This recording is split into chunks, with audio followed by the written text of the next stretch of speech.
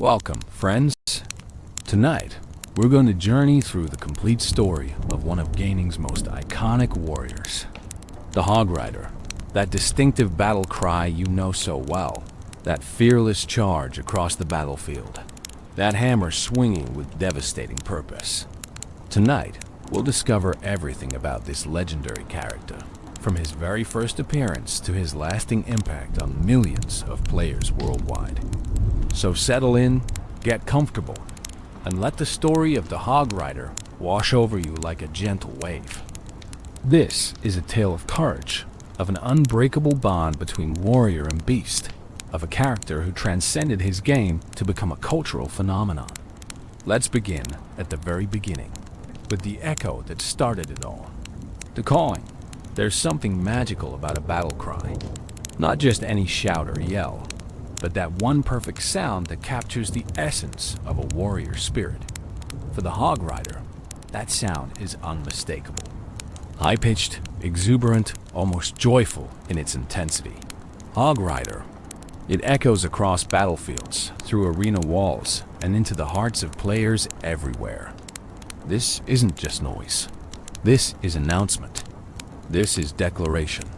When you hear that cry, you know exactly what's coming. A muscular warrior astride his faithful hog, hammer raised high, charging toward your defenses with single-minded determination. No walls will stop him. No towers will deter him.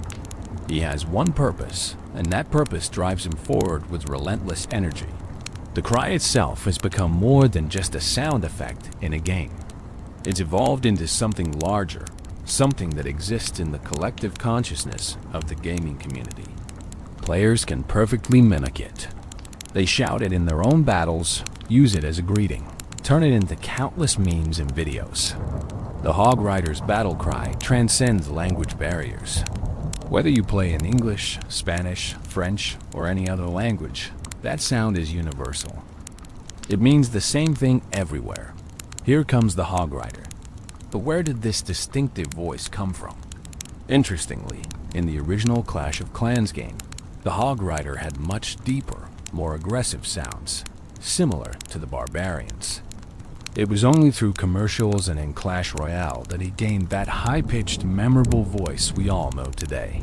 Some fans theorize it might actually be the hog speaking rather than the rider, given that the hog has been shown to be remarkably intelligent in promotional materials. Imagine that.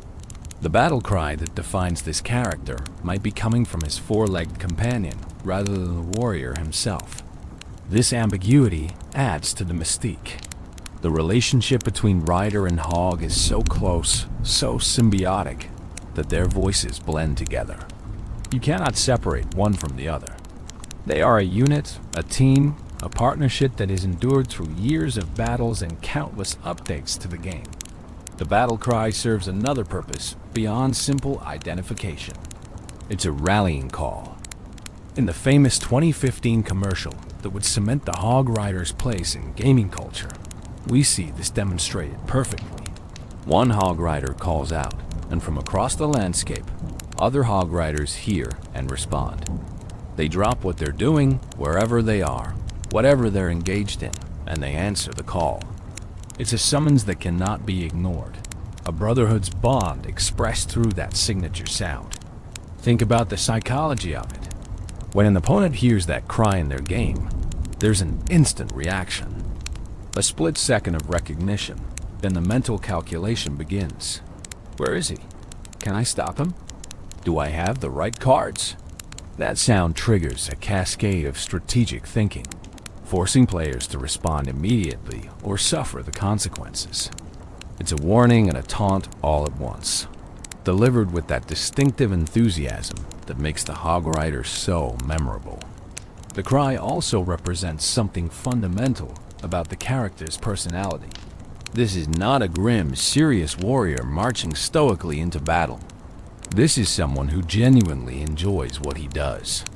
There's joy in that sound, excitement, an almost childlike enthusiasm for the charge ahead. The Hog Rider loves riding into battle. He loves the rush of the charge, the thrill of leaping over walls, the satisfaction of his hammer connecting with enemy structures. That battle cry isn't forced or fearful. It's celebratory. And perhaps that's why it resonates so deeply with players. In a genre often dominated by serious, grim-faced warriors and dark fantasy themes, the Hog Rider brings something different. He brings energy. He brings fun. He reminds us that games are supposed to be enjoyable, that there's room for enthusiasm and joy, even in the heat of strategic combat. The technical aspects of the sound design deserve recognition too. Creating a battle cry that would be heard thousands of times by millions of players without becoming annoying is no small feat. It needed to be distinctive enough to be instantly recognizable, loud enough to command attention, but not so grating that it would become irritating with repetition. The sound designers at Supercell achieved something remarkable with that high-pitched Hog Rider. It's been part of players' lives since 2013, heard countless times, and yet it still brings a smile to faces when it rings out. In Clash Royale, the cry takes on additional significance because of the game's description of the card. He followed the echoing call of Hog Rider all the way through the arena doors. This single line of text creates an entire backstory. It suggests that the Hog Rider we deploy in our battles heard that call from somewhere, from someone, and he couldn't resist. He had to find its source. He had to join the battle. That cry literally drew him into the arena, pulled him through those doors into the world of Clash Royale. It's a beautiful piece of storytelling through sound. The battle cry isn't just what the Hog Rider does. It's what defines him. It's his essence distilled into a single perfect sound. And that sound has echoed through gaming culture for over a decade now, showing no signs of fading. If anything, it grows stronger with each passing year. Each new player who discovers these games and hears that distinctive call for the first time. Origins of a legend, every legend has a beginning, and for the Hog Rider, that beginning came on March 12th, 2013. This was the day Supercell introduced him to Clash of Clans as part of a major update that added Dark Elixir troops to the game. Players had been eagerly awaiting new units, new strategies, new ways to approach their battles. What they got exceeded their expectations in ways they couldn't have imagined. The Hog Rider arrived as the second Dark Elixir troop, unlocked when players upgraded their Dark Barracks to level 2. This positioning was significant. Dark Elixir troops were meant to be special, powerful, worth the extra effort required to obtain the rare resource needed to train them. The Hog Rider lived up to that promise immediately. Here was a troop that could do something no other ground unit could do at the time. Jump over walls as if they weren't even there. Think about what walls meant in Clash of Clans. They were fundamental to base defense. Players spent countless hours perfecting their wall placements, creating layered defenses that would funnel enemy troops into kill zones. Walls weren't just decorative, they were strategic cornerstones. And then the Hog Rider arrived and simply ignored them. He leapt over them with ease, his hog bounding across barriers that stopped every other ground troop cold. This wasn't just a new unit. This was a paradigm shift. Suddenly, base designs had to account for troops that could penetrate deep into the core of your village without breaking through walls. Defenses that had seemed impregnable were now vulnerable. The meta changed overnight, and the Hog Rider was at the center of that change. The initial version of the Hog Rider was somewhat different from what players know today. At release, he didn't have a preferred target. He would attack whatever was nearest, which made him less focused but more unpredictable. He also required 6 housing spaces in your army camps, making him a significant investment. Training time was 5 minutes per unit, meaning you couldn't quickly rebuild your army after a raid. These were substantial commitments, and yet players embraced the Hog Rider enthusiastically because what he brought to the table was worth every bit of that investment. The character's visual design was striking from the start. A muscular, dark-skinned warrior with a distinctive mohawk, bare-chested, and wearing minimal armor. Just a brown leather loincloth, a red belt, leather sandals, and golden wristbands and earring. He wielded a massive warhammer, a weapon that spoke of raw power and straightforward violence. And he rode a large hog, about half his height, controlled by a leather bridle looped around the beast's tusks. This design was immediately iconic. Players could spot a hog rider at a glance, even in the chaos of a large-scale battle with dozens of units on screen simultaneously. The mohawk alone made him stand out, but combined with the unique mount and the hammer, the hog rider's silhouette was unmistakable. Good character design isn't just about looking cool, though the hog rider certainly achieved that. It's about instant recognition, about creating a visual that players can identify in a fraction of a second. Supercell's art team nailed it. The comparisons to Mr. T were immediate and obvious. The mohawk, the gold jewelry, the muscular physique, the tough guy attitude. Whether intentional or not, the hog rider carried echoes of the famous actor and his iconic roles. This gave the character a built-in cultural resonance, especially for players old enough to remember the A-Team or Mr. T's various other appearances in popular culture. Even players unfamiliar with Mr. T could appreciate the hog rider's distinct aesthetic, which drew from various cultural sources to create something that felt both familiar and fresh. The gameplay mechanics were refined over the following months. On August 27, 2013, Supercell made significant changes. Training time dropped from 5 minutes to 2, making hog riders much more practical for regular use. More importantly, they gained a preferred target: defensive structures. This change transformed the hog rider from an unpredictable unit into a precision instrument. He would bypass everything else on the battlefield, driving straight for enemy defenses with single-minded focus. Walls, buildings, even enemy troops attacking him couldn't distract him from his purpose. He had a job to do, and nothing would stop him until every defense was destroyed or he fell trying. This created the strategic framework that still defines hog rider usage today. He's not a general-purpose troop. He's a specialist, a surgical tool designed for one specific task: eliminating enemy defenses. This specialization made him incredibly powerful in the right hands and relatively useless if deployed carelessly. Skill mattered. Strategy mattered. Simply having hog riders wasn't enough. You needed to know when to deploy them, where to deploy them, what spells to bring to support them. The learning curve was steep, but players who mastered hog rider strategies found themselves winning battles they had no right to win. A well-executed hog rider attack could dismantle bases that seemed impenetrable. Players discovered synergies with healing spells, keeping their hogs alive as they charged through heavy fire. They learned to scout for giant bombs, the hog rider's greatest weakness, and trigger them with sacrificial units before sending in their main force. An entire subgenre of Clash of Clans strategy content emerged around hog rider attacks, with players sharing their techniques, their base analysis, their spell timings. The Dark Elixir requirement added another layer to the hog rider's identity. This wasn't just any resource. Dark Elixir was rare, harder to obtain than regular elixir or gold. Players had to work for it, protect it from raiders, make tough decisions about how to spend it. Choosing to train hog riders meant not using that dark elixir for other purposes, for upgrading heroes or unlocking other dark troops. This scarcity added weight to every hog rider deployment. You couldn't be wasteful.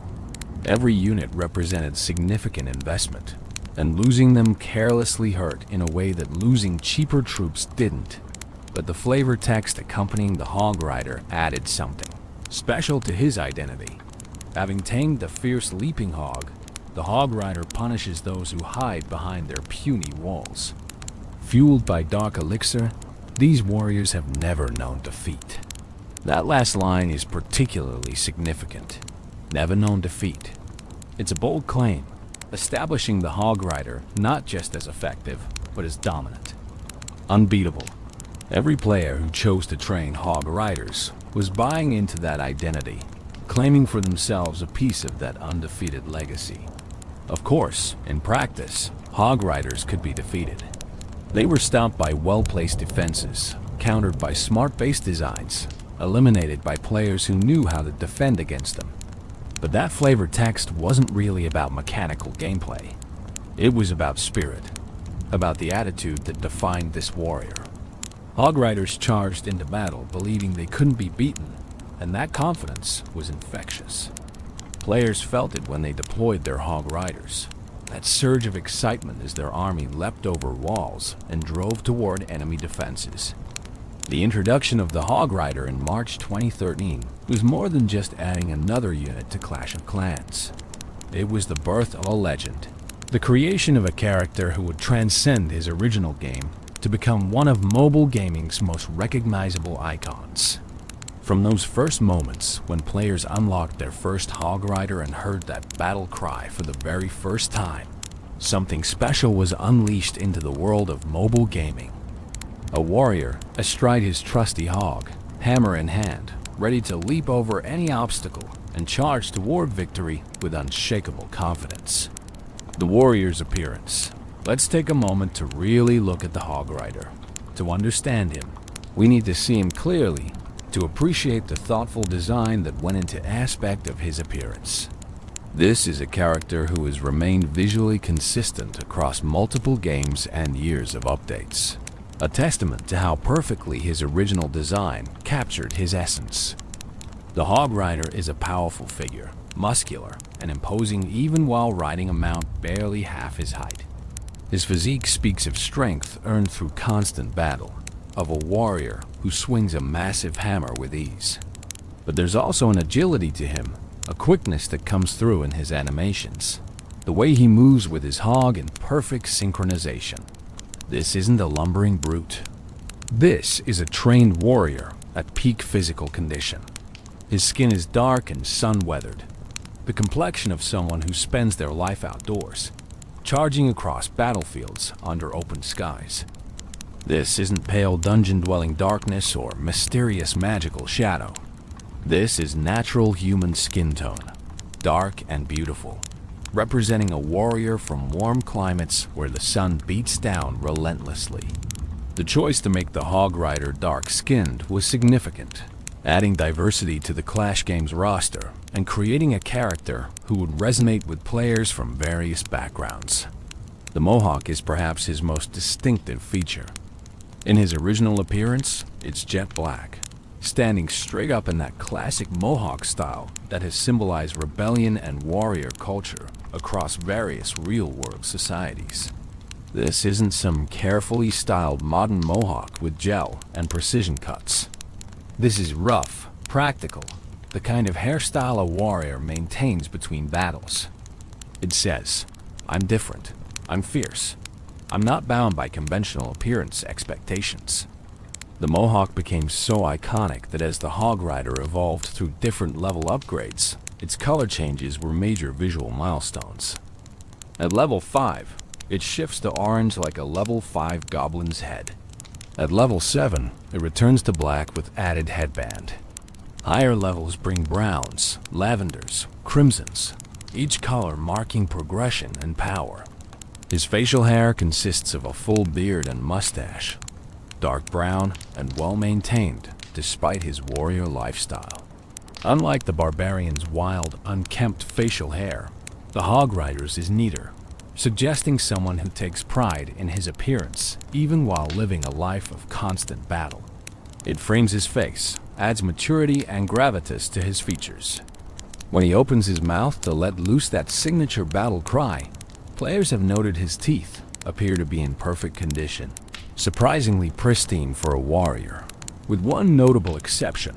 In the Clan Wars commercial, careful observers can spot a gold tooth glinting as he yells. The gold earring in his right ear is a statement piece. Not small and subtle, but large and prominent, catching light as he moves. In some depictions, it's shown in his left ear instead, but the significance remains the same. This isn't decoration for decoration's sake. In many warrior cultures throughout history, earrings signified status, achievement, experience. They marked you as someone who had earned their place, who had proven themselves in battle. The Hog Rider's gold earring speaks to his status as an elite warrior, someone who has fought enough battles to have earned such adornment. His wristbands are equally impressive. 2 massive golden cuffs, one on each wrist, thick and substantial. These aren't delicate jewelry. They're almost armor in their own right. Heavy bands that add weight to his hammer swings while protecting his wrists from the shock of impact. Gold is soft metal in reality, impractical for such use. But in the fantasy world of Clash games, these golden wristbands are symbols of wealth earned through conquest trophies taken from defeated enemies, or perhaps sacred items, blessed by whatever gods watch over these warriors. The minimal armor situation is interesting from both practical and aesthetic standpoints. The Hog Rider wears no chest armor, no leg protection, no helmet. His torso is completely exposed, showing off his muscular build. In realistic terms, this would be suicide on a medieval battlefield. But the Hog Rider exists in a world where magic and fantasy reign, where confidence and skill matter more than conventional protection. His lack of heavy armor emphasizes his speed and agility.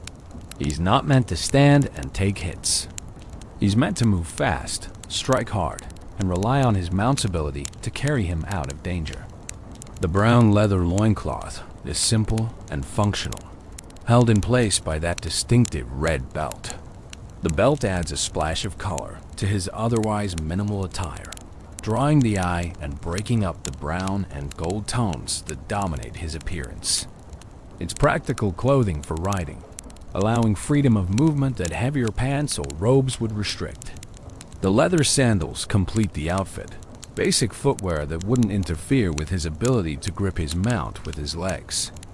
These are warrior's clothes, practical and no nonsense, free of unnecessary embellishment beyond the gold jewelry that marks his status.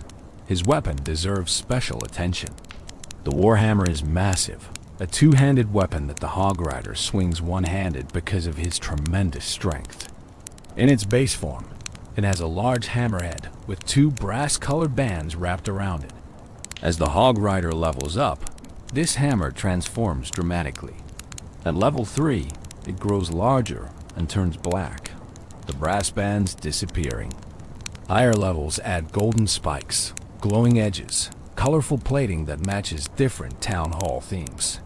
The hammer becomes increasingly elaborate and magical looking as it upgrades, transforming from simple tool of destruction into legendary weapon that practically radiates power.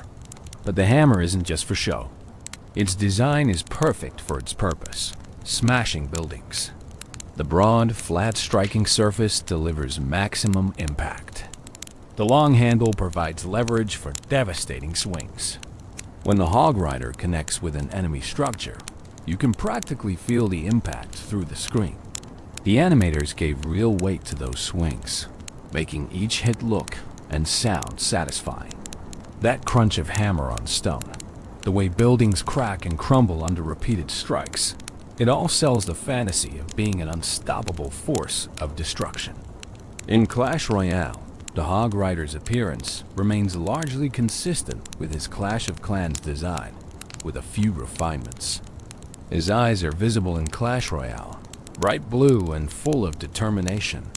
His features are slightly more defined, taking advantage of Clash Royale's more detailed art style.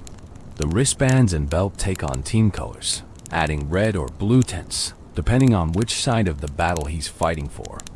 It's a small touch that increases visual clarity in the heat of battle, making it instantly obvious which Hog Rider belongs to which player. The ribbon tied at the bottom of his hammer in Clash Royale is another team-colored element, streaming behind him as he charges. It adds dynamic motion to his appearance, emphasizing his speed. When the Hog Rider is sprinting toward your tower, that ribbon whipping in the wind sells the sense of momentum, of unstoppable force bearing down on your defenses. What's remarkable about the Hog Rider's design is its timelessness. Created in 2013, he still looks fresh and relevant over a decade later. Good character design transcends trends, create something that feels right regardless of what's currently popular in gaming aesthetics. The Hog Rider achieves this through a combination of strong silhouette, distinctive colors, and memorable details. You could reduce him to a simple black shape, and he'd still be instantly recognizable. That's the mark of truly excellent design. His appearance also tells a story without words. This is someone who has embraced the warrior's path completely. No heavy armor, because he trusts his skill and his mount to keep him safe. Minimal clothing, because he values speed and mobility over protection. Gold jewelry, because he's earned it through countless victories. A massive hammer, because subtle isn't his style. Everything about his appearance reinforces his identity as a bold, confident warrior who charges straight at problems and smashes through them with raw power. The consistency of his design across different games and years of updates has helped cement his iconic status. Players know exactly what to expect when they see a Hog Rider. That familiarity breeds affection. He's like an old friend, unchanged in all the ways that matter despite the years passing by. In an industry where characters are constantly being redesigned, updated, modernized, the Hog Rider remains true to his roots, and players love him for it. The Hog Companion. We cannot discuss the Hog Rider without giving proper attention to his faithful companion, the Hog itself. This isn't just a mount, a simple vehicle to carry the warrior into battle. The relationship between rider and hog is something deeper, a partnership built on trust and mutual understanding. The hog is as much a character as the warrior riding him, with its own personality and presence that shines through in animations, commercials, and gameplay. The species of hog the Hog Rider has tamed is believed to be Phacochurus africanus, the common warthog. This is a real species native to Africa, and the choice is brilliant for multiple reasons. Warthogs are smaller than the massive boars found in some fantasy settings, but they're also more agile. This explains the Hog Rider's impressive speed, his ability to move quickly across the battlefield while other mounted units lumber along.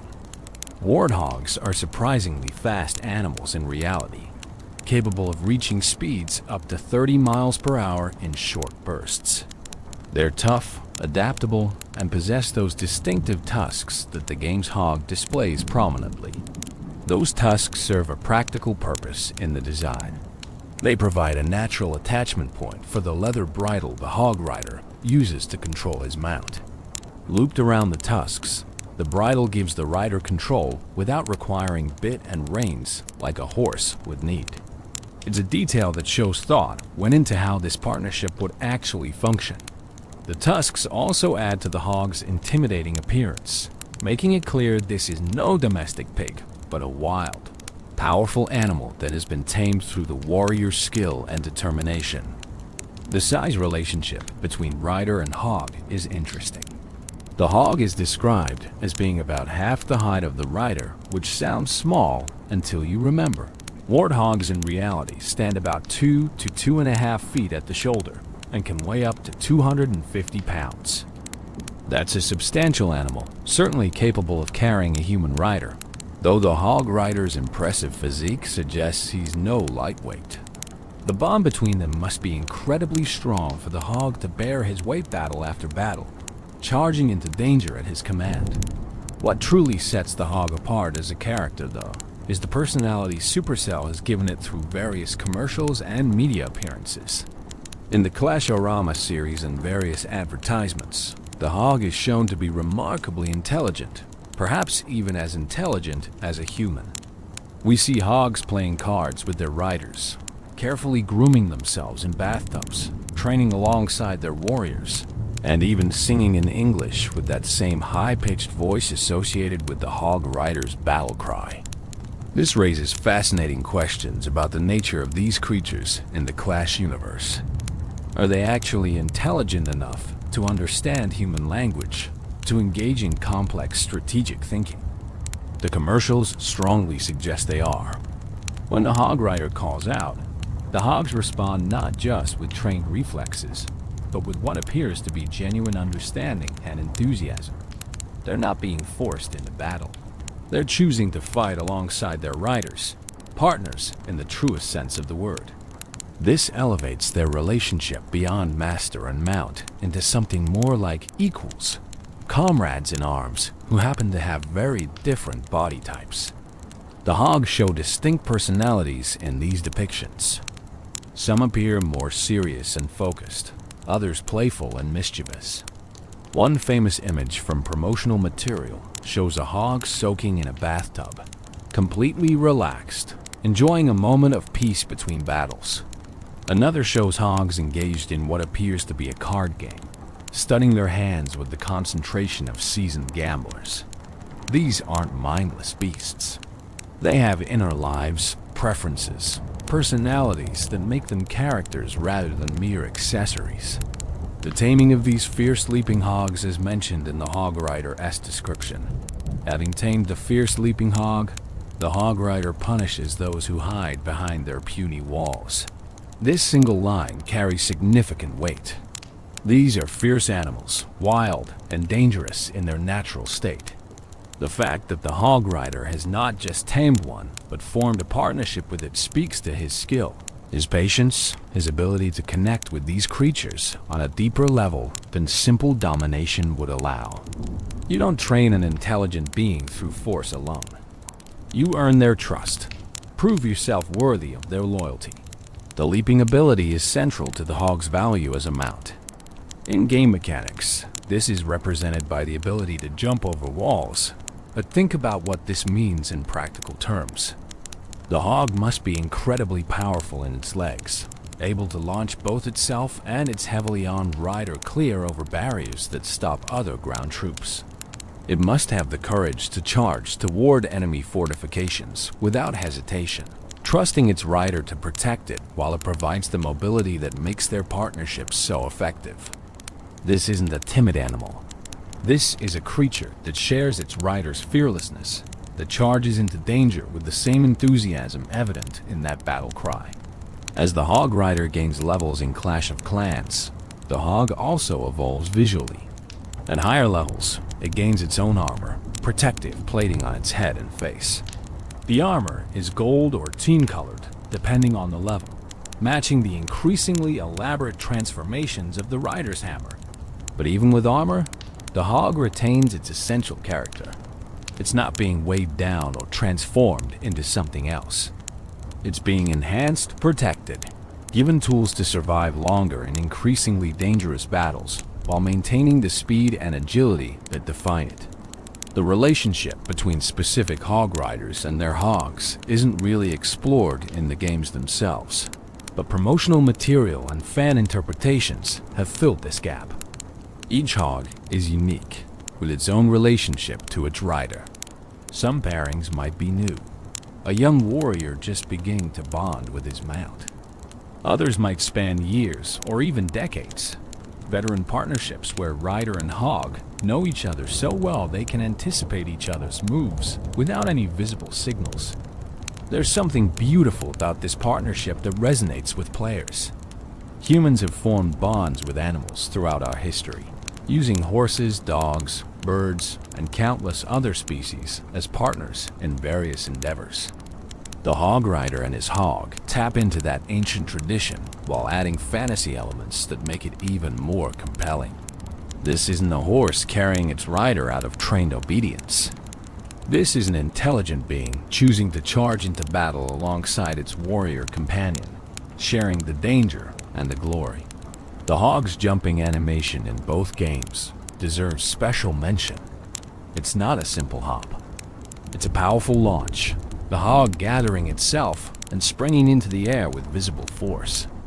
When it lands on the other side of a wall, there's weight to the impact, the hog absorbing the landing through its powerful legs before immediately resuming its charge. The animation sells the fantasy perfectly, making you believe this creature really could carry an armored warrior over walls that stop other ground troops cold. In Clash Royale specifically, the river jumping ability is iconic. When the Hog Rider approaches the river in the middle of the arena, he doesn't slow down or hesitate. The hog gathers itself and leaps, sailing over the water in a perfect arc. During this jump, the hog rider is invulnerable to ground attacks, but air troops can still target him. This creates interesting strategic considerations. The jump provides a brief window of safety, but you're committed once you start that leap. The hog's courage and power make that jump possible, transforming a potentially dangerous river crossing into an advantage. The hog and the hog rider's partnership represents qualities that complement the warrior's own traits. Where the warrior brings strength and skill with his hammer, the hog brings speed and mobility. Where the warrior provides strategy and determination, the hog provides unwavering courage and trust. Together, they form something greater than either could be alone. That's the essence of a true partnership, and it's why the hog rider character feels so complete. He's not just a man with a mount. He's part of a team that has chosen to face the world's dangers together. Dark elixir and power. The hog rider is described as being fueled by dark elixir, and this connection to the rare, powerful resource shapes his identity in fundamental ways. To understand the hog rider fully, we need to understand what dark elixir represents in the Clash universe, and why being powered by it makes the hog rider special. Dark elixir was introduced to Clash of Clans as a new resource tier, rarer and more valuable than the standard elixir that powered most troops. Its very appearance is different, a deep purple-black substance that seems to shimmer with inner darkness. Unlike regular elixir, which could be obtained relatively easily through elixir collectors and raids, dark elixir required dark elixir drills and was much harder to accumulate. Players couldn't stockpile it as quickly, couldn't waste it carelessly. Every drop of dark elixir represented significant time investment and careful resource management. This scarcity made dark elixir troops inherently more valuable. Training a hog rider wasn't a casual decision. You were committing precious resources to this specific strategy, resources you wouldn't have available for other purposes. This economic cost added weight to every hog rider deployment. Losing them wasn't just a tactical setback. It was a waste of resources that would take time to replace. Players learned to deploy their dark elixir troops carefully, to support them properly, to maximize the value they got from each unit. But dark elixir isn't just mechanically valuable. It carries implications about the power it provides. The name itself suggests something beyond ordinary, something touched by darker forces or deeper magic. Dark doesn't necessarily mean evil in the Clash universe, but it implies power that comes from sources more mysterious and potent than the bright, clear regular elixir. The hog rider, fueled by this substance, draws strength from these deeper wells of power. What does it mean to be fueled by dark elixir? The description suggests it's not just payment for training, like hiring a mercenary. The dark elixir actively powers these warriors, provides them with capabilities beyond normal human limits. The hog rider's incredible strength, his ability to swing that massive hammer repeatedly without tiring, his seemingly endless stamina as he charges across battlefields, all of this comes from the dark elixir flowing through him. Consider the physical feats the hog rider regularly accomplishes. He swings a warhammer that should require 2 hands to wield effectively, and he does it one-handed while maintaining balance on a charging hog. He absorbs impacts from defensive structures, taking hits that would pulverize normal humans. He fights through conditions that would exhaust anyone else, continuing his assault until either he succeeds or falls. This isn't normal human endurance. This is enhanced capability. The dark elixir providing supernatural stamina and resilience. The connection between dark elixir and the hog rider's fearlessness might run deeper than simple courage.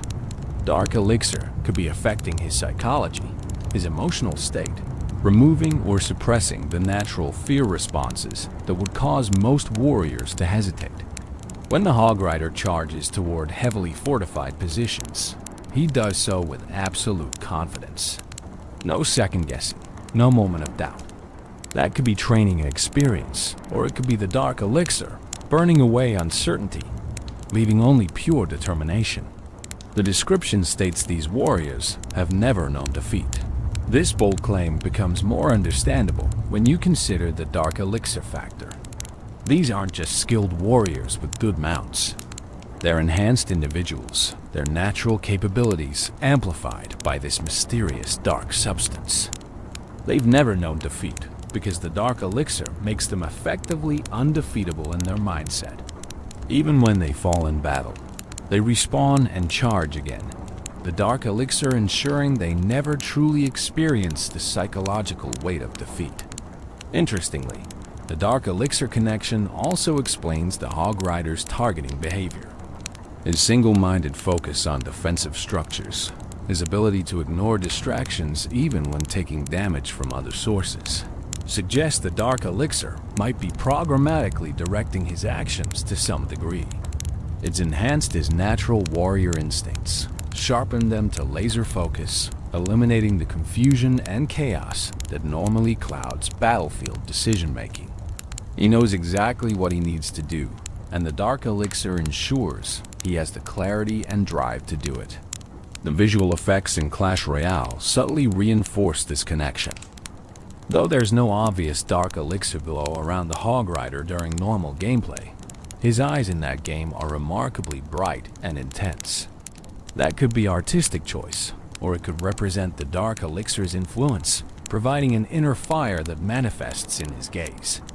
When he charges, there's an energy to his movements that seems almost supernatural, an intensity that goes beyond normal physical action. The cost structure of the Hog Rider in Clash of Clans reinforced the dark elixir connection mechanically. At lower levels, training a Hog Rider required 40 dark elixir per unit. At maximum level, that cost rose to 100 dark elixir. These weren't trivial amounts, especially in the earlier years of the game when dark elixir was even harder to accumulate than it is today. Every Hog Rider represented a significant investment, a conscious choice to channel your precious dark elixir into this specific unit, rather than saving it for hero upgrades or other dark troops. This created interesting strategic dynamics. Players had to manage their dark elixir carefully, balancing the desire to use Hog Riders in attacks with the need to save dark elixir for long-term progression. Successful Hog Rider attackers often targeted bases with dark elixir storages, using their Hog Riders to steal the very resource needed to train more Hog Riders. It was a self-sustaining cycle if you were skilled enough. Use your Hog Riders to steal dark elixir. Use that dark elixir to train more Hog Riders. Repeat. Players who mastered this loop could maintain large Hog Rider armies without depleting their reserves. The dark elixir connection also ties the Hog Rider into the broader lore of the Clash universe. Dark elixir powers other significant units: minions, Valkyries, golems, witches, lava hounds. These are all powerful, somewhat mysterious troops with capabilities that go beyond normal warriors. The Hog Rider belongs in this company, a dark elixir elite whose powers set him apart from ordinary troops. He's not just another soldier. He's a dark-powered champion, fueled by forces that most warriors never touch. In Clash Royale, the dark elixir connection becomes more metaphorical since that game doesn't use dark elixir as a resource. But the character carries that identity forward. The Hog Rider in the arena is still that same dark elixir-fueled warrior from Clash of Clans. He brings that intensity, that enhanced capability, that unbeatable spirit with him through the arena doors. The 4 elixir cost to deploy him in Clash Royale is a bargain compared to his capabilities. A reflection, perhaps, of the dark elixir enhancement, making him more cost-effective than normal troops.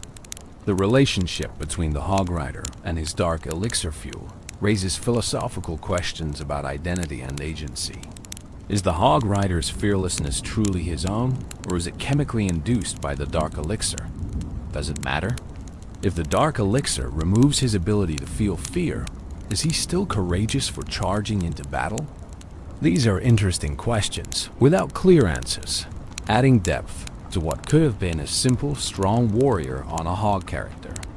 One interpretation is that the Dark Elixir doesn't create the Hog Rider's qualities, but amplifies what was already there. The warrior was brave before the Dark Elixir. The enhancement just removes the physical and mental limitations that would normally restrict his courage. He was strong before, but Dark Elixir lets him express that strength fully. He was determined before, but Dark Elixir ensures nothing can shake that determination. In this reading, the Dark Elixir is revelatory rather than transformative. It shows who the Hog Rider truly is beneath human limitations. The never-known defeat line becomes particularly interesting through this lens. If Dark Elixir removes the psychological impact of defeat, then even when the Hog Rider falls in battle, he genuinely doesn't process it as defeat. He tried his best, he gave everything, and now he'll respawn and try again. There's no shame, no discouragement, no way to failure. Each battle is fresh, untainted by previous setbacks. That's a powerful advantage, perhaps more valuable than enhanced strength or speed. The ability to approach every battle with complete confidence, unweighed by past failures, makes the Hog Rider psychologically unbeatable, even when he's tactically defeated. This connects to the broader community experience with Hog Rider gameplay. Players who master Hog Rider strategies often talk about the mindset required. You can't play tentatively. You can't second-guess. You have to commit fully to the attack, trust your skill and your supporting troops, and charge forward with confidence. It's almost as if using Hog Riders successfully requires players to channel that same Dark Elixir-enhanced mentality. You have to become fearless, at least within the context of the game, to truly succeed with this strategy. The Dark Elixir connection also explains why Hog Riders work so well together. In the commercials, and in mass Hog Rider attacks, we see groups of these warriors operating with perfect coordination. The Dark Elixir might provide a kind of shared consciousness, or at least enhanced mutual understanding. Warriors fueled by the same dark substance naturally work together, their movements synchronized, their purposes aligned. This makes large-scale Hog Rider attacks feel less like individual units and more like a unified force, a wave of Dark Elixir-enhanced warriors moving as one. The practical reality is that Dark Elixir, as a game mechanic, shaped the Hog Rider's identity in fundamental ways. It made him special, rare, powerful. It justified his incredible abilities and explained his fearless attitude. It created economic considerations that affected how players used him.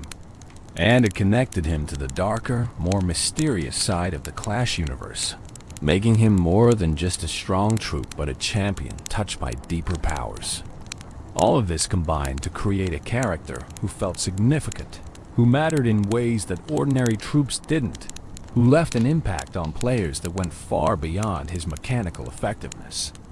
The art of wall leaping, the ability to jump over walls, is the Hog Rider's defining mechanical characteristic, the feature that sets him apart from every other ground troop and shapes how he's used strategically. But beyond the simple game mechanics, wall leaping represents something profound about the Hog Rider's character and approach to obstacles. Where others see barriers, he sees minor inconveniences. Where others must go around or break through, he simply goes over.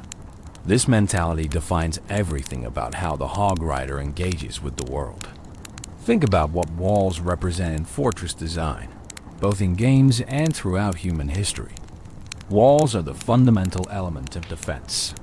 They create separation between inside and outside, safe and dangerous, protected and vulnerable. Good walls mean safety. Strong walls mean security. For thousands of years of human warfare, walls were the primary means of protection for settled populations. Cities were defined by their walls. Castles were built around walls. Entire military strategies revolved around either defending walls or breaching them. In Clash of Clans, walls serve this same essential purpose. Players spend enormous amounts of resources upgrading their walls.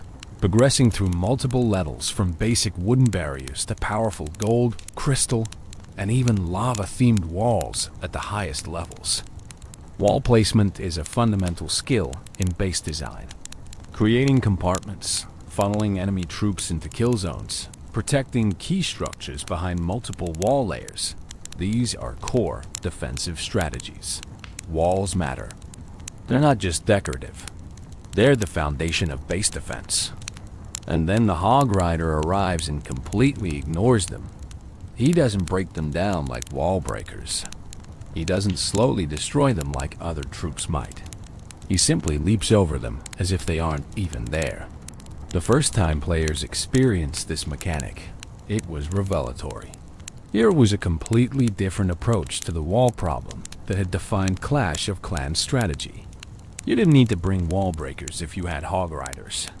You didn't need to create a funnel to guide your troops through open wall sections.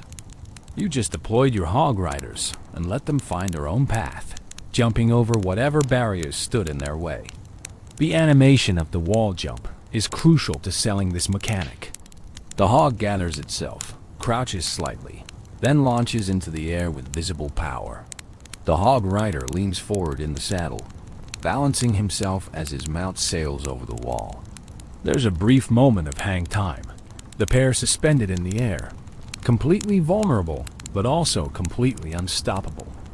Then they land on the other side, the hog absorbing the impact through its powerful legs, and they immediately resume their charge without missing a beat. The whole sequence takes perhaps a second, but it's smooth and dynamic enough to feel epic every single time. This jumping ability isn't unlimited or without conditions.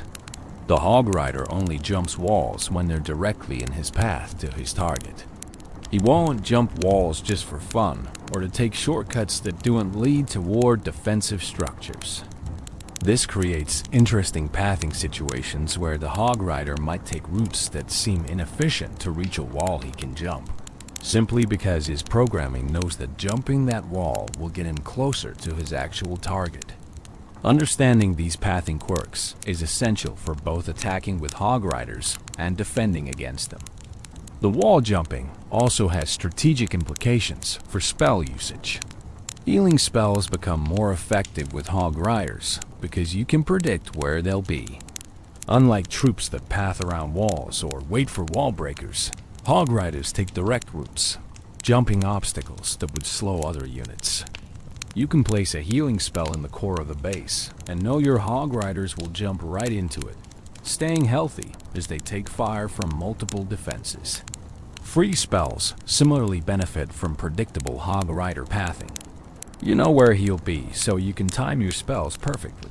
Defending against wall jumping requires different thinking than defending against normal ground troops.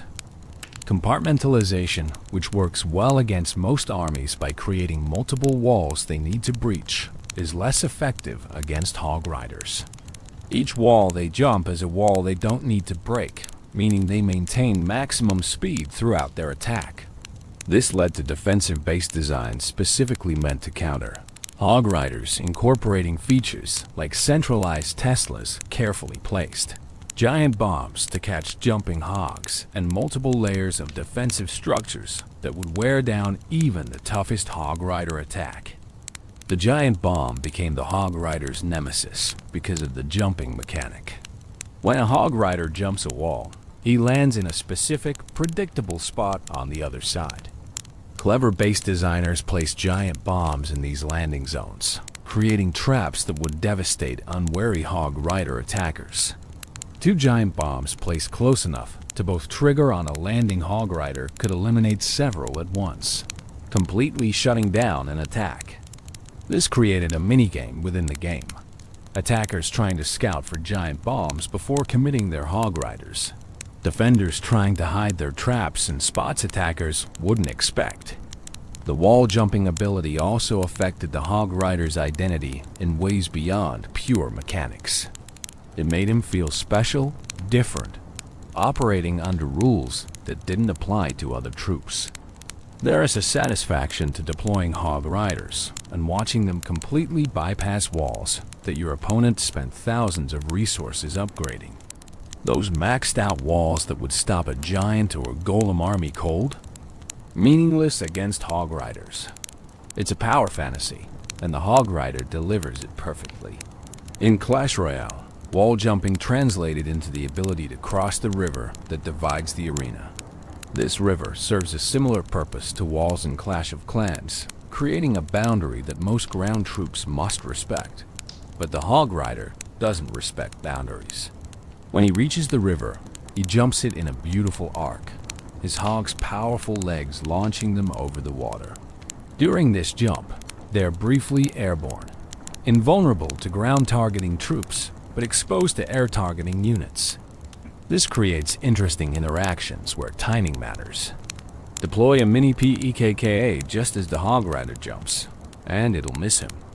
Deploy it just after he lands, and it'll catch him perfectly. The river jump also serves as a psychological barrier breaker. When your opponent drops a Hog Rider at the bridge and you watch him leap that river, there's an immediate sense of threat. He's coming, and normal defensive positioning won't fully protect you. The river that should slow him down doesn't. The distance that should give you time to build a defense isn't as long as it seems because he crosses that gap effortlessly. Good Hog Rider players understand this psychological element and use it to pressure opponents, forcing hasty defensive decisions that might not be optimal. The wall leaping ability has symbolic significance too. Walls represent limitation, boundaries that restrict movement and possibility. The Hog Rider's ability to leap over these limitations makes him a symbol of freedom and determination. He doesn't accept the constraints that bind others. He doesn't let obstacles stop him. This resonates with players on a level beyond game mechanics. We all face walls in our lives, barriers that seem insurmountable. The Hog Rider reminds us that sometimes the solution isn't to break through or go around, but to find a way over, to refuse to let obstacles define what's possible. Technically, the wall jumping also showcases excellent game design. It's a unique mechanic that's immediately understandable, visually clear, and creates interesting strategic depth. Players don't need a tutorial to understand what the Hog Rider does. They see him jump a wall once, and they get it. That clarity is valuable in game design, where complex mechanics can confuse or frustrate players. The Hog Rider's wall jumping is elegant in its simplicity, while being profound in its implications for strategy. The evolution of base design in Clash of Clans can partly be tracked through how builders adapted to Hog Rider threats. Early bases, designed before Hog Riders existed, were completely vulnerable. As Hog Riders became popular, bases evolved to include anti-Hog Rider features. Then, as those defenses became standard, Hog Rider strategies evolved to overcome them, prompting further defensive innovations. This back and forth, this eternal arms race between Hog Rider attackers and defenders trying to stop them, kept the game fresh and engaging for years. In competitive play, wall jumping elevated the Hog Rider to top-tier status. The ability to bypass the main defensive layer meant Hog Riders could reach high-value targets faster than any other ground troop. In war attacks where every second mattered, or getting to that last percent needed for a 3-star was crucial, the Hog Rider's wall jumping could mean the difference between victory and defeat. Professional players mastered the timing, placement, and supporting troops needed to maximize Hog Rider effectiveness, creating attack strategies that became famous in the community.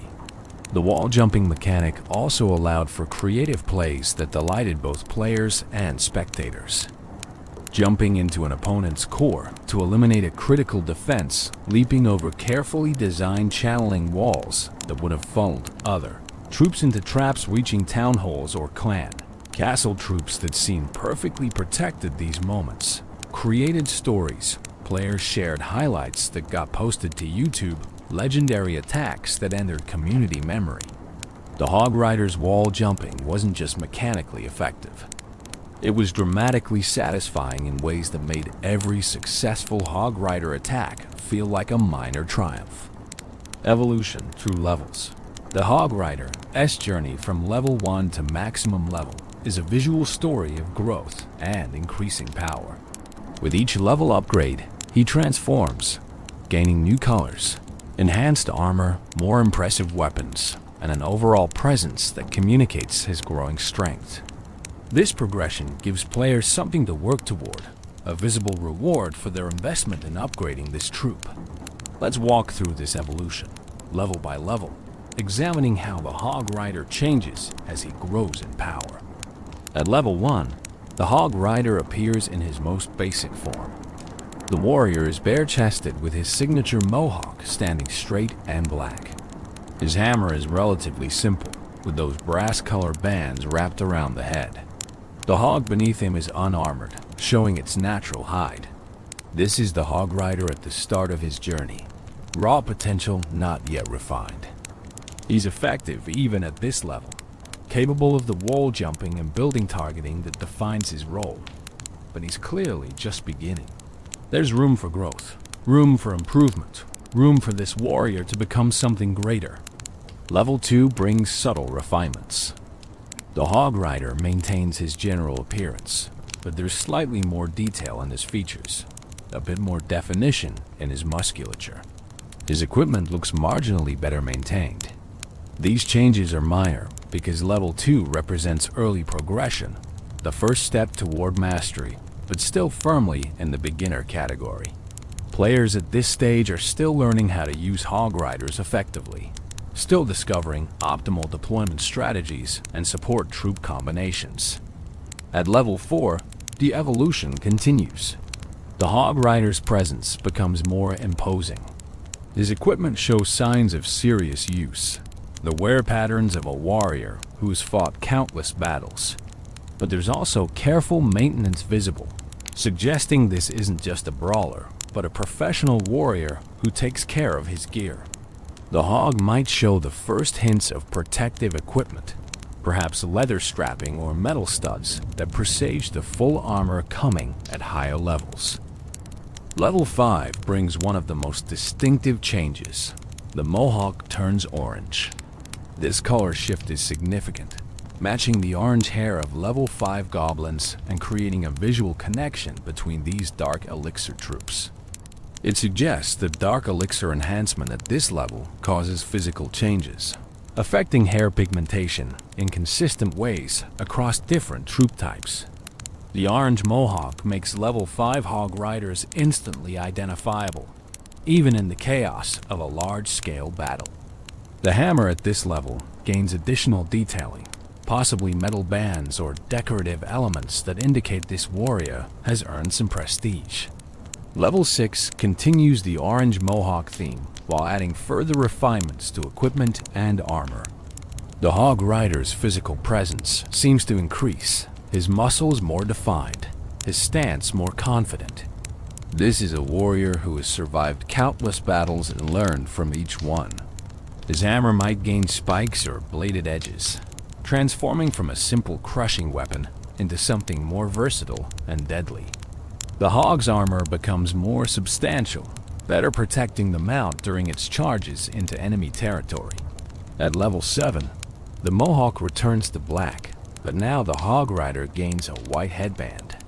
This accessory adds a touch of sophistication to his appearance, suggesting he's reached a level of mastery that goes beyond simple barbarian fury. The headband might represent rank or achievement within Hog Rider society, a visual marker that this warrior has proven himself worthy of special recognition. The hammer continues to evolve, possibly gain golden accents or glowing elements that indicate magical enhancement beyond simple physical improvements. Level 8 maintains the black mohawk with white headband combination while pushing the visual enhancements further.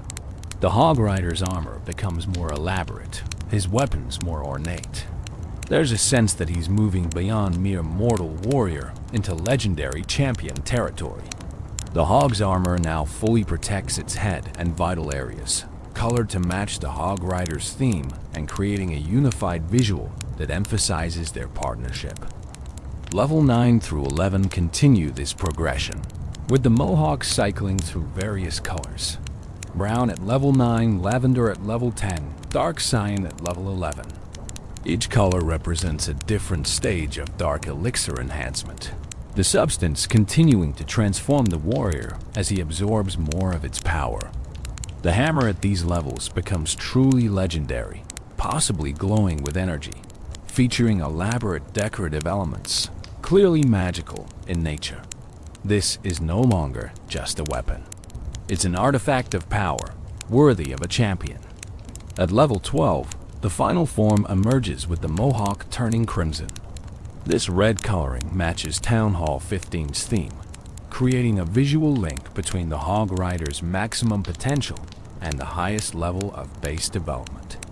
The Crimson Mohawk, combined with his fully enhanced armor and glowing legendary hammer, creates an intimidating presence.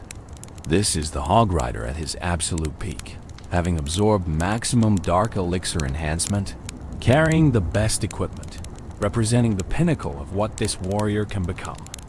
Throughout these transformations, certain elements remain constant. The Hog Rider's basic silhouette doesn't change. He's always recognizable as a Hog Rider regardless of level. The Mohawk, the hammer, the mounted posture. These signature elements persist through all variations. This consistency is important for gameplay clarity. Players need to be able to identify troops instantly, and the Hog Rider's core design ensures this is possible even as visual details change dramatically. The Hog's evolution parallels its rider's progression. Starting as a natural warthog, it gradually gains armor and protective equipment that matches the Hog Rider's aesthetic. By maximum level, the Hog is fully kitted out with golden armor plating on its head, face, and flanks, turning it from simple mount into armored warbeast. Yet even with all this armor, the Hog retains its essential character, its aggressive stance and powerful build clearly visible beneath the protective gear. These visual progressions serve multiple purposes in game design. They reward players for investing resources in upgrades, providing clear visual feedback that their investment has resulted in tangible improvement. They create aspirational goals, with lower-level players seeing high-level, Hog Riders and wanting to upgrade their own troops to achieve those impressive appearances. They add variety to the battlefield, preventing visual monotony by ensuring Hog Riders from different players at different progression levels look distinctly different from each other. The color changes in the Mohawk also serve practical purposes. In clan wars or friendly battles where multiple players might be using Hog Riders, the different colors help distinguish whose troops are whose. A level 5 Hog Rider with orange Mohawk is clearly from a less developed player than a level 10 with lavender Mohawk, allowing observers to track battle developments more easily. From a lore perspective, these visual transformations suggest the Hog Rider is being fundamentally changed by dark elixir enhancement. The hair color changes indicate this isn't just external equipment improvement, but internal transformation. The dark elixir is altering him at a cellular level, changing his very biology as it enhances his capabilities. By maximum level, the Hog Rider might be more dark elixir enhanced being than baseline human, transformed into something greater through repeated exposure to this mysterious substance. The hammer's evolution from simple tool to legendary weapon mirrors classic hero's journey narratives. The young warrior starts with basic equipment, but through experience, achievement, and progression, he earns access to increasingly powerful weapons until finally wielding something that borders on mythical. That maximum level hammer, glowing with power and covered in ornate decoration, is fit for a legend.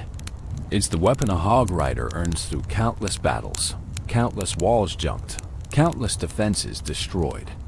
In Clash Royale, the Hog Rider appears at what would essentially be his maximum level from Clash of Clans, representing the pinnacle version of this troop.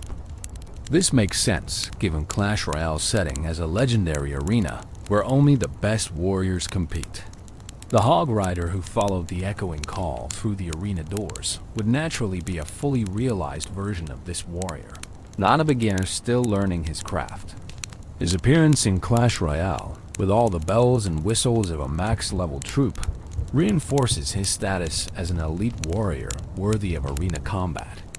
The 2015 commercial phenomenon in February 2015, Supercell released a commercial that would fundamentally change the hog rider's place in gaming culture.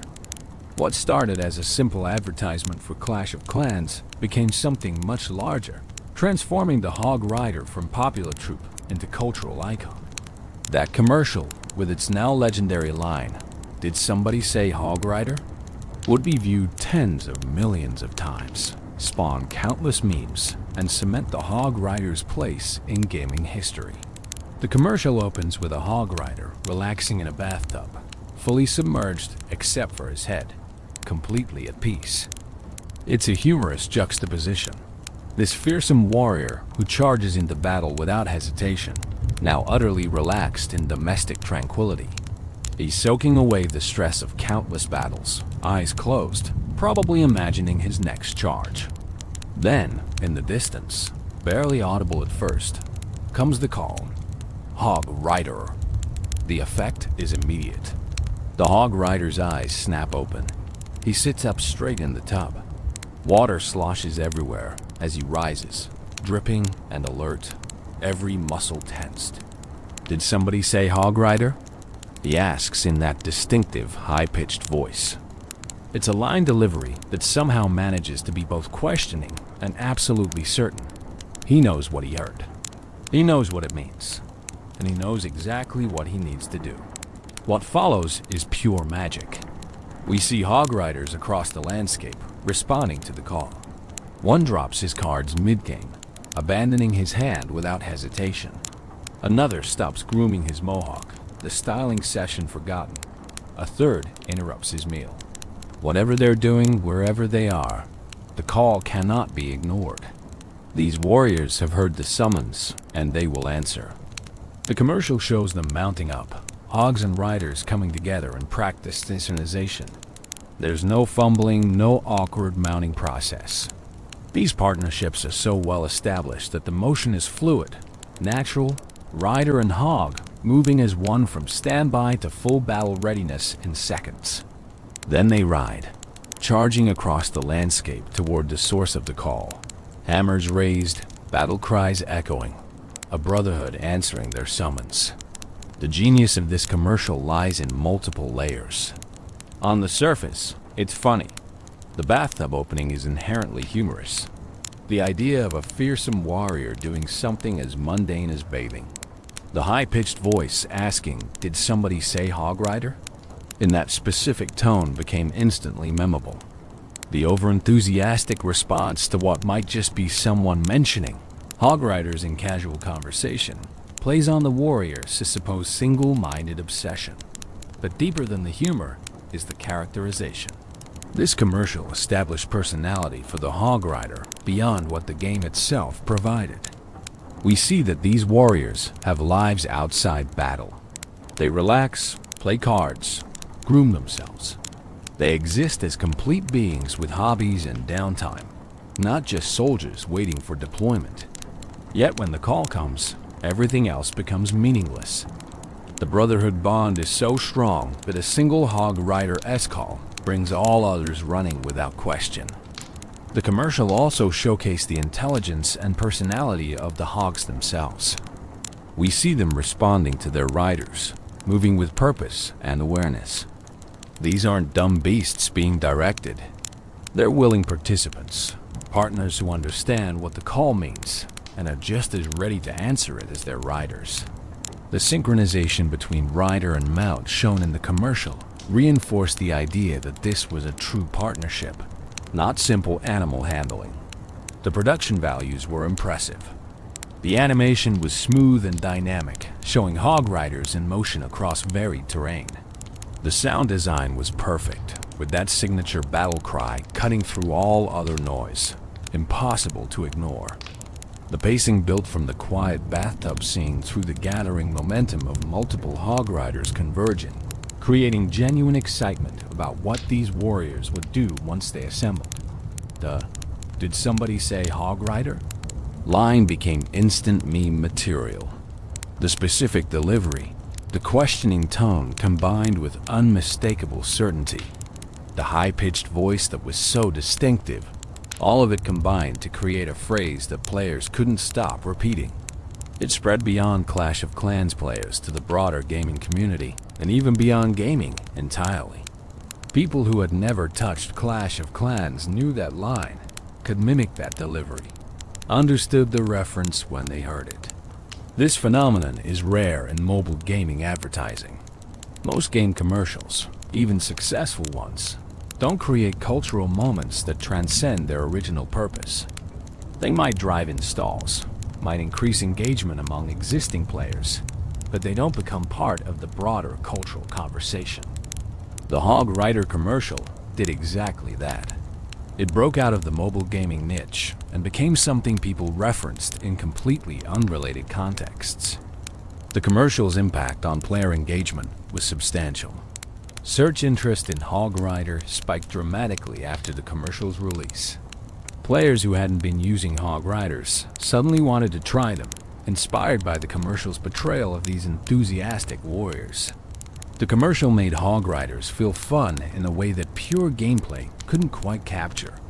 Yes, they were effective troops with unique mechanics, but the commercial made them cool, funny, memorable in ways that elevated them beyond simple game units. Supercell recognized what they had and leaned into it. The Hog Rider became a central figure in their advertising, appearing in subsequent commercials and promotional materials far more frequently than his in-game usage rates alone would justify. He became the face of Clash of Clans in many ways, the character they put forward when they wanted to represent their game. This was smart branding, building on the organic enthusiasm players had for this character. The commercial also influenced how players thought about their Hog Riders in-game. Deploying them wasn't just a strategic decision anymore. It was participating in that brotherhood shown in the commercial. You weren't just using a game mechanic.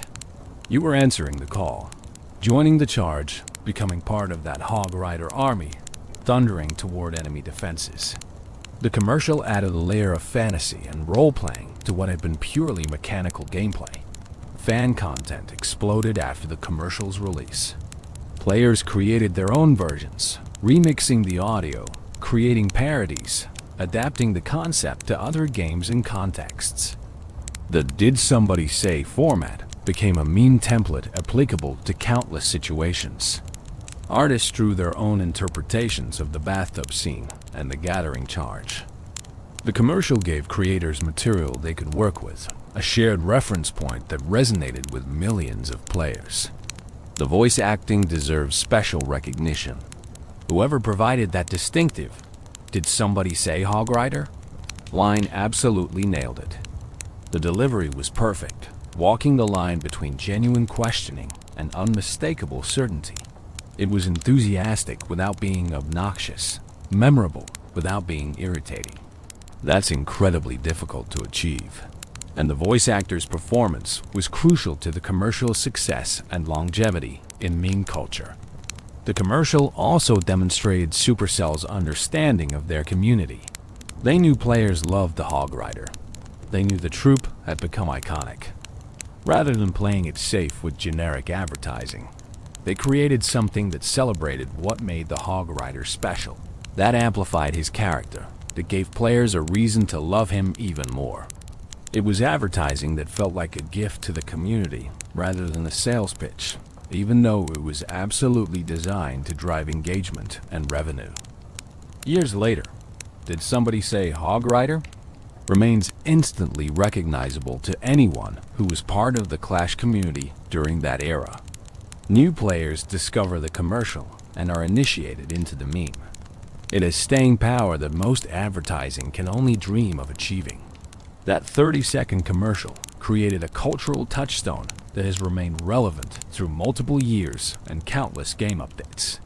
Journey to Clash Royale. When Supercell announced Clash Royale in early 2016, Players immediately wondered which troops from Clash of Clans would make the transition to this new arena-based game. The Hog Rider was an obvious choice, but his journey into Clash Royale would involve adaptations and changes that transformed him from his Clash of Clans roots while preserving his essential identity. Clash Royale launched globally on March 2nd, 2016, and from day one, the Hog Rider was present. He was available as a rare card, findable in chests starting from Arena 4 PEKKA's Playhouse. This positioning was significant. Rare rarity made him accessible, but not too common, maintaining some of his premium status from Clash of Clans, while ensuring dedicated players could obtain and use him relatively easily. Locking him behind Arena 4 meant newer players had to progress through the game before accessing this powerful unit, creating an aspirational goal. The card description gave him a new backstory that tied into the Clash Royale setting specifically.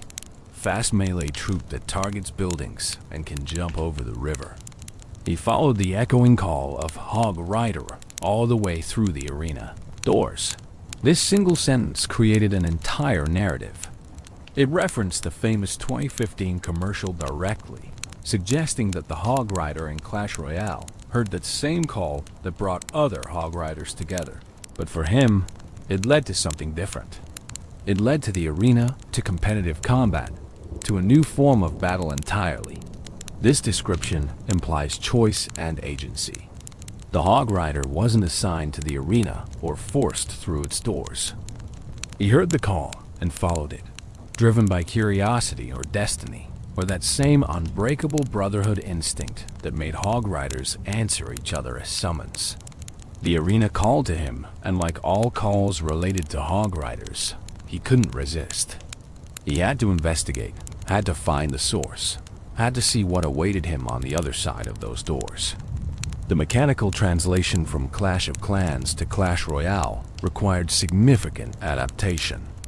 In Clash of Clans, the Hog Rider was a troop you deployed in your army, potentially bringing many of them in a single attack. In Clash Royale, he became a single unit card, costing 4 elixir to deploy. This meant he needed to be individually powerful enough to justify that cost, while not being so overwhelming that he broke the game's balance. Supercell achieved this balance through careful stat design. The Hog Rider in Clash Royale has substantial hit points, allowing him to absorb damage while charging toward his target. His damage per second is significant enough to threaten towers if left unchecked, but not so high that he can destroy a tower alone before defenders can respond. His movement speed is very fast, maintaining the aggressive rushing playstyle that defined him in Clash of Clans. And crucially, he retained his signature ability to jump over the river, adapting his wall-jumping mechanic to Clash Royale's different battlefield layout. The river in Clash Royale serves a similar purpose to walls in Clash of Clans, creating a boundary between friendly and enemy territory. Most ground troops must cross the river by using the 2 bridges, creating predictable paths that defenders can prepare for. The Hog Rider's ability to jump the river anywhere means he can appear from unexpected angles, forcing defenders to maintain awareness of a wider area. This jump also provides a brief moment of invulnerability to ground attacks, though air targeting troops can still hit him mid-leap. Visually, the Clash Royale Hog Rider receives some refinements compared to his Clash of Clans counterpart. The art style of Clash Royale is slightly more detailed and polished, and the Hog Rider benefited from this. His features are more defined, his armor and equipment more clearly rendered. The team coloring system in Clash Royale means his wristbands, belt, and the ribbon on his hammer change to red or blue depending on which side he is fighting for, adding visual clarity in the heat of battle. His animations in Clash Royale are fluid and dynamic. When deployed, he appears with purpose, immediately orienting toward the nearest building. His charging animation shows the hog galloping with powerful strides, while the rider maintains perfect balance, hammer ready. When he reaches his target, the attack animations are satisfying, the hammer connecting with visible impact. chunks of tower health disappearing with each hit. When the Hog Rider is destroyed, he doesn't simply disappear. He falls from his hog in a way that feels weighty and final. The defeat meaningful rather than abstract. The sound design also received attention. That signature battle cry remains, but Clash Royale added impact sounds. The thunder of hooves on stone, the crash of hammer against tower. These audio cues provide feedback without requiring players to watch the Hog Rider constantly. Experienced players can hear a Hog Rider deployment and know exactly what's happening without looking, allowing them to multitask and manage other threats simultaneously. The Hog Rider's role in Clash Royale meta evolved over the years, but certain fundamental truths remained constant. He's a win condition, a card capable of dealing significant tower damage if your opponent can't counter him effectively. He's best supported by spells and cheap units that can eliminate or distract defending troops, allowing the Hog Rider to connect with the tower. He's vulnerable to buildings that pull him away from his intended target, to swarm troops that surround and eliminate him, and to high damage units that can eliminate him quickly. This created a fascinating strategic depth. Playing Hog Rider successfully required understanding these counters and playing around them. You couldn't just drop a Hog Rider at the bridge every time you had 4 elixir and expect to win. You needed to bait out counters, keep track of what your opponent had played, calculate elixir advantages, and strike at optimal moments when your opponent couldn't properly defend. Mastering Hog Rider gameplay meant mastering Clash Royale's fundamental mechanics. Elixir management, card rotation, prediction plays, and reading your opponent's strategy. The transition to Clash Royale also changed the Hog Rider's relationship to other troops. In Clash of Clans, he was part of your army, fighting alongside your other troops in cooperative assaults. In Clash Royale, he's a card in your deck, part of a strategic composition but often deployed independently. This changed how players thought about him. He wasn't just a member of your army anymore. He was a tool, a specific answer to specific situations. A card you played when conditions were right, rather than a troop you always brought to every battle. The Clash Royale setting also gave the Hog Rider a different narrative context.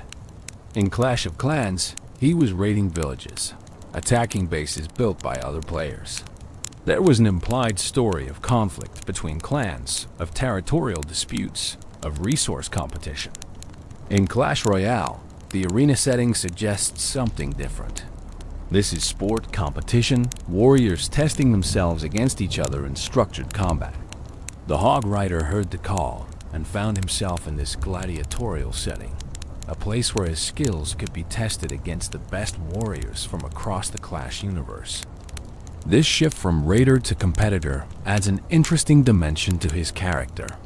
The Clash of Clans Hog Rider was a conqueror, attacking enemy villages to steal resources and earn trophies. The Clash Royale Hog Rider is an athlete, a professional warrior competing in organized matches.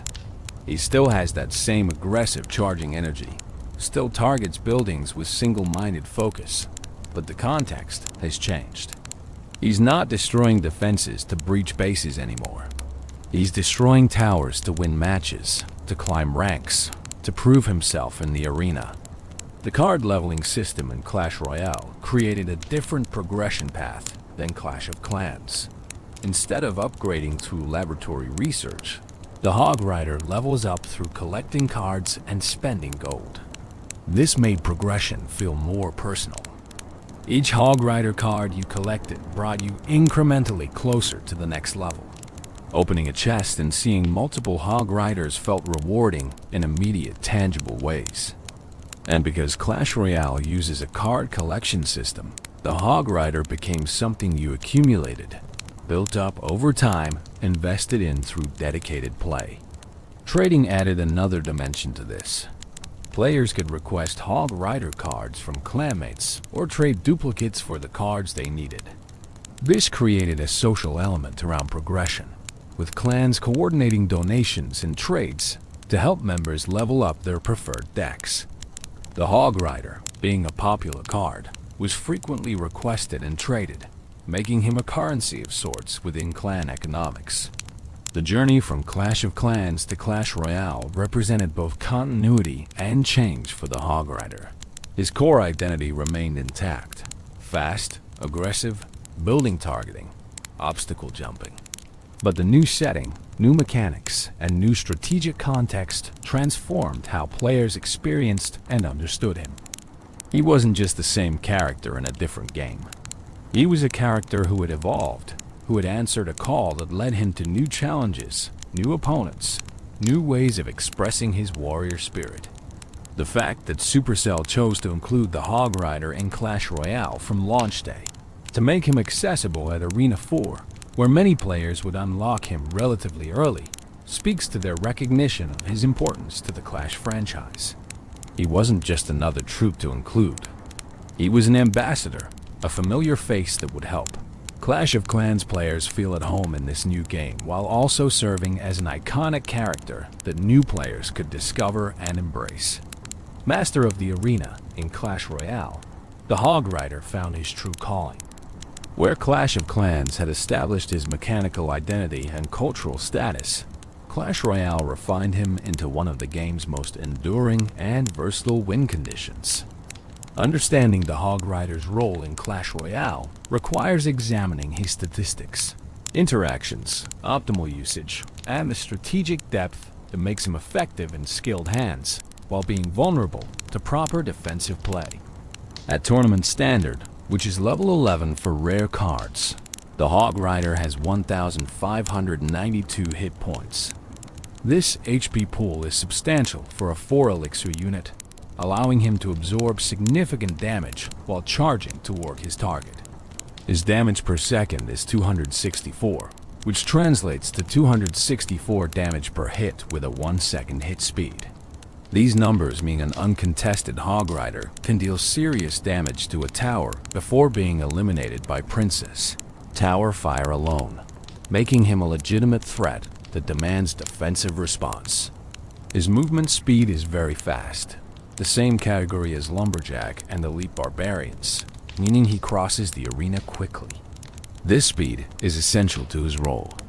The Hog Rider doesn't want prolonged engagements with defending troops. He wants to reach the tower fast, land as many hammer swings as possible before defenders can eliminate him. That very fast movement speed makes him difficult to intercept unless defenders place their units precisely or use buildings to pull him off course. The range of one tile means the Hog Rider must be directly adjacent to his target to strike it. This short range makes him vulnerable to being kited, pulled away from the tower by troops placed to distract him. But it also means when he does reach the tower, he's close enough that defending troops can't attack him without coming into tower range themselves, forcing defenders to make difficult choices about troop placement. The river jump mechanic is central to understanding Hog Rider's strategy in Clash Royale. When he reaches the river, he leaps over it in a 1-second animation. During this jump, he's airborne and thus immune to ground attacking troops. Units like Knight or Valkyrie can't hit him mid-leap. However, air targeting and ground and air targeting troops like archers or musketeer can still damage him. This creates interesting mind games around the river. Defenders need to time their placements carefully, ensuring their counters are positioned to catch the Hog Rider after he lands rather than whiffing their attacks while he is jumping. The building targeting mechanic means the Hog Rider ignores all troops and goes straight for structures. This focus is both his greatest strength and most significant weakness. The strength is obvious. He can't be distracted by troops positioned away from his path.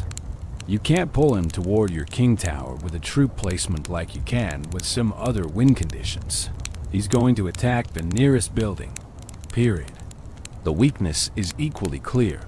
Any building played in the center of the arena will pull him, dragging him away from the tower and into the kill zone where both Princess Towers can fire on him. This building vulnerability created an entire subset of defensive strategies. Cannon, Tesla, and Inferno Tower all became popular, partly because they could completely shut down Hog Rider pushes if played correctly. The Hog Rider would cross the river, get pulled to the defensive building, take fire from both towers while attempting to destroy the building, and typically die before reaching the Princess Tower. For 1 to 4 elixir, defenders could stop a 4 elixir Hog Rider, generating positive elixir traits that gave them advantage in subsequent exchanges. Smart Hog Rider players developed techniques to play around buildings. Prediction plays became essential, where you deployed the Hog Rider and immediately follow with a spell in the spot where you expected the defensive building to appear. A well-timed earthquake or lightning could eliminate the building as it was placed, allowing the Hog Rider to retarget onto the tower. This prediction gameplay added a layer of skill expression, separating good Hog Rider players from great ones.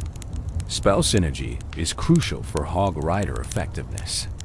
Zap and Log are common pairings, providing cheap removal for small troops like skeletons or goblins that could otherwise distract or damage the Hog Rider. Fireball offers higher damage, capable of eliminating troops like Musketeer or Wizard while dealing chip damage to the tower. Lightning can remove defensive buildings and supporting troops simultaneously. Earthquake, while slower, provides great value against building-heavy defenses. Freeze creates moments where the Hog Rider can attack unopposed. Though at 8 elixir total for Hog plus Freeze, this combo demands significant elixir advantage to use effectively. Supporting troops enhance Hog Rider pushes by providing utility he lacks. Ice Golem can tank damage and slow defending troops with its Death Nova. Ice Spirit provides a 1 elixir freeze effect that gives the Hog Rider extra seconds to attack. Electro Wizard or Musketeer, placed behind the Hog Rider, can eliminate defending troops while threatening to become their own win condition if ignored. These combinations transform simple Hog Rider deployments into complex pushes that require multiple defensive cards to stop completely. Timing is perhaps the most critical skill in Hog Rider gameplay. Deploying him when your opponent is low on elixir can result in devastating damage as they scramble to defend with suboptimal cards. Waiting until they've invested elixir on offense, then punishing them with a Hog Rider in the opposite lane, forces difficult choices about whether to defend or push for race scenarios. Recognizing when your opponent has cycled key counters out of their hand and striking before they can rotate back to them requires card counting and game sense that develops through extensive play. Defensive Hog Riders are an underappreciated aspect of his utility. While he targets buildings and thus doesn't directly defend, his very fast movement speed makes him effective for immediately counter-pushing after defending. Your opponent attacks, you defend successfully with an elixir advantage. You immediately drop the Hog Rider at the bridge before they can cycle back to defensive cards. This aggressive counter-push style keeps constant pressure on opponents, forcing them to maintain defensive posture rather than building up larger offensive plays. The Hog Rider-S interaction with various defensive options creates a complex rock-paper-scissors within the game's larger balance. Mini PEKKA completely shuts him down with proper timing, but costs 1 more elixir. Tornado can activate the King Tower against Hog Rider, creating a huge defensive advantage for the rest of the match. Fisherman can hook the Hog Rider away from the tower, similarly activating the King. Swarm troops like Skeleton Army or Goblin Gang can surround and eliminate him, but are vulnerable to prediction spells. Understanding these interactions and playing accordingly separates winning from losing in competitive play. One of the Hog Rider's greatest strengths is his consistency. He's not dependent on complex synergies or specific game states to function. 4 elixir, deploy at bridge, he charges toward tower. This simplicity makes him reliable. You always know what you're getting with a Hog Rider deployment. There are no random elements, no variants, just straightforward aggressive building targeting. This reliability made him a staple in competitive play for years, particularly in cycle decks where fast card rotation ensured you could apply constant pressure. The Hog Rider also benefits from what's called spell bait synergy. If your deck includes multiple cards that die to the same spell, your opponent must choose what to spend their spell on. A deck with both Hog Rider and Goblin Barrel, for instance, forces opponents to decide whether to use their log on goblins from the barrel or save it for supporting troops around the Hog Rider.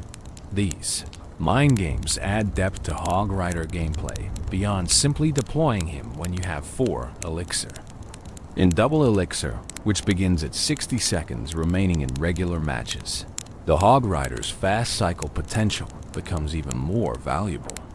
The increased elixir generation allows for more frequent Hog Rider deployments, potentially sending 2 or even 3 in quick succession if you can cycle your deck fast enough. This relentless pressure forces opponents into reactive mode, defending repeatedly while struggling to mount offense of their own. Double elixir is where patient Hog Rider players cash in on the chip damage accumulated during regular elixir time. The psychological element of Hog Rider play shouldn't be underestimated. Constant Hog Rider pressure creates stress for defenders. They know each mistake could result in significant tower damage. This pressure can force errors, suboptimal placements, panic decisions that good Hog Rider players exploit ruthlessly. The threat of the Hog Rider is almost as valuable as his actual damage, keeping opponents honest and preventing them from investing too heavily on offense lest they leave themselves vulnerable to the counterattack. Over the years, Supercell has tweaked the Hog Rider's stats multiple times to maintain balance. His hit speed was adjusted, his initial attack speed modified, his hit points and damage numbers scaled. Each change affected his viability in the meta, sometimes elevating him to top-tier status, sometimes dropping him to middle of the pack. But through all these adjustments, the Hog Rider remained playable, maintained a dedicated player base, continued appearing in competitive tournaments. This longevity speaks to the fundamental soundness of his design. The Hog Rider's accessibility also contributed to his mastery in the arena. Being a rare card available from Arena, 4-med players could obtain and level him without requiring legendary luck or epic patience. Free-to-play players could build competitive Hog Rider decks through dedication and time, making him a democratic win condition that didn't lock success behind rarity gates or paywalls. This accessibility helped cement his popularity and ensured a large player base continuously refined optimal Hog Rider strategies. The 2.6 Hog Cycle legend among all the decks in Clash Royale's history. Few have achieved the legendary status of 2.6 Hog Cycle. This deck composition, featuring Hog Rider as the primary win condition supported by incredibly cheap cards, became one of the most famous and enduring deck archetypes in the game. Understanding 2.6 Hog Cycle means understanding not just the cards involved, but the philosophy behind the deck and the skill required to pilot it successfully. The name 2.6 Hog Cycle refers to the deck's average elixir cost, 2.6 elixir per card. This incredibly low average means the deck cycles faster than almost any other viable composition. You play through your 8 cards and get back to your Hog Rider more quickly than your opponent can rotate back to their best counters. This speed is the deck's fundamental advantage, applying constant pressure through sheer card rotation velocity. The classic 2.6 Hog Cycle composition includes Hog Rider as the win condition, Musketeer as versatile range support and defense, Ice Golem as a tank and slow effect provider, Cannon as a defensive building, Skeletons as the cheapest cycle card, Ice Spirit for low-cost freeze utility, Fireball for spell damage and medium troop removal, and Log for small troop elimination and knockback. Each card serves specific purposes, and the synergy between them creates a deck greater than the sum of its parts. The deck's philosophy centers on defense and counterattack. You don't build up large pushes like beatdown decks do. You defend efficiently using cheap cards and precise placements, then immediately counterpush with Hog Rider while your opponent is low on elixir. The fast cycle means you can apply pressure constantly, never giving opponents breathing room to build up their own offensive plays. It's death by 1,000 cuts, steady Hog Rider chip damage accumulating over time until towers fall. Piloting 2.6 Hog Cycle requires exceptional mechanical skill. Every placement matters. A cannon placed one tile wrong can result in it failing to pull threats properly. An ice golem deployed too early or too late can waste its value. Musketeer positioning determines whether she survives to provide counter-push support or gets eliminated by spells. The deck has no room for error because every card is essential, and wasting even one elixir can result in being overwhelmed on defense. The skill ceiling of 2.6 Hog Cycle is among the highest in Clash Royale. Mastering it requires learning countless interactions, how to defend against every major archetype, optimal placement patterns for different threats, spell timing to maximize value, when to cycle aggressively versus when to be patient.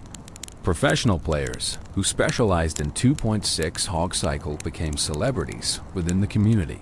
Their gameplay studied and emulated by aspiring players seeking to master this demanding deck.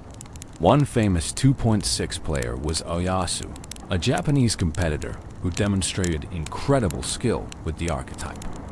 His defensive abilities seemed almost superhuman, using skeletons and Ice Spirit to defend against threats that should have overwhelmed such cheap cards. His precise placements, split-second timing, and deep understanding of card interactions made him a joy to watch and a nightmare to face. He proved that in sufficiently skilled hands, 2.6 Hog Cycle could compete with any deck regardless of rarity or average elixir cost. The defensive capabilities of 2.6 Hog Cycle are remarkable considering the deck's low elixir commitment. Cannon serves as the primary building for pulling and tanking damage. Ice Golem kites threats while providing death damage and slow. Musketeer offers high damage per second from safe distance. Skeletons provide incredible value for their one elixir cost, capable of surrounding and eliminating or heavily damaging units worth many times their cost. Ice Spirit adds a brief freeze effect that is often just enough to prevent defending units from connecting with your tower. Against different archetypes, 2.6 Hog Cycle adapts its defensive strategy. Against beatdown decks with tanks like Golem or Lava Hound, the focus is on defending efficiently with minimal elixir, then punishing their large investments with opposite lane Hog Rider pressure that forces them to defend rather than building up unstoppable pushes. Against bridge spam, the deck's cheap cards allow for rapid response to threats in both lanes. Against other cycle decks, the faster rotation speed usually provides advantage in the race to chip down towers. The Fireball in 2.6 Hog Cycle serves multiple purposes. Offensively, it hits the tower alongside Hog Rider damage, increasing chip potential. It eliminates or damages troops defending against the Hog Rider, particularly 3 Musketeers or grouped units. Defensively, it resets Inferno Towers and Inferno Dragons that would otherwise melt through tanks. It removes support troops behind enemy tanks. The versatility of Fireball makes it irreplaceable in the deck, despite its relatively high 4 elixir cost. Log provides similar versatility at 2 elixir. It clears small troops like goblins or skeletons that could surround and eliminate Ice Golem. It pushes back threats, buying precious seconds for your defenses to work. It chips the tower for modest damage that accumulates over long matches. The knockback effect can interrupt charges or attacks, providing utility beyond simple damage. Between Fireball and Log, 2.6 Hog Cycle has answers for most defensive setups opponents might employ. The Ice Golem is perhaps the most underrated card in 2.6 Hog Cycle. For 2 elixir, it provides so much utility. It tanks damage for the Hog Rider, absorbing hits that would otherwise reduce the Hog's HP before reaching the tower. Its Death Nova slows enemy troops, giving your defensive units more time to work. It can kite troops away from your towers, drawing melee threats across the arena while your prince's towers destroy them. It can tank for musketeer on counter pushes, protecting her long enough to deal significant damage. Cannon's role as the sole defensive building creates vulnerability against building targeting wind conditions. But 2.6 Hog Cycle compensates through outright cycling and superior elixir efficiency. Against Hog Riders, Cannon pulls them into both tower ranges. Against giants or golems, it tanks damage while Ice Golem kites and Musketeer damages from range. Against royal giants, Cannon's placement can minimize damage while other cards eliminate the threat. The 3 elixir cost allows for frequent cannon placements, maintaining defensive pressure without breaking the bank. Skeletons represent the ultimate value play at 1 elixir for 3 units.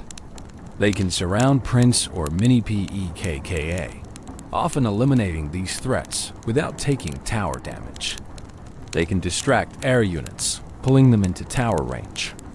They can cycle the deck when you need to get back to specific cards quickly.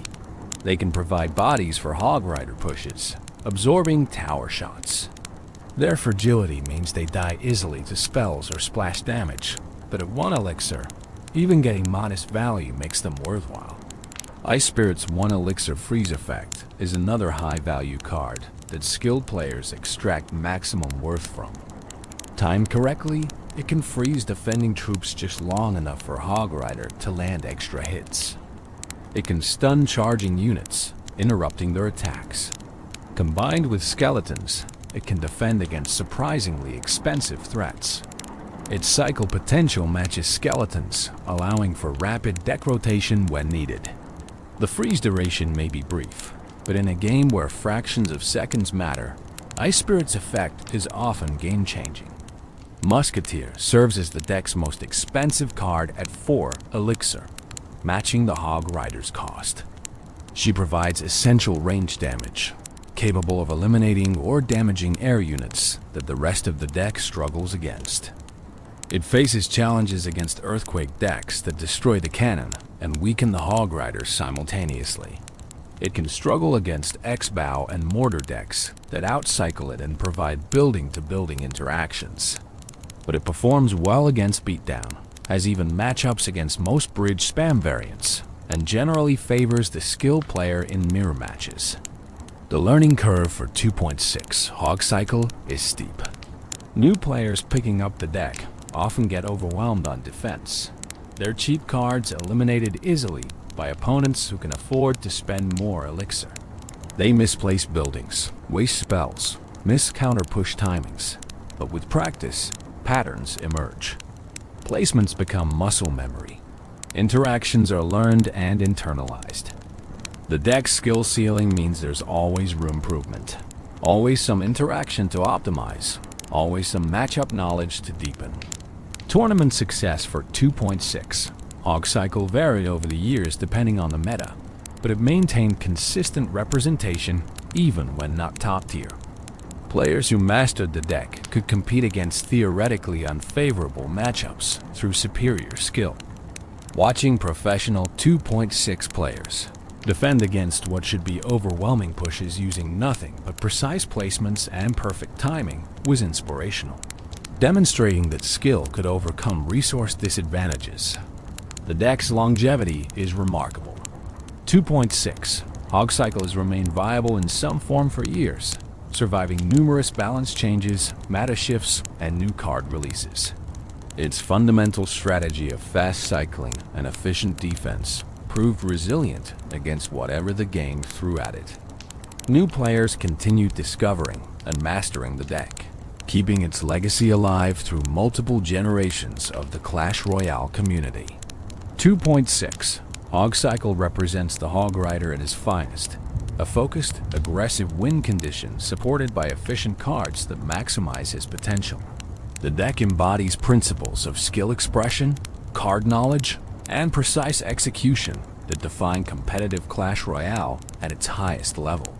It's more than just a deck composition. It's a philosophy, a way of understanding the game, and a testament to what the Hog Rider can achieve when piloted by dedicated players willing to invest the time to master him. Strategic mastery, beyond simply knowing how to use the Hog Rider. True mastery requires understanding advanced strategies, subtle techniques, and deep game knowledge that separates casual players from competitive ones. Let's explore the strategic depth that makes Hog Rider gameplay endlessly rewarding for those willing to study and improve. Pressure management is fundamental to Hog Rider strategy. The Hog Rider isn't just about dealing damage. He's about creating pressure that forces defensive responses. Even when your Hog Rider dies without touching the tower, if he forced your opponent to spend 5 or 6 elixir defending, you've generated positive elixir trade that can be exploited. Understanding this economic aspect transforms how you think about Hog Rider deployments. Sometimes the goal isn't massive damage, but forcing inefficient defensive spending that creates opportunities later. Opposite lane pressure is an advanced technique that many decks employ, but it's particularly effective with Hog Rider due to his speed and immediate threat. When your opponent commits significant elixir to an attack in one lane, dropping a Hog Rider in the opposite lane forces impossible choices. Do they commit more elixir to defend, potentially overextending? Do they ignore it and race for tower damage? Do they split their remaining elixir between both lanes, defending poorly in both? These decisions must be made in seconds, and the pressure often causes mistakes you can capitalize on. Spell prediction is where true Hog Rider mastery shines. Average players react to what opponents play. Good players predict what opponents will play and preemptively counter it. Against defensive buildings, this means deploying Hog Rider and immediately sending Earthquake or Lightning to the predicted building placement. Get this right, and you eliminate their defense before it can function. Miss, and you've wasted elixir and spell value. The risk-reward calculation requires reading your opponent, understanding their patterns, and having the confidence to commit to predictions. Building placement is a subcategory of prediction worth exploring independently. Experienced players know the common spots where defensive buildings get placed. Cannon in the center, Tesla slightly offset, Inferno Tower deeper in their territory. Learning these positions allows for more accurate predictions. But the metagame goes deeper. Smart defenders vary their placements to avoid predictions, forcing you to adapt. Recognizing when an opponent is mixing up building positions and adjusting your predictions accordingly separates great players from good ones.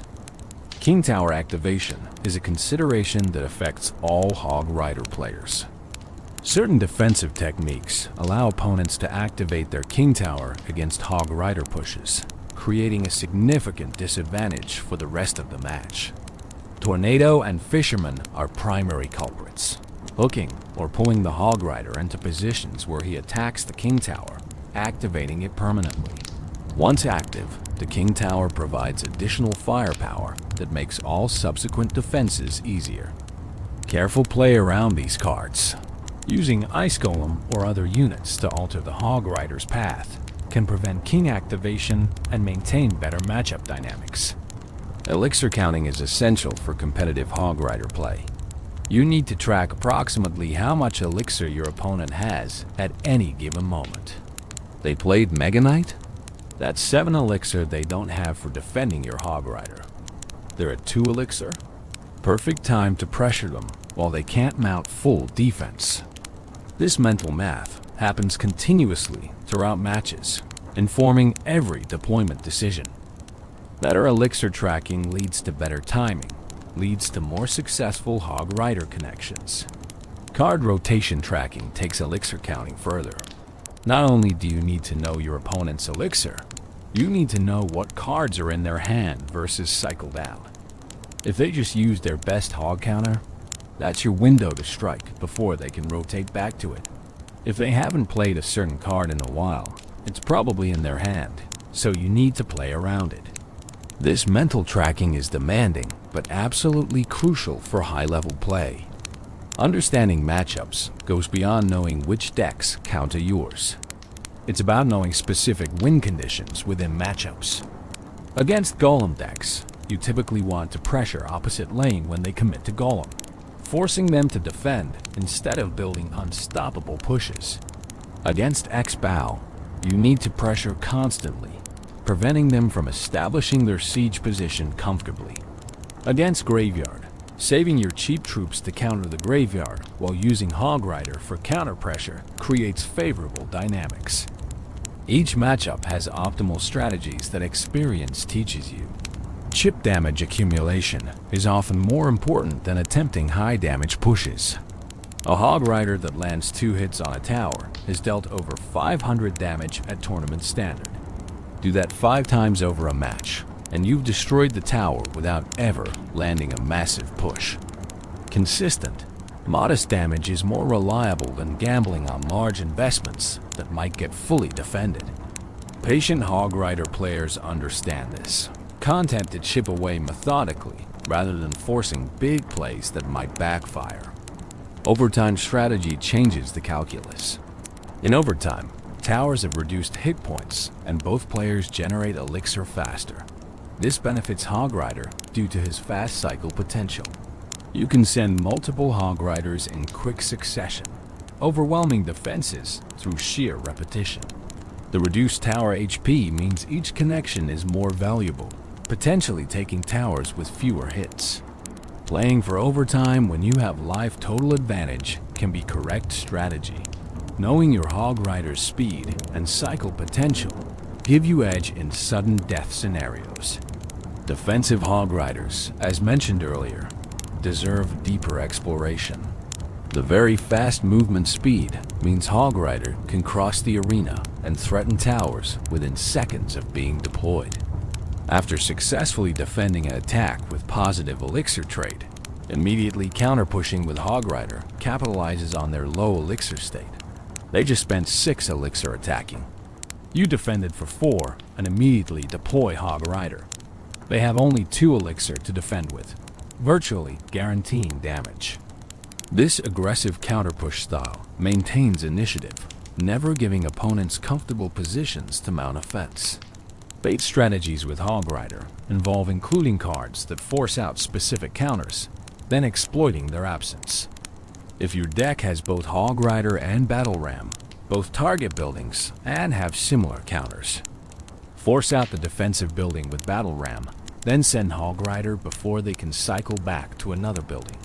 If your deck includes Goblin Barrel alongside Hog Rider, force out Log with the barrel. Then send Hog supporting troops that would die to Log. These synergies create situations where optimal defenses become impossible. Placement nuances matter more than many players realize. Deploying Hog Rider at the bridge is standard, but sometimes placing him in your own territory and letting him walk to the bridge is better. This gives time for supporting troops to catch up, creating more cohesive pushes. It also makes timing harder for opponents, as they can't predict as easily when the Hog will cross the river. Against certain defensive setups, this delayed approach avoids giving them perfect value with their counters. Ice Golem placement relative to Hog Rider determines effectiveness. Too far ahead, and it crosses the river first, triggering defensive building pull before the Hog arrives. Too far behind, and it doesn't tank enough damage. The optimal position is slightly ahead, but not at the river when the Hog reaches it, allowing both units to cross together with Ice Golem in front. This precise spacing maximizes the tank value while ensuring the Hog isn't pulled before Ice Golem can influence positioning. Musketeer positioning behind Hog Rider creates dilemmas for defenders. They need to address both threats, but eliminating Musketeer requires committing troops or spells that might be needed for the Hog. If they focus on stopping the Hog and ignore Musketeer, she deals significant tower damage. If they commit to killing Musketeer, the Hog connects for multiple hits. This splitting of defensive attention is powerful, forcing opponents to choose between bad options rather than executing optimal defenses. Spell timing within pushes requires judgment and experience. Using Fireball too early means it might not catch the troops opponent plays to defend. Using it too late means those troops have already damaged or eliminated your Hog. The optimal timing depends on predicting what they'll play and when. against experienced opponents. Varying your spell timing prevents them from playing around it consistently. Sometimes you spell preemptively, sometimes reactively, keeping them guessing. Understanding tower damage priorities helps manage endgame situations. If both you and your opponent have damaged towers, sometimes the correct play is defending efficiently rather than racing. If you're ahead on tower damage and time is running out, you can play defensively and win on life total. If you're behind, you need to take risks, sending hog riders even when it's not optimal because you need tower damage regardless of traits. These strategic considerations change how you approach every play in the final minute. Learning from losses is crucial for improvement. When your hog rider gets countered efficiently, don't just move to the next match. Analyze what went wrong. Did you deploy into their counter? Did you fail to predict their defensive building? Did you waste spells earlier that would have helped? Each loss contains lessons if you're willing to examine them critically. The best players treat losses as educational opportunities, building mental databases of what works and what doesn't against specific decks and strategies.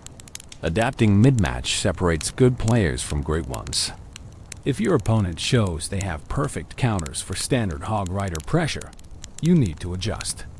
Maybe you focus more on spell cycling their tower down. Maybe you play more defensively, waiting for opportunities when they overcommit.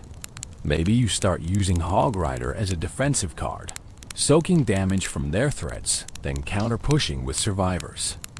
Rigid strategies fail against adaptive opponents. Flexibility, creativity, and willingness to change approaches mid-match are essential skills. Mind games become relevant at higher competitive levels. If you always play hog rider in the same lane, opponents know where to commit defensive resources. Mixing up your lanes keeps them honest, forces them to maintain awareness of both sides. If you always support hog with the same cards, they can defend more efficiently. Varying your support troops creates uncertainty. If you always play at the same elixir counts, they can anticipate your moves.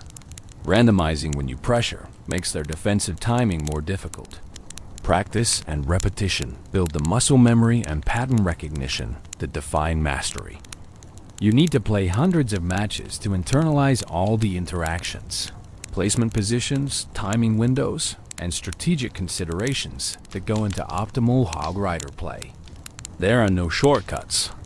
The players who dominate with hog rider have invested countless hours refining their skills, learning from mistakes, and pushing the boundaries of what's possible with this 4 elixir card. The meta constantly evolves, and successful hog rider players evolve with it. New cards get released that counter him differently. Balance changes alter interactions. Popular decks shift, creating different matchup spreads. Staying current with the meta, understanding what's popular and why, allows you to adapt your hog rider strategy to remain effective. What worked 6 months ago might not work today. Continuous learning and adaptation are essential for maintaining success over time. Strategic mastery of the hog rider ultimately comes down to decision-making. Every match presents countless decision points. When to play him, which lane to choose, how to support him, when to spell, when to cycle, when to defend. Making the correct decision consistently, under pressure, while tracking multiple variables simultaneously, is what defines mastery. It's not about mechanical skill or reaction time, though those help. It's about game knowledge, experience, and judgment refined through dedicated practice and thoughtful analysis. Cultural impact. The hog rider's influence extends far beyond Clash of Clans and Clash Royale. He became a cultural phenomenon, a character recognized by people who've never played Supercell's games, a meme that transcended his original context to become part of broader internet culture. Understanding this impact helps explain why the hog rider matters beyond his mechanical effectiveness in games. The meme status began with that 2015 commercial, but expanded dramatically from there. The phrase hog rider itself became a cultural touchstone, something people would yell in completely unrelated contexts. Gamers streaming different games would randomly shout Hog Rider, and their audiences would immediately understand the reference. It became a greeting, an exclamation, a way of expressing enthusiasm or announcing your presence. The specific cadence and pronunciation from the commercial was what made it work. It wasn't just saying the words. It was the delivery, the high-pitched enthusiasm, the specific rhythm that made it memorable. Copypasta, those long text blocks that get copied and shared repeatedly across internet forums and chat rooms, featured the Hog Rider prominently. The most famous one describes the Hog Rider in exhaustive detail. Starting with the Hog Rider card is unlocked from the Spell Valley, Arena 5, and continuing through multiple paragraphs of game mechanics, statistics, and strategic considerations. This copypasta spread across Reddit, Discord servers, YouTube comments, and countless other platforms. People would post it randomly, completely unrelated to the discussion at hand, as a form of internet humor. The length and specificity of the copypasta made it perfect for this purpose. It was absurd to post such detailed game information in random contexts, and that absurdity was the joke. The copypasta evolved over time, with variations adding to or modifying the original text. Some versions included exaggerated statistics, turning the Hog Rider into an impossibly powerful character. Others added narrative elements, creating stories about the Hog Rider's adventures. The flexibility of the format allowed for endless creativity while maintaining the core recognition factor. People knew what you were doing when you posted Hog Rider copypasta, and that shared understanding created community and connection. YouTube became a major platform for Hog Rider content. Countless videos featured Hog Rider strategies, gameplay, montages, and memes. Some creators specialized in Hog Rider content, building entire channels around this single card. Others included Hog Rider segments as part of broader Clash Royale coverage. The view counts on popular Hog Rider videos reached millions, demonstrating the character's drawing power. People wanted to watch Hog Rider content, whether it was educational, entertaining, or pure meme material. Twitch streamers embraced the Hog Rider as well. The character's aggressive playstyle created exciting moments that translated well to streaming. A successful Hog Rider connection on the opponent's tower, especially in close matches, generated the kind of emotional high that made for great streaming content. Chat reactions, streamer celebrations, the tension of watching whether the hog would connect or get countered. All of this created engagement that benefited streamers and promoted the Hog Rider's cultural presence. Fan art flourished around the Hog Rider. Artists drew him in countless styles: realistic, cartoonish, anime-inspired, pixel art, 3D renders. Some art stayed faithful to his in-game appearance. Others reimagined him in different settings, different time periods, different artistic traditions.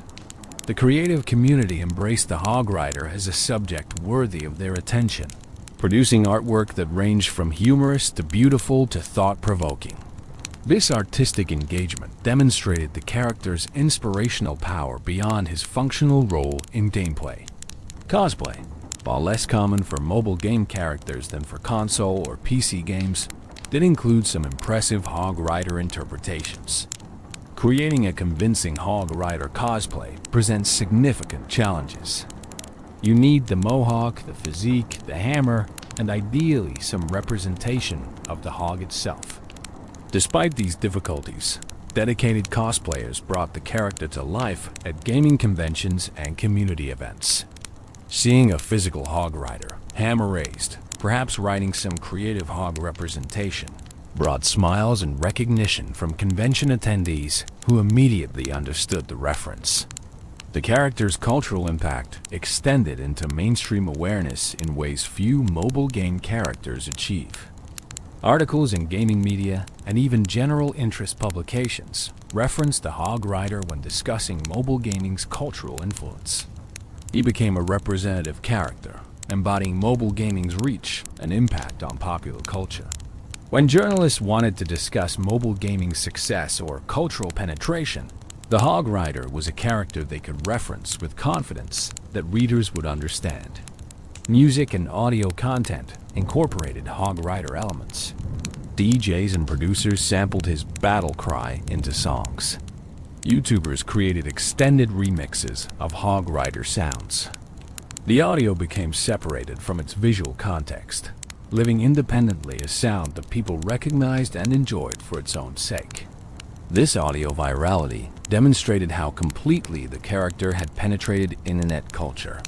Even without seeing him, just hearing that distinctive cry was enough to trigger recognition and response. Reaction images and GIFs featuring the Hog Rider proliferated across social media.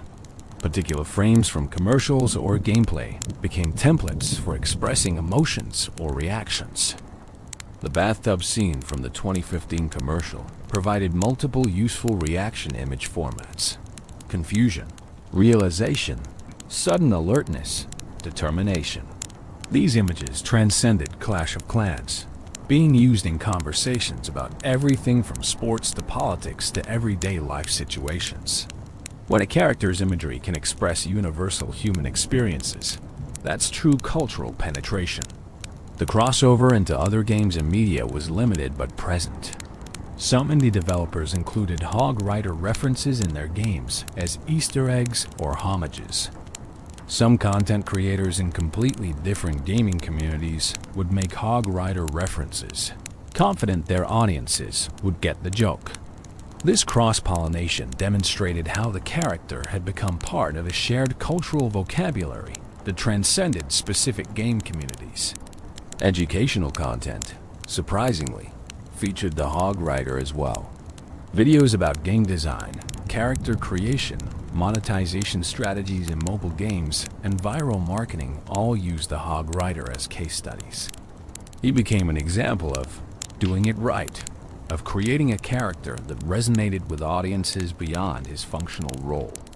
Game development students studying how to create memorable characters looked at the Hog Rider as a model of effective design combined with smart marketing. The longevity of the Hog Rider's cultural relevance is remarkable. Many memes burn bright and fade quickly. The Hog Rider has remained relevant for years, continuing to generate new content, new jokes, new interpretations. This staying power suggests the character tapped into something deeper than just momentary humor. He represents concepts and attitudes that continue to resonate: enthusiasm, determination, the joy of charging forward goals, the brotherhood of answering the call when it comes. Merchandise featuring the Hog Rider appeared through both official and unofficial channels. Supercell produced official Hog Rider merchandise, from t-shirts to figurines to plushies. The unofficial merchandise, while existing in legal gray areas, demonstrated fan enthusiasm and willingness to spend money on Hog Rider-related products. People wanted to own physical representations of this character, to display their connection to him and to Clash culture more broadly. The Hog Rider became a symbol of Clash Royale itself in many contexts. When people thought of Clash Royale, they often thought of the Hog Rider first, even though the game featured hundreds of other cards. His iconic status made him a natural representative. The character Supercell could put front and center in marketing with confidence that he would be recognized and well received. This symbolic importance elevated him beyond just another card in the game to something more significant. Community events and tournaments often featured Hog Rider imagery prominently. Tournament organizers knew putting a Hog Rider on promotional materials would attract attention and communicate what the event was about. Community challenges sometimes required using Hog Rider decks or achieving specific objectives with him. These design choices leveraged his popularity to drive engagement and participation. The cultural impact of the Hog Rider represents something special in gaming history. Characters become popular all the time, but few achieve the kind of multimedia, multi-platform, cross-community presence that the Hog Rider did. He became bigger than his game, more significant than his mechanics, more memorable than his statistics. He became an icon, a character that will be remembered and referenced for years to come, long after individual balance changes and meta shifts have been forgotten. That's the ultimate measure of cultural impact. Enduring relevance that transcends the original context and becomes part of the larger cultural conversation. The Hog Rider family. While the original Hog Rider remains the most famous, Supercell introduced several variations and related characters over the years that expanded the concept and created a broader family of hog-riding warriors. Each variation brought something unique while maintaining the core identity that made the original so popular. The Royal Hogs appeared in Clash Royale as a card released in June 2018. Rather than a single Hog Rider, this card deploys 4 Royal Hogs simultaneously for 5 elixir. These are smaller hogs, each ridden by a different warrior, spreading across the arena when deployed. The concept took the single target pressure of the original Hog Rider and transformed it into multi-lane pressure that forced defenders to address multiple threats simultaneously. The Royal Hogs have distinct visual differences from the standard Hog Rider. They wear blue and red team-colored clothing and armor rather than the brown and gold of the original. Their riders appear younger, perhaps squires or apprentices rather than the veteran warrior status of the classic Hog Rider. The Hogs themselves have similar builds, but slightly different proportions, emphasizing their role as a unit group rather than an individual hero. Mechanically, Royal Hogs function differently from their single counterpart. They split when deployed, with 2 heading to each lane. This forces defenders to defend both lanes or accept damage somewhere. Unlike the single Hog Rider, who provides focused pressure on one tower, Royal Hogs create distributed pressure that's harder to fully shut down. However, their split nature means they remain more vulnerable to splash damage troops that can eliminate multiple Royal Hogs simultaneously. The strategic applications of Royal Hogs differ from traditional Hog Rider play. They work well in bridge spam strategies, where overwhelming opponents with multiple threats across both lanes is the goal. They benefit from support troops that can protect multiple lanes simultaneously, like Princes or Magic Archer. They're more effective in some matchups than single Hog Rider, particularly against decks that defend one lane excellently, but struggle with dual lane pressure. Royal Hogs never achieved quite the same cultural status as the original Hog Rider. They were seen as the newer, different version rather than replacements or equals. The community generally viewed them as their own thing rather than true members of the Hog Rider legacy, though they maintained consistent usage in certain deck archetypes and meta environments.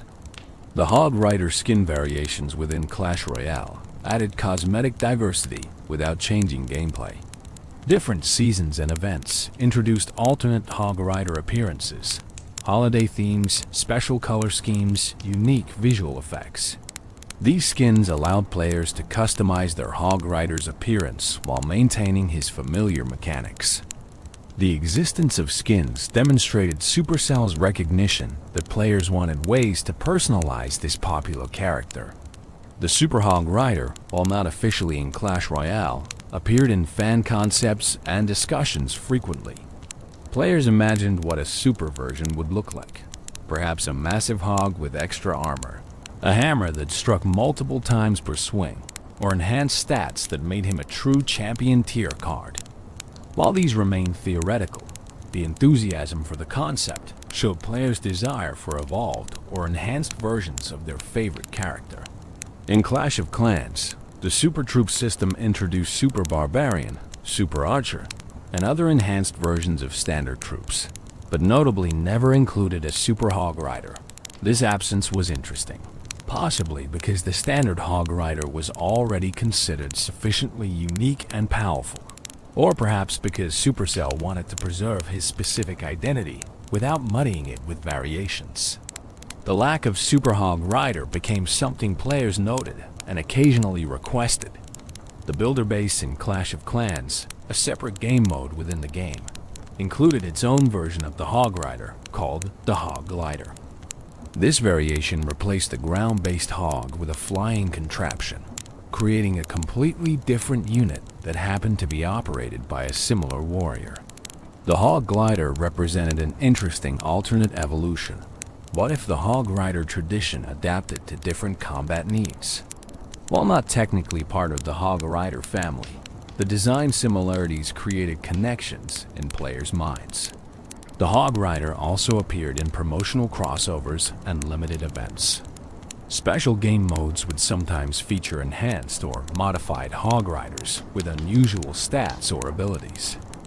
Draft modes and special challenges sometimes showcased hog riders with modified mechanics as part of the event's unique rule set. These temporary variations gave players chances to experience the character in new ways without permanently changing his core identity. Fan-created variations proliferated across the community. Players designed their own hog rider concepts. Ice hog rider with freezing attacks, fire hog rider with damage over time effects, flying hog rider who could ignore ground troops entirely, tank hog rider with massive health but slower speed. While these never became official, they demonstrated the creative possibilities players saw in the core concept and their desire for expanded hog rider options. The family aspect extended beyond just game units to include the brotherhood concept established in commercials and community perception. All hog riders are brothers, answering each other's calls, supporting each other, existing as a unified warrior culture rather than isolated individuals. This brotherhood transcends individual variations or mechanical differences. Whether you're the classic hog rider, a royal hog, or any other variation, you're part of the larger hog rider family united by shared values and fighting style.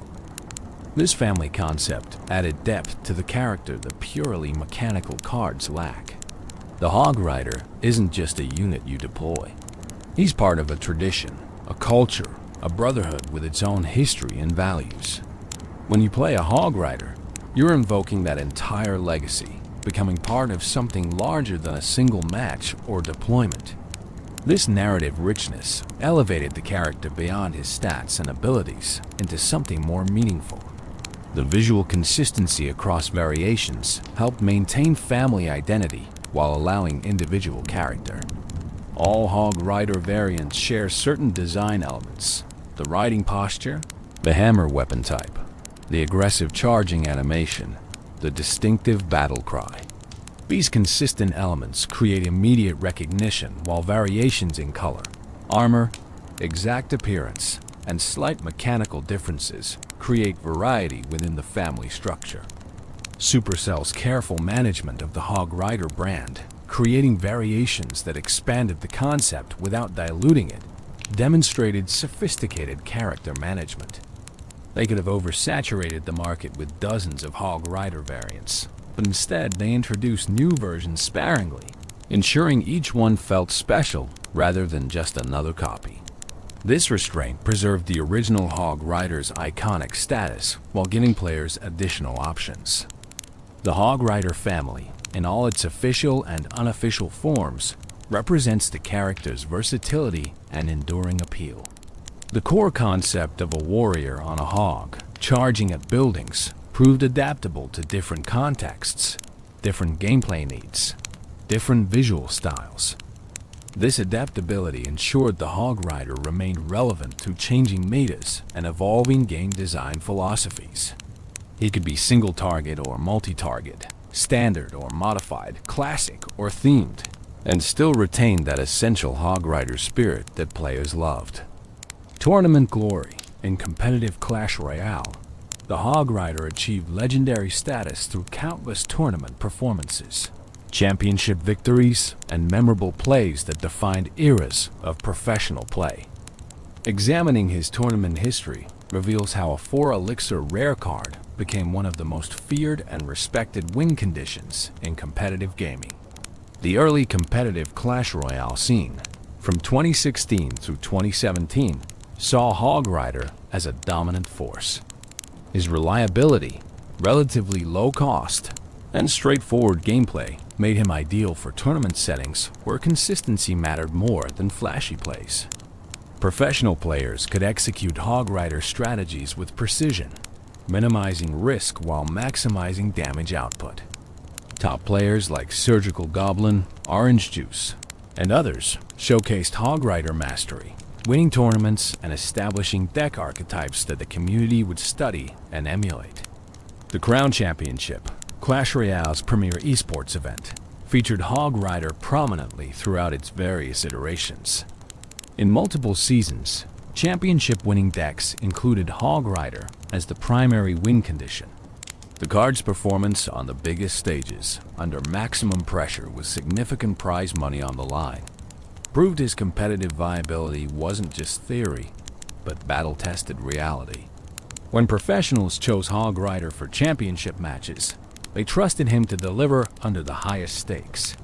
Specific memorable moments define the Hog Rider's tournament legacy. Last-second Hog Rider connections that won matches. Prediction earthquakes that eliminated defensive buildings at crucial moments.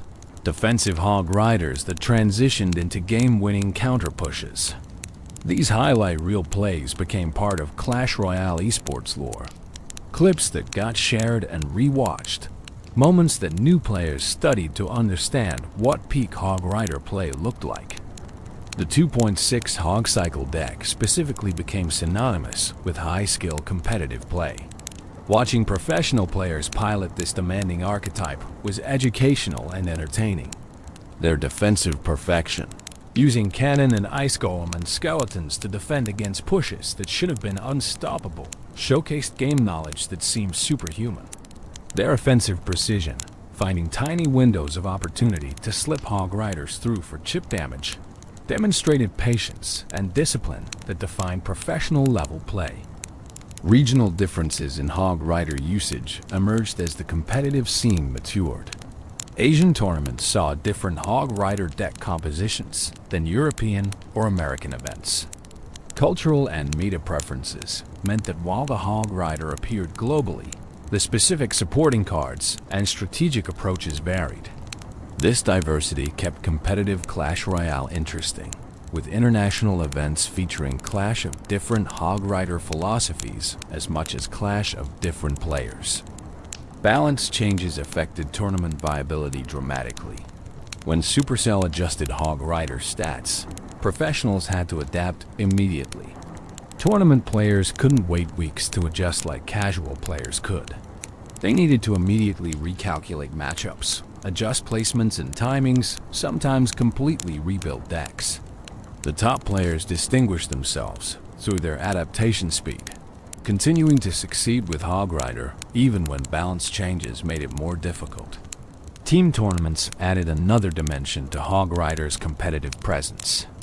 In formats where teams drafted decks or where multiple players on a team needed different win conditions, Hog Rider's versatility made him valuable. He could be the aggressive option on a team with defensive players, or the cycle option on a team with beatdown specialists. His flexibility ensured he remained relevant across different team compositions and strategic approaches. The prize money earned by Hog Rider players ran into hundreds of thousands of dollars across all competitive Clash Royale history. Top professionals who specialized in Hog Rider strategies earned significant portions of the millions. Supercell distributed through their esports program. This financial success validated the character's competitive viability and provided real-world evidence that mastering the Hog Rider could be literally lucrative. Coaching and educational content around competitive Hog Rider play became its own industry. Professional players created courses, guides, and coaching services teaching optimal Hog Rider gameplay. Students paid for this education, hoping to improve their own tournament results. The existence of this educational ecosystem around a single card demonstrated his complexity and the value players placed on mastering him. Learning from champions who had won with Hog Rider provided aspirational pathways for competitive-minded players. Tournament statistics revealed interesting patterns. Hog Rider's win rate at the highest competitive levels sometimes differed significantly from his latter win rate. Professional play emphasized different skills than ladder grinding did. The predictive, precise play that defined top-tier competition suited Hog Rider's strategic depth. It rewarded game knowledge and disciplined execution in ways that benefited professionals more than casual players. The decline and resurgence cycles in Hog Rider's tournament presence created narratives within the competitive scene. When new cards or balance changes pushed him out of the meta, analysts would declare him dead. Then a creative player would find a new deck composition or strategy that brought him back. These comeback stories became part of competitive Clash Royale mythology, with the Hog Rider repeatedly proving that counting him out was premature. Qualifier tournaments, where players competed for spots in major events, saw even higher Hog Rider usage than championships themselves. Players trusted his consistency for the pressure-filled matches where a single loss could end their championship dreams. The psychological comfort of playing with a familiar, reliable win condition mattered immensely in these high-stakes situations. Better to play your practiced Hog Rider deck than try something theoretically better but less comfortable. Spectator appeal was another factor in Hog Rider's tournament success. He created exciting moments that translated well to streaming and broadcasts. Casters could build drama around whether a Hog Rider would connect, making each deployment a moment of tension. The fast pace of Hog Rider matches kept viewers engaged. Long, slow matches could bore spectators, but Hog Rider's aggressive tempo created constant action that made for good viewing. The legacy of tournament Hog Rider play influenced the broader community significantly. Ladder players watched tournament games and tried to replicate professional strategies. Meta shifts often started at the tournament level before trickling down to casual play. When a professional won a major tournament with a specific Hog Rider deck, you could track the spread of that deck through the ladder over subsequent weeks as players copied the championship winning formula. Analysis content breaking down tournament matches featuring Hog Rider educated the community about high-level play. YouTubers and analysts would review championship games play-by-play, explaining the decision-making behind each Hog Rider deployment, each spell usage, each defensive sequence. This content made professional play accessible to average players, teaching strategic concepts through practical examples from the highest level of competition. The Hog Rider's tournament glory ultimately stemmed from the perfect intersection of accessibility, skill ceiling, and reliability. It was easy enough to learn that professionals could master him completely, complex enough that mastery separated good from great, and consistent enough that tournament players could trust him when everything was on the line. This combination is rare in competitive gaming, and the Hog Rider embodied it perfectly, earning his place in Clash Royale esports history through performance when it mattered most. The Brotherhood, the concept of Hog Rider Brotherhood, established primarily through the 2015 commercial and reinforced through community culture, adds a fascinating social dimension to what could have been just another game unit. This brotherhood represents something deeper than mechanical synergies or strategic coordination. It speaks to themes of loyalty, shared purpose, and unbreakable bonds that resonate emotionally with players. The commercial established the foundational brotherhood narrative. When one Hog Rider calls, others answer without question or hesitation. Whatever they're doing becomes immediately irrelevant compared to the summons. This absolute response creates a powerful image of commitment and unity. In a world where individualism often dominates, the Hog Rider Brotherhood represents something different. Identity defined through collective membership, rather than personal achievement alone. What drives this brotherhood? The commercials never explicitly explain it, leaving room for interpretation and imagination. Perhaps it's a warrior culture passed down through generations, where becoming a Hog Rider means joining an ancient tradition. Perhaps it's forged through shared training, the intense bonding that happens when warriors prepare for battle together. Perhaps it's magical, the dark elixir creating connections between those it enhances. The ambiguity allows players to project their own understanding onto the Brotherhood, making it personally meaningful. The training aspect, shown in various promotional materials, suggests the Brotherhood begins early.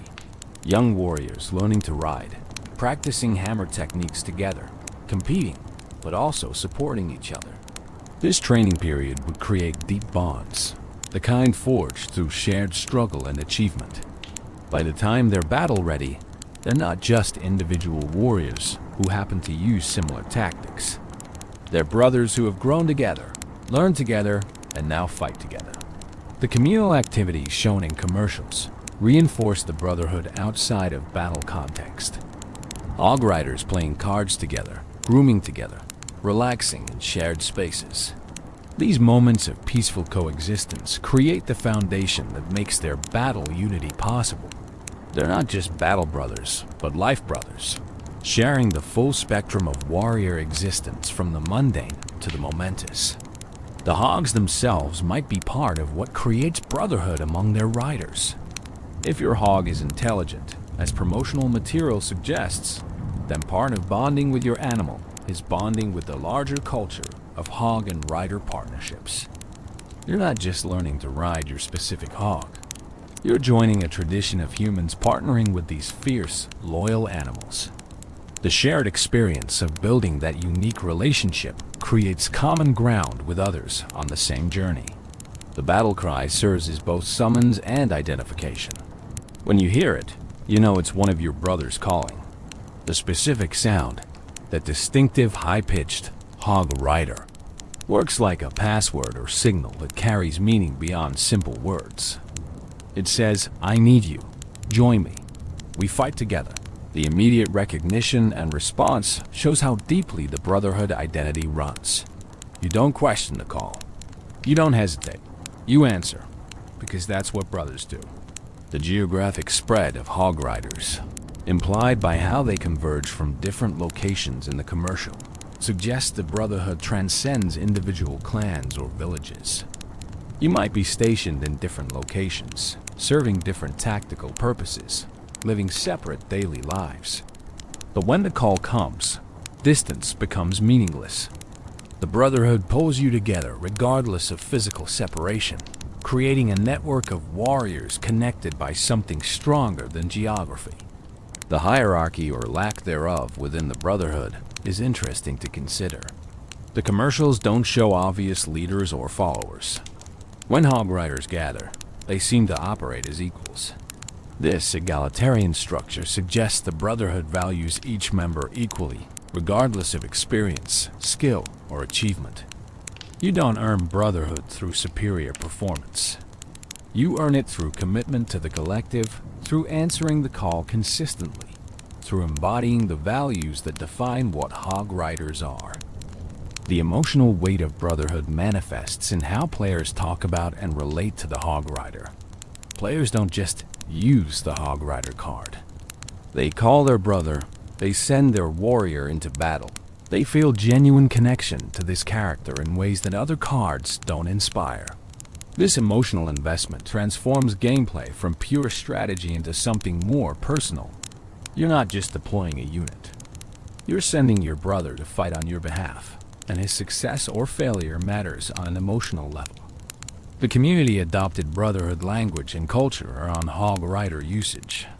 Clans with multiple hog rider players would call themselves the Brotherhood or similar names. Players would coordinate hog rider strategies in war attacks, supporting each other's approaches. The in-game mechanics didn't explicitly support this, but players created brotherhood experiences through their own choices and social organization around the character. The brotherhood ideal extends beyond just other hog riders to include the players themselves. When you play Hog Rider, you're joining a brotherhood of players who've chosen this warrior. You share strategies, discuss matchups, celebrate victories, and commiserate over defeats with other Hog Rider mains. This player brotherhood mirrors the in-universe warrior brotherhood, creating meta-level community cohesion that enhances the gaming experience. The loyalty implicit in brotherhood appears in how dedicated Hog Rider players stick with the character through meta changes. When balance patches make him weaker, when new cards counter him effectively, when the competitive meta shifts away from him, true Hog Rider players remain loyal. They adapt their strategies, find new deck compositions, persist through difficult times because of that brotherhood connection. You don't abandon your brothers when things get tough. You fight harder, adjust, overcome together. The brotherhood concept also creates interesting tensions and dynamics with opposing players. When you face an opponent also playing Hog Rider, are you fighting a mirror match or facing a brother? The competitive context creates conflict, but the shared choice of character creates connection. Some players report feeling strange about fighting mirror matches, as if there's an implied kinship that makes the conflict bittersweet. You respect your opponent's choice of brotherhood, even as you fight to defeat them. The generational aspect of brotherhood deserves consideration. New players joining the Hog Rider ranks are adopted into an existing brotherhood with established traditions and culture. Veteran players welcome newcomers, teach them optimal strategies, pass down the accumulated wisdom. This knowledge transfer creates continuity, ensuring the brotherhood strengthens over time rather than fragmenting into isolated individuals who happen to use the same card. The brotherhood mythology, while largely created by Supercell's marketing and embraced by the community, provides a narrative framework that enriches the gameplay experience.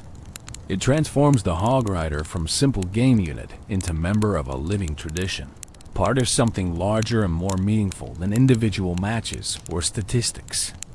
This narrative depth creates emotional investment that keeps players engaged, long after mechanical interest might have waned. The impact of brotherhood extends to how players perceive their own in-game identity. Choosing to main Hog Rider isn't just a strategic decision. It's joining a brotherhood, adopting an identity, declaring yourself part of something. When you introduce yourself in the community as a Hog Rider player, you're not just describing your deck choice. You're affiliating yourself with a tradition, claiming membership in a group with shared values and culture. This identity formation through game choice demonstrates how digital experiences can create genuine social meaning and personal identity. Beyond the battlefield, the Hog Rider's appearances and influence extend beyond Clash of Clans and Clash Royale into other media, games, and context that demonstrate his cultural reach. These appearances, both official and unofficial, show how a character can transcend their original purpose and become part of broader entertainment culture. Supercell's other games occasionally reference the Hog Rider, creating a connected universe feel. Brawl Stars, while having its own distinct cast of characters, included references and Easter eggs that nodded to Clash characters, including the Hog Rider. These weren't direct appearances, but subtle acknowledgments that players familiar with the Clash universe would recognize and appreciate. Such cross-game references rewarded longtime Supercell fans while creating narrative cohesion across their portfolio. The Clash-orama animated series, produced by Supercell in partnership with animation studios, featured the Hog Rider prominently across multiple episodes. These short animated segments explored the Clash universe with humor and personality, giving characters depth and relationships beyond what the games themselves provided. The Hog Rider appeared as both protagonist and supporting character. His personality expanded through dialogue, expressions, and situations that revealed him as more than just a charging warrior. In Clash-orama, we saw domestic Hog Rider life. Episodes showed him dealing with everyday problems, interacting with other troops, navigating the social dynamics of the village. His relationship with his hog was explored with genuine warmth and humor, showing the partnership as a true friendship rather than just rider and mount. The hog's intelligence and personality shone through in these animated segments, confirming what commercials had implied. These were thinking, feeling beings with their own desires and motivations. The animated series also explored the broader Hog Rider culture. We saw groups of Hog Riders training together, competing in writing contests, celebrating victories, and supporting each other through defeats. These episodes built out the brotherhood concept, showing how it functioned in daily life rather than just battle situations.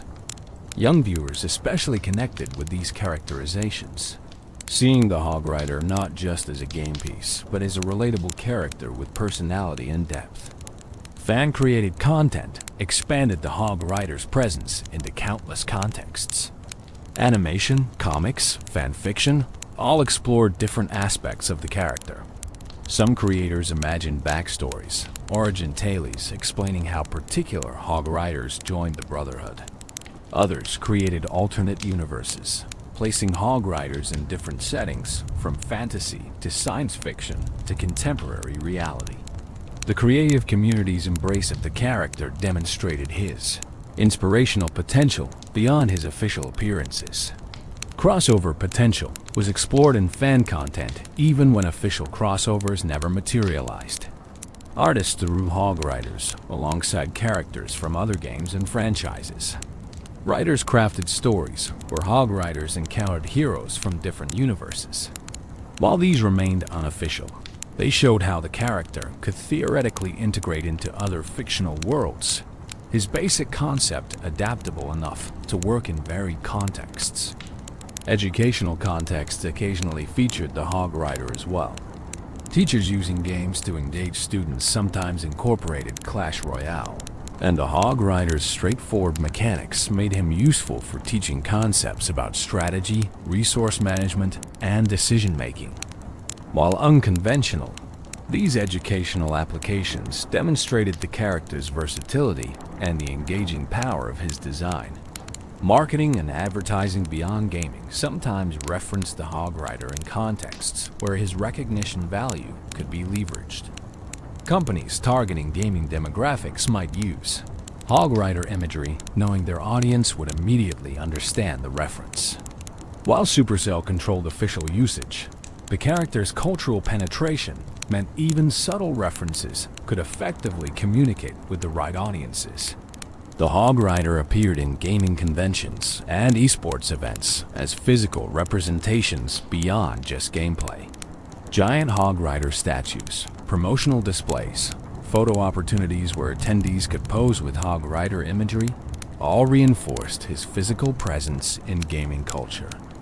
These three-dimensional representations transformed him from pixels on a screen into tangible objects that people could interact with and photograph, creating memories and social media content that further spread his cultural presence. Merchandise sales data, while not publicly detailed, reportedly showed the Hog Rider among the top-performing characters for Clash products. Players wanted to own Hog Rider t-shirts, figurines, posters, and other items. This commercial success validated his status as a beloved character, while demonstrating that affection translated into actual purchasing behavior. People weren't just playing him in games. They were willing to spend money to display their connection to the character. The Hog Rider's voice and likeness licensing appeared in various contexts over the years. Mobile notifications could use his battle cry. Alarm apps included Hog Rider sounds. These utility applications of the character as audio assets meant he could literally wake you up in the morning, his distinctive cry starting your day. This intrusion into daily life routines represented a kind of cultural penetration that purely entertainment characters rarely achieve.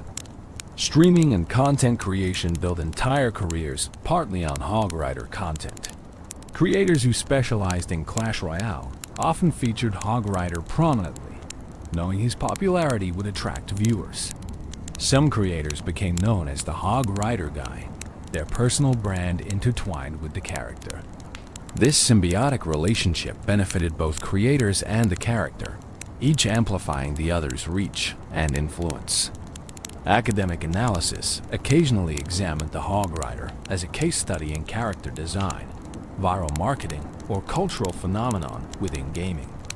Papers and presentations at conferences used him as an example of successful character creation that transcended its original commercial purpose to become genuinely culturally significant.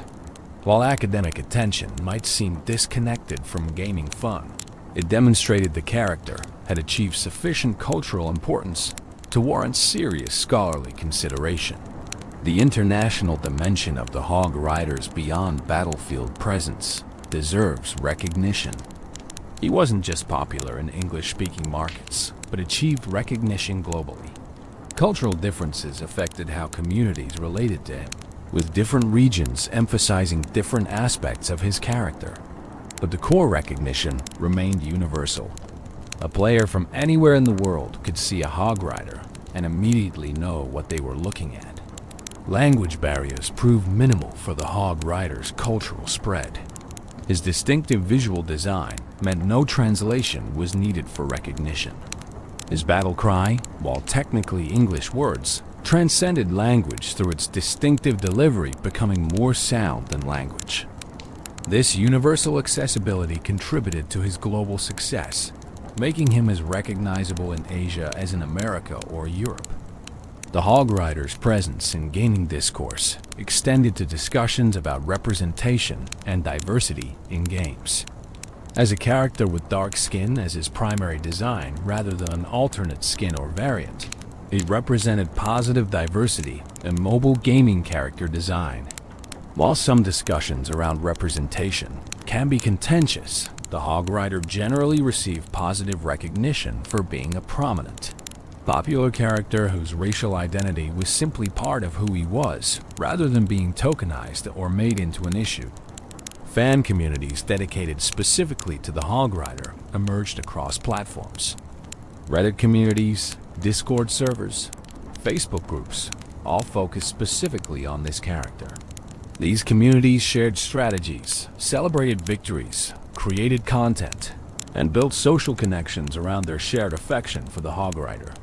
The existence of character-specific communities demonstrated depth of engagement that went beyond casual enjoyment into genuine fandom. The Hog Rider's evolution from game unit to cultural icon represents a journey that few characters complete successfully. Most game characters, even popular ones, remain confined to their games and immediate fan communities. The Hog Rider broke through those boundaries to become recognized by people who've never played his games, referenced in contexts completely unrelated to mobile gaming, and integrated into the broader cultural conversation about gaming and internet culture. This transcendence is the ultimate beyond the battlefield achievement, proving the character's appeal and staying power in the competitive attention economy of modern entertainment. The legacy continues as we approach the present day and look toward the future. The Hog Rider's legacy remains strong and continually evolving. More than a decade after his introduction, he maintains relevance in ways that demonstrate genuine lasting power rather than momentary popularity. Understanding his continued legacy means examining both his current status and the potential paths forward. In current Clash Royale meta, as of the most recent balance changes, the Hog Rider remains viable, though his exact tier placement fluctuates. He's never completely dominated to the point of being oppressive, nor has he fallen so far as to be unplayable. This balance represents successful character management by Supercell, maintaining his accessibility and playability through countless updates and meta shifts. Players who love the Hog Rider can continue using him competitively, while he doesn't warp the entire game around his existence. New players continue discovering the Hog Rider, experiencing that first connection when they unlock him in Arena 4 and hear his battle cry for the first time. For these players, the character is fresh and new despite his decade-plus existence. The constant influx of new players ensures the Hog Rider's fanbase continuously renews itself, preventing stagnation and keeping community discourse active and engaged. Content creators maintain steady Hog Rider coverage, producing strategy guides, gameplay videos, and entertainment content featuring him. The view counts on this content demonstrate ongoing interest. Players still want to learn Hog Rider strategies, still enjoy watching high-level Hog Rider play, still engage with content about this character. This sustained content creation and consumption cycle ensures the Hog Rider remains visible and relevant in gaming spaces. The competitive scene continues featuring Hog Rider in tournaments and championships. While he's not always the most popular choice, his consistent presence across multiple competitive seasons demonstrates enduring viability. Professional players continue discovering new strategies, deck compositions, and techniques with the Hog Rider, proving the character's strategic depth hasn't been fully exhausted even after years of high-level play. Community celebrations around Hog Rider milestones keep his legacy fresh. Anniversaries of his release, major updates affecting him, or community challenges featuring him create moments of collective remembrance and engagement. These milestone events acknowledge his history while creating new memories and content that add to his ongoing story. The meme culture surrounding the Hog Rider continues evolving with new generations of internet humor. While the original "Did Somebody Say Hog Rider?" remains iconic, new memes and jokes emerge regularly, keeping the character relevant to current humor trends. This ability to adapt to changing internet culture while maintaining core recognition demonstrates flexible legacy rather than rigid nostalgia. Supercell's continued investment in the character through updates, balance changes, and promotional material signals their recognition of his ongoing value. They haven't abandoned him for newer characters, but continue treating him as a cornerstone of their games. This official support ensures the Hog Rider receives the attention needed to remain competitive and relevant, rather than slowly fading into obsolescence. The potential for new Hog Rider variations or related content remains strong. Supercell could introduce new cards that interact specifically with the Hog Rider, create new game modes that emphasize his playstyle, or develop new variations that expand the Hog Rider family. The character's proven popularity makes him a safe bet for development resources, meaning future Hog Rider content is likely and potentially substantial. Cross-media expansion possibilities exist for the Hog Rider beyond what's currently been explored. A dedicated animated series, a comic book line, perhaps even larger-scale media adaptations could feature him prominently.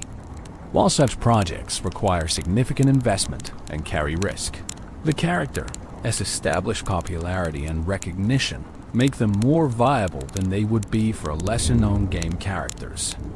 The educational and inspirational value of the Hog Rider's legacy shouldn't be underestimated. His story demonstrates how character design, smart marketing, and community engagement can create something greater than the sum of its parts. Game developers studying successful character creation look at the Hog Rider as a model, learning lessons they apply to their own work. His influence thus extends beyond his own games into the broader industry. New technology could enable new Hog Rider experiences. Augmented reality applications could let players see Hog Riders in real-world environments. Virtual reality could provide immersive experiences of being the Hog Rider, feeling the charge from first-person perspective. Voice assistants could use his distinctive sounds. As technology evolves, opportunities emerge for the character to inhabit new spaces and provide new experiences. The social bonds created through shared Hog Rider appreciation continue strengthening. Players who connected over their mutual love of the character years ago maintain those friendships, their shared history creating lasting connections. New players join these communities, continuing the cycle. The Hog Rider thus facilitates genuine human connection that transcends the game itself, creating social value that ensures his legacy matters beyond entertainment. The financial success the Hog Rider has generated for Supercell over the years is substantial, though exact figures aren't publicly detailed. His popularity drove game downloads, in-app purchases, and sustained engagement that translated directly to revenue. This commercial success creates strong incentive for Supercell to continue supporting and promoting the character, ensuring resource allocation for his ongoing development. The Hog Rider's position in gaming history is now secure. He'll be remembered as one of mobile gaming's most iconic characters, a figure who demonstrated the medium's potential for creating culturally significant characters that rival those from traditional gaming platforms. Future retrospectives on mobile gaming's golden age will inevitably feature him prominently, his image and story representing this era of gaming history.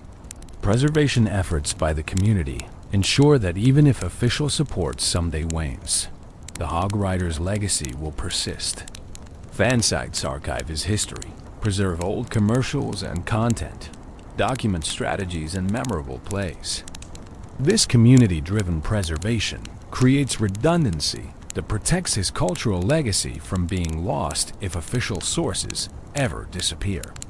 The emotional connections players have formed with the Hog Rider over the years represent perhaps his most important legacy. For many players, he was their first favorite character in mobile gaming, their introduction to competitive strategy games, or simply a source of joy during difficult times. These personal meanings cannot be measured in statistics or revenue, but represent genuine impact on individual lives that makes the character significant beyond commercial or cultural metrics.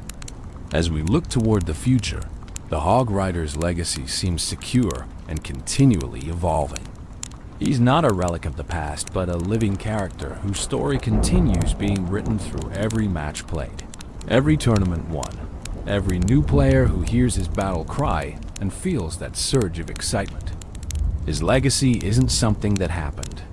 It's something that's happening, continuously, as long as players continue choosing him, communities continue celebrating him, and his distinctive cry continues echoing across digital arenas worldwide. The Hog Rider represents something special in gaming, a character who achieved iconic status through a combination of excellent design, smart marketing, mechanical effectiveness, and genuine connection with players. His legacy teaches us that success in character creation isn't just about graphics or mechanics or marketing budget, though those help. It's about creating something that resonates emotionally, that players can connect with, that transcends its original purpose to become meaningful in broader contexts.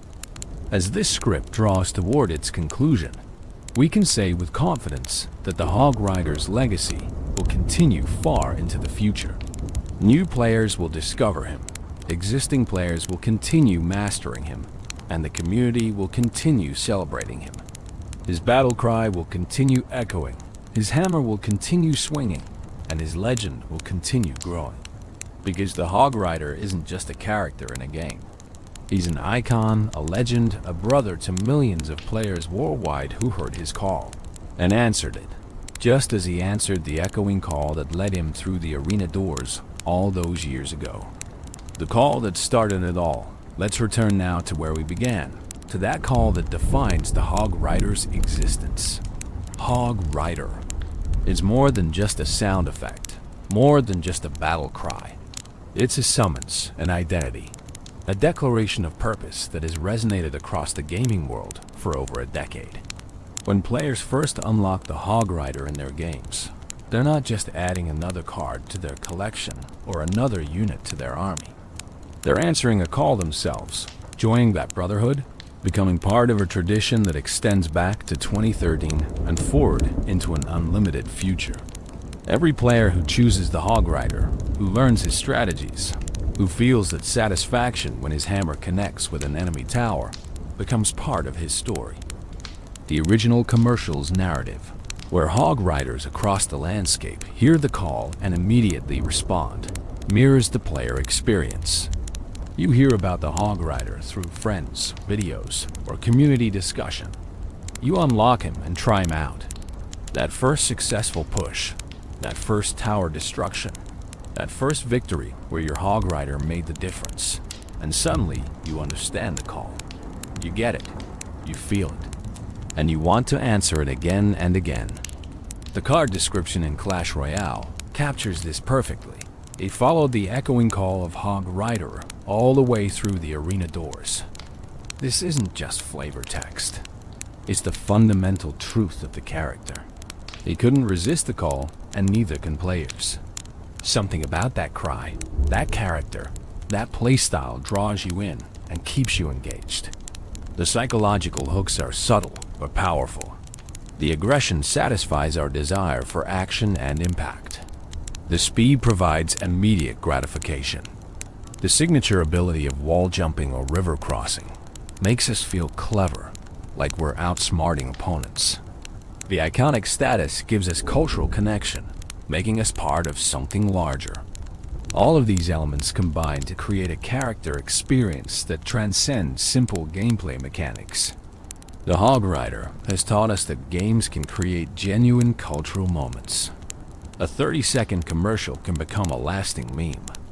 A 4-elixir card can inspire thousands of hours of strategic discussion. A simple character design can resonate across cultures and languages. These lessons inform how we understand gaming's place in broader entertainment and culture. He's shown us that skill expression matters to players.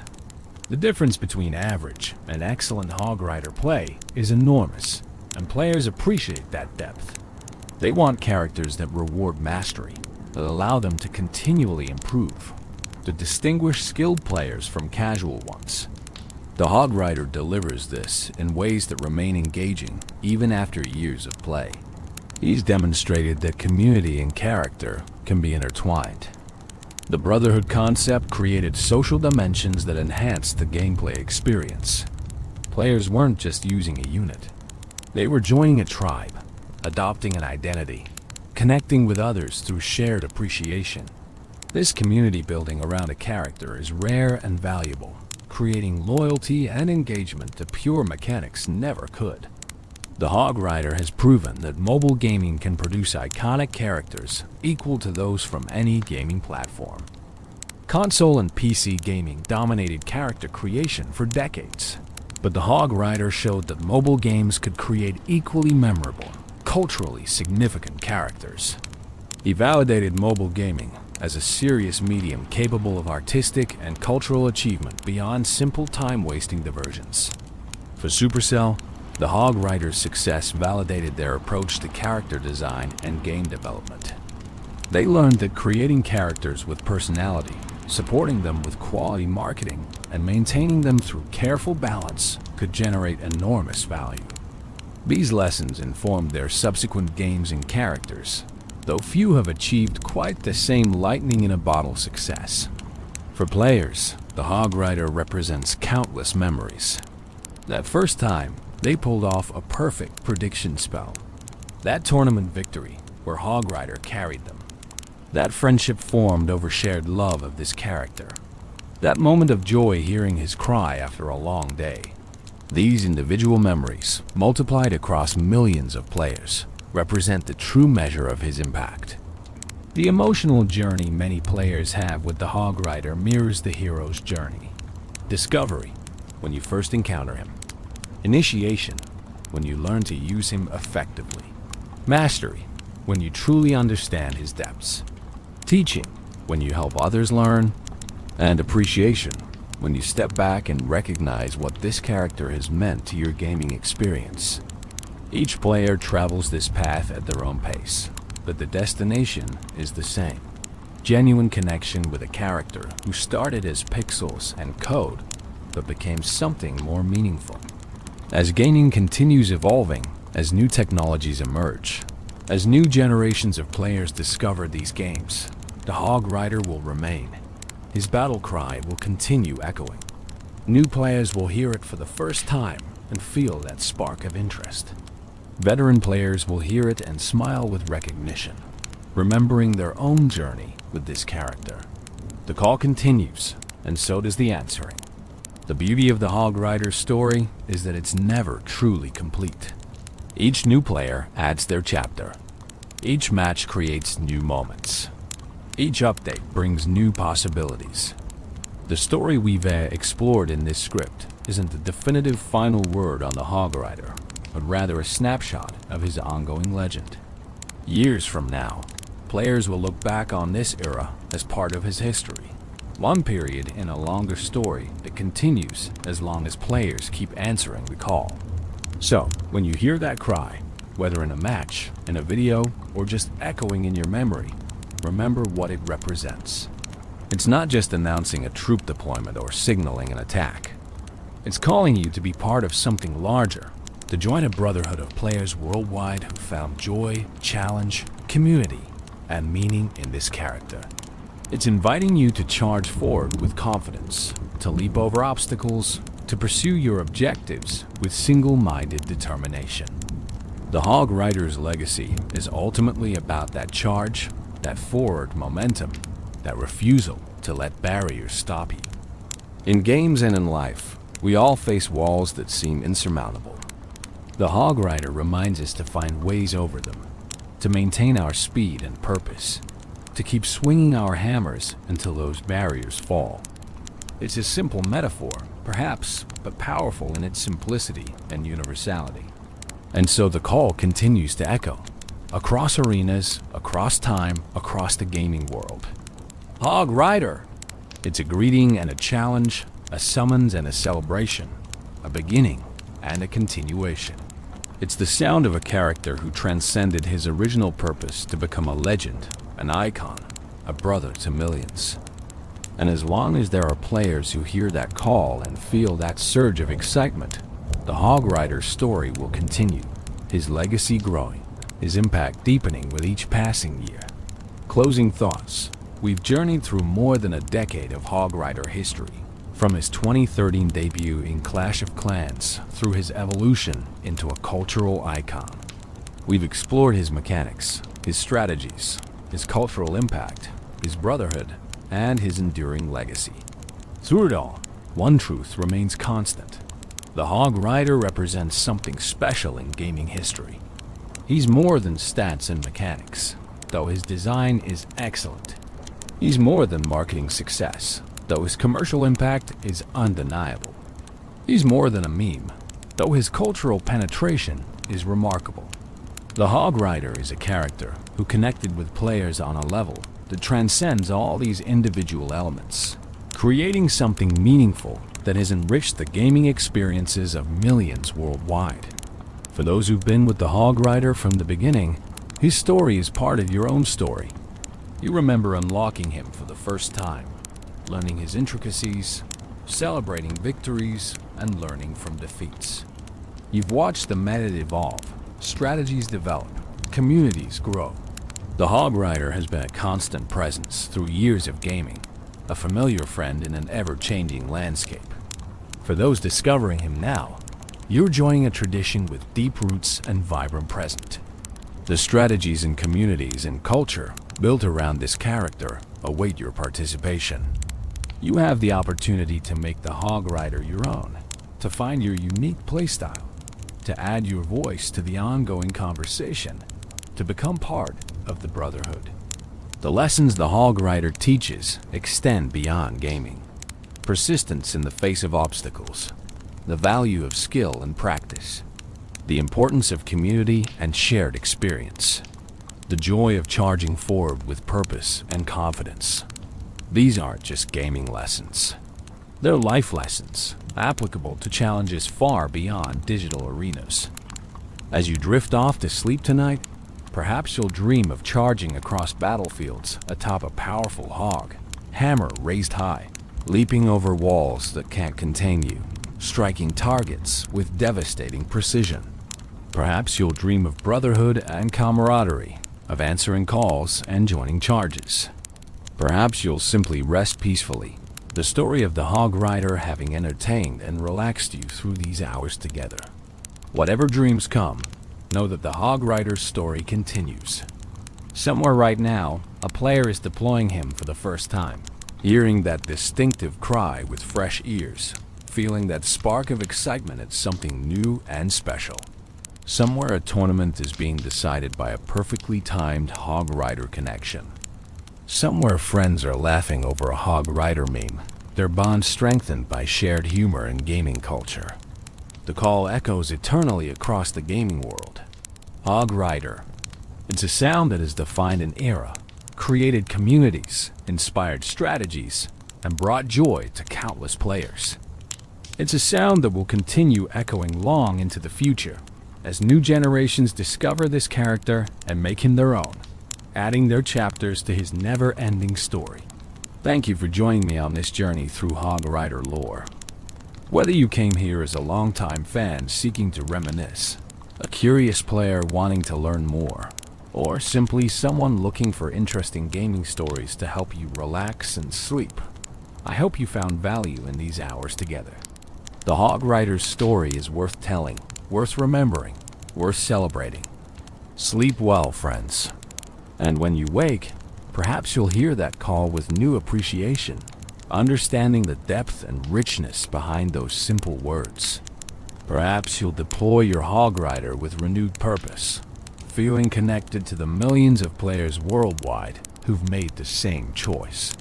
Perhaps you'll simply smile, remembering the hours spent exploring the legend of one of gaming's most iconic characters. The Hog Rider charges on, unstoppable and eternal, his legacy secure, his story ongoing, his call forever echoing across the arenas of the world. And we, his players, his fans, his brothers, charge alongside him, hammers raised, ready to leap whatever walls stand in our way, answering the call that will never fade. Hog Rider. If you enjoyed this deep dive into Hog Rider lore, please consider liking this video and subscribing to the channel for more Clash Royale character stories and gaming lore content. Your support helps create more content like this, exploring the rich histories and cultural impact of the characters we love. Until next time, keep charging forward, keep leaping those walls, and keep answering the call. Good night, and happy gaming. This is the story of Mega Knight.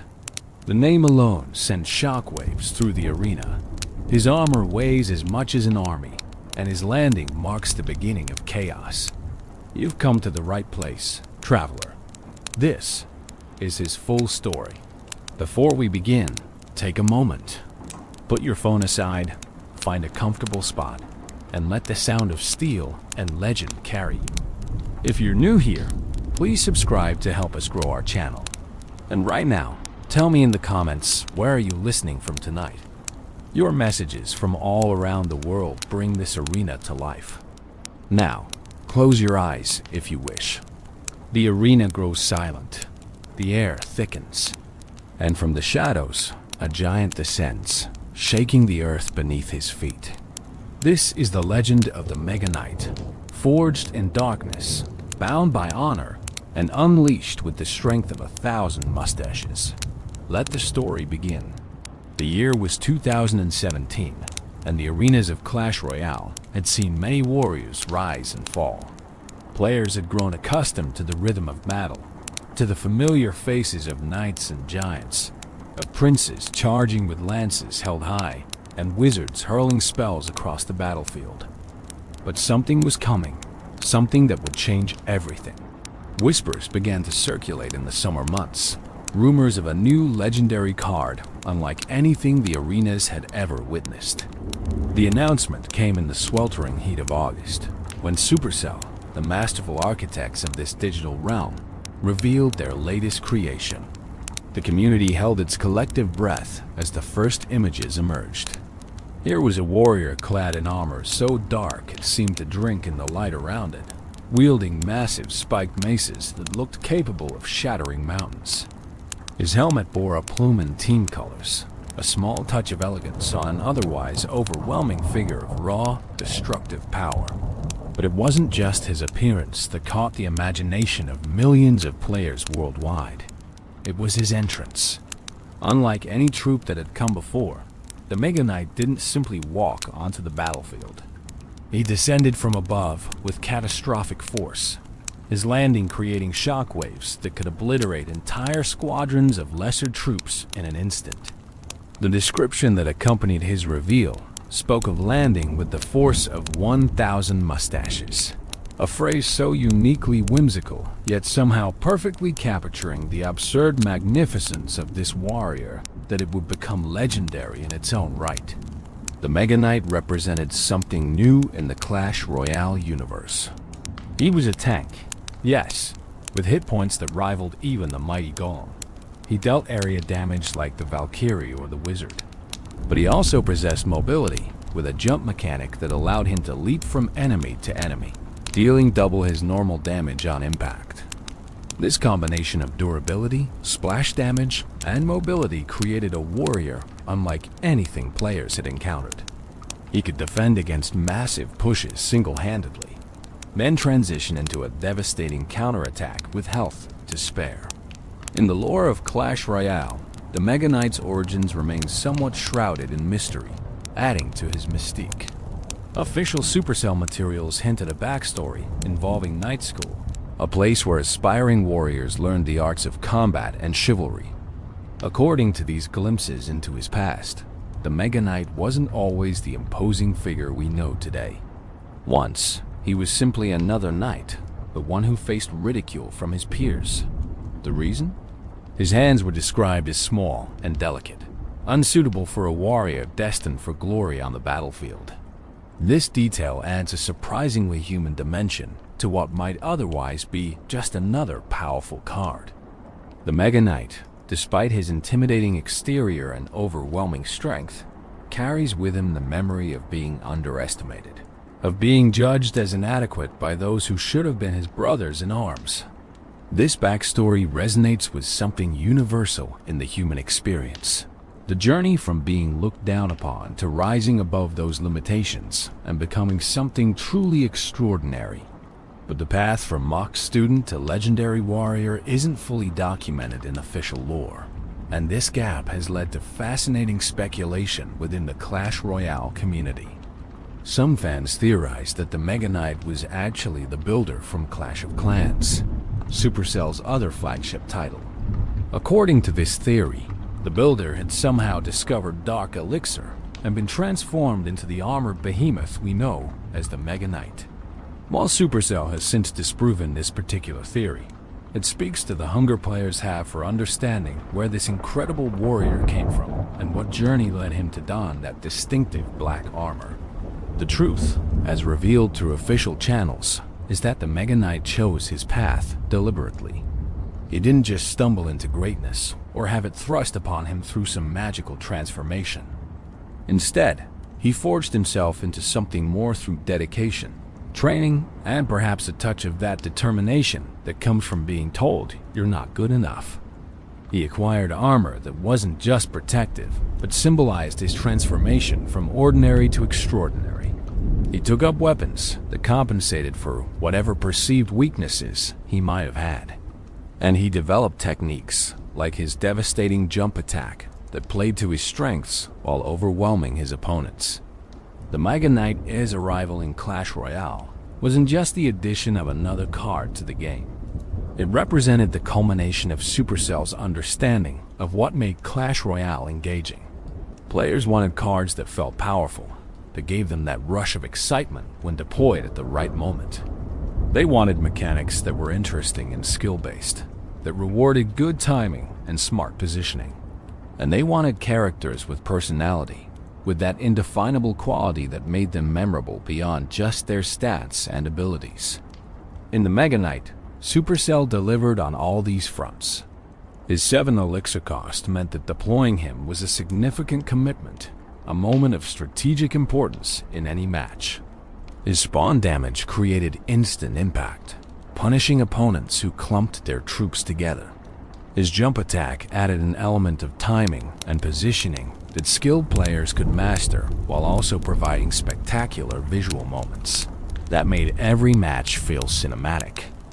And his character, from that team-colored plume to the description mentioning mustaches, gave him a personality that transcended his function as a game piece. As the release date approached, anticipation built to a fever pitch. Players theorized about strategies, dreamed up deck compositions, and debated whether the Mega Knight would be overpowered or balanced. Content creators produced videos analyzing every frame of his reveal trailer, breaking down his statistics and predicting how he would impact the meta. The Clash Royale community, always passionate, became almost obsessive in their focus on this single card. And then, on September 8th, 2017, the Mega Knight officially entered the arenas. The impact was immediate and profound, but that's a story for later. For now, what's important is understanding that the Mega Knight didn't just appear in the game. He arrived with history, with personality, with a design philosophy that made him instantly recognizable and memorable. He came bearing the weight of expectation and the promise of changing how Clash Royale was played. The dawn of the Mega Knight marked a turning point in Clash Royale's evolution.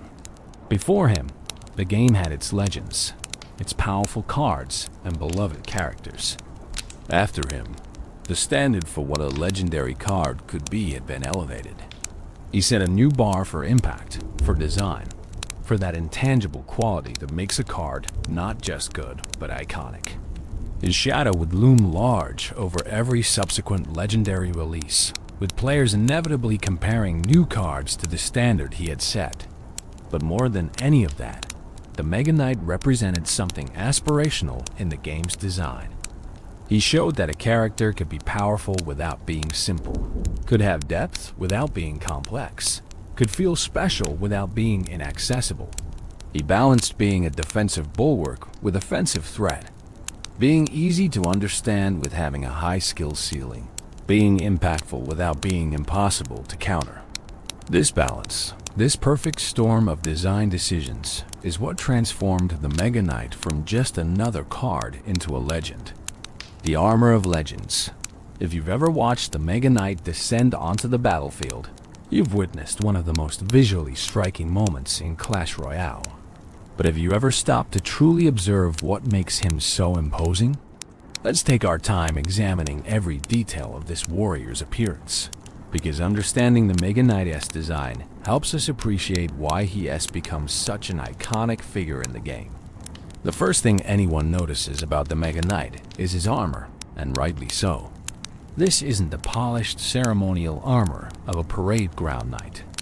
This is battle armor, designed for one purpose: to wade into the thickest combat and emerge victorious.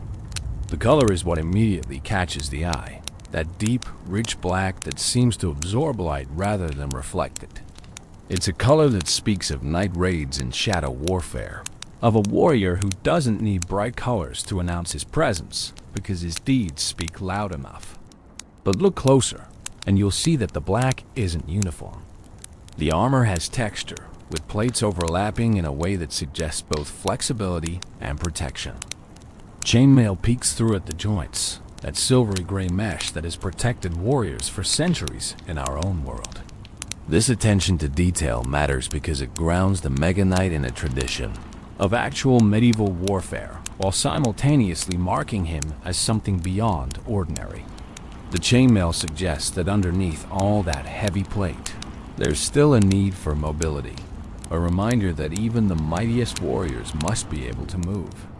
The chest plate is particularly impressive, a massive piece of curved metal that could probably deflect a cannonball. It's adorned with detailing that catches what little light reflects off the dark surface, creating subtle patterns that hint at craftsmanship beyond mere functionality. This is armor that was made by a master, someone who understood that protection and artistry need not be mutually exclusive.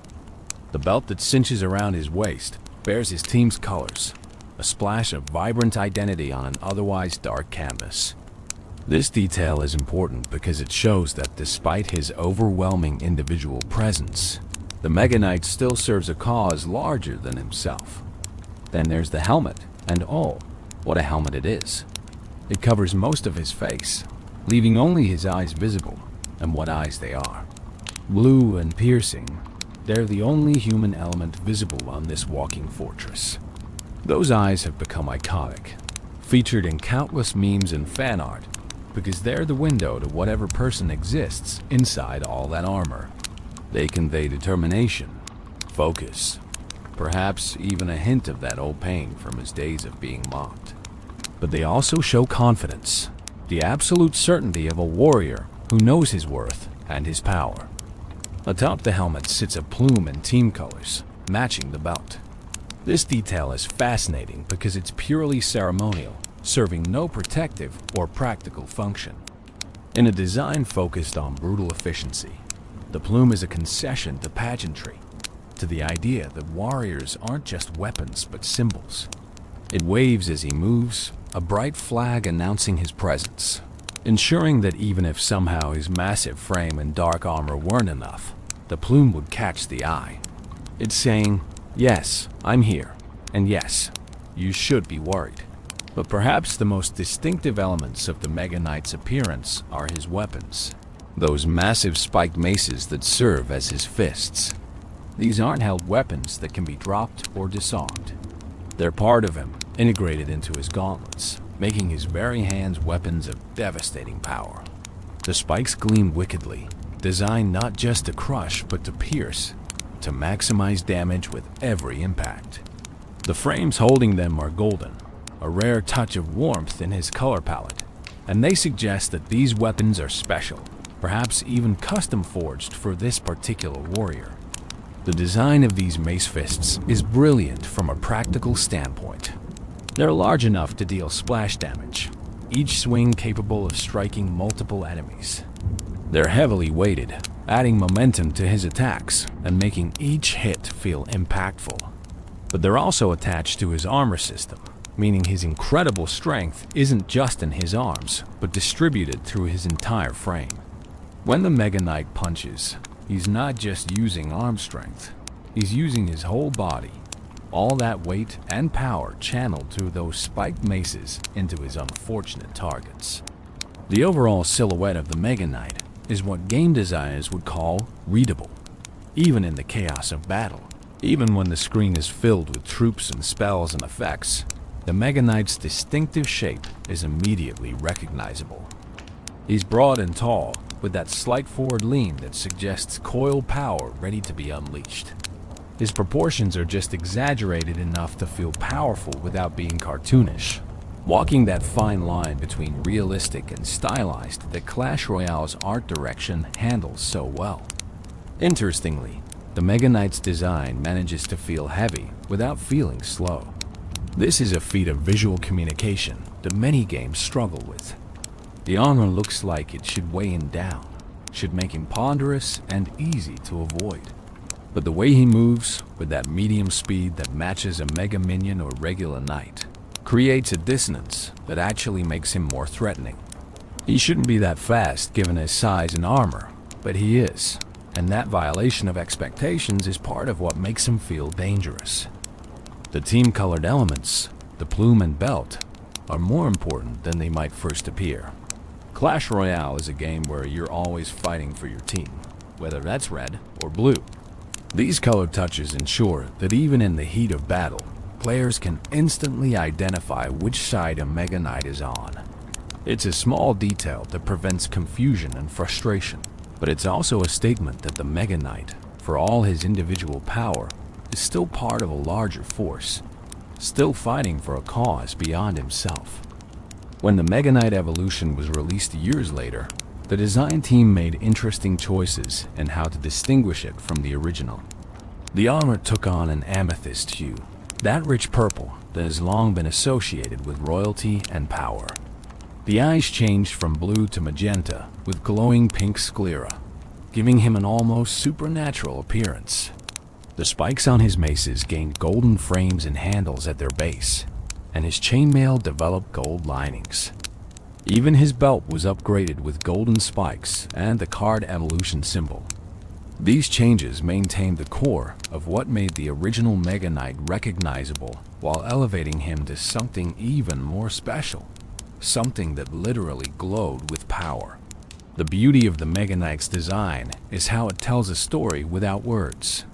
You can look at him and understand immediately what he does, what he's about. He's a tank, obvious from his massive frame and heavy armor. He deals area damage, suggested by those wide swinging maces.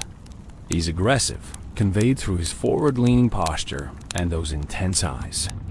And he's legendary, communicated through every carefully chosen detail, from the quality of his armor to that ceremonial plume. But beyond function, beyond gameplay communication, the Mega Knight's design succeeds because it creates an emotional response. When you deploy him, you feel powerful. When your opponent deploys him against you, you feel threatened. That's the mark of exceptional character design. when the visual presentation creates genuine emotional engagement. The Mega Knight doesn't just look cool, he makes you feel something, and that's what elevates him from a well-designed game piece to an icon.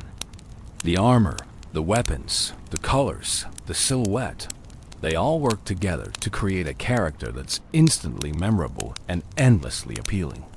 In a game filled with visually interesting characters, the Mega Knight stands out, and that's no accident. It's the result of careful thought, skilled artistry, and a deep understanding of what makes a design not just functional but legendary. The force of 1,000 mustaches, let's talk about power. Not just any power, but the kind that reshapes battlefields, that turns the tide of matches in seconds, that makes opponents' hearts sink when they see it deployed against them. Let's talk about the Mega Knight's abilities, and more specifically, let's explore what it means to land with the force of 1,000 mustaches. That phrase, the force of 1,000 mustaches, is pure Clash Royale magic. It's whimsical and precise at once, giving us this absurd mental image while also communicating something important. This warrior hits hard from the moment he appears. But what does that actually mean in gameplay terms? Let's break it down, piece by piece, mechanic by mechanic, until we understand exactly what makes the Mega Knight such a devastating force. The Mega Knight costs 7 elixir to deploy, which immediately tells us something crucial. In Clash Royale's economy of battle, 7 elixir is expensive. It's the same cost as a golem, a P.E.K.K.A., a royal giant. When you play the Mega Knight, you're committing a significant portion of your resources to this single unit. That means he needs to deliver value. And oh, does he ever? This is the story of Mega Knight. The name alone sends shockwaves through the arena. His armor weighs as much as an army, and his landing marks the beginning of chaos. You've come to the right place, traveler. This ... is his full story. Before we begin, take a moment. Put your phone aside, find a comfortable spot, and let the sound of steel and legend carry you. If you're new here, please subscribe to help us grow our channel. And right now, tell me in the comments, where are you listening from tonight? Your messages from all around the world bring this arena to life. Now, close your eyes if you wish. The arena grows silent, the air thickens, and from the shadows, a giant descends, shaking the earth beneath his feet. This is the legend of the Mega Knight, forged in darkness, bound by honor, and unleashed with the strength of 1,000 mustaches. Let the story begin. The year was 2017, and the arenas of Clash Royale had seen many warriors rise and fall. Players had grown accustomed to the rhythm of battle, to the familiar faces of knights and giants, of princes charging with lances held high and wizards hurling spells across the battlefield.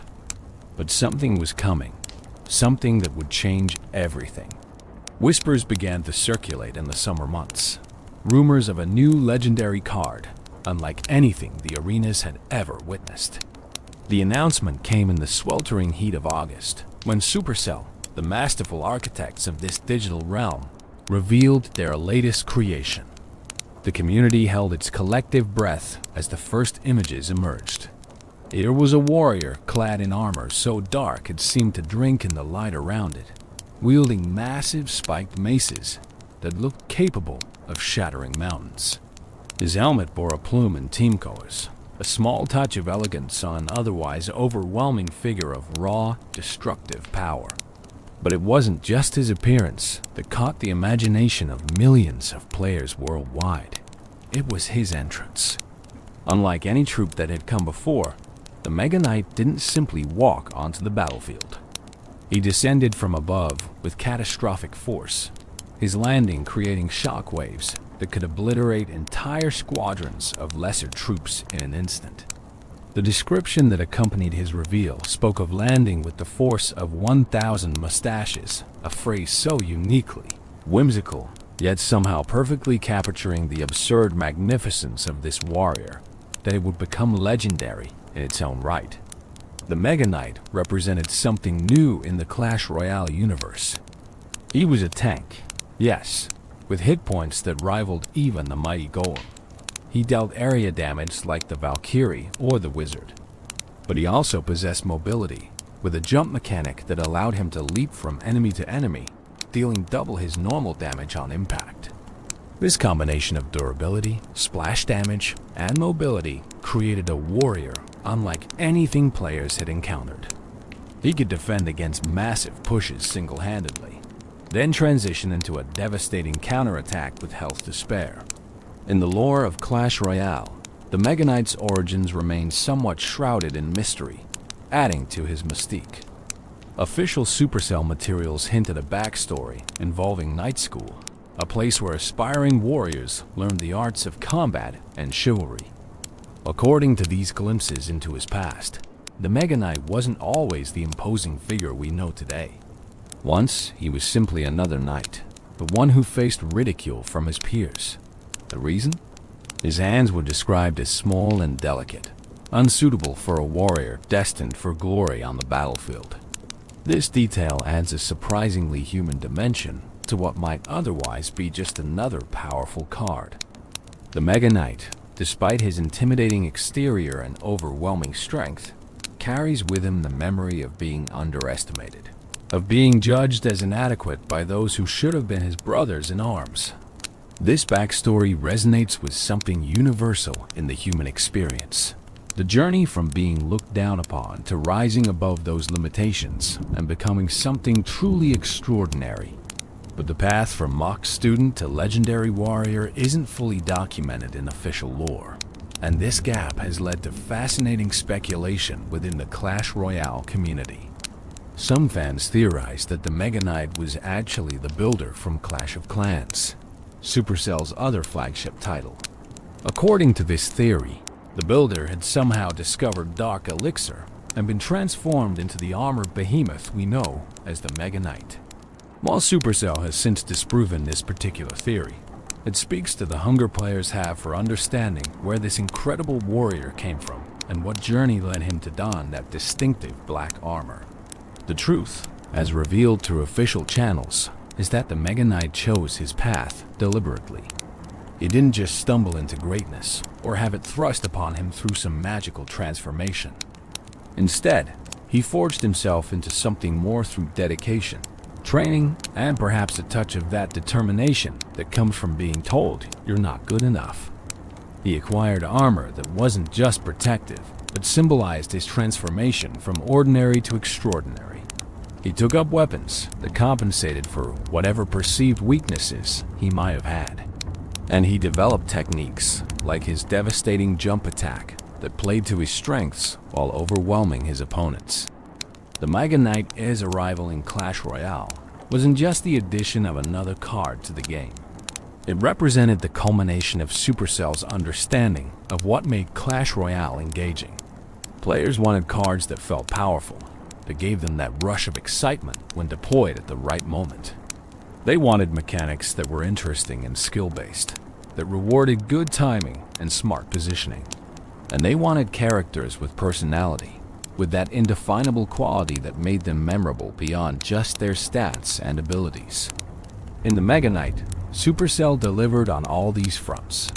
His 7 elixir cost meant that deploying him was a significant commitment, a moment of strategic importance in any match. His spawn damage created instant impact, punishing opponents who clumped their troops together. His jump attack added an element of timing and positioning that skilled players could master while also providing spectacular visual moments that made every match feel cinematic. And his character, from that team-colored plume to the description mentioning mustaches, gave him a personality that transcended his function as a game piece. As the release date approached, anticipation built to a fever pitch. Players theorized about strategies, dreamed up deck compositions, and debated whether the Mega Knight would be overpowered or balanced.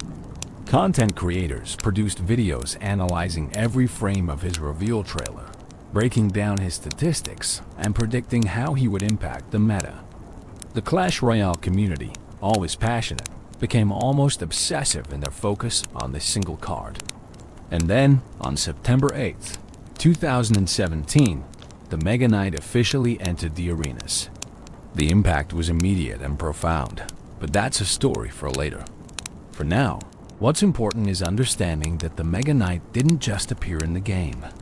He arrived with history, with personality, with a design philosophy that made him instantly recognizable and memorable.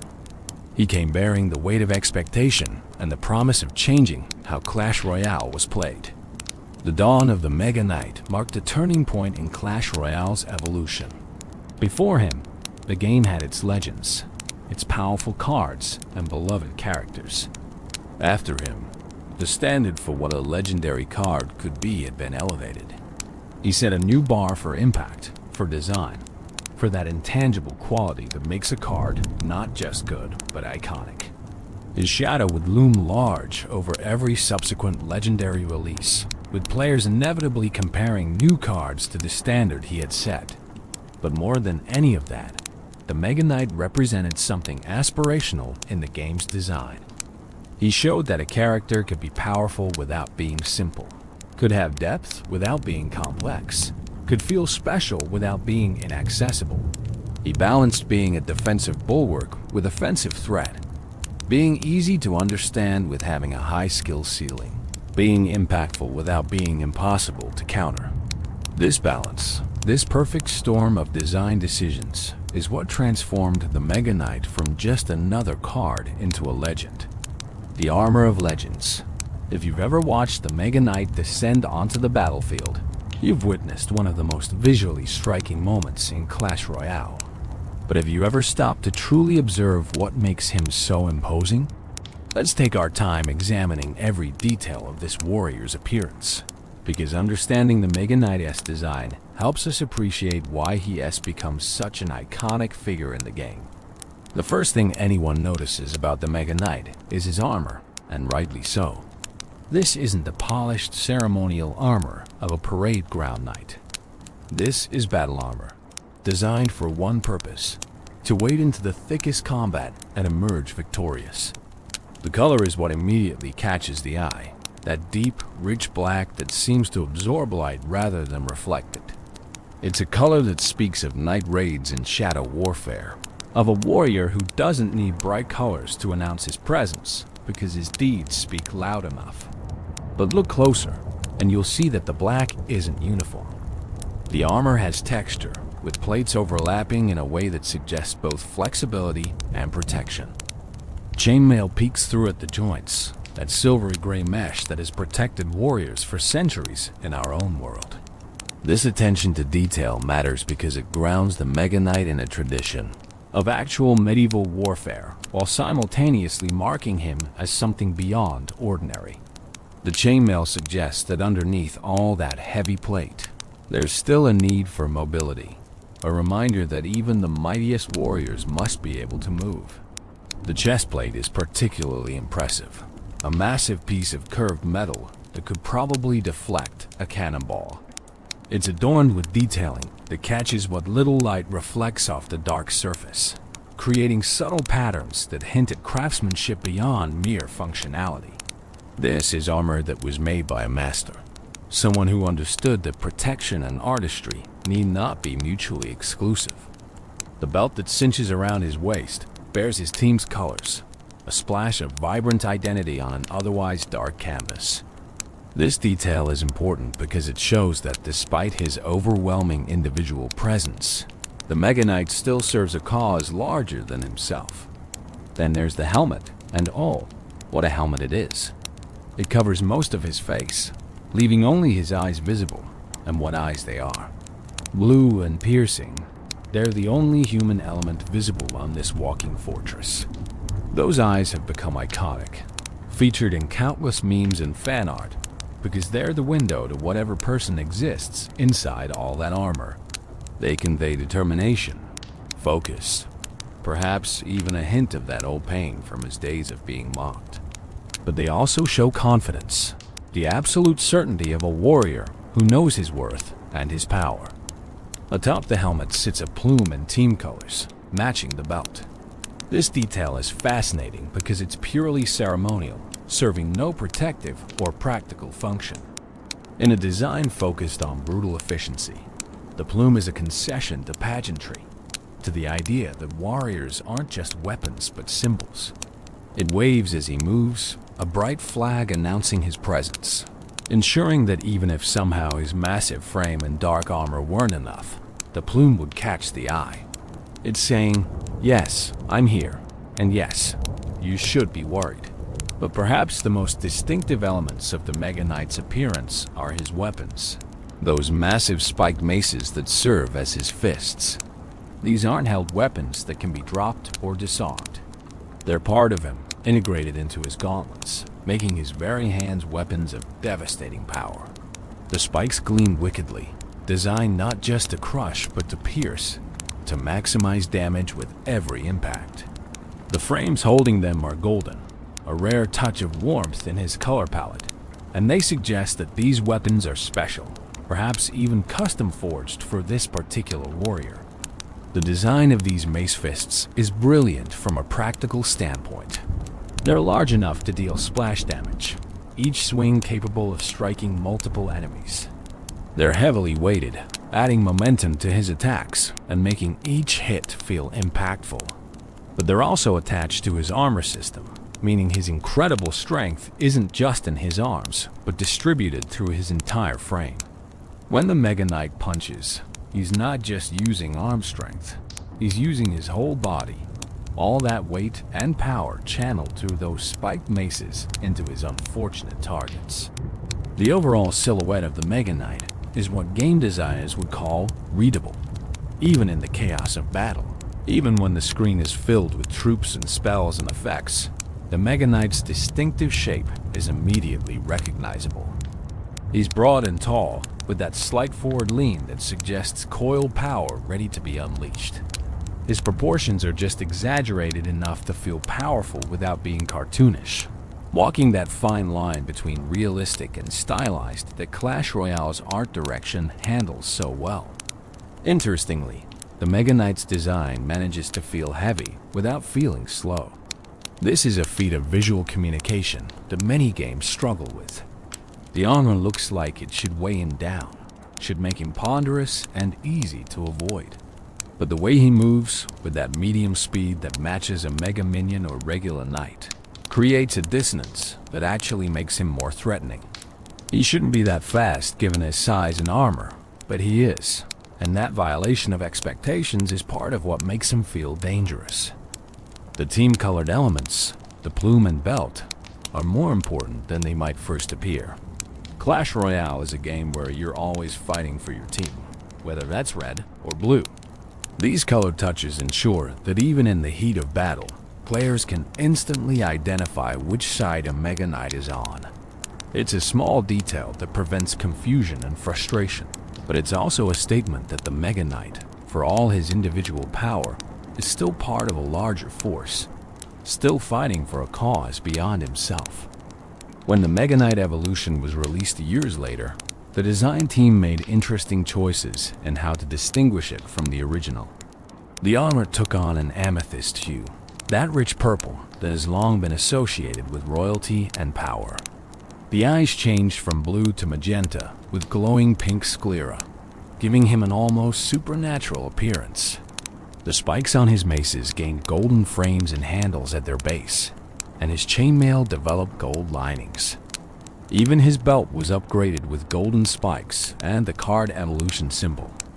These changes maintained the core of what made the original Mega Knight recognizable while elevating him to something even more special, something that literally glowed with power. The beauty of the Mega Knight's design is how it tells a story without words. You can look at him and understand immediately what he does, what he's about. He's a tank, obvious from his massive frame and heavy armor. He deals area damage, suggested by those wide swinging maces. He's aggressive, conveyed through his forward-leaning posture and those intense eyes. And he's legendary, communicated through every carefully chosen detail, from the quality of his armor to that ceremonial plume. But beyond function, beyond gameplay communication, The Mega Knight's design succeeds because it creates an emotional response. When you deploy him, you feel powerful. When your opponent deploys him against you, you feel threatened. That's the mark of exceptional character design, when the visual presentation creates genuine emotional engagement. The Mega Knight doesn't just look cool, he makes you feel something, and that's what elevates him from a well-designed game piece to an icon. The armor, the weapons, the colors, the silhouette, they all work together to create a character that's instantly memorable and endlessly appealing. In a game filled with visually interesting characters, the Mega Knight stands out, and that's no accident. It's the result of careful thought, skilled artistry, and a deep understanding of what makes a design not just functional but legendary. The force of 1,000 mustaches, let's talk about power. Not just any power, but the kind that reshapes battlefields, that turns the tide of matches in seconds, that makes opponents' hearts sink when they see it deployed against them. Let's talk about the Mega Knight's abilities, and more specifically, let's explore what it means to land with the force of 1,000 mustaches. That phrase, the force of 1,000 mustaches, is pure Clash Royale magic. It's whimsical and precise at once, giving us this absurd mental image while also communicating something important. This warrior hits hard from the moment he appears. But what does that actually mean in gameplay terms? Let's break it down, piece by piece, mechanic by mechanic, until we understand exactly what makes the Mega Knight such a devastating force. The Mega Knight costs 7 elixir to deploy, which immediately tells us something crucial. In Clash Royale's economy of battle, 7 elixir is expensive. It's the same cost as a golem, a P.E.K.K.A., a royal giant. When you play the Mega Knight, you're committing a significant portion of your resources to this single unit. That means he needs to deliver value. And oh, does he ever?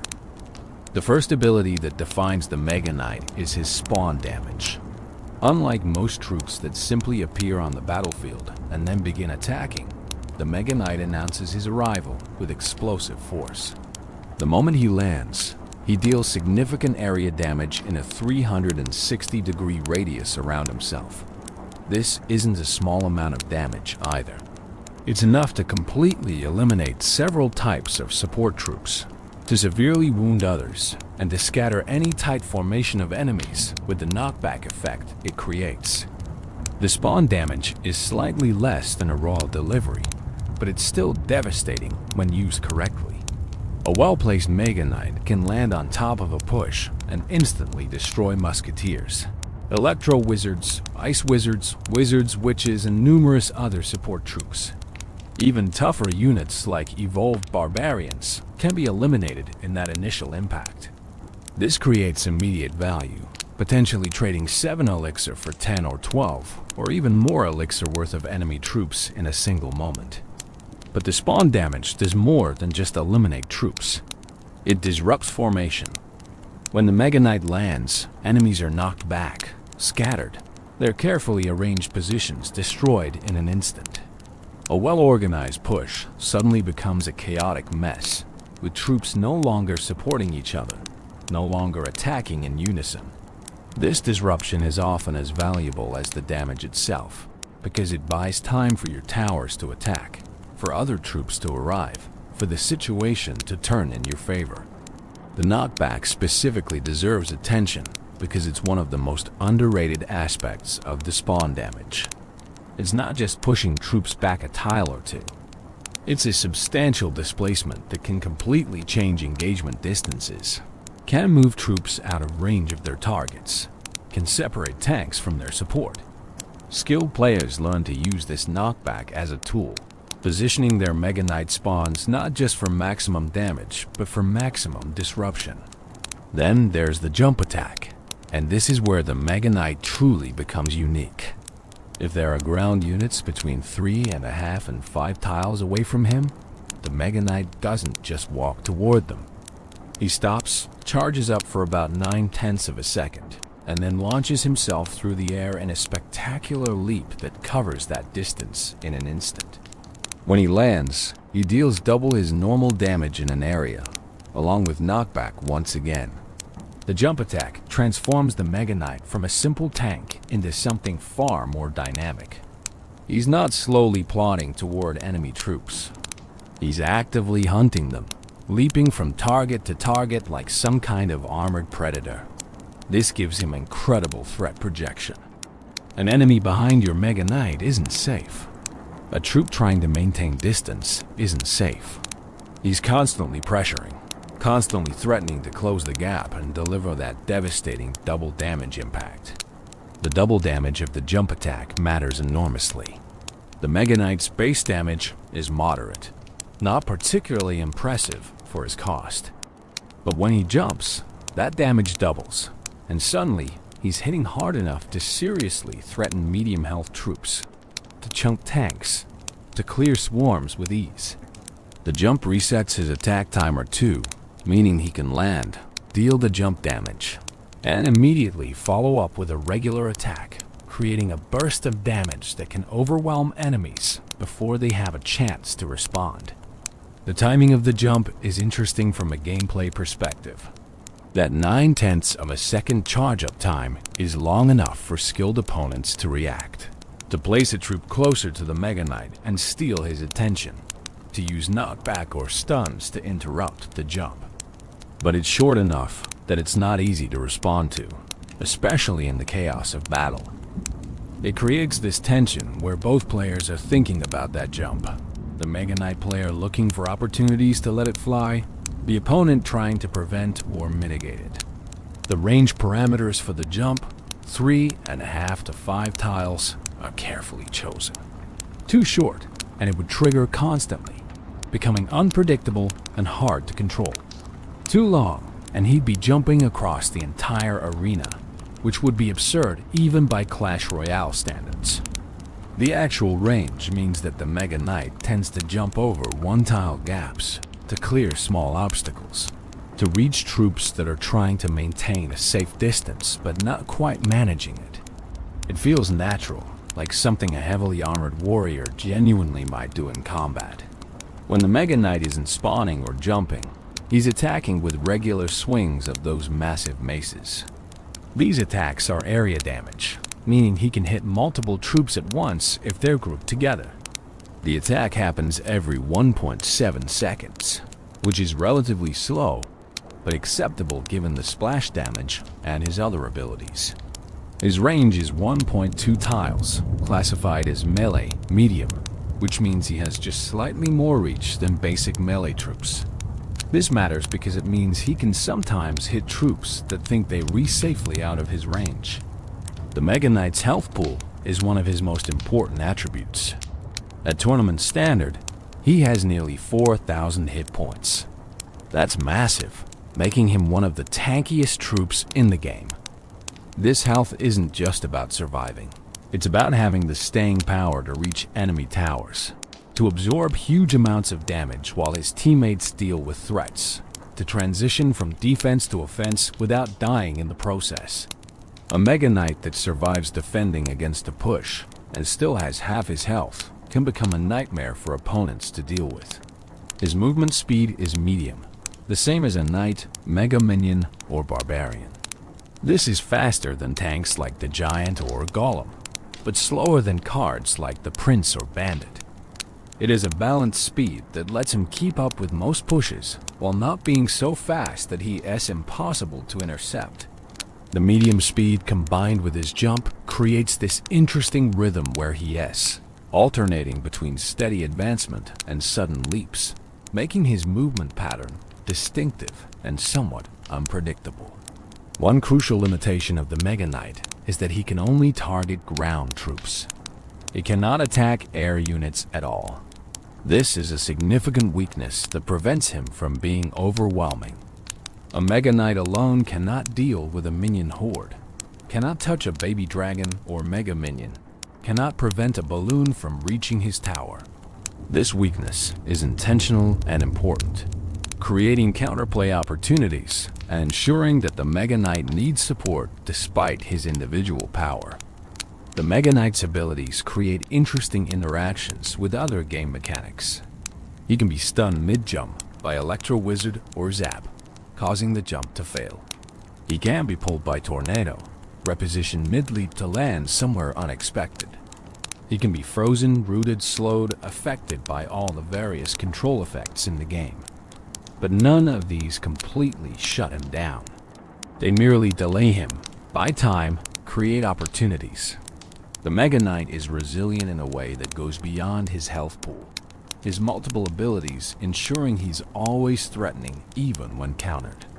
When the Mega Knight evolution was released, it added a new dimension to his abilities, the uppercut. With each regular attack, the evolved Mega Knight performs an uppercut that launches the targeted troop back 4 tiles toward the nearest enemy crown tower. This creates a combo with his jump, because those 4 tiles are exactly enough to trigger another jump attack. Suddenly, the evolved Mega Knight can lock single targets in a devastating loop of uppercuts and jumps, repeatedly hitting them and pushing them back until they reach the tower. The force of 1,000 mustaches isn't just a clever phrase. It's a perfect encapsulation of what makes the Mega Knight special. He has impact from the moment he appears. He has mobility that belies his size. He has staying power that lets him do his job, and then some. He has multiple ways to apply pressure and create value. All of these combine to create a card that feels powerful to play, threatening to face, and endlessly interesting to master. Understanding these abilities, really internalizing how they work and interact, is essential to using the Mega Knight effectively or countering him successfully. Every mechanic has its purpose, its strengths, its limitations. The spawn damage punishes clumping and creates immediate impact. The jump attack provides mobility and burst damage. The regular attacks clear swarms and chip at tanks. The massive health pool provides staying power. And all of it together creates a warrior that truly does land with the force of 1,000 mustaches, whatever that force might actually be. September 8, 2017. A legend arrives. There are dates in gaming that become etched in collective memory. Moments when something changed, when the before and after were distinctly different. For Clash Royale players, September 8, 2017 is one of those dates. It's the day the Mega Knight officially entered the game, and the arenas would never be quite the same. But the story of the Mega Knight's release actually begins earlier, in the final days of August, when Supercell offered players their first chance to obtain this new legendary. On August 25th, the Mega Knight Challenge was launched. This was a special event where players could build a deck that included the Mega Knight and battle others doing the same. The grand prize? Achieving 12 wins would grant you the Mega Knight early, before his official release, letting you be among the first to wield this new warrior in regular battles. The challenge itself was an experience, a glimpse into how this new card would change the game. Players experimented with different deck compositions, trying to find synergies with the Mega Knight's unique abilities. Some treated him as a defensive anchor, using his spawn damage to shut down pushes. Others built aggressive decks, pairing him with fast troops to create overwhelming pressure. Every match taught players something new about positioning, timing, the subtle art of when to spawn and when to jump. For those who managed to win that 12th game, the reward was more than just early access. It was bragging rights, the ability to surprise opponents who hadn't yet faced the Mega Knight in ladder matches, who didn't know his patterns and weaknesses. Those early adopters became unwitting teachers, their matches spreading knowledge about this new threat throughout the community. But Supercell didn't stop with just the challenge. From August 31st through September 4th, they offered a special shop deal for players at Arena 10 and above. You could purchase super magical chests, and these chests had a 50% chance to contain the Mega Knight with your first purchase, guaranteed with the second. This was an interesting approach, letting players who were willing to spend gems obtain the card without the skill requirement of winning 12 challenge matches. It democratized access somewhat, ensuring that the Mega Knight wouldn't be exclusively in the hands of the game's most skilled players. As these pre-release days passed, the community buzzed with discussion. YouTube was flooded with videos analyzing the Mega Knight, theorizing about his impact, showcasing spectacular plays from the challenge. Reddit threads dissected his statistics, compared him to other tanks and splash damage dealers, debated whether he was overpowered or balanced or maybe even underwhelming. Twitter erupted with memes, with clips, with that peculiar mixture of excitement and anxiety that comes when something new and powerful is about to change a beloved game. The anticipation built to an almost unbearable crescendo. Players who had gotten the Mega Knight early were either keeping quiet about their experiences or loudly proclaiming that the meta was about to change forever. Those who hadn't obtained him yet were both eager to try him and dreading facing him. Content creators were preparing day one videos, planning their deck guides and strategy breakdowns, ready to capitalize on the moment. Then September 8th arrived, a Friday, perfectly timed for weekend gameplay when player counts were highest. The update went live, and suddenly the Mega Knight was available in chests, in the shop, through trading, through all the normal means of card acquisition. For players in Arena 11 and above, or for anyone lucky enough to get him from a legendary chest, the Mega Knight was now accessible. The first few hours after release were chaotic in the best possible way. The arenas were flooded with players trying out their new Mega Knight, or facing him for the first time, or both. Matches had a different rhythm, an edge of unpredictability, as players learned through experience what the Mega Knight could and couldn't do. Some early attempts were disastrous, players wasting their 7 elixir on poorly positioned spawns or walking the Mega Knight into hard counters they didn't yet recognize. Other attempts were triumphant, perfectly timed defensive spawns that shut down massive pushes and created devastating counterattacks. The community response was immediate and loud. Videos analyzing the release day started appearing within hours. Content creators racing to be first with their takes on whether the Mega Knight lived up to the hype. The consensus was nuanced, which is always interesting with new releases. Yes, the Mega Knight was powerful. Yes, he could do spectacular things. But he also had clear weaknesses, clear counters, clear situations where he wasn't the right play. What became apparent quickly was that the Mega Knight had a high skill floor, but an even higher skill ceiling. Placing him randomly might occasionally work, but true mastery required understanding spawn timing, predicting opponent plays, managing elixir to support him properly. The jump attack in particular needed practice to use effectively, understanding when to let it trigger and when to prevent it by placing troops closer. The meta didn't shift overnight, but it definitely shifted. Decks that relied heavily on clumping troops together suddenly found themselves vulnerable to a 7 elixir response that could shut them down completely. Cards that could counter the Mega Knight, particularly Inferno Tower and Peke, saw increased usage. Deck building conversations changed, with how do I deal with Mega Knight becoming a standard question that had to be answered before a deck was considered viable. Within the first week, certain deck archetypes began to emerge. Mega Knight paired with Inferno Dragon became popular, each covering the other's weaknesses. Mega Knight with Miner and Poison formed the core of a control deck that could defend and chip simultaneously. Bridge spam decks added Mega Knight as a defensive piece that could turn into an offensive threat. The guard's versatility meant he fit into multiple strategies, each leveraging different aspects of his kit, but it wasn't all smooth sailing for the Mega Knight. Even on release day, skilled players were finding and exploiting his weaknesses. They learned that single, high-damage units like P.E.K.K.A. and Mini P.E.K.K.A. could duel him effectively. They discovered that pulling him with buildings could waste his jump and make him walk long distances. They realized that air troops were his kryptonite, that a well-played minion horde of Baby Dragon could take him down for a massive positive elixir trade. The first weekend saw an explosion of Mega Knight usage, as expected. He was new. He was exciting.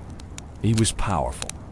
Everyone wanted to try him, to experience that satisfying impact of his spawn damage, that spectacular arc of his jump attack.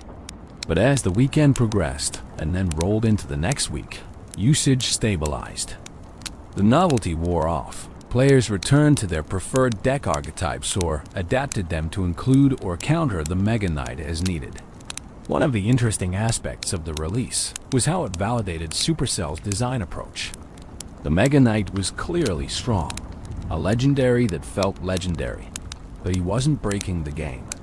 Win rates with him were good, but not overwhelming. He had clear counterplay.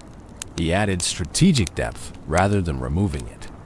This balance on release, while not perfect, showed sophisticated game design, suggesting that Supercell had learned from previous legendary releases and applied those lessons here. The community's creative response to the Mega Knight was immediate and entertaining. Memes proliferated, many focusing on that Force of 1,000 Mustaches line.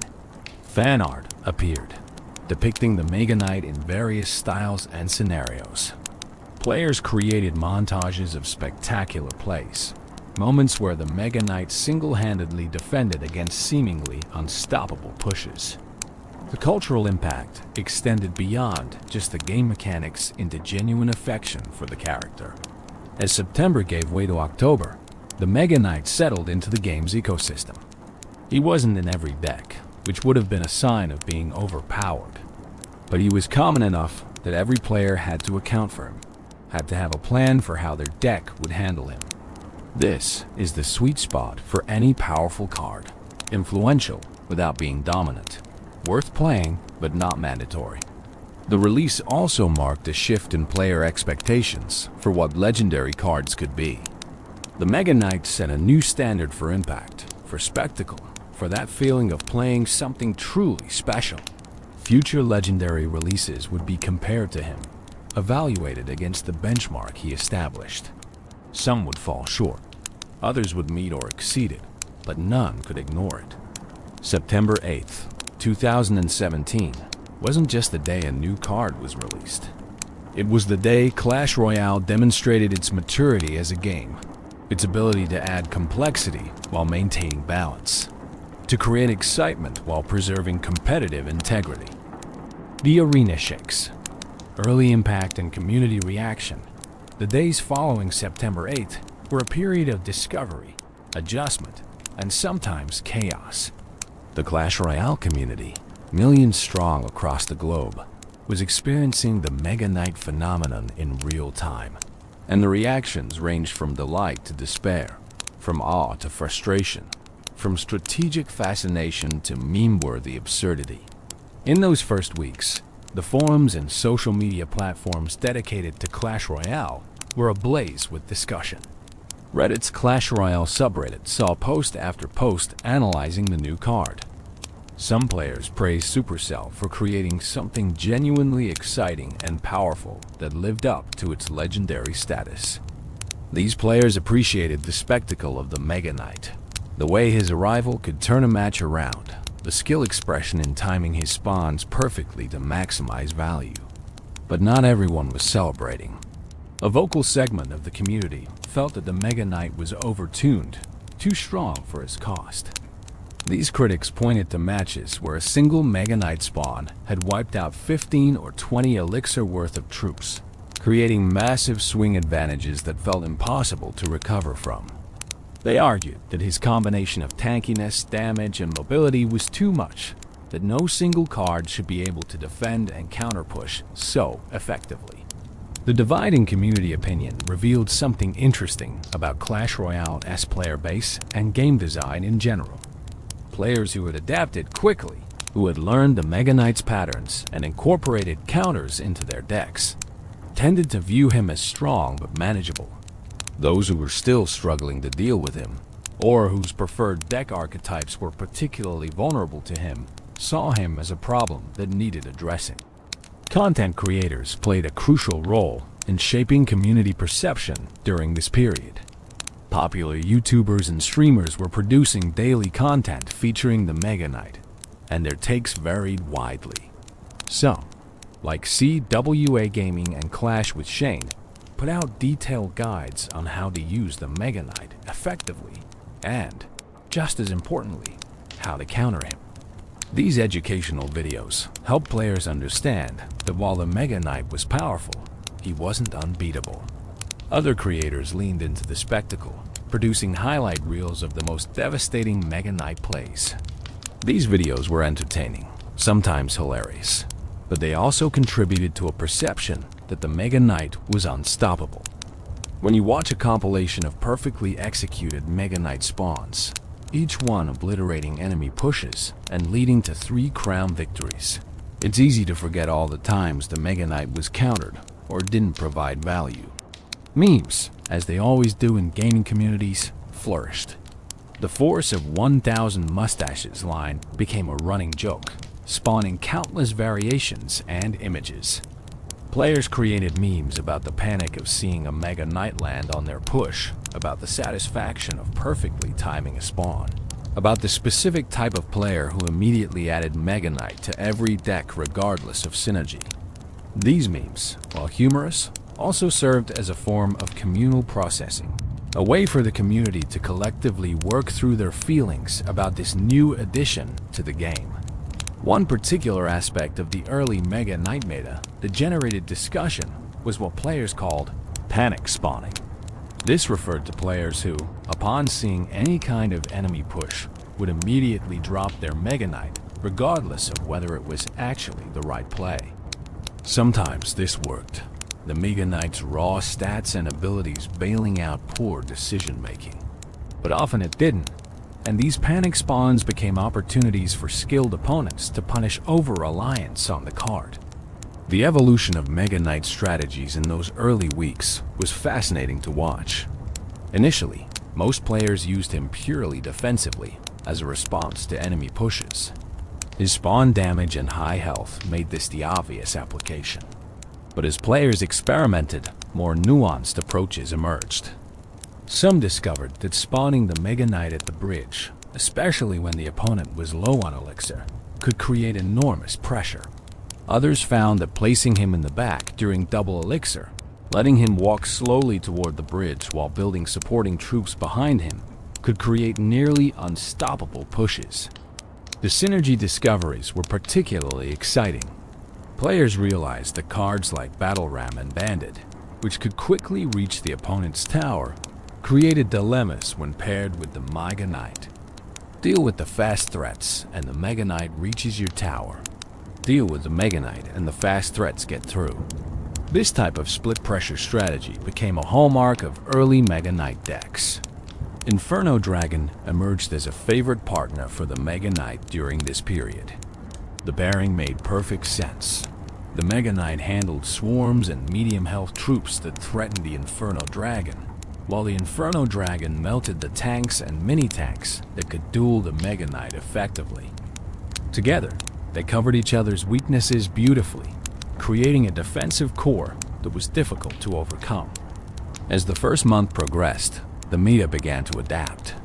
Cards that countered the Mega Knight saw their usage rates climb. Inferno Tower became more common, as it could melt the Mega Knight quickly while keeping him at a safe distance. PEKKA decks gained popularity, as P.E.K.K.A. was one of the few cards that could go toe-to-toe with the Mega Knight and win convincingly. Even lower-cost options like Knight and Mini P.E.K.K.A. found renewed relevance as Mega Knight counters. The adaptation wasn't one-sided, though. As counter cards became more common, Mega Knight players adapted their strategies. They learned to support their Mega Knight with Zap or Lightning to reset Inferno Towers. They started carrying air troops to deal with high-damage ground units, trying to solo their Mega Knight. They became more selective about when to play him, recognizing that sometimes holding him as a defensive threat was more valuable than actually using him. This back and forth, this dynamic adaptation and counter-adaptation, is what makes card games like Clash Royale endlessly engaging. The Mega Knight wasn't static in the meta. He was a living presence that changed how players approached deck building, how they managed their elixir, how they thought about offensive and defensive positioning. Even players who didn't use the Mega Knight had to think about him constantly, and that's the mark of a truly meta-defining card. The tournament scene during this period provided interesting data on the Mega Knight's actual power level. While he was extremely popular in ladder play, where his high rarity meant he was often overleveled relative to opponents' cards, tournament standard play presented a more balanced picture. Win rates in grand challenges and special events showed the Mega Knight was strong, but not dominant. Skilled players were countering him effectively, and decks without him were still winning consistently. This disparity between ladder and tournament performance revealed something important. Much of the frustration with the Mega Knight came from level-dependent interactions. An over-leveled Mega Knight could survive interactions he shouldn't, could destroy troops that should have survived his spawn damage. At equal levels, the card was well-balanced. But on ladder, where equal levels were rare, the Mega Knight could feel oppressive. The community's emotional journey with the Mega Knight in those early weeks mirrored the typical arc of any powerful new addition to a game. Initial excitement gave way to frustration as people faced him repeatedly without solid counter strategies. This frustration then gradually transformed into understanding as players learned his weaknesses and adapted their decks. Finally, acceptance settled in, a recognition that the Mega Knight was part of the game now, powerful but manageable, requiring respect but not fear. One of the more positive aspects of the community reaction was how it brought players together. Mega Knight discussions crossed clan boundaries, skill levels, regional differences. A new player struggling in Arena 11 could get advice from a professional player on how to counter the Mega Knight, creating connections that might not have formed otherwise. The shared experience of adapting to this new card created a sense of collective journey, of the community moving forward together. The early impact of the Mega Knight also sparked broader conversations about game balance, about what made a legendary card truly legendary, about the role of powerful cards in keeping a game fresh and exciting. Some argued that legendary cards should be game changers, that they should feel special and powerful, and yes, maybe even a little overpowered. Others felt that balance should trump rarity, that every card should be viable, but none should be necessary. Supercell, for their part, remained relatively quiet during this initial period, choosing to let the meta settle naturally rather than making hasty balance changes. This patience proved wise. The meta did settle, counter strategies emerged, and what initially seemed like an overwhelming card revealed itself to be strong but fair. This hands-off approach showed confidence in their design and respect for the community's ability to adapt. The Mega Knight's early impact extended beyond just gameplay. He influenced how new cards were designed and released going forward. Supercell had learned that big, splashy legendary cards generated excitement and engagement, but they also needed clear weaknesses and counterplay. Future releases would be evaluated against the Mega Knight standard, both in terms of power level and in terms of creating that feeling of playing something truly special. As October turned to November and the Mega Knight approached his 2-month mark in the game, something interesting happened.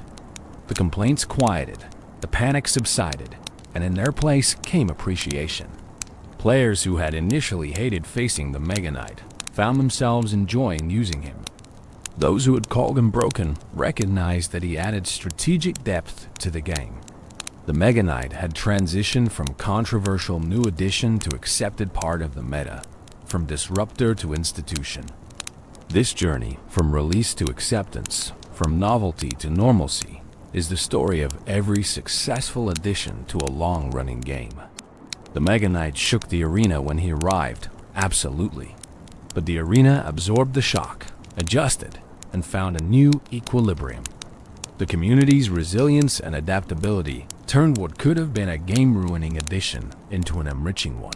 Proof that players and developers together can navigate the always challenging task of adding power to a balanced game. The Balance Chronicles. In the world of live service games, balance is never truly achieved. only approached. It's a moving target, shifting with every new card release, every strategic discovery, every evolution in how players understand and play the game. The Mega Knight's balance history is a testament to this truth, a chronicle of adjustments both large and small, each attempting to keep him powerful and exciting while preventing him from becoming oppressive. The Mega Knight launched in a surprisingly well-balanced state, a testament to Supercell's playtesting and design philosophy. However, no card enters the live environment perfectly tuned. The sheer number of players, the diversity of deck compositions, the creative strategies that emerge from millions of minds working on the same problem. These factors reveal balance issues that no amount of internal testing can predict. The first significant balance change came relatively quickly on October 20th, 2017, just 6 weeks after his release. This update reduced the Mega Knight's spawn and jump damage by a modest 6%. The area damage radius of these abilities was also decreased from 3.5 tiles to 3 tiles. These changes might seem small on paper, but they had meaningful impact on gameplay. The damage reduction meant that certain interactions changed. Some troops that previously died to the spawn damage now survived with a sliver of health. This created more uncertainty in how the Mega Knight would perform, more opportunities for opponents to get value from their troops, even when the Mega Knight landed on them. The radius reduction was perhaps even more significant, making it slightly easier for opponents to spread their troops in ways that minimize the Mega Knight's impact. These changes weren't meant to cripple the Mega Knight, and they didn't. He remained a popular and powerful card. But they did reduce his most frustrating aspects, those moments where he seemed to destroy everything in an impossibly large radius with damage that felt impossible to survive. The adjustments were surgical, targeting the specific elements that were creating negative player experiences without gutting the card's identity or effectiveness.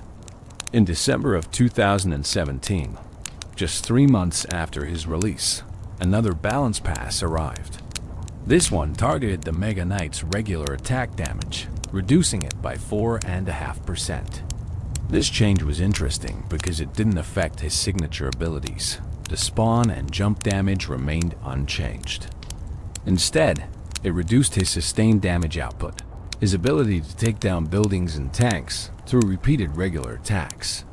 This adjustment made sense in the context of how the Mega Knight was being used. He was intended primarily as a defensive card that could counter-push, not as a tank that you built pushes around. But some players had found success using him as a primary win condition, pairing him with support troops and relying on his combination of health and regular attack damage to overwhelm opponents. The damage reduction didn't eliminate this strategy, but it made it less reliable, encouraging players to use the Mega Knight in the role he was designed for. A longer period of stability followed. Throughout 2018 and into 2019, the Mega Knight received no direct balance changes. This doesn't mean he was ignored. His interactions with other cards changed as those cards received buffs and nerfs, and new card releases created new synergies and counters. But his core statistics remained constant, suggesting that Supercell felt they'd found an acceptable balance point. This period of stability was important for the Mega Knight's place in the meta. Players could invest in upgrading him without fear that he'd be nerfed into irrelevance. Deck strategies could be refined without constantly having to account for changing Mega Knight statistics. The card had time to settle, for the community to truly understand him, for innovative uses to be discovered and countered and rediscovered in endless cycles. In June of 2019, a quality of life change arrived that didn't affect balance but improved gameplay feel. The Mega Knight's walking animation was adjusted to more accurately sync with his actual movement speed. This might seem trivial, but in a game where precise timing and positioning matter enormously, having animations that accurately reflect what's happening mechanically is crucial. The change made the Mega Knight feel better to play and easier to play against. as visual cues more clearly communicated his position and timing. Then, in October of 2019, the Mega Knight received his first buff. His hit speed was increased by 11%, from 1.8 seconds to 1.7 seconds. This seemingly small change had ripple effects throughout his kit. He attacked more frequently, increasing his sustained damage output and making him more threatening over time. More importantly, it made his attack rhythm feel slightly more responsive, reducing those frustrating moments where he'd be just about to attack when a troop moved out of range. This buff suggests that Supercell had gathered enough data to determine the earlier nerfs had been slightly too aggressive, or that the meta had shifted in ways that made the Mega Knight less dominant than intended. Buffs to previously nerfed cards are always interesting because they show a willingness to revisit past decisions, to recognize when the pendulum has swung too far in one direction. The next significant change came in November of 2020, in the context of a major update that saw numerous cards adjusted. The Mega Knight's regular attack damage was increased by 4.5%.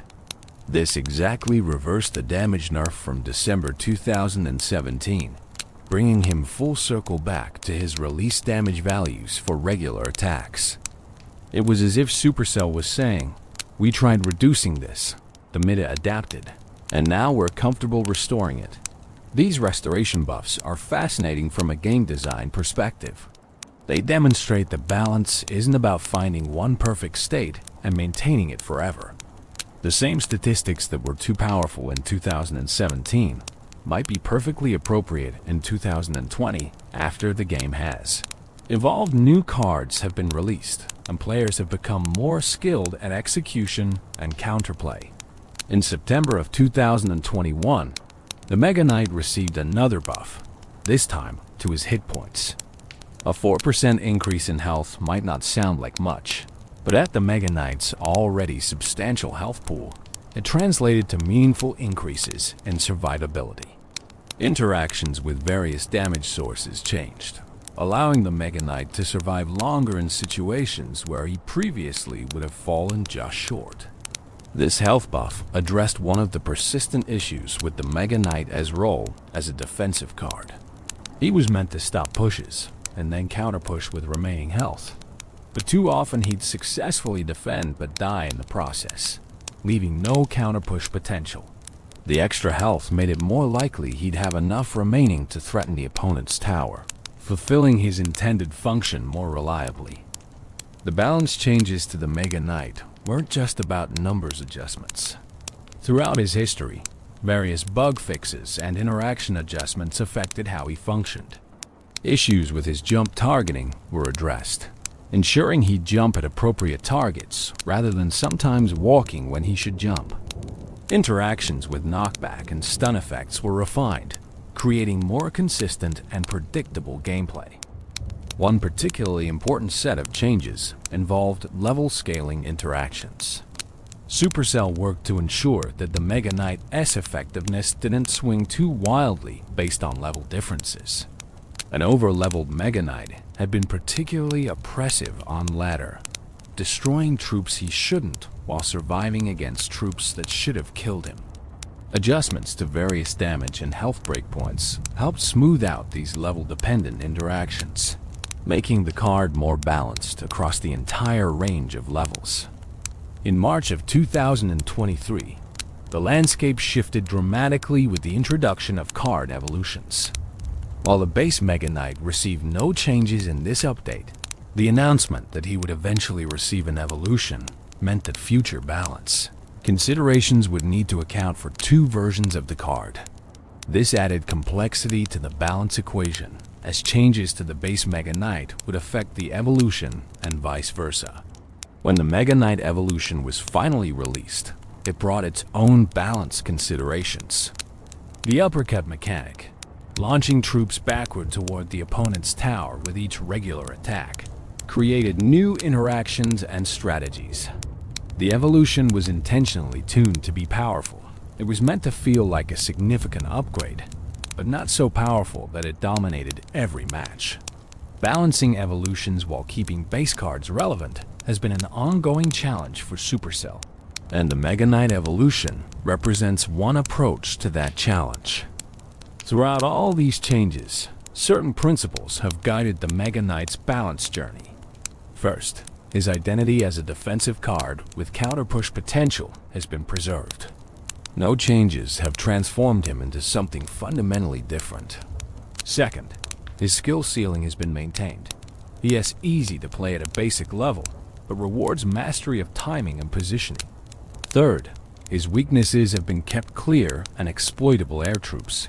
High DPS, single-target units, and building pools remain effective counter strategies. The balance history also reveals Supercell's philosophy about legendary cards.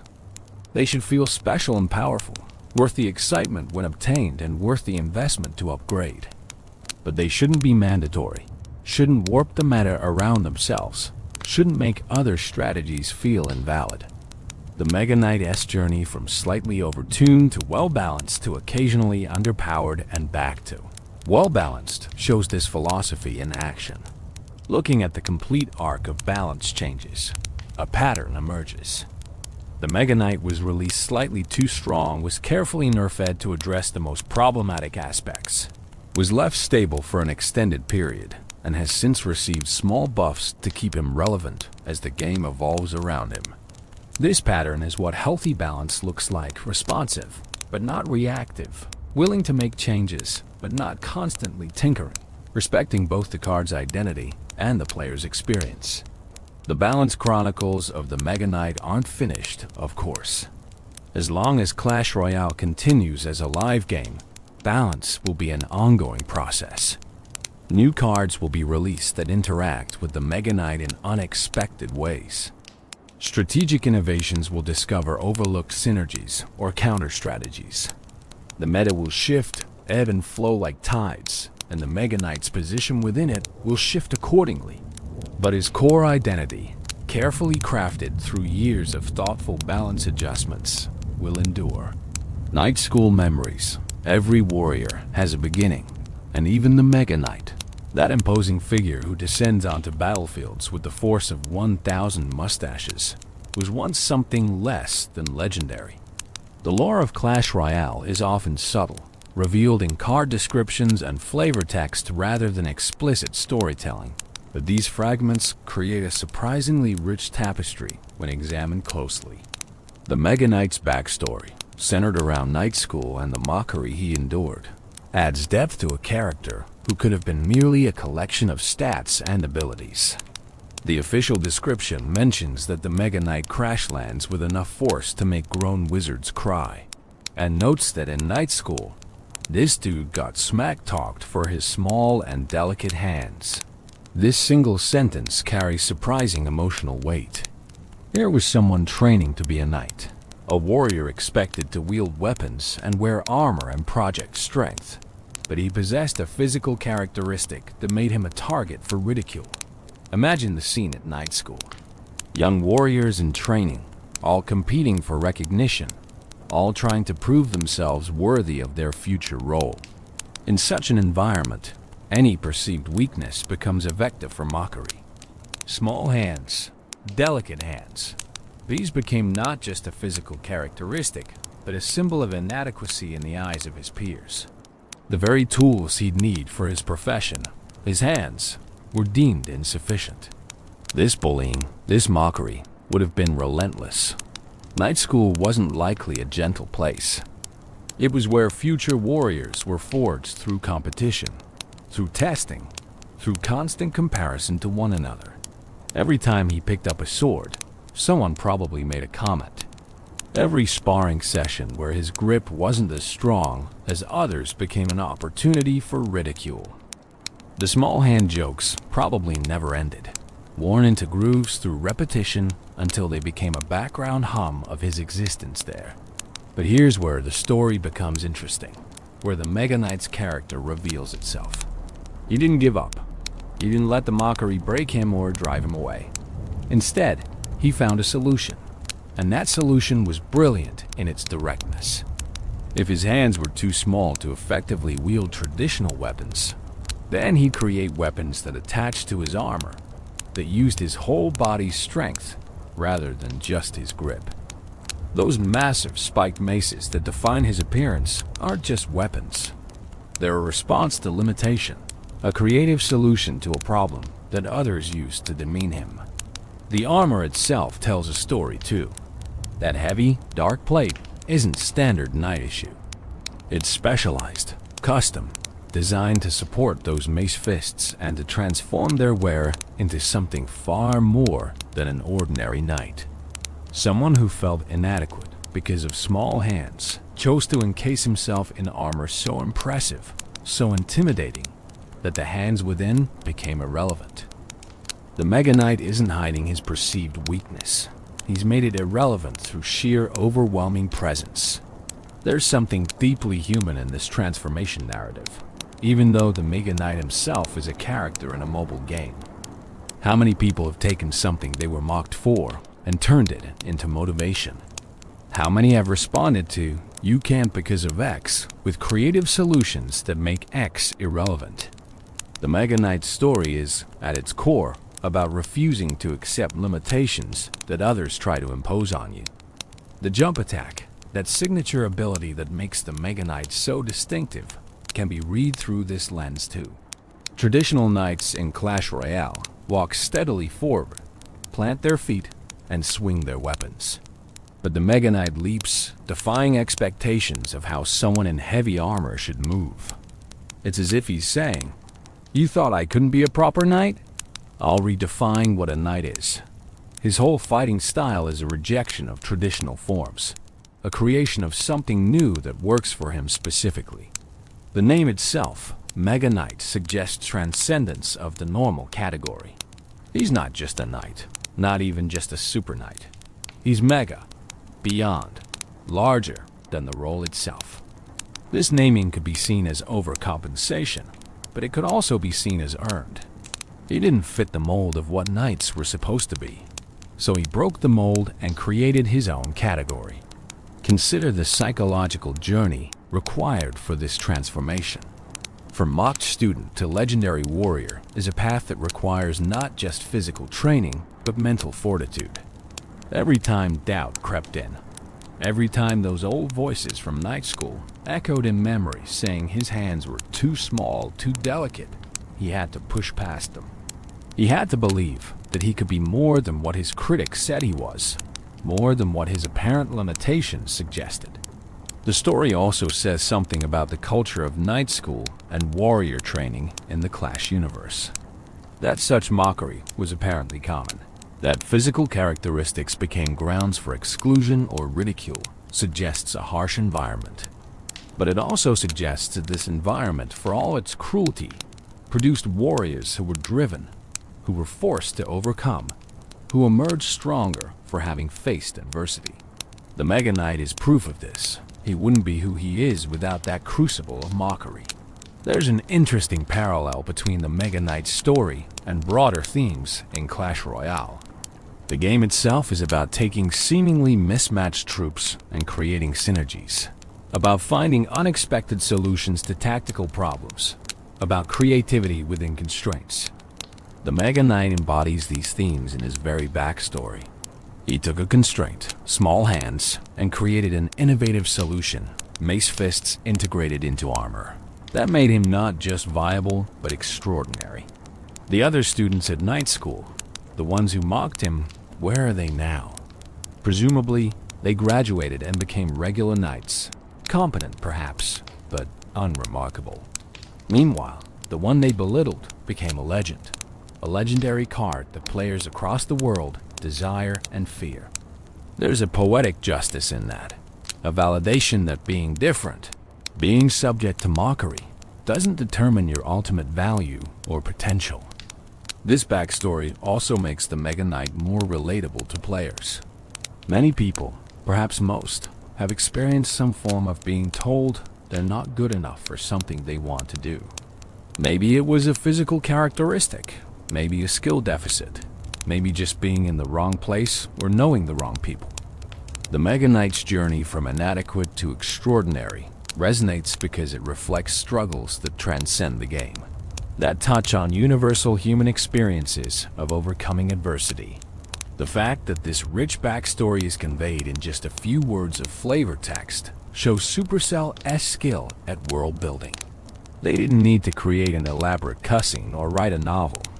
A single sentence about night school mockery is enough to spark imagination, to create depth, to transform a game piece into a character with history and motivation. It's efficient storytelling that respects players' intelligence and imagination. The Mega Knight's memories of night school, of being mocked, of feeling inadequate, these aren't shown directly in the game, but they inform everything about how we understand the character. They explain the armor's imposing nature, the oversized weapons, the aggressive abilities. They give context to the confidence he projects, that swagger of someone who has proven everyone wrong and knows it. Every time he lands on the battlefield with that characteristic force, he's making a statement. You were wrong about me. You've always been wrong about me. And here's the proof. Those memories also suggest that the Mega Knight fights not just for tactical victory, but for something more personal. Every battle is a continuation of that original struggle at night school. Every successful defense, every devastating spawn damage that obliterates enemy troops, every jump attack that crushes opponents. These are all echoes of "I told you I could do it." The battlefield becomes a place of continual validation. The psychology of power. There's something uniquely psychological about the Mega Knight that goes beyond his statistics and mechanics. When players see that dark armor descending onto their side of the arena, there's a visceral response that no spreadsheet can capture.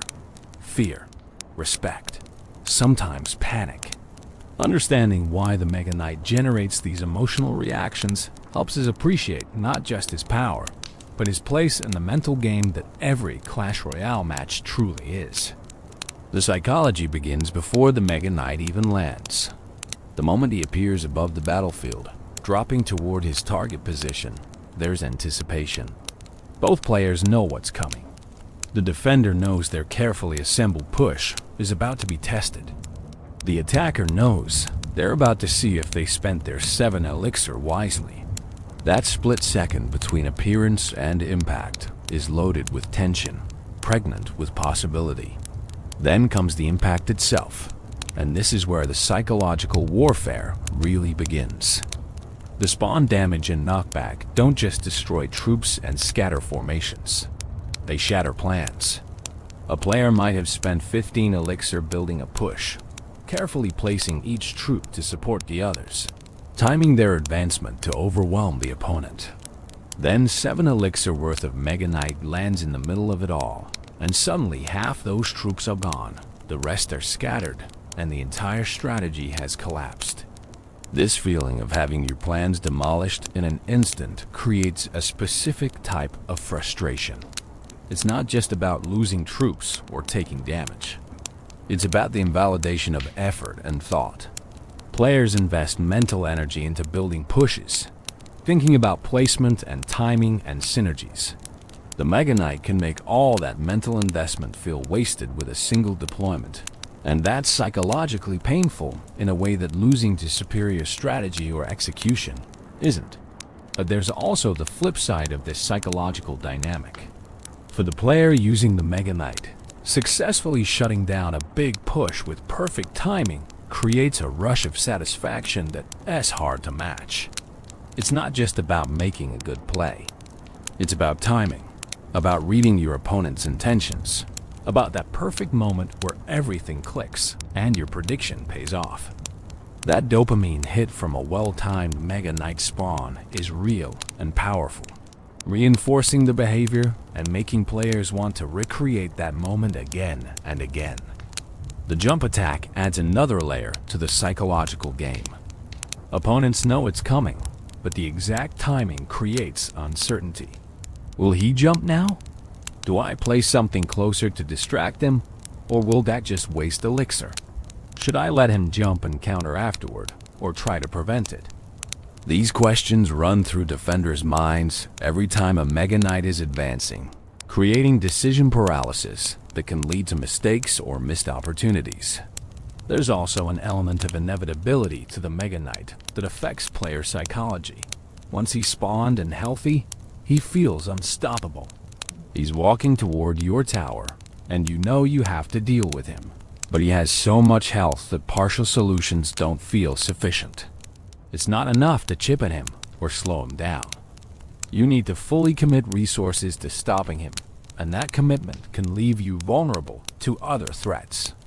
This creates a damned if you do, damn dash if dash you dash don single quotes T feeling that generates stress and forces uncomfortable decisions.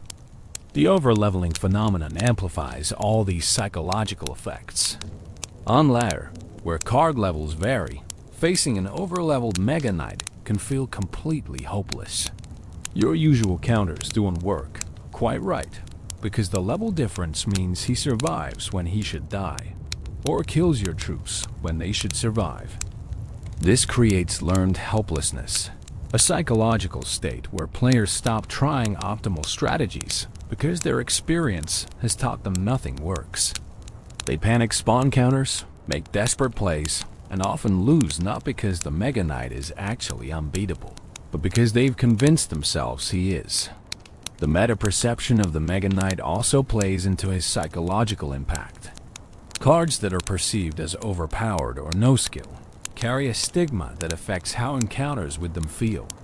Players who believe the Mega Knight is a crutch for bad players will feel extra frustrated when losing to him, not just because they lost, but because they feel they lost to something unfair. Conversely, this stigma can make some Mega Knight users defensive about their deck choices, creating a psychological burden where they feel they have to justify or prove their skill despite using a cheap card. There is an interesting phenomenon where the Mega Knight's presence in the meta affects deck building, even for players who do not own or use him. Knowing that Mega Knight is common means including answers for him, which shapes deck composition. But those answers might be suboptimal against other strategies, creating attacks on deck building diversity. Players feel this constraint psychologically, even if they can't articulate it. The Mega Knight influences their choices before the match even begins, exercising psychological control over the meta through his mere existence. The sound design contributes significantly to the psychological impact. That deep thud when he lands, the metallic crunch of his attacks, the distinctive audio cues that announce his presence even if you're not looking directly at him. These sounds trigger immediate recognition and response in experienced players. Over time, they can even develop a Pavlovian response where hearing the Mega Knight S sounds creates a stress reaction before they've consciously processed what is happening. From a game design perspective, the psychological impact of the Mega Knight is both a feature and a challenge. He's meant to feel powerful, to create memorable moments, to be exciting to play and challenging to face. But if the psychological response tips too far into frustration or hopelessness, that's a problem. Supercell has had to walk this tightrope with balance changes, trying to maintain the Mega Knight's identity and impact while ensuring he doesn't create so much negative emotion that players stop enjoying the game. The psychology of power in gaming often relates to agency, the feeling that you have control over outcomes and that skill matters. The Mega Knight challenges agency in specific ways. His spawn damage can feel unavoidable, like you couldn't have done anything differently. His jump attack can feel random, like whether you win or lose depends on targeting decisions you can't fully control. These situations where outcomes feel predetermined or out of your hands are psychologically uncomfortable, creating frustration even when the actual balance might be fair. But experienced players develop a different psychological relationship with the Mega Knight. They learn to predict when opponents are likely to have him in cycle. They position troops anticipating his deployment. They manage elixir specifically to maintain answers. For these players, the Mega Knight becomes less an overwhelming force and more a puzzle to solve, a known quantity that adds complexity without adding stress. This transition from fear to understanding is part of the skill development journey in Clash Royale. and the Mega Knight serves as a significant milestone in that journey. The card also creates interesting psychological dynamics in terms of commitment and investment. Playing the Mega Knight is a 7 elixir commitment, a significant portion of your total elixir at any given time. This creates psychological pressure to make the play count, to get value from that investment. Players might hold the Mega Knight too long, waiting for the perfect opportunity that never comes, or play him desperately, trying to force value when the situation isn't right. This decision fatigue around when to commit such a costly card adds mental load to matches in ways that cheaper cards don't. There's also the trophy pressure's psychological effect. At certain trophy ranges, Mega Knight becomes extremely common, and players know this. Climbing ladder means facing him repeatedly, sometimes multiple matches in a row. This repetition can create a grinding, exhausting feeling where even when you win, you're dreading facing him again next match. The psychological fatigue from repetitive challenging situations is real and can contribute to burnout or frustration with the game. The meme culture around the Mega Knight also influences psychology in interesting ways. Players who identify with the jokes about Mega Knight users being brain dead or relying on a crutch card might avoid using him even when it would be strategically optimal because they've internalized the social stigma. Others might use him specifically because of the memes, leaning into the persona of the annoying Mega Knight player. These social psychological factors shape behavior in ways that pure gameplay considerations don't. Understanding the psychology of power that the Mega Knight represents helps us see why he's such a controversial and discussed card. He's not just strong in a mathematical sense. He's psychologically impactful in ways that affect how players experience matches, make decisions, and feel about the game. This psychological dimension is what makes the Mega Knight more than just another card. He's a test of mental fortitude, a trigger for emotional responses, and a force that shapes player behavior through fear, respect, and the complex interplay of commitment, agency, and learned patterns that define high-level Clash Royale play. Tactical mastery. Offensive strategies. Using the Mega Knight offensively is an art form that extends far beyond simply dropping him at the bridge and hoping for the best. While he's primarily known as a defensive card, understanding his offensive potential and the nuances of aggressive Mega Knight play separates competent players from true masters of the card. Let's explore the depth of offensive strategy that the Mega Knight enables. The most straightforward offensive use is the bridge spam. When your opponent is low on elixir, dropping the Mega Knight directly at the bridge creates immediate pressure that's difficult to answer efficiently. The opponent needs to spend at least as much elixir as you did to stop him, and often more, especially if they're caught with the wrong cards in hand. This play is most effective after you've successfully defended and forced your opponent to spend elixir, creating a window where they can't afford an optimal response. But the timing of bridge spam matters immensely. Drop him too early, and your opponent has time to generate elixir and cycle to their counters. Drop him too late, and you've missed the window where they're truly vulnerable. Reading your opponent's elixir count, tracking what cards they've played, understanding their cycle, all of this informs when the bridge spam becomes a powerful play versus when it's a desperate gamble. The back placement strategy represents a more methodical approach to offensive play. Placing the Mega Knight in the back corner of your side gives maximum time to build support troops behind him before he reaches the river. This creates what's called a beatdown push, where the Mega Knight serves as both tank and damage dealer, with support troops providing additional damage, splash protection, or utility. What makes this strategy effective is how it forces your opponent into difficult decisions. If they rush the opposite lane, trying to race your slow-building push, you have time to defend and still support your Mega Knight. If they wait and try to defend your push at the river, you have maximum elixir to support him. If they try to pressure both lanes, They're splitting their resources and likely can't fully handle either threat. The Mega Knight's health pool and area damage make him effective at both attacking and, if needed, abandoning the push to defend emergency situations. Support troop selection for offensive Mega Knight pushes reveal strategic depth.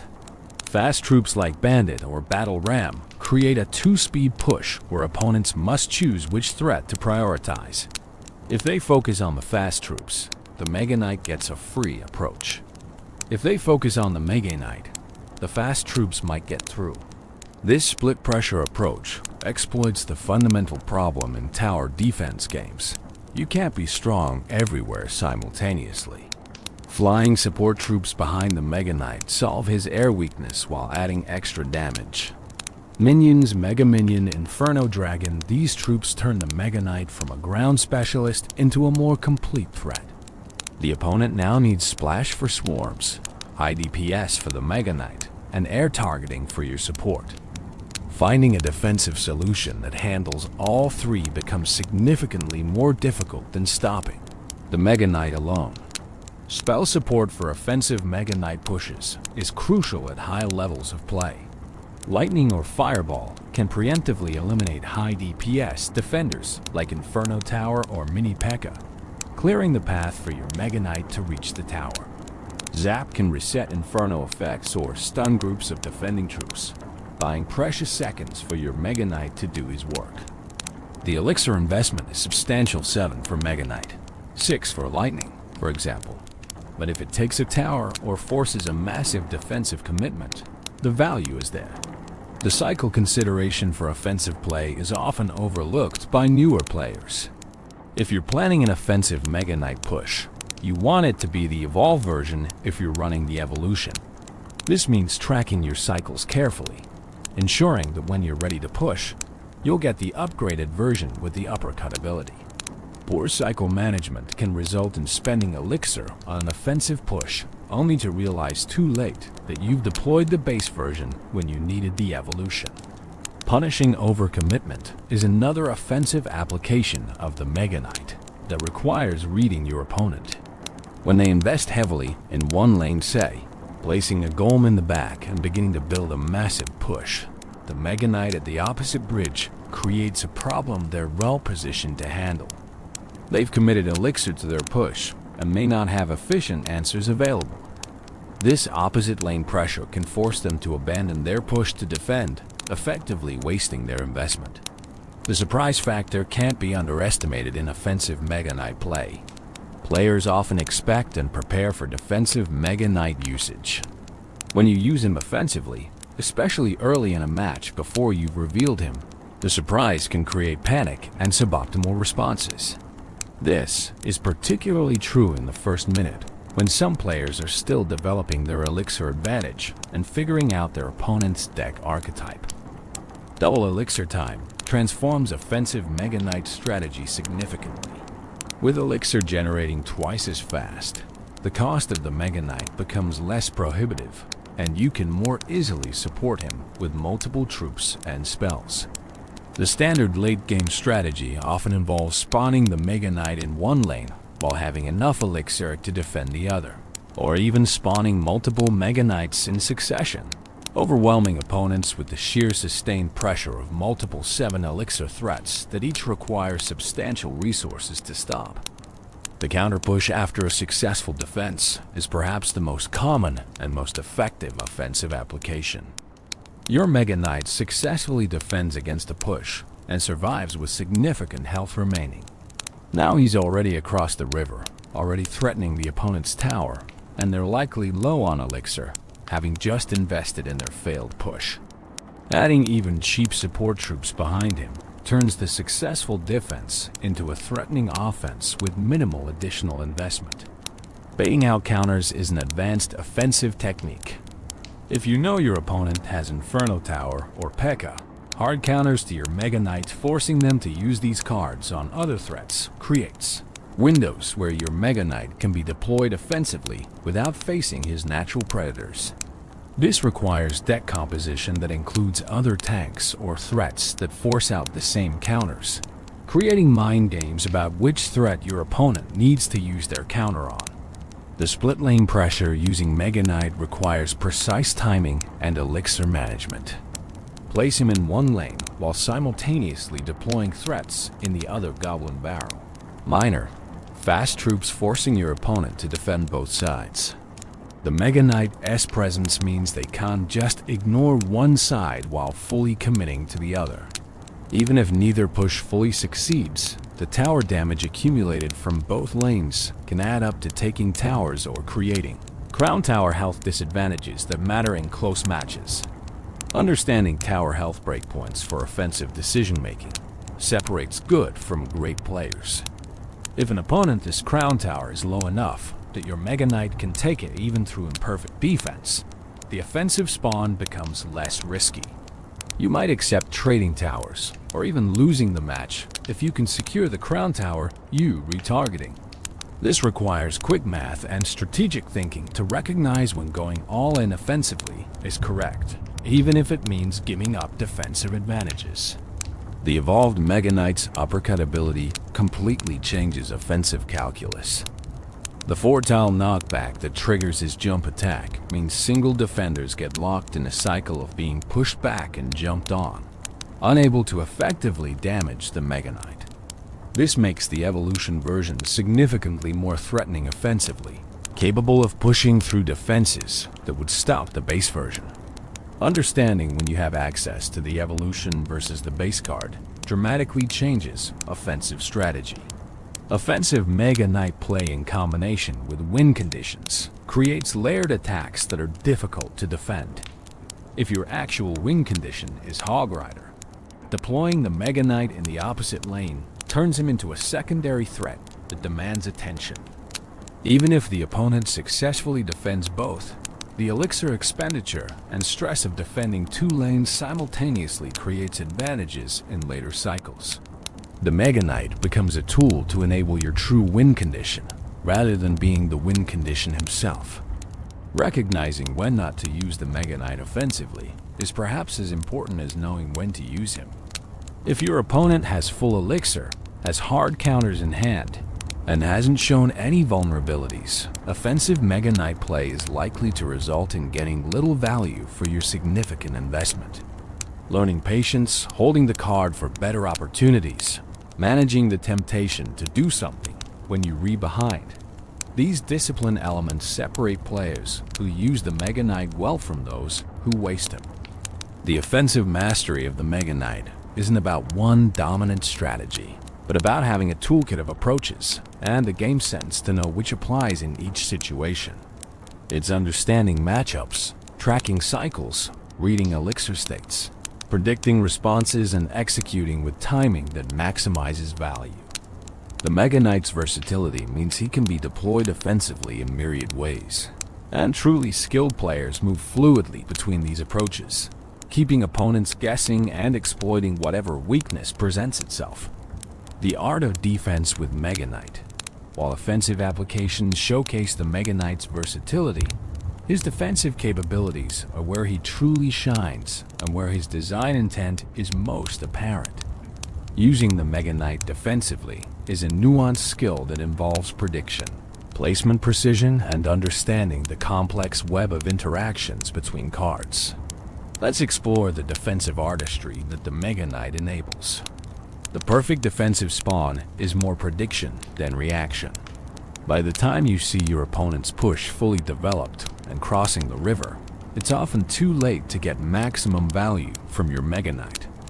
The art lies in reading your opponents as pattern, seeing them place a tank in the back or begin grouping troops and anticipating where their push will be and what composition it will have when it reaches the river.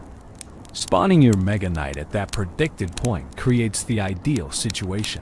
His spawn damage hits multiple high-value targets simultaneously. His knockback scatters the formation, and he's positioned to clean up survivors. Placement precision matters enormously for defensive spawns. One tile difference in where you place him can mean the difference between hitting 3 support troops and missing all of them. The spawn damage radius is 3 tiles, substantial, but not unlimited.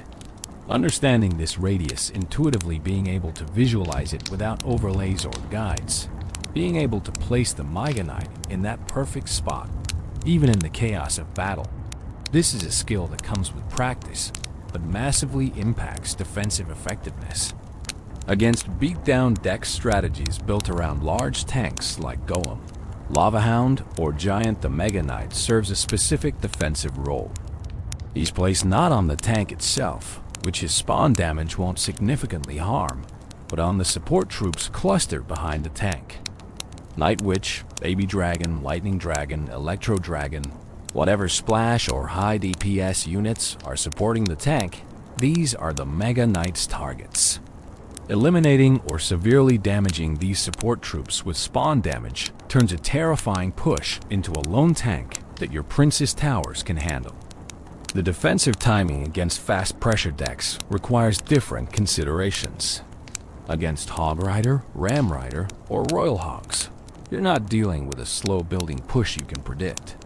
Instead, you need to react quickly to sudden bridge pressure. The Mega Knight can handle these threats, but placement becomes crucial. Too close to the tower, and you might miss with spawn damage. Too far forward, and the threat gets hits on your tower before you can stop it. The optimal placement is usually just at the river, letting the Mega Knight as spawn damage, and then his regular attacks stop the threat before it reaches the tower.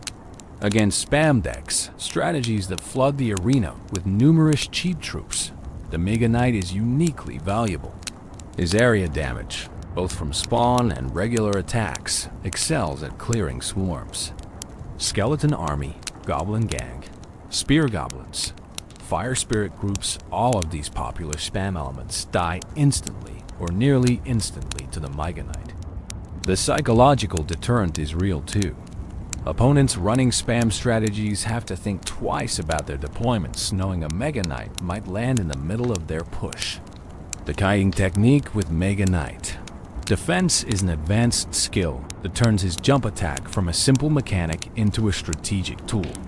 By placing troops at specific positions, you can control where the Mega Knight jumps, essentially choosing his path through the battlefield. This allows you to position him to intercept threats, to cluster enemies for maximum spawn damage value, or to set up situations where his jump will hit exactly what you want it to hit. Mastering this technique requires understanding the 3.5 to 5 tile jump, trigger range, and being able to use it predictively rather than reactively. Combo defending with other cards amplifies the Mega Knight's defensive value. Pairing him with Tornado, for example, creates a devastating combination where you can pull scattered enemy troops together just as the Mega Knight lands, ensuring spawn damage hits everything. Combining him with splash damage dealers like Wizard or Executioner means even if something survives his spawn, it's immediately hit by additional area damage. These combinations often completely annihilate pushes that would otherwise threaten towers, creating massive positive elixir trades. Against air-heavy strategies, the Mega Knight's fundamental limitation, inability to target air units, becomes a critical consideration. But this doesn't make him useless in these matchups. Against Lava Hound, for instance, he can touch the Hound itself, but destroys the pups when they spawn and eliminates ground support troops. Against Balloon, he needs air targeting support, but his presence means the opponent's ground troops can't support the Balloon. Understanding his limitations and building your deck to cover them is part of the defensive art.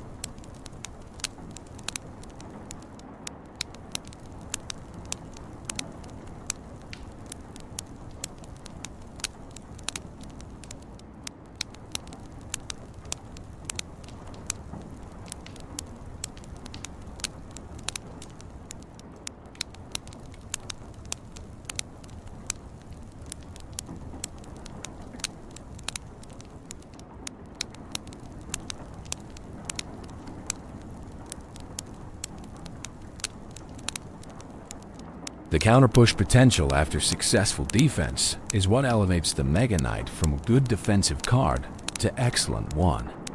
Because he has substantial health, successful defenses often leave him alive with enough HP to threaten the opponent's tower. This creates what's called defense into offense, where a single card serves both roles sequentially. The 7 elixir investment feels less costly when you realize you're regaining both defensive stop and offensive pressure from the same deployment. This is a key reason why the Mega Knight, despite his high cost, sees play in so many deck archetypes. Defending split lane pushes with the Mega Knight requires quick decision making. When opponents push both lanes simultaneously, you need to identify which lane the Mega Knight can best impact and which needs your other defensive tools. Generally, the Mega Knight goes to whichever lane has the most concentrated troop grouping, whereas spawn damage will provide maximum value. The other lane needs to be handled with cheaper cards or troops that are more efficient in different scenarios. This split-second decision-making under pressure is where defensive mastery truly shows. The defensive cycle management means tracking not just when you have the Mega Knight available, but when your opponent is likely to push. If you just use your Mega Knight offensively and your opponent has been patiently building elixir, they might push knowing you don't have your best defensive tool ready. Conversely, holding the Mega Knight defensively when your opponent is low on elixir and not threatening might be wasting opportunities. Balancing defensive preparedness with offensive opportunities is a constant tension in Mega Knight gameplay. Against swarm cards plus tanks combinations like Golem plus Skeleton Army or Giant plus Goblin Gand, the Mega Knight shined uniquely. He can be placed to hit the swarm with spawn damage while using his area damage attacks to handle any survivors and the tank simultaneously. This turns what might require multiple cards and careful sequencing from other decks into a single 7 elixir answer. The efficiency of this interaction is a primary reason why Mega Knight is popular against certain archetypes. Defending chip damage strategies requires a different Mega Knight approach.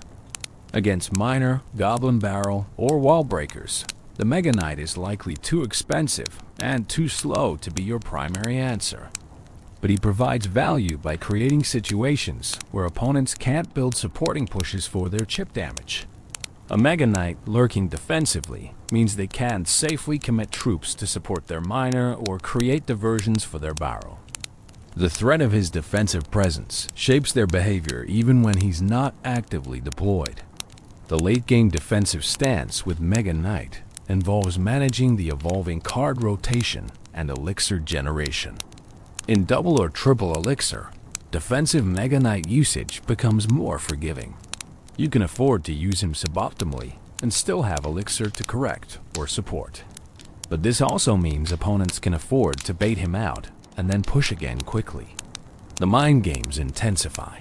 Is this push the real threat or a feint to make you waste your Mega Knight?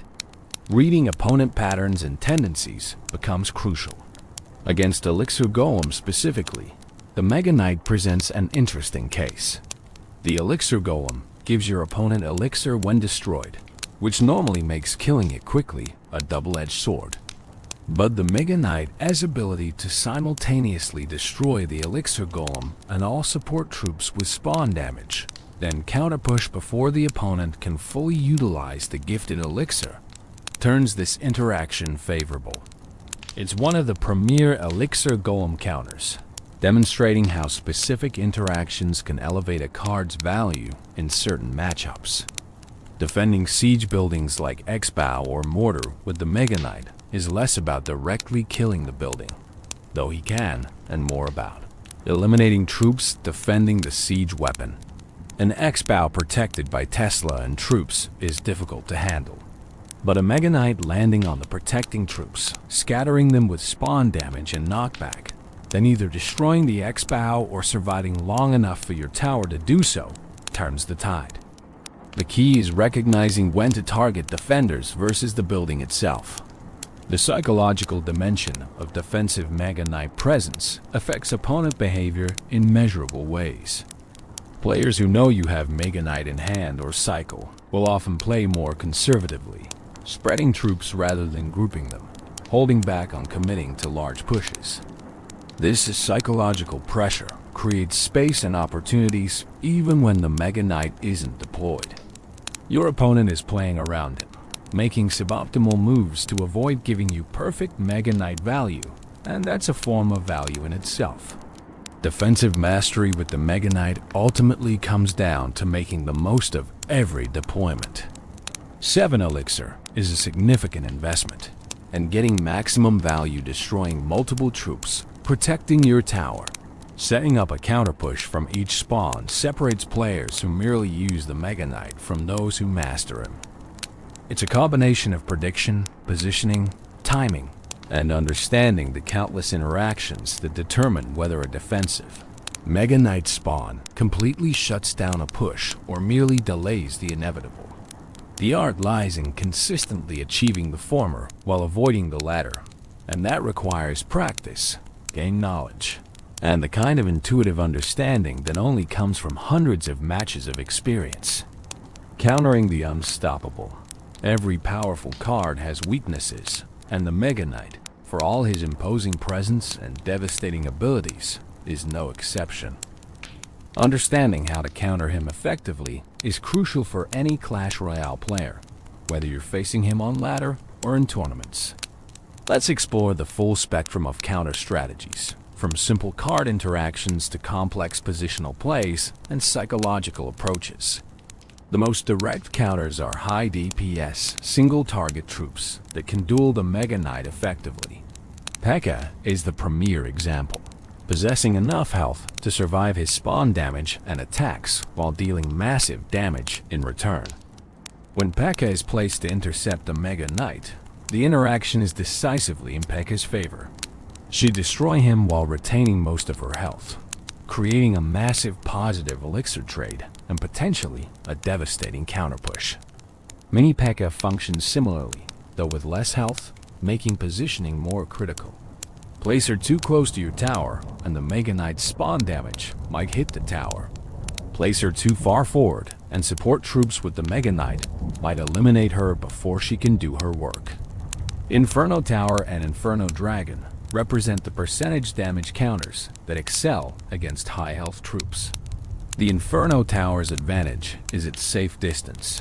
The Mega Knight can't easily reach it, and it melts him with its ramping damage. Proper Inferno Tower placement, typically in the center of your side, pulling the Mega Knight away from your tower, neutralizes him almost completely. The Inferno Dragon is more fragile but mobile, able to follow the Mega Knight and continue damaging him even if he jumps. Both Inferno options share a weakness. They can be reset by Zap or Lightning, spells commonly paired with Mega Knight. Anticipating this and having backup plans is essential. Building placements offer a low-cost counter strategy that's all about positioning rather than direct combat. Tesla, Cannon, Goblin Cage, these structures can pull the Mega Knight into the center of your territory, away from your towers, where both Princess Towers can attack him while he slowly destroys the building. This kiting wastes his jump attacks, minimizes tower damage, and often leaves him severely weakened or dead by the time he finishes the building. The key is placement.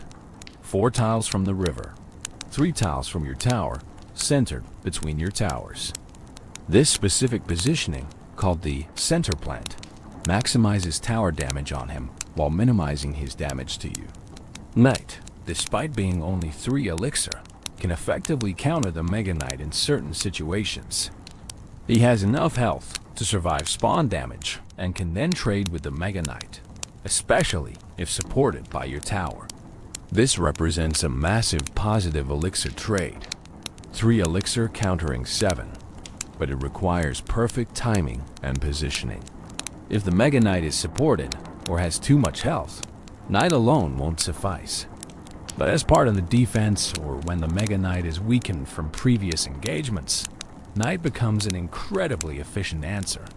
Air troops represent an entire category of counters that exploit the Mega Knight as fundamental inability to target air. Minion Horde, if unzapped, destroys the Mega Knight in seconds. Even single air units like Mega Minion or Ferno Dragon, while slower, can eliminate him without taking damage since he can't fight back. The catch is that Mega Knight decks usually include air counters precisely because of this weakness. Arrows, Zap, Fireball, Wizard, Executioner. These splash damage tools kill or severely weaken flying troops. The counter strategy becomes a mind game. Do you play your air counter immediately, risking the spell, or wait to see if they use their spell defensively first? Swarm tactics can overwhelm the Mega Knight despite his area damage if executed cleverly. Skeleton army placed after his spawn damage. Goblin gang split between lanes. Minion horde from air, while skeletons distract on ground. These combined swarm approaches divide his attention and his area damage. No single card overwhelms him, but forcing him to deal with multiple small threats from multiple directions stretches his capabilities. This strategy is elixir efficient when done correctly, but requires precise timing. Swarms placed too early die to spawn damage. Placed too late, and the Mega Knight might already be attacking your tower. The evolved barbarians present an interesting counter case. Their increased stats make them survivable against Mega Knight spawn damage, and their damage output when surrounding him is substantial. They represent a 5-for-7 elixir trade that typically favors the defender, especially when tower damage is considered. The barbarian's primary weakness against Mega Knight is his jump attack, which can scatter them and prevent them from surrounding him properly. Placement becomes crucial, dropping them around him after spawn damage, preventing the jump through positioning, or accepting some will die while others deal damage. Fisherman offers a unique counter mechanic through his hook. He can pull the Mega Knight away from threats, reposition him into tower range, or even pull him across the river if timed during his jump. This creates situations where the Mega Knight's positioning works against him, whereas 7 elixir investment results in minimal value because he's been manipulated into useless locations. Fisherman requires high skill to use effectively, but in practiced hands, he can completely neutralize Mega Knight threats while costing only 3 elixir. The Hunter is an underutilized but effective Mega Knight counter. His close range damage output is enormous, and he survives spawn damage with enough health to fight back effectively. Placement matters. Too far, and his spread damage is weak. Too close, and he takes tower damage from splash. The optimal distance is just far enough that Mega Knight's spawn damage hits Hunter, but not your tower, allowing Hunter to pour his close-range shotgun blast into the Mega Knight, while your tower adds damage. Support with a cheap tank like Ice Golem or Skeletons and Hunter becomes surprisingly effective. Electro Wizard provides utility beyond just damage through his spawn zap and attack stun. Placed on a Mega Knight, he immediately resets his jump if timed correctly and continually stuns him, slowing his attack speed. Ewiz alone won't kill a healthy Mega Knight, but he buys time and reduces damage output, allowing your towers and other troops to finish the job. The 4 elixir for 7 trade is favorable, especially considering Electro Wizard's utility remains after the Mega Knight is dealt with. Mega Knight versus Mega Knight interactions become common at higher trophy ranges where card ownership overlaps. When both players have Mega Knight, the interaction is about support troops and placement timing more than the Mega Knights themselves. Spawning your Mega Knight on theirs creates dual spawn damage that often neutralizes both or leaves both weakened. The player with better support or whose Mega Knight spawns second, thus getting the last hit of spawn damage, usually wins. This mirror match is all about reading when your opponent will deploy and being prepared to counterspawn. Legendary deck archetypes. The Mega Knight's versatility has led to his inclusion in numerous deck archetypes throughout Clash Royale's history. Understanding these deck types, how they utilize the Mega Knight, and their strategic approaches provides insight into why this card has remained relevant across so many metas and player preferences. Bridge spam decks were among the first to truly showcase the Mega Knight's potential beyond simple defensive play. These aggressive decks pair the Mega Knight with fast pressure cards like Bandit, Battle Ram, and Ram Rider. The strategy revolves around applying constant pressure, forcing opponents to respond to multiple threats simultaneously. The Mega Knight serves dual roles. When defending, his spawn damage and splash attacks stop enemy pushes efficiently, and when pushing, he provides a tanky presence that supports your fast troops or becomes a formidable counter-push threat himself after successful defenses. Beatdown Mega Knight decks take a different approach, treating him more like a secondary tank in slower, more methodical pushes. These decks might pair Mega Knight with Golem or Giant, building massive pushes with layered threats that overwhelm defenders through sheer sustained pressure. The Mega Knight in these builds often starts defensively, stopping enemy pushes, then joins your main beatdown tank for the counter push, creating a two-tank assault that's incredibly difficult to stop. Cycle Mega Knight decks seem contradictory. How can you cycle quickly with a 7 elixir card? But they work by including numerous cheap cards alongside the Mega Knight. Ice Spirit, Skeletons, Fire Spirit, Bats, maybe Spear Goblins or Arrows. These ultra-cheap cards allow you to cycle back to your Mega Knight quickly, meaning you can have him available frequently despite his cost. The strategy emphasizes efficient defense with cheap cards supplemented by the Mega Knight's defensive power, then capitalizing on elixir advantages with well-timed pushes. The bait decks incorporating Mega Knight use him as both bait and payoff. These decks include multiple cards that bait out the same counter, then capitalize when that counter is unavailable. For instance, if your deck includes Mega Knight, Goblin Barrel, and Skeleton Army, opponents must choose what to use their small spell on. Zap the barrel?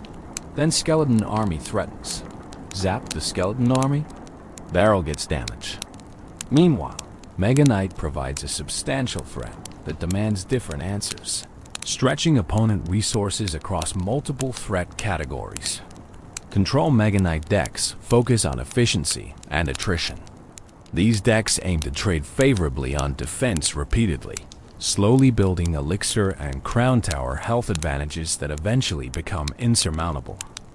Mega Knight is perfect for control because his defensive value is enormous. He can turn 7 elixir into 15 elixir of defensive value with a perfect spawn, and his counter-push potential means you're not just defending, you're threatening simultaneously. Control decks might include Mega Knight, Miner, Poison, Inferno Dragon, Bats, Ice Spirit, Log, and Fireball. Every card serves defensive purposes, while also providing chip or pressure capabilities. Mega Knight Balloon pairs area control with direct tower threat.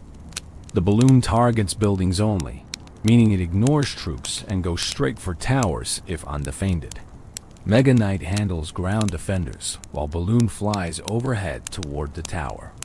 The combination forces opponents to defend both ground and air simultaneously, and many decks struggle with this split attention requirement.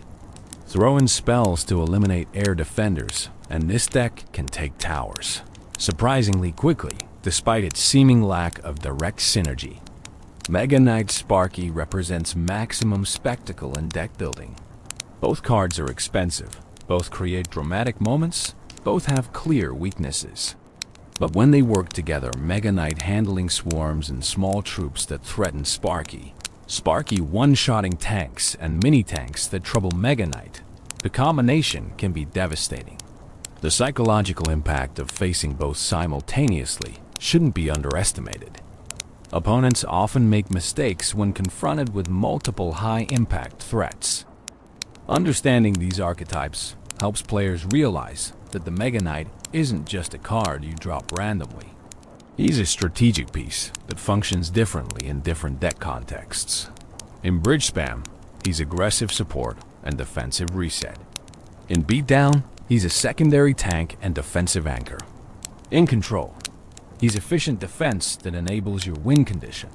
In bait, he's both bait and threat. Each archetype demands different playstyles, different timing, different decision-making patterns. Mastering the Mega Knight means understanding not just the card in isolation, but how he functions within these larger strategic frameworks that define competitive Clash Royale play.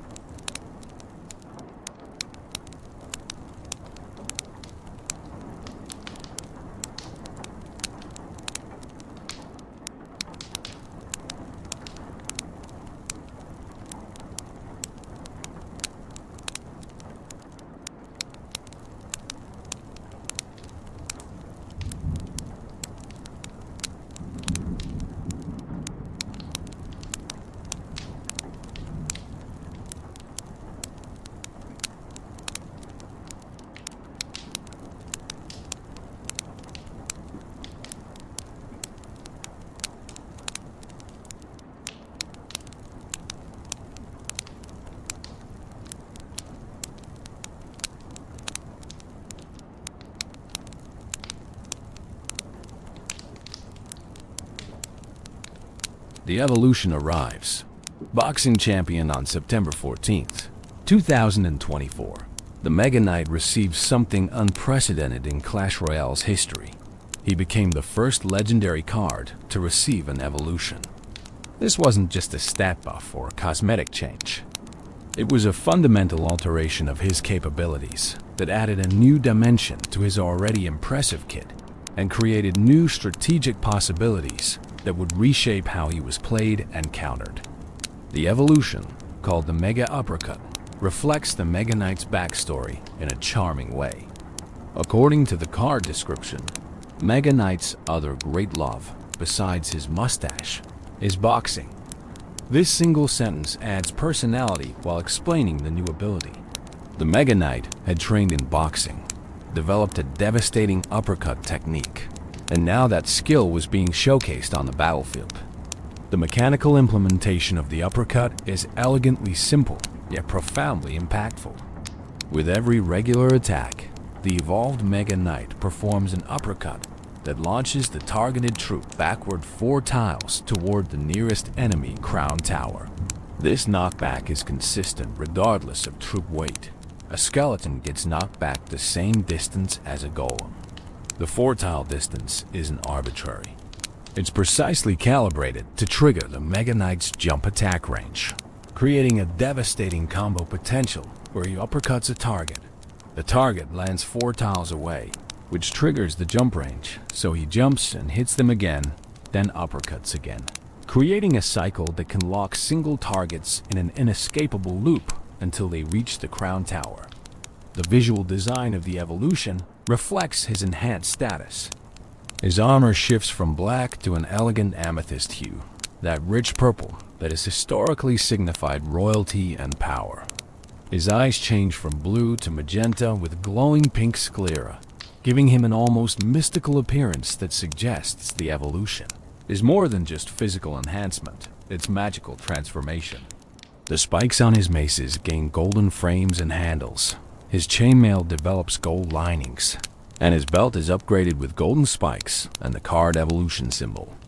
These aesthetic changes ensure the evolved Mega Knight is instantly distinguishable from his base form, crucial for both the player deploying him and opponents who need to recognize what they're facing.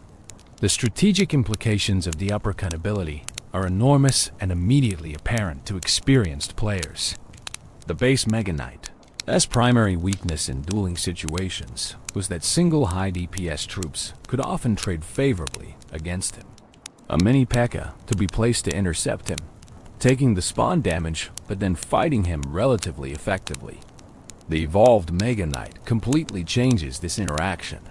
The mini P.E.K.K.A. gets uppercutted backward, preventing her from attacking effectively, then jumped on for double damage, then uppercutted again.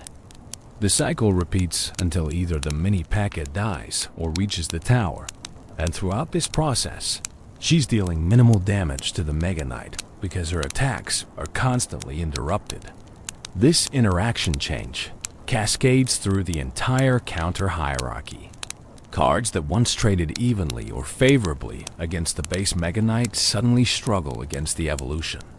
Prince charges in but gets uppercutted mid-charge, negating his charge damage and making him vulnerable. Sparky charges her shot but gets knocked back before firing, effectively reset without Zap or Electro Wizard.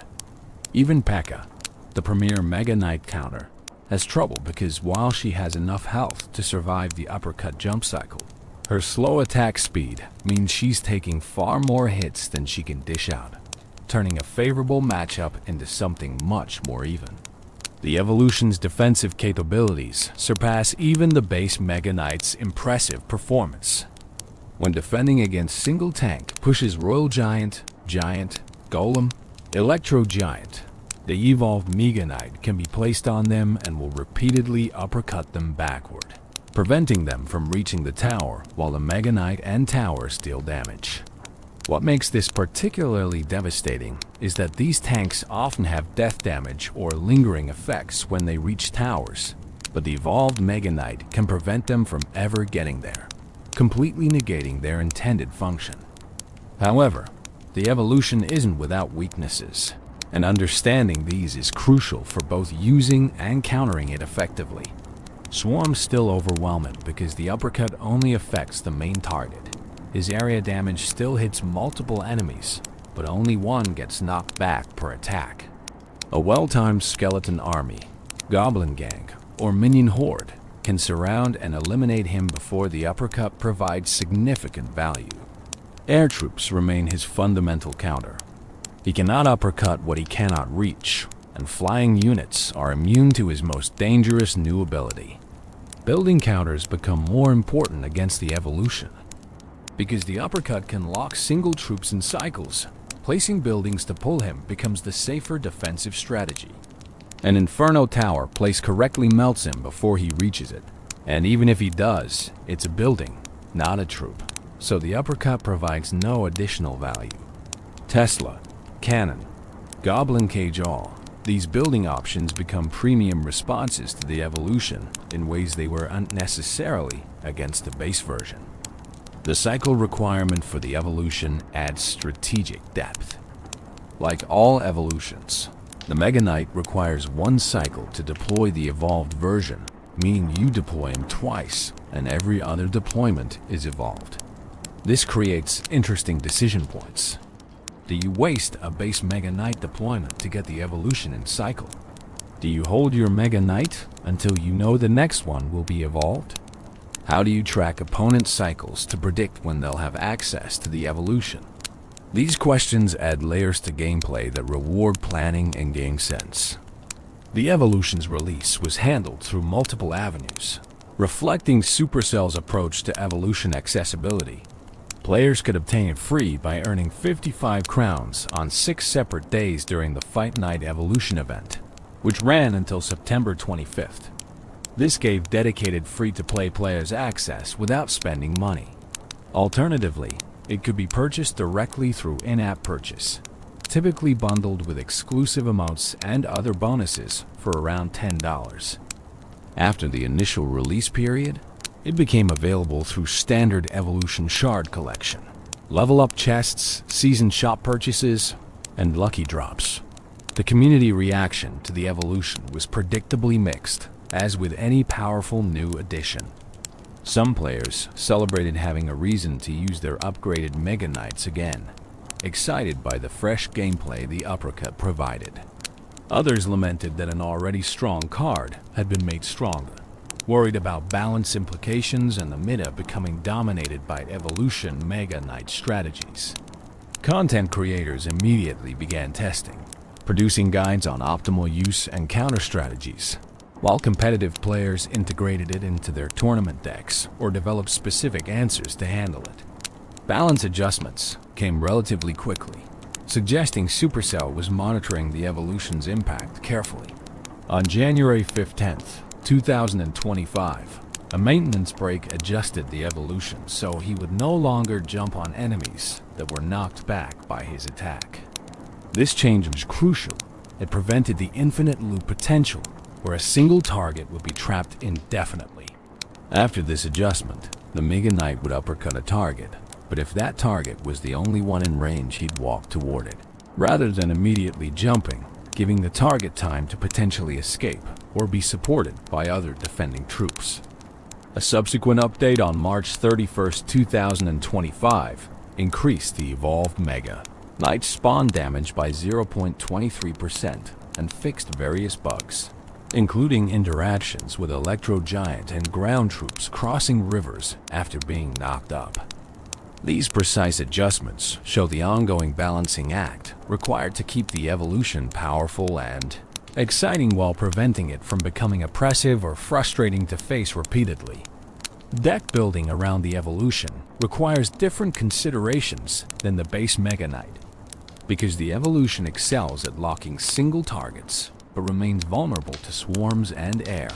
Pairing him with splash support and air defense becomes even more crucial. Wizard Executioner, or Magic Archer behind the evolution Mega Knight, creates a combination that handles both his weaknesses. The support deals with swarms and can hit air targets, while the evolution handles single threats and tanks damage. Spells become more important too. Having zap or arrows to clear swarm counters, or lightning to eliminate building counters, can be the difference between the evolution reaching the tower or being shut down for a negative trade. The evolution also creates interesting psychological dynamics. Opponents who know you have the evolution in cycle will play more conservatively, holding swarms or buildings specifically for it. This allows your base Mega Knight deployments to potentially get more value, as opponents are over-preparing for the evolution and underestimating the base version. Conversely, if opponents don't realize when you have the evolution available, they might attempt single-unit counters that worked against the base version, but fail catastrophically against the evolution, leading to tower losses or massive damage. The evolution Mega Knight represents more than just a powerful card variant. It's a statement about Clash Royale's ongoing evolution, about how legendary cards can continue to receive attention and development years after their initial release. It validates the time and resources players invested in upgrading their Mega Knights by giving that investment renewed relevance. And it adds another layer to the rich strategic tapestry that makes Clash Royale endlessly replayable, where even familiar cards can surprise you with new capabilities, new interactions, and new ways to approach the eternal dance of attack and defense that defines every match. Meta impact through the ages. The Mega Knight's influence on the Clash Royale meta has been profound and persistent, but it hasn't been static. Like the meta itself, his position within the strategic landscape has shifted, sometimes holding a dominant position, other times fading to niche use, always relevant but never unchangingly so. Tracking his meta impact over the years tells the story of Clash Royale's evolution as a game.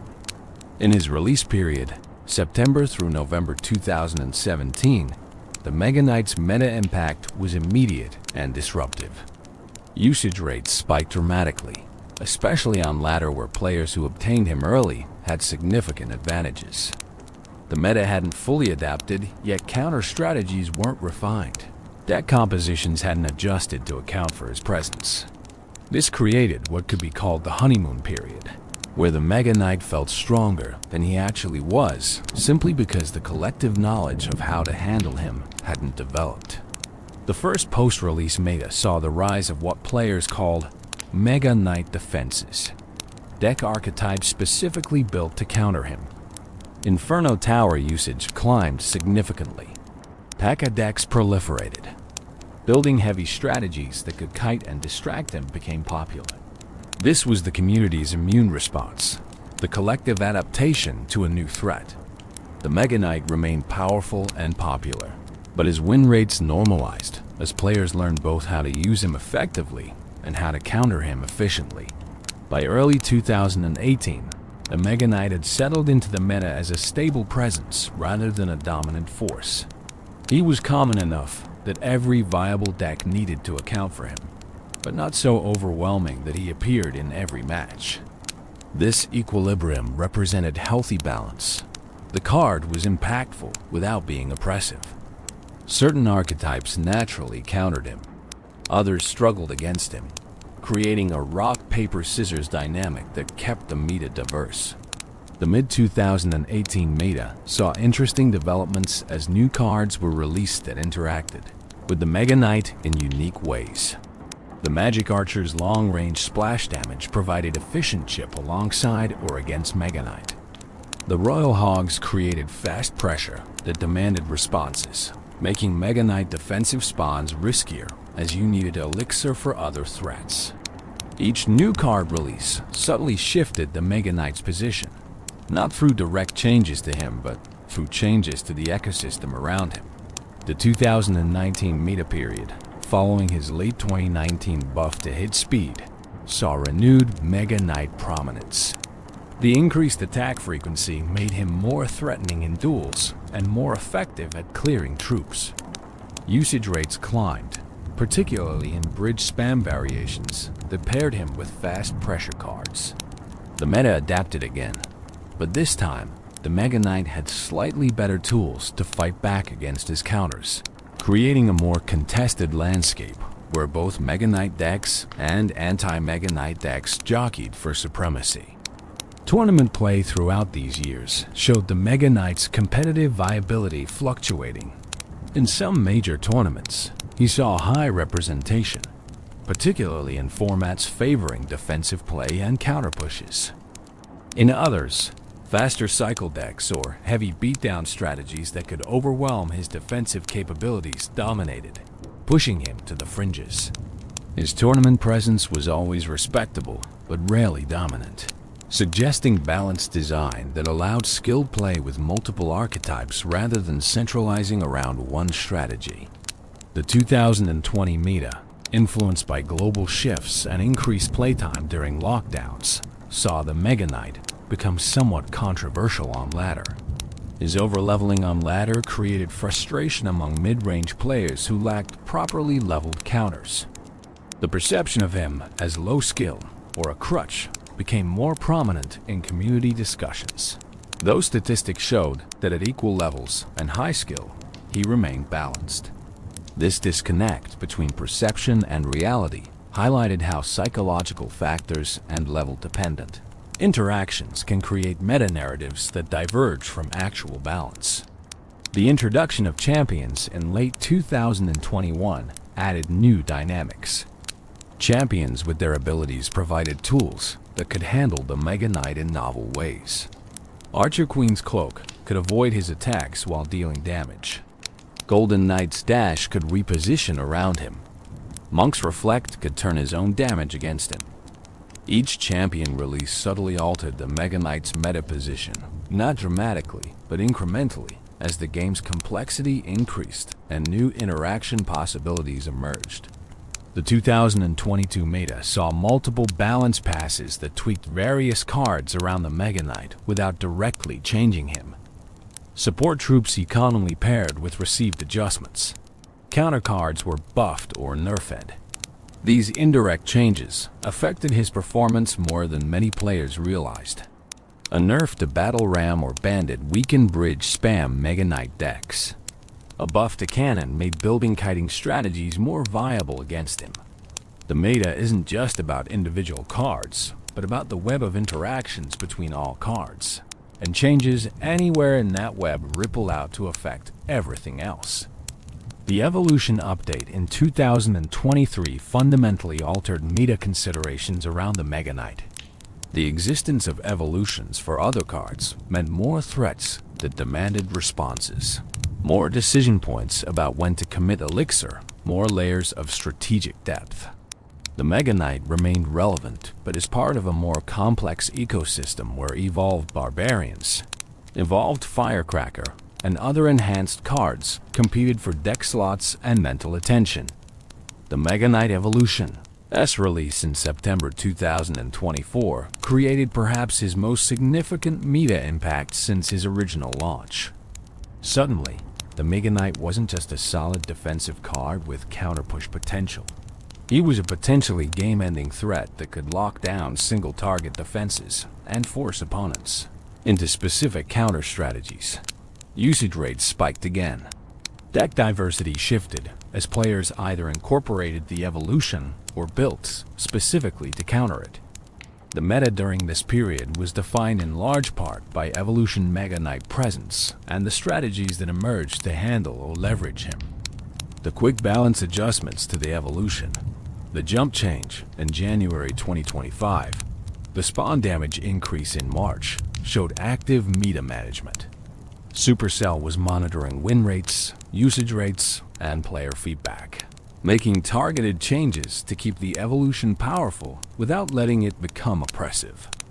This active management style, responding to meta developments rather than waiting for scheduled balance passes, reflected lessons learned from years of live service game operation. Throughout all these meta periods, certain truths about the Mega Knight remained constant. He was always better on ladder than in tournaments due to level advantages.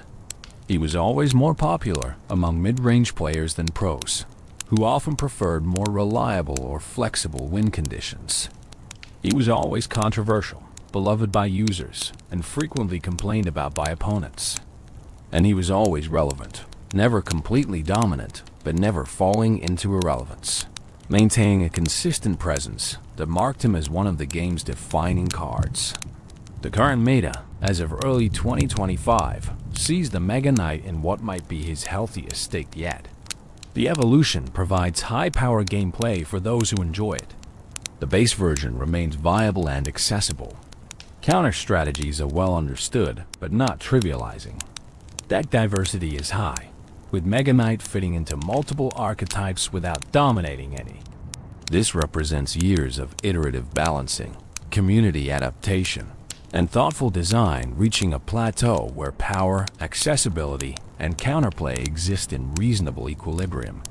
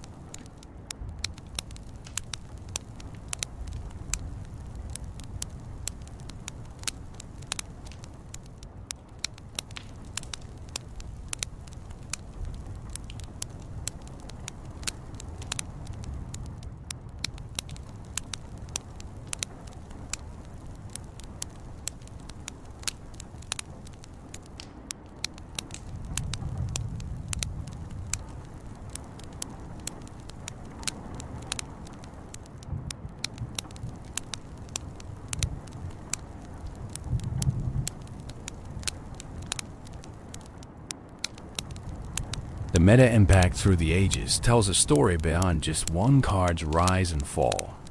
It tells the story of a living game that changes and grows, where yesterday's dominant strategy becomes today's counterable approach, where players and designers engage in an endless dance of innovation and response. The Mega Knight has been a major character in this story from 2017 to the present, a constant presence whose impact has waxed and waned, but never disappeared. Understanding his meta journey helps us appreciate not just the card, but the dynamic, ever-shifting landscape of competitive Clash Royale, where nothing stays the same for long, where adaptation is constant, and where even the mightiest warriors must evolve or be left behind. Tournament legacy and competitive play. While the Mega Knight has always been popular on ladder, his competitive tournament legacy presents a more nuanced picture. Tournament play with its level caps and best-of-3 formats. creates a different environment where raw power matters less than consistency, versatility, and player skill. The Mega Knight's journey through competitive play reflects both his strengths and his limitations at the highest levels of play. The first major competitive appearance of the Mega Knight came at the Clash Royale World Finals in December 2017, just 3 months after his release. Several competitors included him in their lineups, primarily in bridge spam configurations. The results were mixed. Some players found great success with him, leveraging his defensive power to shut down opponent pushes and create devastating counterpressure. Others struggled, finding that top-level opponents had already developed counter strategies that neutralized his impact. This debut established a pattern that would persist. The Mega Knight was viable competitively, but not dominant. Effective in the right hands and matchups, but not universally optimal. The Clash Royale League throughout 2018 saw fluctuating Mega Knight representation. In the first season, he appeared in roughly 20 to 25% of deck lists, a healthy but not overwhelming presence. Certain players became known for their Mega Knight mastery, showcasing intricate timing and placement that extracted maximum value from every deployment. These showcase matches did more than just win games. They educated the player base on optimal Mega Knight technique, raising the general skill level around the card across the entire community. One particularly memorable competitive moment came during the Crown Championship 2018, when a player executed a perfect Mega Knight spawn that eliminated an entire push worth over 20 elixir, then counterpushed for the 3 crown victory. This play became a highlight reel moment, shared across social media and YouTube, cementing the Mega Knight's reputation for spectacular game-swinging potential. But for every highlight play, there were dozens of matches where the Mega Knight performed adequately without creating these dramatic moments, reflecting the reality that consistent, efficient play often matters more than spectacular ceiling. The 2019 competitive season saw an interesting development: the rise of Mega Knight Minor Poison as a tournament-viable archetype. This control-focused deck leveraged the Mega Knight's defensive prowess while using Minor and Poison for consistent chip damage. The strategy was patient, almost defensive, waiting for opponents to overcommit and punishing them with efficient Mega Knight defenses, then slowly chipping away with Minor Poison cycles. Multiple players piloted variations of this deck to success in Clash Royale League and Crown Championship qualifiers, proving that the Mega Knight could anchor control strategies at the highest level, not just aggressive bridge spam. However, the 2020 competitive meta saw reduced Mega Knight presence as cycle decks like Hog Cycle and X-Bow gained prominence. These faster cycling strategies could bait out the Mega Knight, then push when he was out of cycle, or spread pressure across both lanes to prevent the Mega Knight from providing single-lane defensive dominance. The competitive meta demonstrated a truth about the Mega Knight: he excels against certain strategies but struggles against others, making him a meta-dependent choice rather than a universally strong pick. The introduction of best-of-5 formats in certain tournaments created interesting strategic dynamics around the Mega Knight. Players would include him in their lineups not for every match, but for specific matchups where he excelled. This selective deployment showed sophisticated meta reading, recognizing that the Mega Knight was a tool for specific jobs rather than a universal solution. The format also allowed players to ban out Mega Knight in matches where they had poor answers, adding another layer of strategy around when and how to include him in competitive play. The Clash Royale World Finals 2021 saw a memorable Mega Knight performance in the Grand Finals, where a top player used him in a critical Game 5 situation, spawning him perfectly to shut down a match point push and turn the game around for an eventual championship victory. This clutch performance under maximum pressure showcased why players continue to trust the Mega Knight competitively. His ability to create swing moments in crucial situations provides insurance against catastrophic push breakthrough that could end matches or series. The monthly seasonal tournaments that Supercell introduced provided another data point for Mega Knight competitive viability. These tournaments, accessible to all players, but with tournament standard levels, showed consistent but moderate Mega Knight representation. Win rates hover around 50 to 53% across these events, suggesting he was balanced, viable, and effective without being overpowered. Players who mastered him performed well. Those who misused him struggled. This skill dependency is the hallmark of good competitive card design. The Evolution Mega Knight's arrival in competitive play created immediate controversy and adjustment. Initial tournaments featuring the Evolution saw high ban rates. Players respected his power enough to frequently ban him out rather than try to counter him. As counter strategies developed, ban rates decreased and actual play rates increased, with players incorporating the Evolution into various archetypes or building specific answers into their decks. The Evolution's competitive presence was stronger than the base Mega Knights had ever been, suggesting that while the base version was balanced for competitive play, the Evolution pushed closer to dominance. Certain professional players became synonymous with Mega Knight mastery. Their gameplay videos and tournament performances served as masterclasses in optimal deployment timing, positioning precision, and strategic decision-making around when to hold versus when to commit the 7 elixir. Analyzing these top-tier Mega Knight pilots revealed techniques that weren't immediately obvious: specific placements that maximize spawn damage, timing patterns that predicted opponent plays, elixir management that ensured the Mega Knight was available for critical defensive situations. The competitive legacy of the Mega Knight isn't measured solely in championship wins or dominant meta periods. It's also measured in his consistency. He's never completely disappeared from competitive play since his release. While his representation percentage has varied, he's maintained continuous presence across multiple years and evolving metas. This longevity in competitive relevance is rarer than many players realize. Most cards cycle through periods of competitive viability and irrelevance. The Mega Knight's sustained, if fluctuating, presence demonstrates fundamental design that continues to provide value at the highest skill levels. The tournament formats themselves influence Mega Knight viability. In single elimination tournaments where one loss means elimination, the Mega Knight's swing potential, his ability to completely shut down pushes and turn games around, made him attractive despite inconsistencies. In double elimination or round-robin formats where consistency across many games mattered more, players sometimes opted for more reliable, if less spectacular, cards. This format sensitivity added another dimension to competitive deck-building decisions around whether to include him. Analyzing competitive statistics reveals interesting patterns. The Mega Knight's tournament win rate has historically been highest in the hands of players with over 1,000 tournament wins, suggesting significant skill dependency.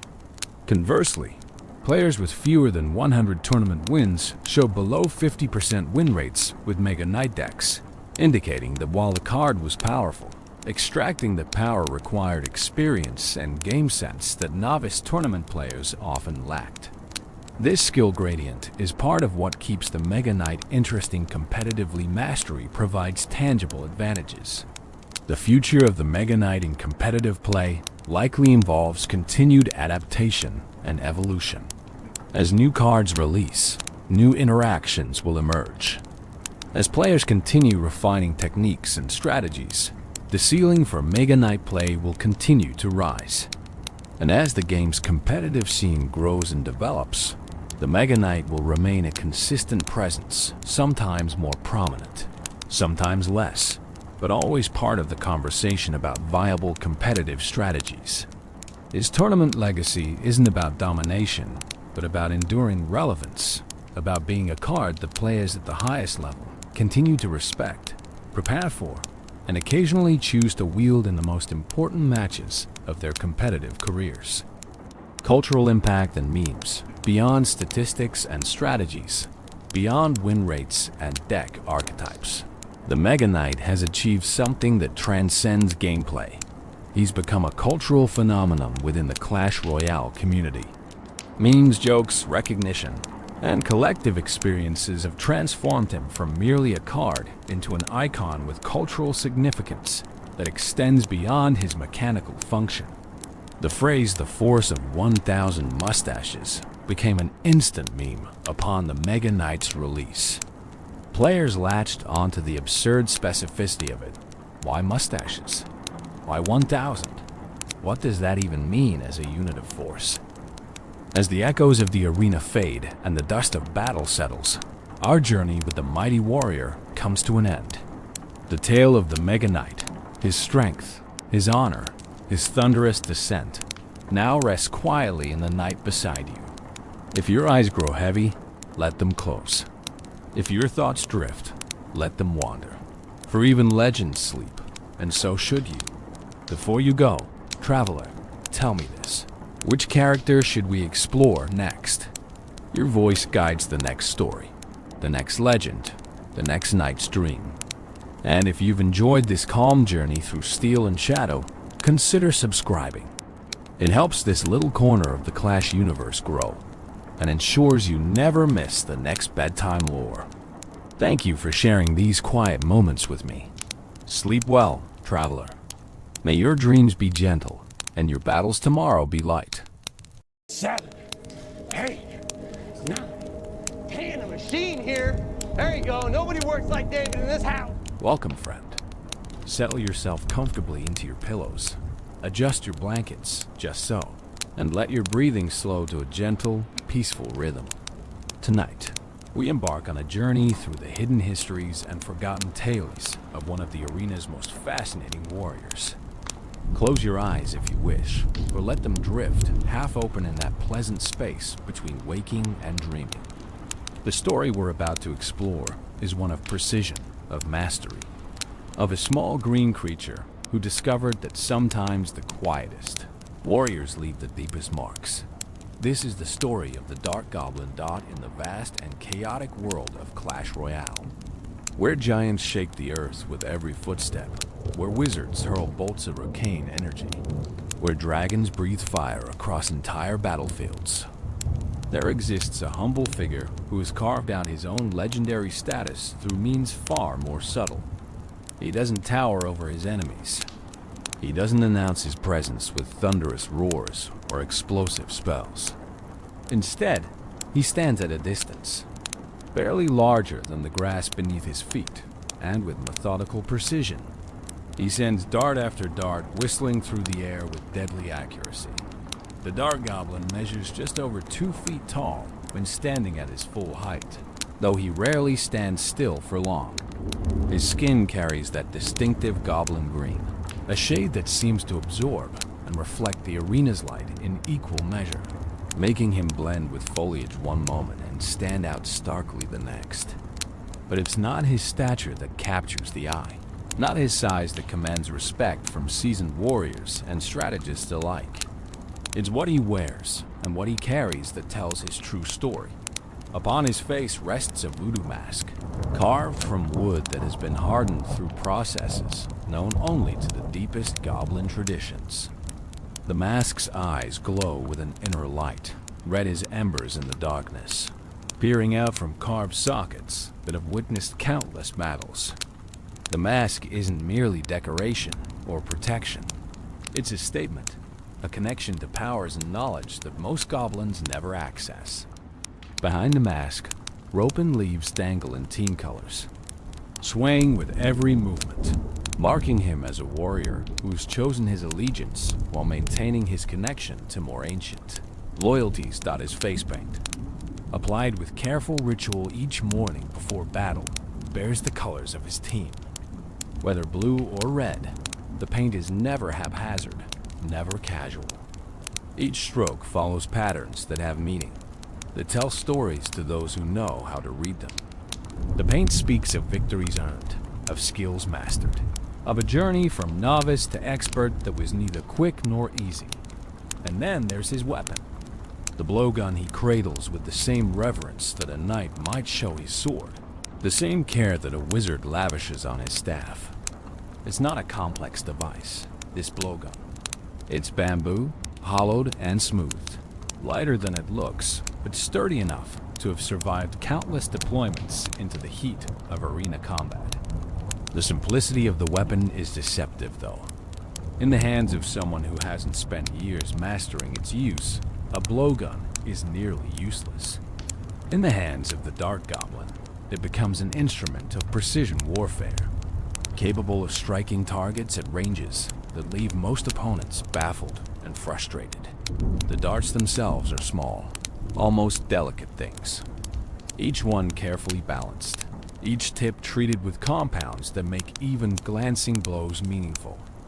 He carries these darts in a quiver fashioned from materials he's gathered across years of service. Each one checked before battle, each one selected with the kind of attention that master craftsmen give to their finest work. This attention to detail, this obsessive care for his equipment and his craft, defines everything the Dark Goblin is and everything he has become. But we're getting ahead of ourselves. To truly understand the Dark Goblin, to appreciate how a small green creature armed with a bamboo tube and tiny projectiles became one of the most respected and feared units in the entire Clash Royale arena, we need to go back. We need to understand not just who he is, but where he came from. We need to explore the deep history of goblinkind, the traditions and secrets that flow through his veins like the very blood that keeps him moving, keeps him fighting, keeps him standing at impossible ranges and delivering death through whispers of air and tiny point tips. The story of the Dart Goblin is intimately connected to the story of all goblins. Those small, mischievous, often underestimated creatures who have populated human folklore for centuries. It's connected to the development of goblin warfare, to the ways these diminutive beings learn to survive and thrive in a world filled with creatures much larger and ostensibly much more powerful. It's a story of specialization, of finding your niche and mastering it so completely that you become irreplaceable, invaluable, legendary in your own right.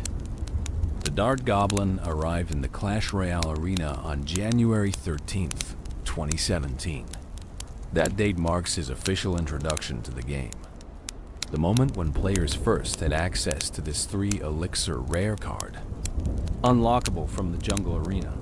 But his story, his true story, begins long before that date. It begins in the misty depths of goblin history, in the traditions and knowledge passed down through countless generations. In the moment when one particular goblin looked at a blowgun and saw not just a hunting tool or a toy, but a weapon capable of changing the very nature of arena combat. Tonight, we'll walk through that history together.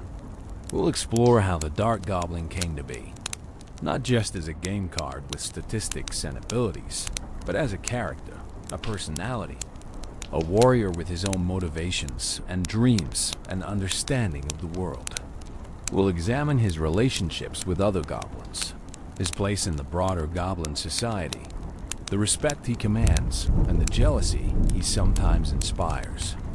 We'll delve into the technical aspects of his craft, understanding what makes a master blowgun specialist, and how one achieves such precision at such remarkable ranges. We'll trace his journey through the meta, watching his strategies evolved around him as players discovered optimal ways to deploy him, as balance changes adjusted his power level while maintaining his core identity. We'll witness his transformation into his evolved form, that moment when he stumbled upon ancient secrets in a goblin temple deep underground, finding a poisonous mask that would amplify his already formidable abilities into something even more devastating. And through it all, we'll maintain that gentle, relaxed pace.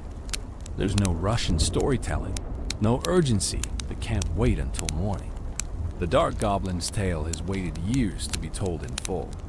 It can wait a few more hours as we explore every detail, every nuance, every small moment that contributed to making him who he is today. Let your mind drift along with the narrative. following wherever it leads, allowing the images and ideas to form naturally in that space where conscious thought begins to blur into dream. The arena is vast, filled with countless warriors, each with their own stories, their own journeys, their own moments of triumph and defeat.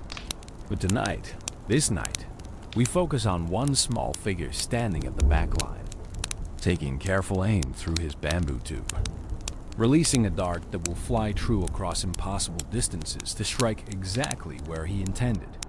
Tonight, we honor the patience, the precision, the quiet mastery of the dark goblin dot, so breathe deeply. Let your muscles relax, starting from your toes and working upward, releasing all the tension of the day. Feel yourself sinking deeper into comfort, into that peaceful state where stories can be received fully, where imagination can paint pictures more vivid than any screen could show. The dark goblin is ready to share his secrets. The question is whether you're ready to listen, to learn, to understand what it means to be small in a world of giants, yet leave a mark that cannot be ignored or forgotten. The moon rises over the arena. Shadows lengthen and merge. And somewhere in the gathering darkness, a small green figure checks his equipment one more time, ensuring everything is perfect, everything is ready. Because that's what masters do. That's what the Dark Goblin has always done. And that's where our story truly begins. The ancient origins of goblin kind. To understand the Dark Goblin, we must first understand goblins. Not the cartoonish caricatures or simplified game pieces, but the rich, complex creatures whose folklore stretches back through centuries of human storytelling, whose characteristics and natures vary wildly depending on which culture's tales you examine, whose very existence seems to occupy that liminal space between the mundane and the magical, the physical and the metaphysical. Goblins first appear in the stories of medieval Europe, though their origins likely stretch back even further into the oral traditions that preceded written records. The word itself carries weight and history, evolving through languages and cultures, picking up new meanings and associations with each retelling. In some tales, goblins are household spirits, mischievous but not necessarily malevolent, playing tricks on humans but also sometimes helping with chores if properly appeased with offerings of food or drink. In other stories, they're grotesque monsters dwelling in caves and dark places, stealing children and hoarding treasure, creatures to be feared and avoided rather than merely tolerated. The appearance of goblins varies tremendously across different cultural traditions. Some describe them as small and wizened, resembling diminutive old men with long noses and pointed ears. Others paint them as more monstrous, with green or gray skin, sharp teeth, and eyes that gleam with unsettling intelligence. Some traditions grant them magical abilities, shape-shifting, or illusion, or the power to curse those who cross them. Others portray them as purely physical beings, clever and cunning, but bound by the same natural laws that govern all creatures. What remains consistent across most goblin folklore is their association with cunningness, their tendency toward mischief, and their outsider status. Goblins exist at the edges of human society, never fully part of it, but never completely separate from it either. They're the explanation for missing objects, for crops that fail without apparent reason, for the vague sense of unease that settles over certain places. They represent chaos constrained, danger that can be managed but never fully eliminated. The reminder that not everything in the world operates according to human rules and expectations. In the Clash universe, goblins inherit aspects of all these traditions while forging their own distinct identity. They're small, yes, standing barely over 2 feet tall even in their most impressive specimens. Their skin carries that distinctive green hue, ranging from pale, almost yellow-green to deep emerald, depending on the individual. Their ears are pointed, their eyes large and expressive, capable of conveying surprising depth of emotion despite their non-human features. They move with a peculiar combination of clumsiness and grace, seeming to stumble and scramble while actually maintaining perfect control of their movements. Goblin. Society in the Clash world is complex and often misunderstood by the larger creatures who share their battlefields. To most observers, goblins appear to be simple, almost primitive beings driven by basic impulses and lacking the sophisticated social structures of kingdoms and courts. This perception is deeply, fundamentally wrong. Goblin society is ancient, with traditions and hierarchies that have been refined over countless generations. What appears as chaos to outsiders is actually carefully maintained social order, with rules and expectations that every goblin understands from birth. The goblin community is built around clans, extended family groups that often specialize in particular skills or roles. Some clans focus on construction and engineering, producing the barrels, cages, and machines that feature so prominently in goblin warfare. Others specialize in demolition, mastering the use of explosives and understanding structural weaknesses with intuitive genius. Still others dedicate themselves to combat, developing fighting techniques that maximize the advantages of small size and surprising speed. Within each clan, young goblins are educated in both general knowledge and specialized skills. The education is informal by human standards, lacking structured classrooms or formal curricula. Instead, knowledge passes from elder to youth through demonstration, practice, and stories told around evening fires. Young goblins learn by watching, by attempting and failing and trying again, by absorbing the accumulated wisdom of their ancestors through methods that seem casual but are actually remarkably effective. Goblin warfare represents a fascinating study in asymmetric combat. Goblins recognized early that they would never match the raw strength of barbarians, the armored protection of knights, the magical power of wizards.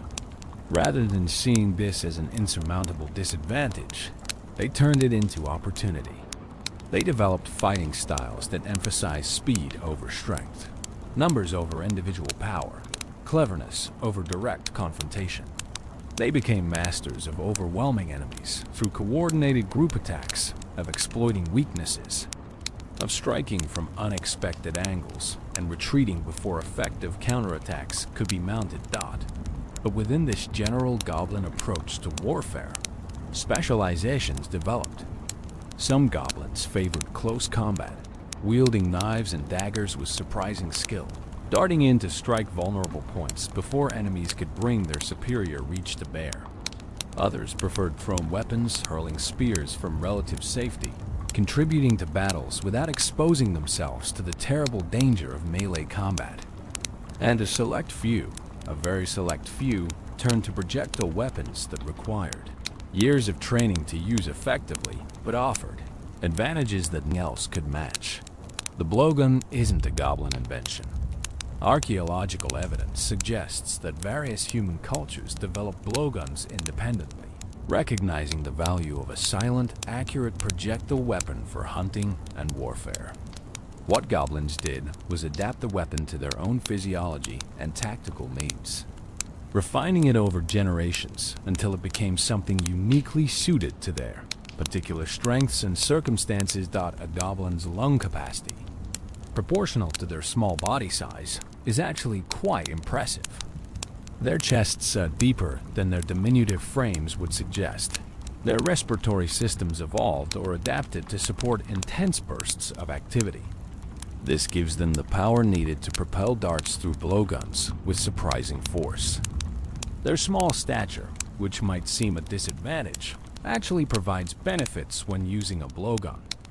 The weapon is easier to conceal, to aim with their lower center of gravity, to maneuver in spaces where larger warriors would struggle. But physical capability alone doesn't create mastery. The path from novice blowgun user to expert is long and demanding. Young goblins who show interest in the weapon, who demonstrate the patience and dedication required, begin training that will consume years of their lives. They start with tubes barely longer than their arms, learning to control their breath, to develop the muscle memory required for consistent aim, to understand how tiny adjustments in angle or breath pressure will affect where their dart strikes. The training progresses through stages, each one building on the last, each one revealing new layers of complexity that must be mastered before advancement is possible. Early training focuses purely on hitting stationary targets at close range. Once basic accuracy is achieved, distances increase gradually. Then moving targets are introduced, requiring students to learn leading their shots, predicting where an enemy will be when the dart arrives rather than simply aiming at where they are now. Advanced training incorporates environmental factors. Wind affects dart flight, requiring adjustments that experienced users make instinctively, but beginners must learn consciously. Temperature and humidity change how darts fly, how quickly they slow down, how they respond to the breath propelling them. Different darts behave differently, with variations in weight, balance, and tip design all affecting performance. Master blowgun users learn to select the right dart for each situation, adapting their technique to match the specific ammunition they're using. The pinnacle of blowgun mastery, achieved by only a handful of goblins in each generation, involves understanding the weapon at such a deep level that technique transcends into artistry. At this level, users don't consciously think about breath pressure or angle or dart selection. Their bodies know what to do, their muscles and lungs and eyes working together in perfect coordination, producing results that seem almost supernatural to those who don't understand the years of dedicated practice underlying each shot. This is the tradition the Dark Goblin was born into. Not the general tradition of goblin warfare, but the specific rarefied tradition of blowgun mastery. His path to expertise wasn't unique in its broad strokes. Many young goblins attempt to learn the blowgun. Most give up when they realize how demanding the training is. How many years must be invested before even basic competence is achieved? Those who persist face a grueling journey that tests not just physical skill, but mental fortitude, patience, and the ability to learn from failure without becoming discouraged. What made the Dark Goblin different? What allowed him to not just complete this training, but to excel, to become one of the acknowledged masters of his generation, was a combination of natural talent and obsessive dedication that bordered on mania. He didn't just practice because he was supposed to. He practiced because he couldn't imagine doing anything else. The blowgun called to something deep within him, spoke to a part of his nature that found perfect expression through the act of sending darts across impossible distances to strike targets with pinpoint accuracy. His instructors recognized this quality early. They saw in him the same fire that burned in all true masters, that refusal to accept good enough when perfection, while unattainable, could still be endlessly pursued. They pushed him harder than they pushed other students, demanded more, expected more, because they recognized that he could handle it, that he would thrive under pressure that would break others. And he did thrive, growing not just in skill but in understanding, developing the kind of deep, intuitive relationship with his weapon that separates competent practitioners from genuine artists. The Goblin clans have ancient records, stories and legends passed down through generations, telling of blowgun masters whose skills achieved legendary status.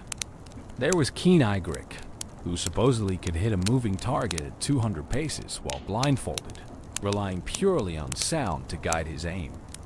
There was Silent Mort, who developed techniques for coating his darts in substances that would put enemies to sleep rather than killing them, turning his blowgun into a tool for capture rather than destruction. There was Whisper Deathfix, who mastered the art of shooting multiple darts in rapid succession, creating streams of projectiles that could overwhelm even armored opponents through sheer volume of accurate fire. The Dark Goblin studied these legends, learned everything known about these ancient masters, incorporated their techniques and innovations into his own developing style. But he didn't stop with mere imitation.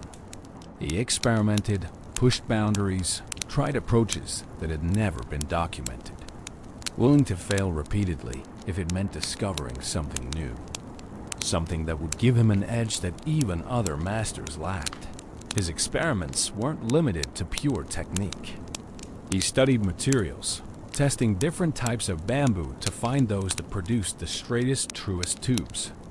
He investigated dart design, modifying shapes and weights and tip configurations, discovering combinations that flew straighter, hit harder, penetrated more effectively than traditional designs. He researched compounds that could be applied to dart tips, not to poison enemies, but to ensure that even glancing blows would slow them, weaken them, make them easier targets for follow-up shots. This research, this endless drive to improve and innovate, took him to places other goblins rarely visited. He traveled to remote goblin settlements, seeking out elders who remembered old techniques that younger generations had forgotten. He explored ancient goblin sites, locations where clans had lived centuries ago, searching through ruins for artifacts and records that might contain useful knowledge. He even risked ventures into non-goblin territories, observing how other species use projectile weapons, stealing ideas and adapting them to his own purposes. It was during one of these exploratory journeys that he first heard whispers of the goblin temples. These weren't common knowledge, weren't locations that appeared on any maps or featured in the stories told to children. They were secrets, carefully guarded by the oldest goblin families, spoken of only in hushed voices when elders thought younger members weren't listening. The temples were places of power, repositories of ancient goblin magic and knowledge, protected by wards and traps that made them nearly inaccessible to all but the most determined seekers. The story said that within these temples could be found artifacts of immense power, objects created by goblin ancestors who had mastered arts that modern goblins barely understood, masks that granted enhanced perception, allowing users to see things others couldn't, potions that amplified natural abilities, turning competent warriors into formidable ones, weapons imbued with properties that transcended mere craftsmanship, that bordered on or crossed into the realm of magic. The Dark Goblin filed these stories away, cataloging them alongside all the other knowledge he accumulated during his journeys. He didn't particularly believe them. Ancient treasures and magical artifacts sounded like the stuff of children's tales, exaggerations built from small truths into grand fictions. But he remembered them nonetheless, because a good student of any craft learns to never completely dismiss anything, to keep even unlikely possibilities in mind, because sometimes, just sometimes, the unlikely proves true. He couldn't know, during those early years of training and travel, that those half-believed stories would eventually lead him to a transformation that would elevate him from mere master to something approaching legend.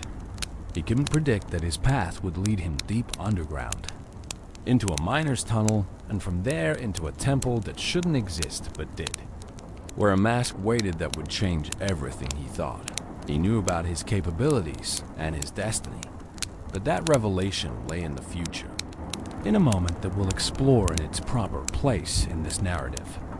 For now, in this moment of his story, the Dark Goblin was still climbing toward mastery through conventional means, still honing his skills through practice and study, still believing that excellence came from discipline and dedication alone. He had no idea that forces older than he could imagine were already at work, guiding his steps toward a convergence of past and present, of ancient power and modern skill, that would reshape not just his own destiny, but the role of all blowgun specialists in the conflicts to come. The birth of a specialist. How the Dark Goblin came to be. Every master has an origin story, a beginning that seems humble, perhaps even unpromising, when viewed from the comfortable distance of hindsight. The goblin who would become known throughout the arena simply as The Dark Goblin began his life with no particular indication that he was destined for greatness. He was born into a mid-sized goblin clan, neither particularly prestigious nor especially poor. The kind of family that had survived for generations through competence rather than exceptional talent, through steady reliability rather than flash or innovation. His early years followed the patterns common to most young goblins. He learned to walk and run in that characteristic goblin scramble, all speed and apparent chaos, concealing actual coordination. He played the rough games that goblin children favor, learning to dodge and weave, to work together with others, to compete without creating genuine animosity. He sat around evening fires listening to the stories elders told, absorbing the history and values of his people, learning what it meant to be a goblin in a world populated by creatures both larger and smaller, stronger and weaker, more and less dangerous than his kind. The first hint that he might be different came when he was quite young, barely old enough to be trusted with any kind of implement that could be used as a weapon. The clan was engaged in one of their periodic hunts, seeking small game to supplement their food stores.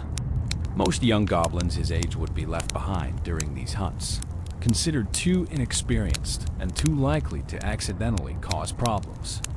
But he begged to be included, promised to stay quiet and follow instructions, wore down the adults' resistance through sheer persistent enthusiasm. During the hunt, he watched everything with intense focus that surprised the adults supervising him. He noticed how the wind affected the flight of thrown spears, how experienced hunters led their moving targets rather than aiming directly at them, how patience and stillness could be as valuable as speed and aggression. When one of the hunters used a blowgun to bring down a bird perched high in a tree, the young goblin's attention became absolutely fixed on the weapon and the technique required to use it. After the hunt, he pestered the blowgun user with questions. How did it work? How far could it shoot? How did you aim it? How long did it take to learn? The hunter, amused by this young goblin's intensity, answered patiently, even allowed him to hold the blowgun and examine it. The weapon was simple, just a hollow tube, but the young goblin handled it with reverence that seemed disproportionate to the object's apparent simplicity. From that moment, he became quietly obsessed. He fashioned crude approximations of blowguns from hollow reeds, using them to shoot small projectiles at targets he set up around the clan's settlement. His early attempts were spectacularly unsuccessful. The reeds were too flexible, too irregular, too weak to propel projectiles with any accuracy or force. His breath control was non-existent, alternating between too weak to move the projectile at all, and so strong it caused the makeshift tube to split apart. His aim was worse than random chance, with projectiles flying in wildly unpredictable directions. Any reasonable young goblin would have given up, would have recognized that this particular path wasn't meant for them, would have moved on to exploring other potential talents. But something in him refused to accept failure.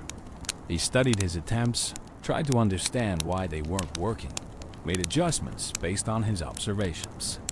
He begged the experienced hunter for advice, accepting criticism and correction with humility rare in one so young. He practiced obsessively, turning what should have been playtime into training sessions, driving himself with an intensity that worried some adults who observed it. The clan elders discussed him during their private councils. Some worried that he was developing an unhealthy fixation, that his single-minded focus on mastering the blowgun would prevent him from developing other skills that might prove more useful. Others recognized in him the spark that characterized all true masters of any craft, that refusal to accept limitations, that drive to excel that transcends normal motivation. The debate about what to do with this unusual young goblin continued for months. The issue resolved itself when he was approximately 7 years old. Still quite young by goblin standards, but old enough to begin more formal training in whatever specialty he seemed suited for. He approached the clan's master blowgun user, the same hunter who had first shown him the weapon, and formally requested to become an apprentice. The request itself was bold, perhaps even presumptuous. Apprenticeships in specialized skills like blowgun mastery were rarely offered to children so young. Most began their training in their early teenage years, after they demonstrated basic competence in general goblin skills. The master hunter could have dismissed the request, told the young goblin to come back in a few years after he'd matured more. Instead, he decided to test this would-be apprentice, to see whether his enthusiasm was backed by any actual potential or whether it was merely childish fixation that would fade when confronted with real challenge. The test was simple but revealing. The young goblin was given a proper blowgun. The first time, he'd held a true weapon rather than his makeshift reed approximations. He was shown a target at moderate distance, told to take as much time as he needed, and asked to hit it. Not to hit a specific point on the target, just to hit the target somewhere. The master hunter expected him to fail, or best to succeed, only after many, many attempts.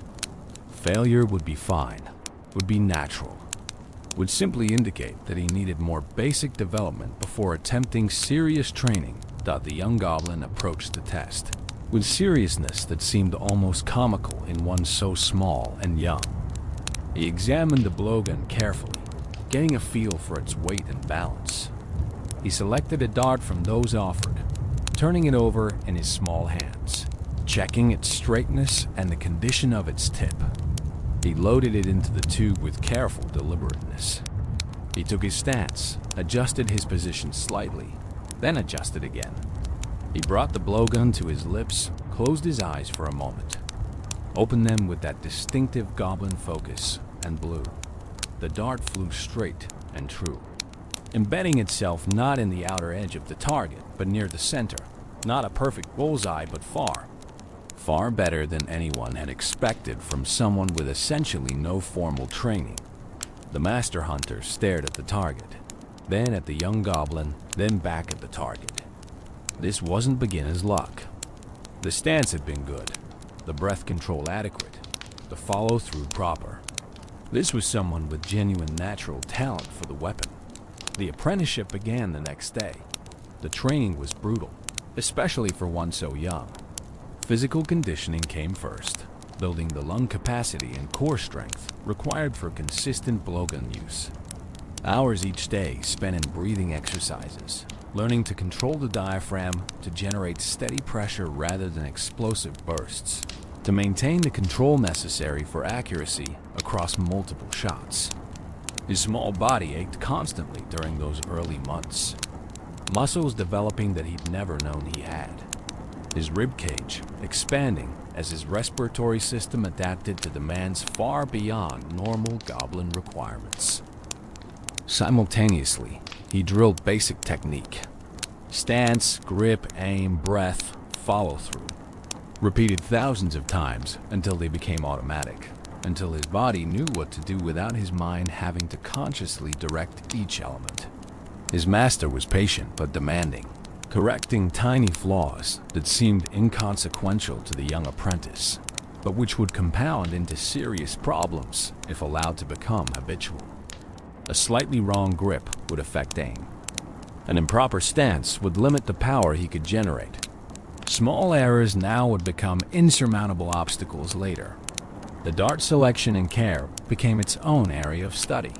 He learned to identify quality bamboo for tube construction, understanding how grain patterns and growth characteristics affected the finished weapon's performance. He studied dart manufacture, the precise balance required between tip weight and shaft length, how even microscopic imperfections could send a dart veering off course. He learned maintenance protocols, how to keep his weapon clean and dry, how to repair minor damage. When damage was severe enough, the replacement was the only option.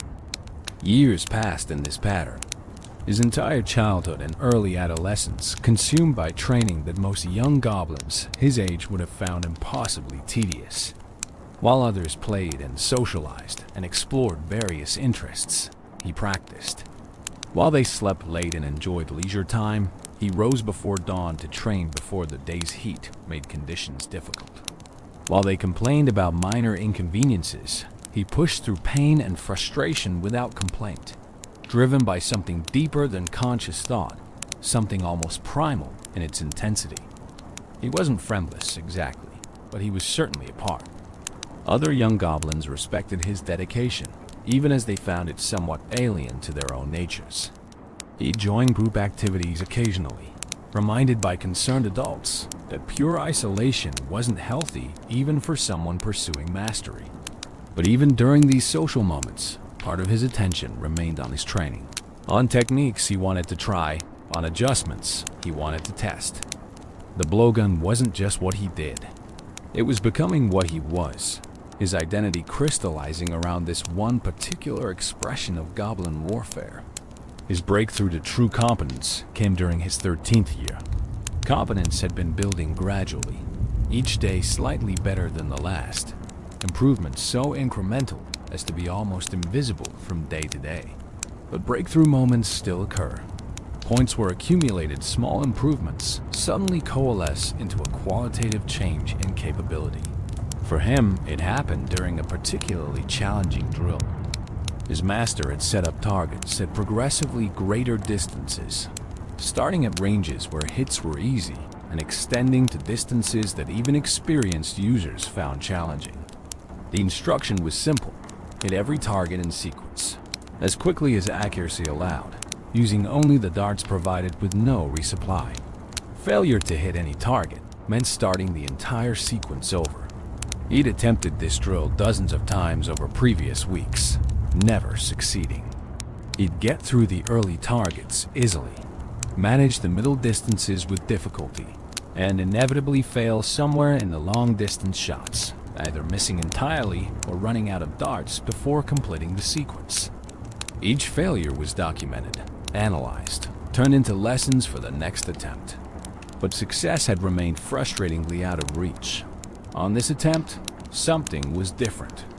He felt it before the first dart left his tube, a sense of alignment, of everything working together rather than fighting against itself. His breathing was perfect, his stance solid, his mind clear of doubt and expectation. He moved through the sequence in a kind of flow state, each shot seeming to happen by itself, his conscious mind observing rather than controlling, trusting the training to guide his body through actions that had been practiced so many thousands of times. Target after target fell. Close range, medium range, long range. Stationary targets and the few moving ones his master had included. Each dart flying true, finding its mark, the satisfying thunk of impact barely registering consciously as his attention was already moving to the next shot, the next target. And then suddenly, unexpectedly, he was done. Every target hit. Darts remaining unused. The drill completed, finally, after so many failures. His master had been watching from a distance, not interfering, letting the apprentice work through the drill independently. Now he approached with an expression that mixed pride and something more complex, perhaps a touch of sadness. Pride because his apprentice had achieved something significant, had crossed a threshold that separated novices from practitioners. Sadness because this success meant their relationship was changing, that the days of simple master and apprentice hierarchy were ending, that the young goblin was becoming something that demanded different respect. After that day, the training shifted. It was no longer about building fundamental skills, but about refinement, about pushing already competent capabilities toward excellence and beyond. The targets became smaller, the distances greater, the conditions more challenging. He practiced in wind and rain and darkness, in situations designed to simulate the chaos of actual combat. He learned to shoot while moving, while dodging, while under pressure from multiple simultaneous demands on his attention. His reputation within the clan grew. He was no longer just the obsessed young goblin who did nothing but practice with his blowgun. He was becoming recognized as genuinely skilled, someone whose abilities exceeded what most clan members had ever witnessed. When hunting parties went out, they began specifically requesting his inclusion, knowing that his presence increased their success rate dramatically. When demonstrations of goblin capabilities were given for visitors or allies, he was trotted out to show what blowgun masters could achieve. But recognition within his clan wasn't enough for him, wasn't the endpoint of his journey. He wanted more, needed more, craved the kind of challenge and validation that only came from proving himself against the best in the world, rather than just the best in his immediate community. He began seeking opportunities to test himself more broadly, to see how his skills measured against those of other specialists. This drive led him to compete in inter-clan contests, events where goblins from multiple clans would gather to demonstrate and compete across various specialties. He entered blowgun competitions, facing opponents who had trained as long and as hard as he had, who brought their own innovations and techniques to bear. These competitions were revealing, humbling, educational. He won more often than he lost, but he did lose, discovering that his mastery, while impressive, wasn't yet at the absolute pinnacle of what was possible. Each loss taught him something. He studied the techniques of those who bested him, incorporated their innovations where they improved his own approach, discarded what didn't fit his style. He made connections with other specialists, forming relationships that transcended clan boundaries, building a network of peers who shared his obsessive dedication to their craft. From these peers, he learned that mastery was never finished, that there was always another level, always another refinement possible.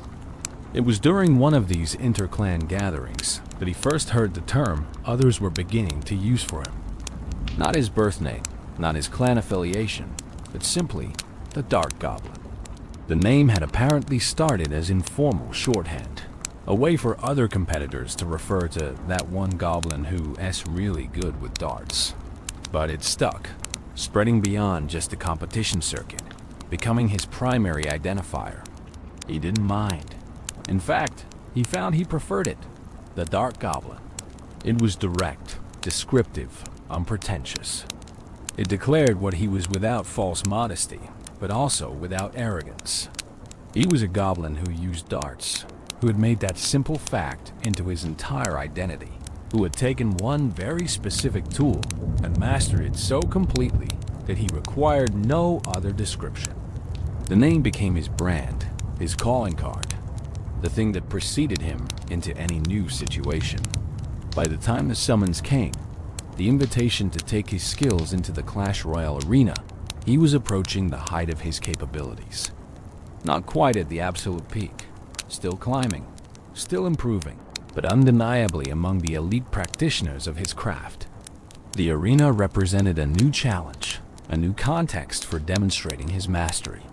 It would test him in ways inter-clan competitions never had, forcing him to adapt his skills to situations more chaotic and dangerous than anything he previously experienced. He accepted the invitation without hesitation. This was what he'd been training for, even if he hadn't consciously known it.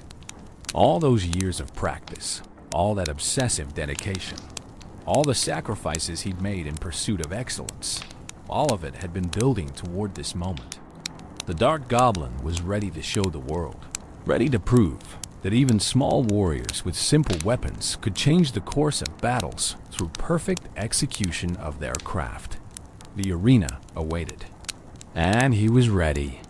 The art of the blowgun, mastering distance and precision. Let's slow down now and really examine what makes the blowgun such a remarkable weapon, what separates it from every other projectile system used in arena combat, and why mastering it requires the kind of dedication that consumed the Dark Goblin's entire youth. Close your eyes and imagine holding one. Feel the smooth bamboo against your palms, surprisingly light yet solid. The hollow interior creating a perfect channel for your breath to travel through, to propel tiny projectiles across distances that seem impossible for such a simple mechanism. The physics of a blowgun are deceptively straightforward. You place a dart inside a tube. You blow air through the tube. The pressure differential propels the dart forward. But this simplicity masks extraordinary complexity when you examine what's actually required to achieve accuracy and power. Every variable matters. The diameter of the tube affects how much air pressure escapes around the dart versus how much pushes it forward. Too wide, and you lose power. Too narrow, and friction slows the dart or prevents it from moving at all. The length of the tube determines the distance over which air pressure can accelerate the dart. Longer tubes generally mean more power, but they also become unwieldy, harder to aim, more affected by even slight movements during the shot.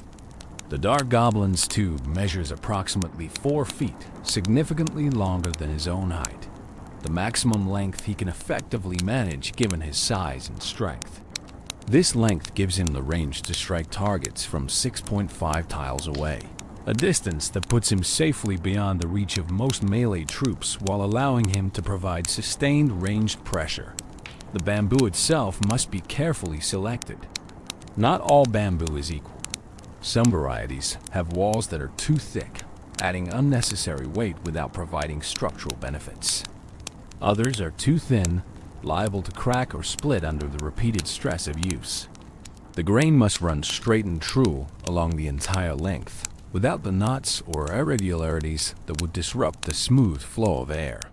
Finding perfect bamboo requires knowledge of where and how different varieties grow, understanding which conditions produce the best material. Once suitable bamboo is found, it must be prepared. The interior nodes that naturally divide bamboo into segments must be carefully removed, creating a smooth, continuous bore. This is delicate work, requiring tools that can reach inside the narrow tube without damaging the walls. The smoothing process can take days, with the craftsman working patiently to eliminate any roughness that might catch darts or disrupt airflow. The exterior is sanded and treated with oils that prevent moisture absorption while improving grip. The darts themselves represent another entire field of specialized knowledge. Each one is a precision instrument, as carefully crafted as any arrow or crossbow bolt, but on a much smaller scale. The shaft must be perfectly straight, perfectly cylindrical, perfectly smooth. Even microscopic imperfections will cause the dart to tumble in flight rather than flying true. The balance point must be precisely positioned, typically weighted toward the front to ensure the tip stays pointed forward throughout its flight. The tips vary depending on intended use. For hunting small game, simple sharp points suffice, designed to penetrate and cause rapid death through bleeding or organ damage. For use against armored opponents, hardened tips that can punch through lighter armor materials might be used. The Dart Goblin's combat darts feature tips that are sharp enough to pierce exposed flesh, but sturdy enough not to bend or break when striking harder materials. Each tip is individually inspected before being accepted for use, with any showing even minor flaws being rejected. The fletching on the darts serves the same purpose as on arrows, stabilizing flight by creating drag at the rear that keeps the dart oriented properly. But at the scale of blowgun darts, traditional feather fletching doesn't work well. Instead, the Dart Goblin uses small wrappings of thread or thin fabric, precisely positioned and precisely weighted to provide stability without adding excessive drag that would slow the dart prematurely. Getting this balance right requires experimentation and experience, understanding through trial and error what works or what doesn't. Breath control might be the single most important skill for any blowgun user. It's not about blowing as hard as you possibly can. Raw power without control produces inconsistent results, with some shots too weak and others so powerful they cause the weapon to move during firing, throwing off aim. Instead, proper breath control means generating consistent, sustainable pressure, the kind of steady force that propels darts with reliable velocity shot after shot. The technique begins with proper breathing from the diaphragm rather than shallow chest breathing. Deep breaths that fill the lungs completely, that draw air down into the lowest portions of the respiratory system where the most pressure can be generated. The Dart Goblin spent years really training his breathing, learning to take a deep breath, quickly and quietly to hold it briefly while aiming, then to release it through the tube in a controlled exhale that maintains steady pressure from beginning to end. The timing of the breath release coordinates with the trigger pull of crossbows or the release of drawn bowstrings. Too early and your aim hasn't settled yet. Too late and you've been holding your breath so long that your body's demand for oxygen begins to affect your steadiness. The perfect moment is when your aim is settled, when your body is still, when you're balanced and ready, when everything aligns for a split second that you must seize immediately or lose. Aiming a blowgun differs from aiming most other projectile weapons. With bows or crossbows, you can use sights, can line up mechanical aids that help you judge the proper angle. With a blowgun, you're essentially point shooting, relying on your body's kinesthetic sense of where the tube is pointing rather than on visual confirmation. This requires developing an almost supernatural awareness of your weapon's orientation in space, knowing instinctively whether it's angled correctly without needing to consciously check. The Dart Goblin's training included thousands of hours of dry firing practice, going through the complete motion of aiming and shooting, but without actually releasing darts. This allowed him to build muscle memory without consuming ammunition, to refine his technique through pure repetition. He'd practice in front of reflective surfaces so he could observe his form, could see and correct any inconsistencies in his stance or grip or the angle of his tube. Distance judgment is crucial for any ranged weapon, but particularly for blowguns, where the relatively low velocity of projectiles means that gravity has significant time to affect flight paths. A dart aimed directly at a distant target will drop below the point of aim, falling progressively more as distance increases. Compensating for this drop requires understanding exactly how much your darts fall over various distances, building mental reference points that let you automatically adjust your aim based on your estimate of how far away the target stands. The Dart Goblin can estimate distances with remarkable accuracy, a skill developed through constant practice and refined through combat experience. Show him a target, and he can tell you almost instantly that it's at 4 tiles, or 5.5 tiles, or 6 tiles, and adjust his aim accordingly. This instant distance assessment happens so quickly and automatically that he is not consciously aware of doing it anymore. His mind processing visual information and making calculations below the level of conscious thought. Leading moving targets represents another layer of complexity. When shooting at something that's moving, you can't aim directly at where it is. You must aim at where it will be when your dart arrives, accounting for both the target's movement and your projectile's flight time. This requires not just distance judgment, but velocity judgment, estimating how fast the target is moving, predicting whether it will maintain that speed or change direction, calculating the intercept point where dart and target will meet. The math involved is complex, involving variables like relative angles, acceleration curves, and the three-dimensional nature of arena combat where targets might be moving toward you, away from you, or at angles that change their effective speed relative to your position.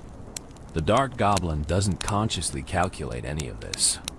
His brain, trained through thousands of shots at thousands of moving targets, simply knows. He sees a moving target. His hand adjusts the angle automatically, and his dart flies to the intercept point as if guided by precognition rather than practice skill. Environmental factors add yet more complexity. Wind affects small, light projectiles like darts dramatically. A breeze that might barely deflect an arrow can send a dart several tiles off course over long distances. The Dart Goblin has learned to read wind, to feel its direction and strength, to make instant adjustments that compensate for its effects. He watches how grass moves, how dust drifts, how leaves flutter, using these visual cues to judge wind conditions without needing to consciously think about what he's observing. Temperature affects both the dart's flight characteristics and the blowgun's performance. Cold air is denser, providing more resistance, but also more consistent behavior. Hot air is thinner, requiring slightly more breath pressure to achieve the same velocities. Humidity changes how bamboo responds to stress, how darts behave in flight, how breath condenses inside the tube, potentially affecting accuracy. The dart goblin accounts for all of this automatically, his technique subtly adapting to conditions without requiring conscious adjustment. The rate of fire is both a strength and limitation. The dart goblin can shoot approximately one dart every 1.4 seconds, a respectable rate that allows him to maintain steady pressure on targets. But this rate is fixed by the physical requirements of loading, aiming, and firing. Unlike some troops who can speed up their attacks through various means, his rhythm is essentially unchangeable. This consistency is actually an advantage in some ways.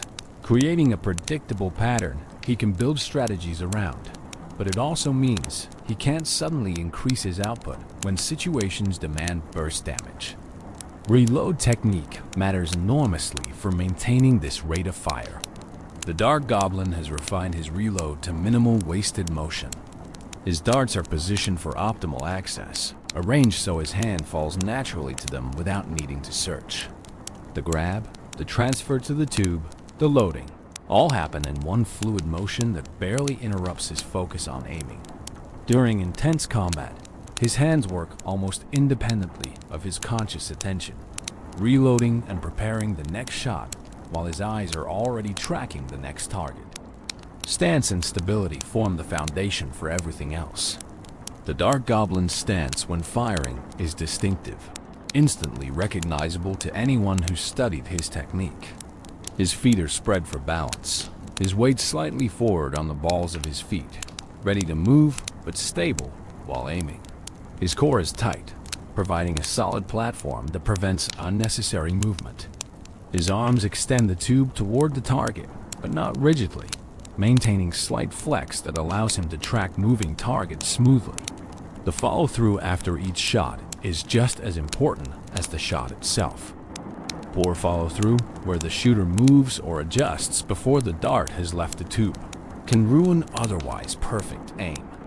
The dart goblin has trained himself to hold his position for a fractional second after firing, ensuring that his breath has completed its work, that the dart has exited the tube cleanly, that nothing he does disrupts the projectile's flight.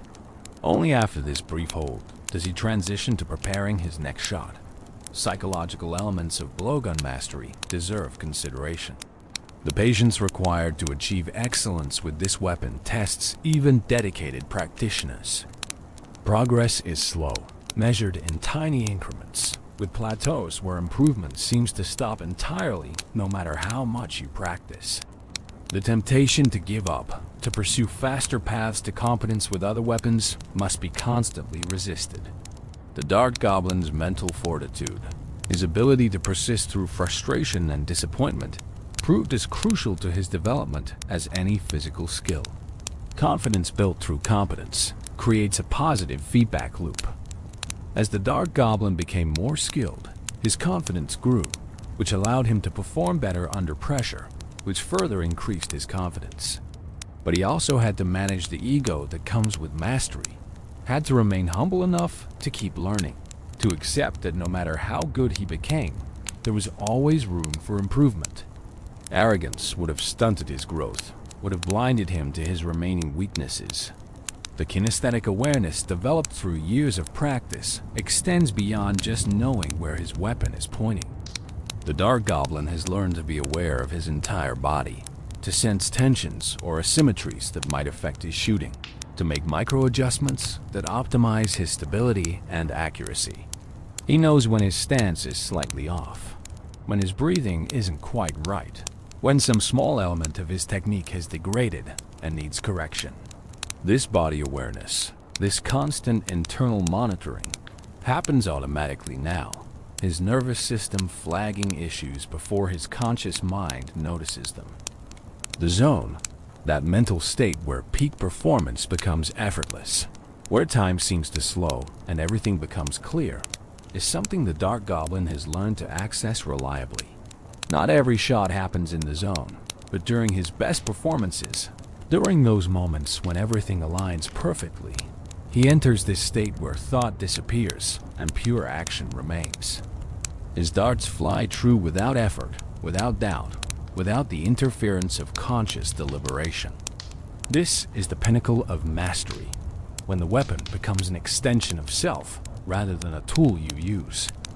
Teaching others has deepened the Dark Goblin's own understanding.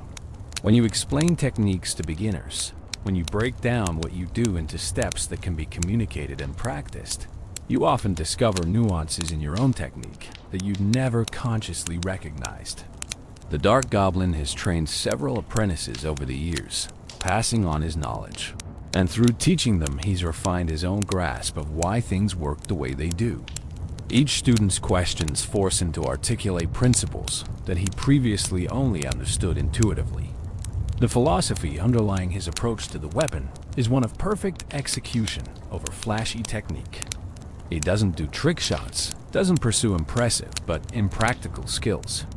Everything he practices has direct application to combat effectiveness. This pragmatic focus has made him extraordinarily effective in actual battle, where consistency and reliability matter more than spectacular highlights. He might not be the most entertaining blowgun user to watch, but he's among the most dangerous to face. The blowgun's silence is a tactical advantage that shouldn't be overlooked. Unlike bows that twang, crossbows that click, or firearms that boom, the blowgun makes almost no sound when fired.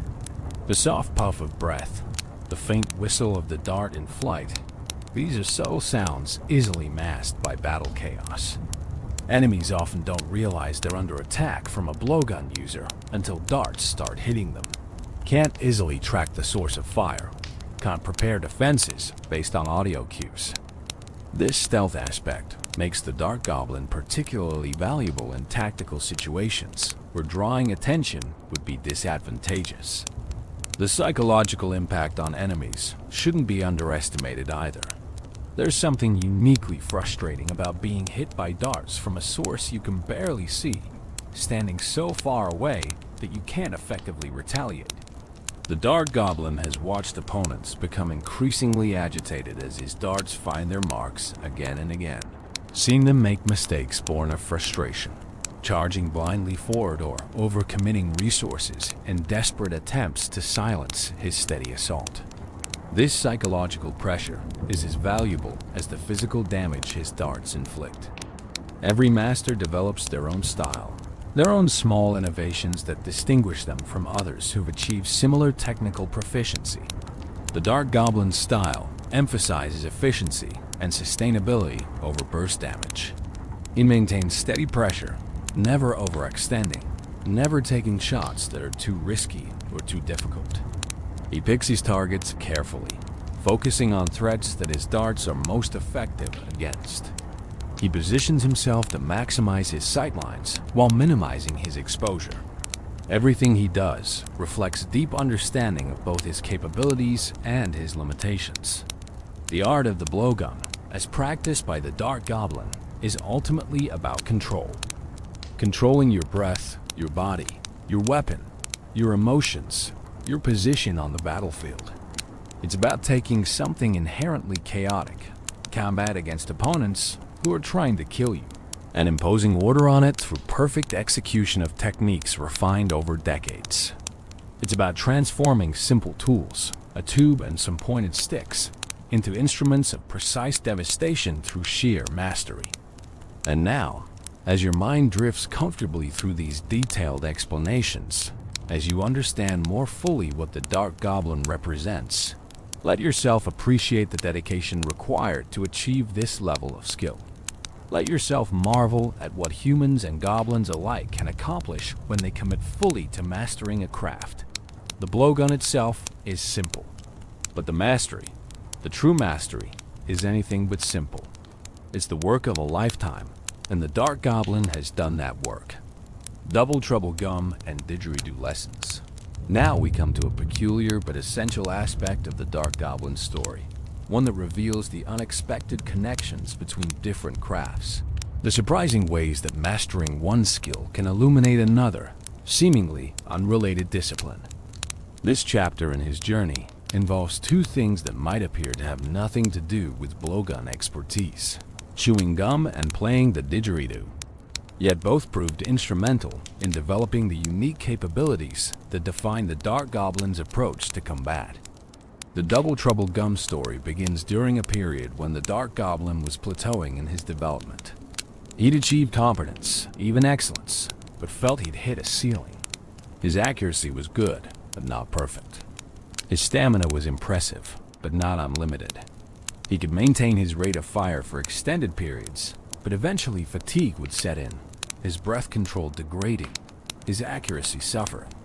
He needed something that would push him past this plateau, some innovation or technique that would elevate him from very good to truly exceptional. The breakthrough came from an unexpected source. During a trading expedition to acquire new bamboo, he encountered a vendor selling various curiosities and novelties. Among these was something called Double Trouble Gum, a substance allegedly created by goblin alchemists experimenting with tree saps and various herbs. The vendor's pitch was typical salesman exaggeration, claiming the gum granted enhanced focus, improved stamina, sharpened reflexes. The Dark Goblin was skeptical, but the price was low and his curiosity was piqued. He tried the gum that evening, expecting nothing. The texture was unusual, more elastic and resistant than ordinary tree sap, requiring significant jaw strength to chew. The flavor was complex, starting sweet, then transitioning through herbal notes that were simultaneously refreshing and slightly medicinal. But the interesting part came after several minutes of chewing. His breathing seemed to deepen naturally, his awareness of his respiratory system becoming more acute. The mild stimulant properties helped maintain focus without creating jittery energy that would interfere with fine motor control. Intrigued, he began experimenting systematically. He'd chew the gum before practice sessions, carefully noting whether his performance changed. The results were subtle but consistent. His endurance improved, allowing him to maintain peak performance for longer before fatigue set in. His breath control became more precise, the enhanced respiratory awareness translating into better ability to generate exactly the pressure he wanted. Most surprisingly, the act of chewing itself seemed to help, the rhythmic jaw movement somehow centering his focus, creating a meditative state conducive to peak performance. The mechanism wasn't entirely clear. Perhaps the gum's herbal components actually did have mild performance-enhancing properties. Perhaps the act of chewing increased blood flow, improving oxygen delivery to his brain and muscles. Perhaps it was entirely psychological, a placebo effect that worked because he believed it would. The Dark Goblin didn't particularly care about the mechanism. What mattered was that it worked, that chewing this peculiar substance before and during practice sessions seemed to help him push past previous limitations. He incorporated Double Trouble Gum into his routine, never becoming dependent on it but using it strategically during intensive training or particularly important competitions. Other blowgun specialists noticed his improvement, asked about his methods. Some dismissed the gum story as superstition or placebo. Others tried it themselves and reported varying results. The Dark Goblin didn't evangelize, didn't try to convince skeptics. He simply continued using something that worked for him, that gave him an edge however slight. The didgeridoo connection is even more unexpected, but perhaps more significant for understanding how the Dark Goblin developed his extraordinary breath control. The didgeridoo is an ancient wind instrument, originating from human indigenous cultures, producing deep, droning tones through a technique called circular breathing. Circular breathing allows the player to maintain continuous sound by breathing in through the nose, while simultaneously pushing air out through the mouth using air stored in the cheeks. It's a difficult technique, taking months or years to master, but once learned, it enables sustained performance that would be impossible with normal breathing. The Dark Goblin first encountered a didgeridoo during a cultural exchange between goblin clans and some human allies. The human demonstrating the instrument explained the circular breathing technique, and something clicked in the Dark Goblin's mind. If he could master circular breathing, if he could learn to maintain air pressure continuously rather than in discrete breaths, it might translate into improved blowgun performance. Even if he couldn't literally shoot darts while inhaling, the enhanced control over his breathing apparatus might provide benefits for rapid successive shots. He obtained a didgeridoo through trade, likely overpaying given his eagerness, and began practicing. The early attempts were humbling. He'd achieved mastery with his blowgun, had confidence in his respiratory control, and now here he was making sounds like a dying animal, unable to maintain even a steady tongue, let alone master the complex circular breathing technique. But frustration only intensified his determination. If this was difficult, if it challenged him, that meant it was worth pursuing. The circular breathing practice required completely retraining his breathing patterns. He had to learn to separate the actions of inhaling through his nose and exhaling through his mouth, to coordinate them such that one didn't interfere with the other. He had to develop his cheek muscles, learning to use them as a sort of secondary air reservoir that could maintain pressure while his diaphragm was engaged in pulling in fresh breath. The coordination required seemed impossible at first, like trying to pat your head and rub your belly while also hopping on one foot. Weeks passed with minimal progress. Then, gradually, breakthrough moments began occurring. He'd maintained the circular breathing pattern for a few seconds before losing coordination and having to stop. Then longer periods, 10 seconds, 20 seconds, a full minute. The didgeridoo's drone became steadier, more consistent, as his control improved. His lung capacity increased from the constant practice. His awareness of his respiratory system, already good, became extraordinary. Able to sense and control aspects of his breathing he'd never consciously noticed before. The translation to blowgun performance was everything he'd hoped for and more. While he couldn't literally circular breathe while shooting, the enhanced respiratory control allowed him to recover faster between shots, to maintain peak pressure more consistently, to extend his effective combat endurance. His rate of fire didn't increase, still limited by the mechanical requirements of loading and aiming, but the quality of each shot improved. The consistency across long strings of successive shots, reaching levels he'd never achieved before. More subtly, the didgeridoo practice improved his mental discipline. Maintaining circular breathing requires constant focus, constant attention to the coordination of multiple simultaneous actions. This mental training translated into better ability to maintain combat focus under pressure, to keep track of multiple variables simultaneously, to avoid the tunnel vision that sometimes afflicts warriors during intense engagements. His battlefield awareness improved, his ability to track threats and opportunities, while maintaining his own performance reaching new heights. Other goblins found the Dark Goblin's dedication to these unusual training methods somewhat eccentric. Chewing gum before battles, spending hours producing strange droning sounds on an instrument nobody else played. These activities seemed tangential at best to improving combat effectiveness. But the results spoke for themselves. His performance metrics improved across every measure. His competitive record strengthened. His reputation grew as someone who would pursue any advantage, no matter how unconventional, no matter how much additional work it required.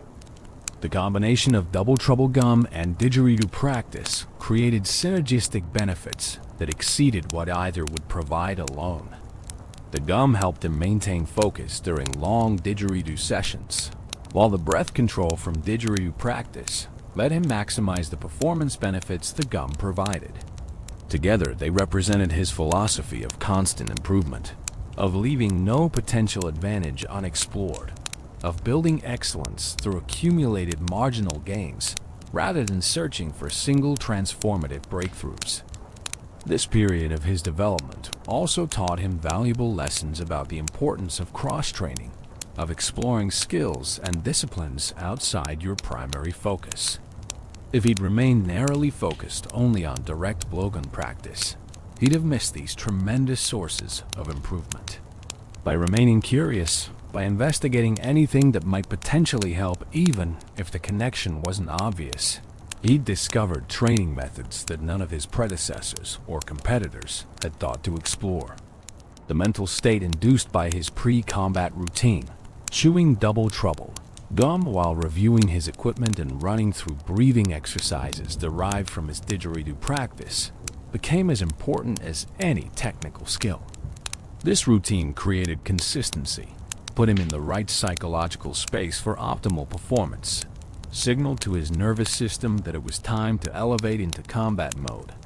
Other warriors might rush into battle, might deploy without proper preparation, but the Dark Goblin's disciplined approach meant he was always as ready as possible when combat began.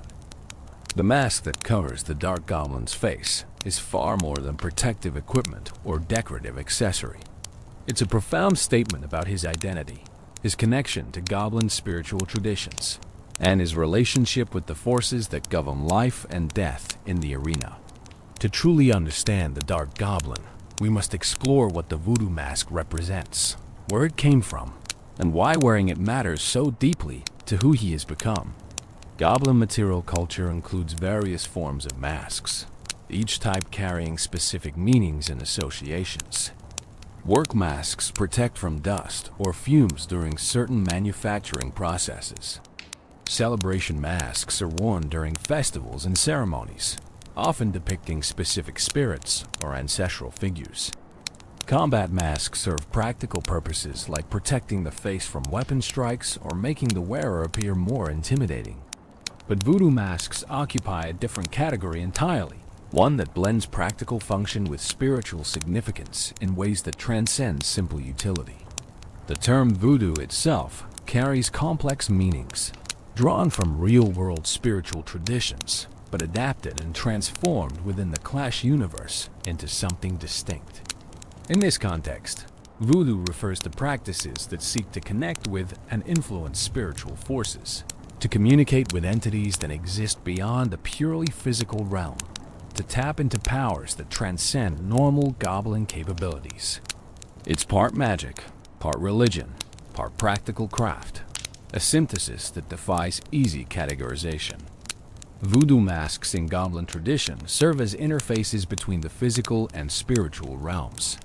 The carved wood, treated and prepared through specific processes known only to specialized craftsmen, becomes more than mere material. It becomes a vessel capable of holding and channeling energies that wouldn't normally manifest in the physical world. The act of wearing such a mask creates a temporary bond, allows the wearer to access capabilities they wouldn't normally possess, transforms them into something greater than they'd be without it. The Dark Goblin's specific mask was not purchased or randomly found. It was earned through a process that tested not just his physical capabilities, but his spiritual readiness, his worthiness to bear the responsibility that came with wearing such a powerful artifact. The story of how he obtained his mask is one he rarely shares, considering it deeply personal, almost sacred. But the basic outline is known to those who've earned his trust sufficiently that he felt comfortable revealing this part of his history. The quest began when he'd achieved initial mastery of the blowgun, recognized as competent by his instructors and peers, but feeling that something was missing, that he hadn't yet reached his full potential. He sought counsel from goblin elders, those who remembered traditions that younger generations had begun to forget. They spoke cryptically about masks of power, about trials that would test whether a warrior was ready to take the next step in their development. They wouldn't provide specifics, couldn't give him a map or clear instructions. The path had to be discovered rather than followed. He spent months researching, gathering fragments of information from various sources. Old stories that mentioned masks with special properties. Legends about warriors who'd achieved impossible feats while wearing them. Hints about where such masks might be found or created. Gradually, a picture emerged. There were craftsmen, rare and secretive, who knew the ancient techniques for creating voodoo masks. These craftsmen didn't advertise their services, didn't take commissions from just anyone. You had to find them, had to convince them you were worthy of their work, had to undergo tests they devised to prove your readiness. The search led him to remote locations, areas where goblin civilization was thin, and the old ways still held more influence than modern practices. He encountered communities that lived as goblins had centuries ago, maintaining traditions that most clans had abandoned or significantly modified. He learned that what he sought wasn't simply a physical object, but a transformative experience, that obtaining a true voodoo mask would change him in ways he couldn't fully predict or control. When he finally found a mask craftsman willing to work with him, the process began with evaluation. The craftsman examined him physically, assessing his build and capabilities. But more importantly, the craftsman studied him spiritually, using methods the Dark Goblin didn't fully understand to evaluate his character, his intentions, the strength and alignment of his inner self. This spiritual assessment took days, during which the Dark Goblin meditated, fasted, underwent various trials designed to reveal his true nature. The craftsman finally declared him worthy, but warned that the mask he would create would be specifically attuned to the Dark Goblin's particular nature and needs. It would enhance what was already strong within him, while providing support in areas where he was weaker. But it would also demand things, would require him to maintain certain standards of behavior and focus, would bind him to responsibilities that came with wielding spiritual power. The Dark Goblin accepted these conditions without fully understanding what they meant, trusting that he'd learned through experience. The creation process took weeks. The craftsman selected wood from specific trees, harvested according to ritual protocols that honored the tree spirits and ensured the material would properly accept the spiritual energies it needed to hold. The carving happened in sacred space, with the craftsman entering trance states that allowed him to perceive the spiritual dimensions of his work, shaping the physical wood while simultaneously shaping its metaphysical properties. The Dark Goblin was required to be present during much of this process, meditating nearby, adding his own spiritual energy to the work, creating the bond between mask and wearer that would make the artifact functional rather than merely decorative. He witnessed the craftsman painting intricate patterns, each stroke imbued with intention, each color chosen for specific spiritual properties. He watched as small objects, fetishes, and charms were affixed to the mask, each one serving as an anchor for particular energies or capabilities. The eyes of the mask received special attention. These weren't merely carved openings that allowed the wearer to see. They were windows that would enhance perception, allow the wearer to detect things normal senses might miss. The craftsman embedded small crystals within the eye sockets, materials that would catch and focus spiritual energies related to vision and awareness. When completed, the eyes would glow with red light, marking the mask as active, as properly connected to the forces it was designed to channel. The completion ritual occurred at night, under conditions the craftsman had determined were spiritually optimal. The Dark Goblin was instructed to wear the mask for the first time during this ritual, to allow the final bonding between mask and wearer to occur under controlled conditions where the craftsman could monitor the process and intervene if something went wrong. The Dark Goblin placed the mask on his face, feeling the wood settle against his skin, the interior surfaces shaped to fit him perfectly. The sensation was overwhelming. Energy flowed into him through the mask, spiritual force that made his nerves sing and his blood race. His vision expanded, not just seeing further or more clearly, but perceiving dimensions of reality he'd never accessed before.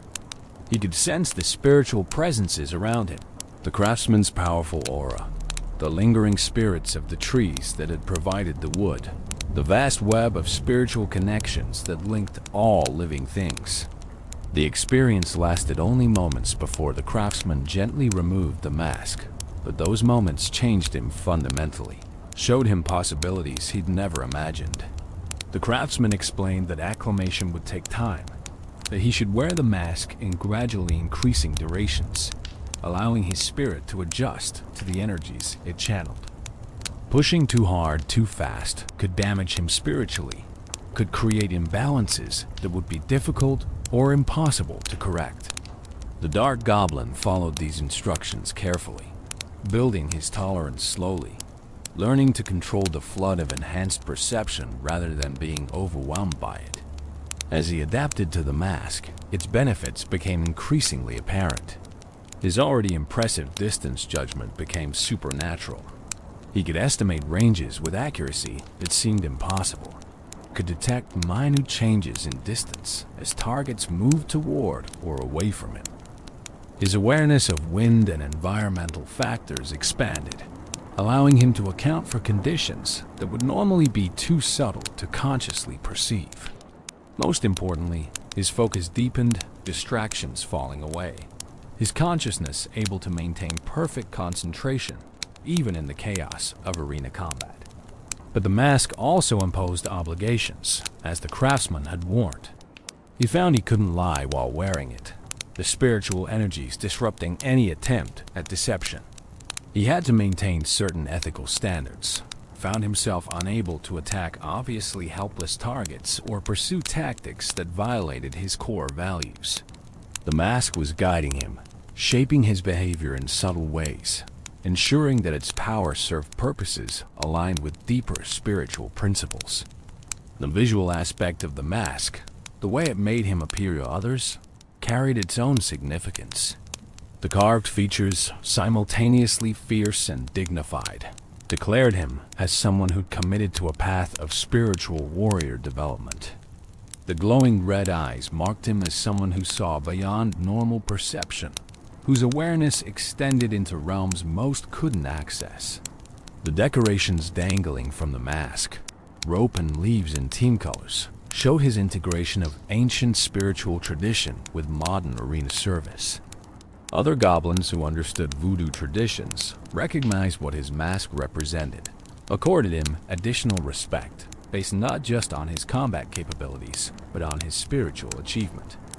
Those unfamiliar with the traditions sometimes found the mask disturbing, the glowing eyes and carved features creating an impression of something more than merely goblin, something that transcended normal categories.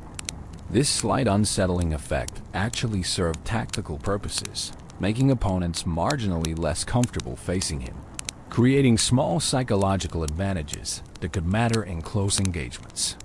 The mask required maintenance, not just physical cleaning but spiritual renewal.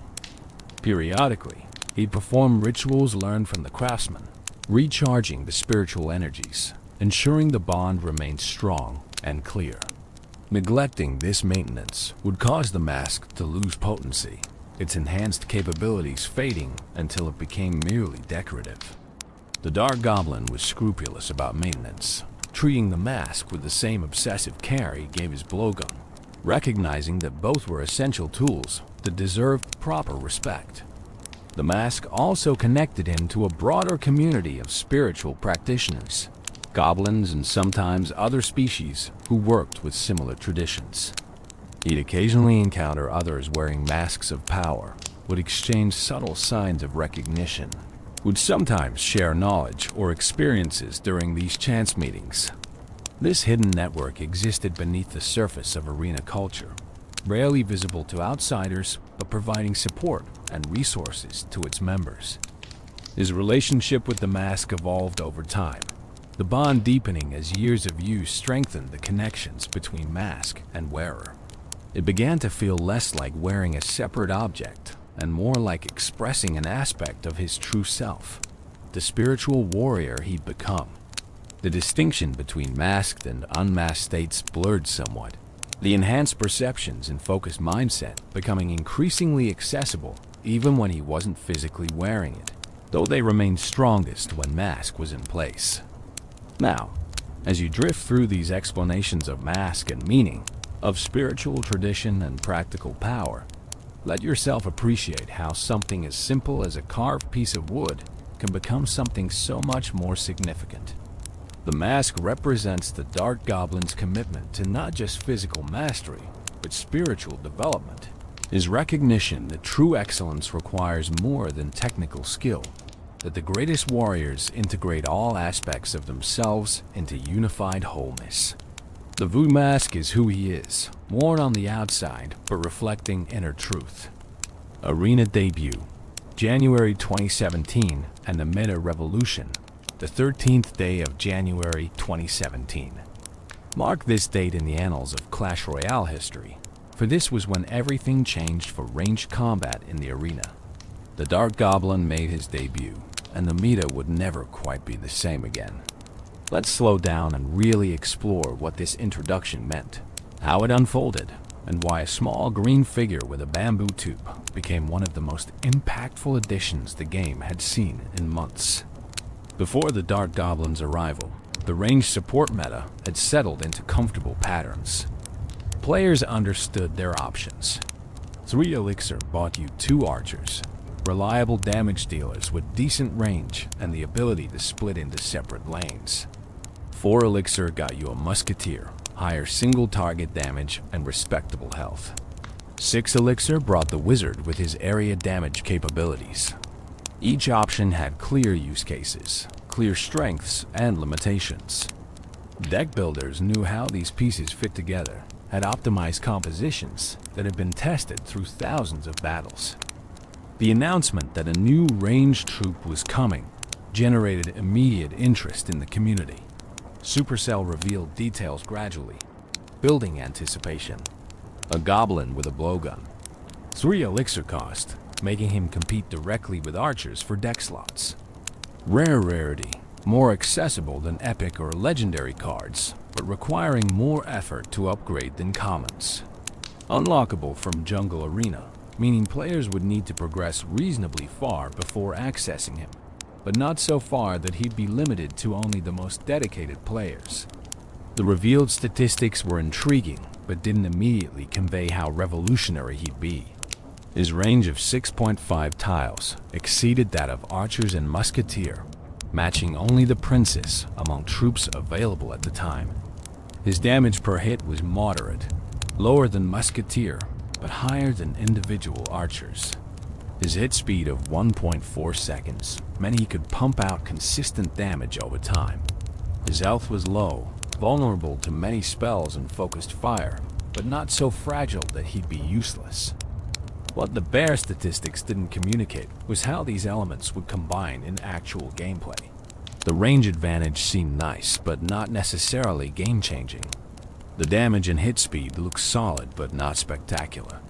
Most players expected him to be a decent, but not dominant addition, something that might find niche use, but probably wouldn't revolutionize anything. They were wrong. The first players to unlock and deploy the Dark Goblin in actual arena combat discovered immediately that something special had arrived. The range wasn't just slightly better than alternatives. It was transformatively better, allowing him to attack from positions that were simply unreachable for most troops. He could stand safely behind Prince's towers and attack enemy troops or buildings, without ever exposing himself to counterattack from most melee units. He could provide sustained pressure on enemy towers while remaining far enough back that opponents could uneasily threaten him without committing significant resources.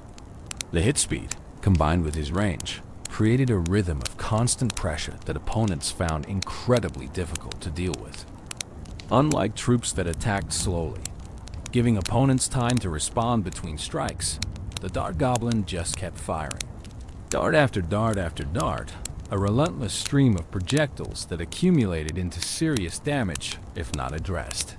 Players quickly learned that ignoring a Dark Goblin was never an option. He had to be countered, had to be eliminated or at minimum distracted, or he would simply dismantle your tower through sustained fire. His role as a defensive powerhouse became apparent within days of his release. Deployed reactively against enemy pushes, he could eliminate supporting troops with remarkable efficiency. His fast hit speed meant he brought down minions and bats quickly. His range let him attack enemy troops while staying safely behind your own tanks or defensive structures. He excelled at cleaning up after big spells had weakened enemy formations, finishing off damaged troops before they could reach your towers. A 4 elixir investment could stop 8 or 9 elixir pushes if the Dark Goblin was positioned correctly and given time to work. The Prince's comparison was inevitable and immediate. Both had 9-tile range, though data miners quickly discovered the Dark Goblin actually had 6.5 tiles rather than the full 9 the Princes enjoyed. Both cost 3 elixir. Both provided sustained ranged pressure, but the differences were equally significant. Princes had splash damage, threatening grouped units in ways the Dark Goblin couldn't match. She could force responses through chip damage on towers from complete safety. But she had extremely low health, dying to log and other spells instantly, making her a risky investment against prepared opponents. The Dark Goblin's higher health changed the calculation significantly. He survived log, forcing opponents to use more expensive answers like arrows or commit troops to eliminate him.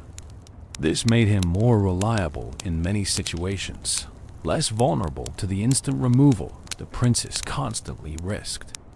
Competitive players began experimenting with running both Princess and Dark Goblin, creating dual sniper compositions that forced opponents to have multiple answers ready or accept constant chip damage from at least one source. The impact on popular deck archetypes was immediate and profound. Log bait strategies, which relied on forcing opponents to use their log spell on Goblin Barrel rather than other swarm threats, suddenly had another dimension. Opponents who logged your Goblin Gang or Skeleton Army left their towers vulnerable to Dark Goblin. The cycling rhythm of bait decks, playing cheap cards rapidly to return to your win condition, suited the Dark Goblin perfectly since his 3 elixir cost fit smoothly into cycle patterns. Siege decks discovered the Dark Goblin was perhaps their greatest defensive asset. X-bow and mortar strategies that needed to protect their siege buildings from enemy counterattacks found that the Dark Goblin provided exactly the kind of defensive support they required. He could eliminate swarms that would normally overwhelm siege buildings. He could provide sustained damage against tanks trying to reach and destroy the X-bow.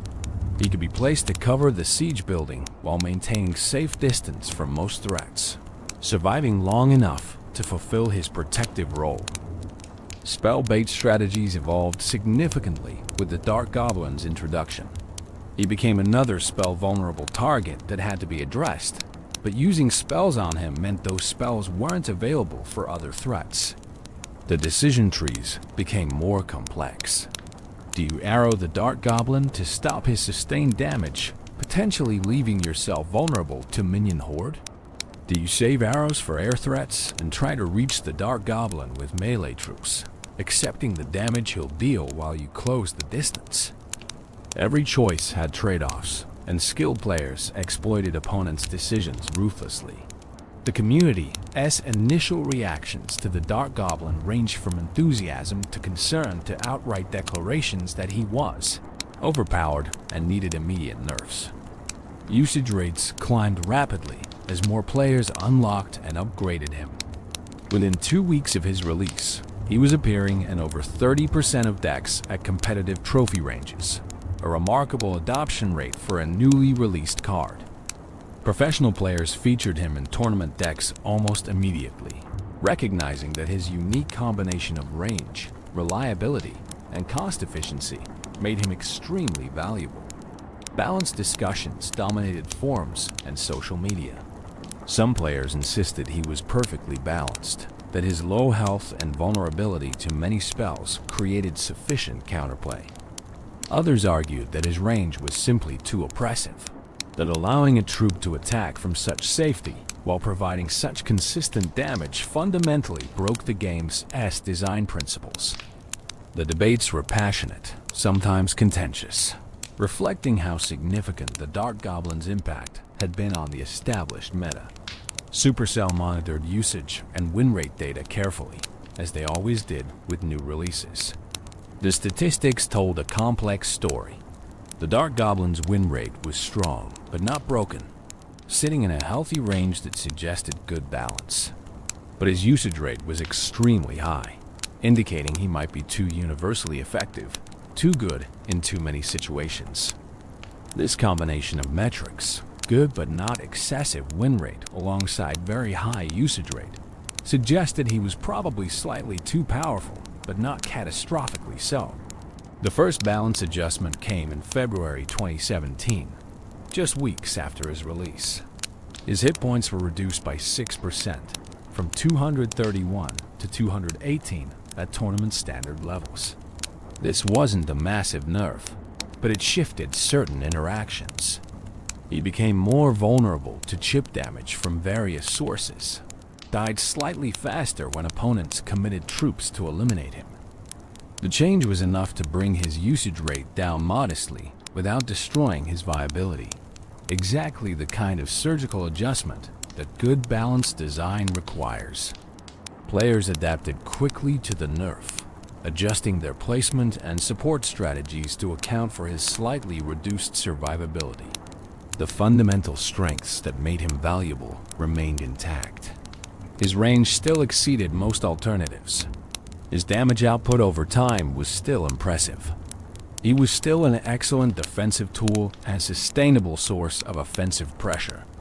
The nerf acknowledged he'd been slightly too strong without removing him from competitive viability.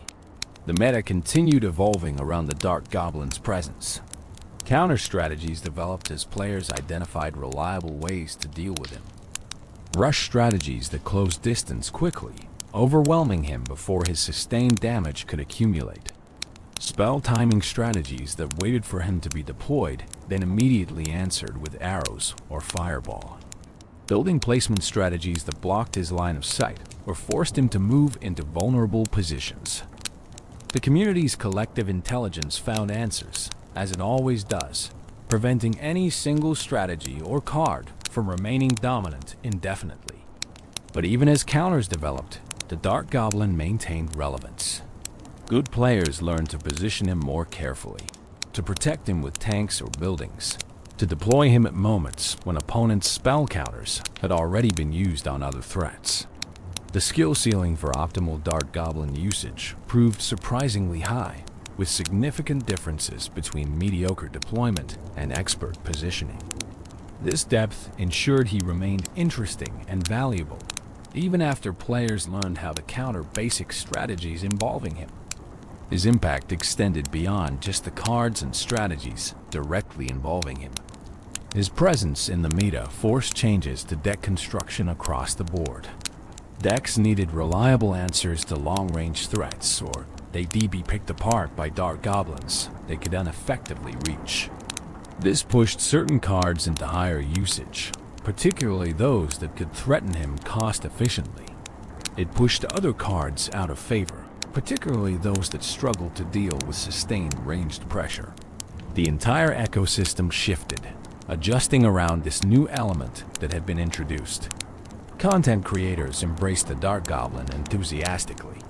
YouTube videos analyzing his mechanics, showcasing effective usage, explaining optimal positioning strategies. Twitch streams featuring Dark Goblin-focused decks, demonstrating techniques live while engaging with audiences. Reddit discussions dissecting his impact on various deck archetypes, theory crafting new compositions that leveraged his unique capabilities. The community engagement around his release was remarkable, demonstrating how much impact a well-designed new card could have on player investment and interest. Tournament play proved the Dark Goblin's competitive viability definitively. Major events in the months following his release featured him prominently, with top players incorporating him into various successful strategies.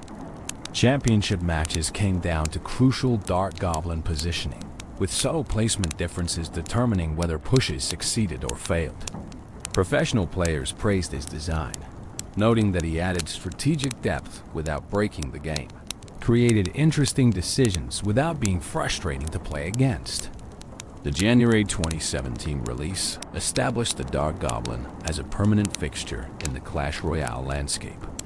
He wasn't a gimmick that would fade after initial novelty wore off. He wasn't a niche pick that only worked in specific situations. He was a legitimate, versatile troop that could contribute effectively across multiple deck archetypes and playstyles. His debut marked the beginning of a journey that would see him become one of the game's most iconic and enduring cards, respected by players of all skill levels for his unique combination of accessibility and depth. The psychology of range. 6.5 tiles of dominance there. That's something profound happening when the Dark Goblin stands at his maximum effective range, something that transcends simple mechanical advantage and enters the realm of psychological warfare. That 6.5 tile distance creates dynamics that affect not just gameplay mechanics, but player mentality, decision-making under pressure, and the fundamental experience of both using and facing this small green sniper. Let's explore the psychology of range, understanding why distance matters so much beyond the obvious tactical advantages it provides. Range in combat, whether digital or physical, represents safety. The farther you can attack from, the less exposed you are to counterattack, the more control you have over engagement terms. But it's not just about safety. Range represents power, the ability to affect enemies who cannot affect you, to shape the battlefield from a position of relative invulnerability. This power creates psychological effects that are as important as the physical damage dealt. When facing a Dark Goblin, opponents experience a specific form of frustration that range uniquely generates. You can see him standing there, can watch the darts flying toward your troops or towers, can calculate the damage accumulating, but you can't immediately do anything about it.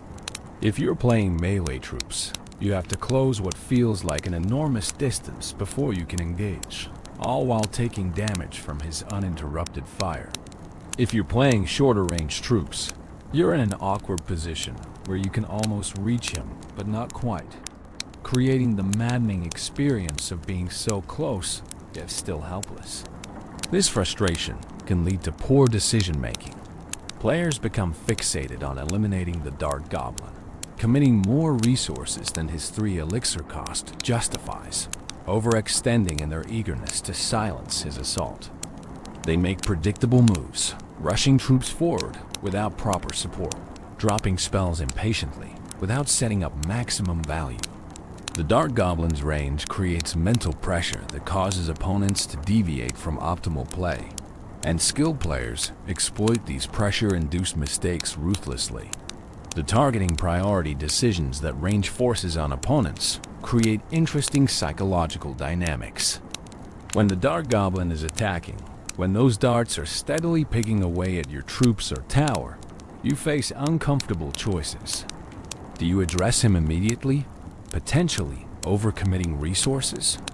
Do you ignore him and push the opposite lane, accepting his damage while trying to deal more in return? Do you try to tank his shots with high health troops while your damage dealers work elsewhere? None of these options feel fully satisfying, and the discomfort of choosing between imperfect options creates cognitive load that affects overall play quality. For the player using the Dark Goblin, the psychology is entirely different. There's a sense of safety, of being able to contribute without risking immediate retaliation. This safety allows for calmer decision-making, clearer tactical thinking unmuddied by the fear that characterizes frontline combat. You can observe the battlefield more comprehensively, can track multiple simultaneous threats, can make more measured decisions because you're not constantly in immediate danger. But this safety comes with its own psychological traps. The temptation to become passive, to simply sit back and fire without actively seeking better positions, can reduce effectiveness. The comfort of range can make players complacent, less vigilant about threats that can reach them, less prepared when opponents do successfully close distance. Optimal Dark Goblin play requires maintaining active engagement mentally, even while maintaining physical distance, remaining alert and adaptive rather than settling into passive comfort.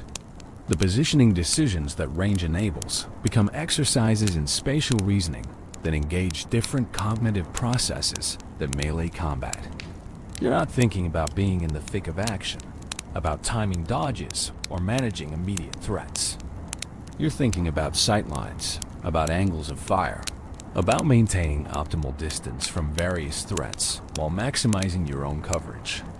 This requires visualization skills, the ability to mentally map the battlefield and predict how different positions will affect what you can attack and what can attack you. The psychological advantage of first strike cannot be overstated.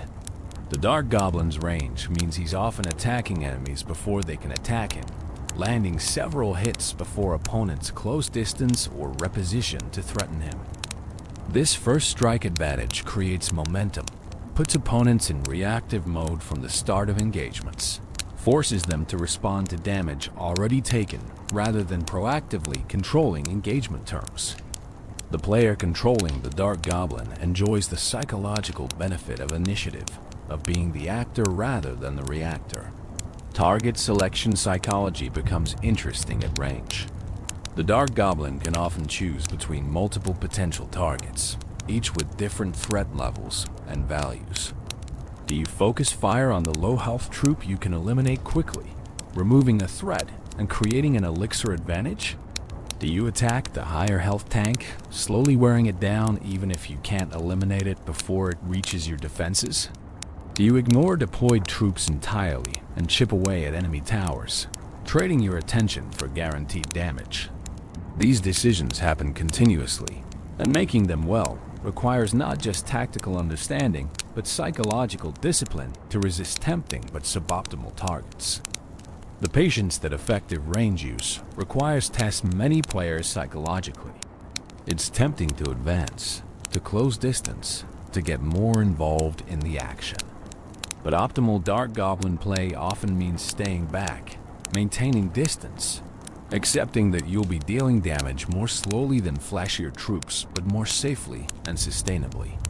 This patience must be cultivated, trained through experience, reinforced through observing the consequences of impatient overextension.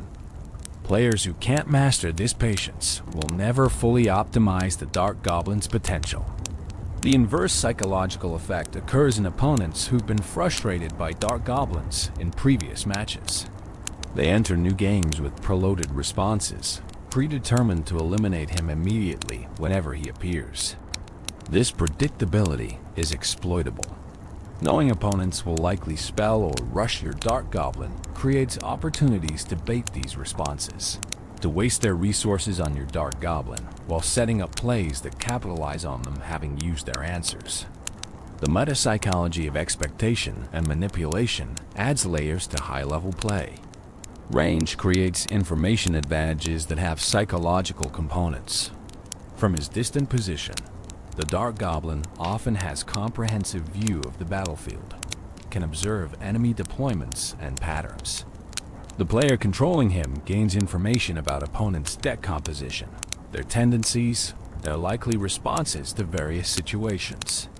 This information accumulation creates confidence, allows for increasingly accurate predictions of what opponents will do, enables pre-positioning and preparation that looks like precognition but is actually informed anticipation. The sustainability of ranged pressure creates psychological attrition. Unlike burst damage that happens once and ends, the Dark Goblin represents continuous, unending pressure if not addressed.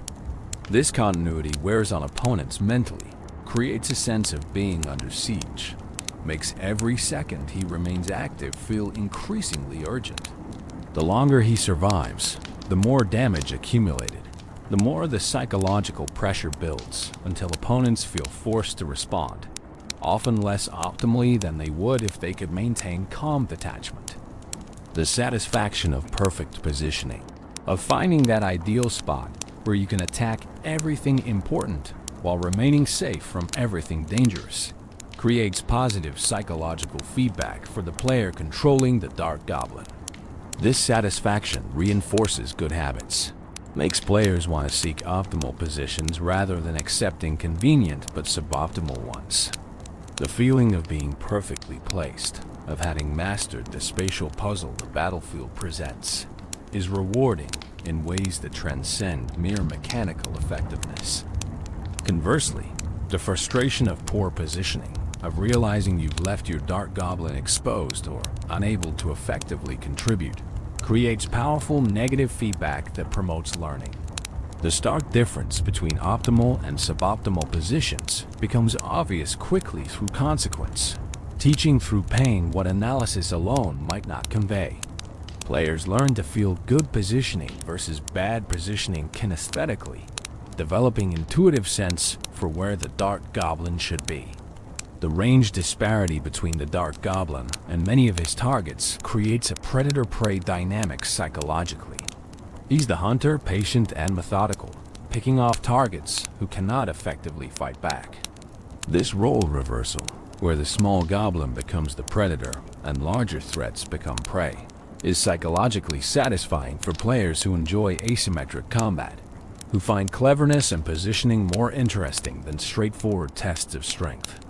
For opponents, being prey is frustrating and can provoke emotional responses that degrade play quality.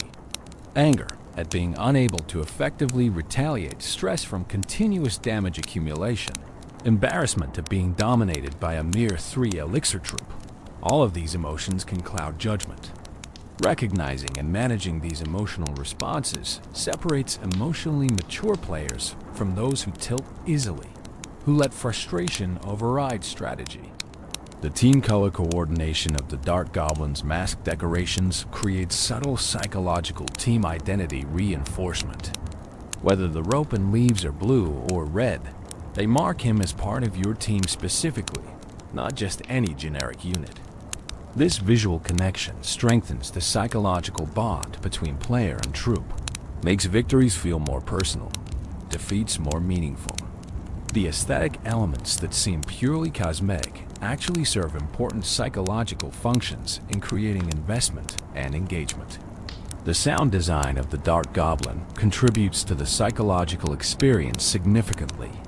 The soft puff of air as darts launch, the subtle whistle as they fly, the small impact sounds when they hit, all create audio feedback that's satisfying without being overwhelming. This audio design makes using him pleasant sensorily, reinforces the fantasy of being a precise sniper, contributes to the overall experience in ways that pure visual feedback couldn't achieve alone. The learning curve psychology is particularly interesting with the Dark Goblin. He's straightforward enough that beginners can use him effectively immediately, can understand his basic function without extensive study. But the skill ceiling is high, with expert players extracting vastly more value through superior positioning and timing. This accessibility combined with depth creates healthy psychological progression, where players always feel like there's more to learn, more improvement possible, without ever feeling like the baseline competence is unattainable. The social proof psychology of the Dark Goblin's popularity cannot be ignored. Seeing professional players use him effectively, watching streams where he dominates, observing his high usage rates, all of this creates psychological validation for choosing to play him. He's not some weird niche pick that might work, but probably won't.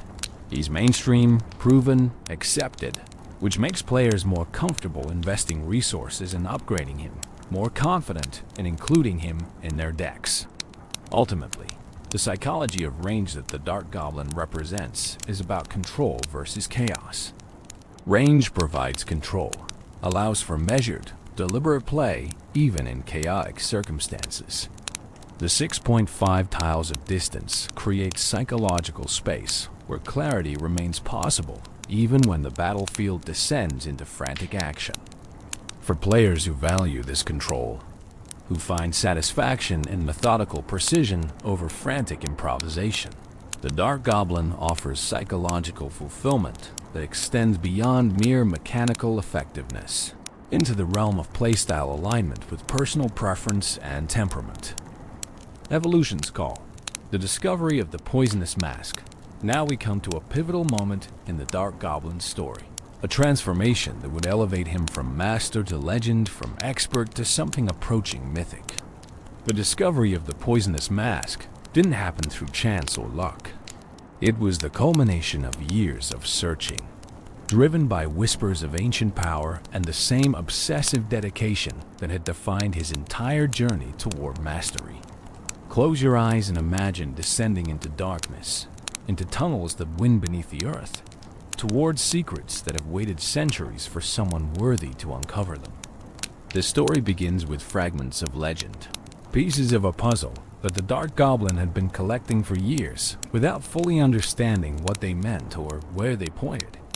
During his travels as a young warrior seeking to perfect his craft, he'd heard elders speak in hushed tones about goblin temples, places of ancient power hidden deep underground where artifacts of tremendous potency were kept. These weren't common knowledge, weren't locations marked on maps or discussed openly. They were secrets, carefully guarded by those few who remembered that such places existed. The temples were said to have been built by goblin ancestors who demastered arts that modern goblins barely understood, who'd worked with forces that went beyond mere physical craft into realms of magic and spiritual power. Within these temples, protected by wards and traps and the simple difficulty of finding them, artifacts waited. Masks that granted enhanced abilities, weapons imbued with properties beyond normal craftsmanship, potions that could transform those who drank them. All legendary, all difficult to verify, all relegated by most rational goblins to the category of entertaining myths rather than actionable truth. But the Dark Goblin had never been content dismissing possibilities just because they seemed unlikely. His voodoo mask, the one he wore daily, had itself been created through processes that bordered on the mythological. He'd experienced firsthand that the boundaries between natural and supernatural, between mundane and magical, were more porous than skeptics believed. If one powerful mask existed, achieved through goblin craft and spiritual technique, why couldn't others exist, created by ancestors who'd had centuries to refine their methods?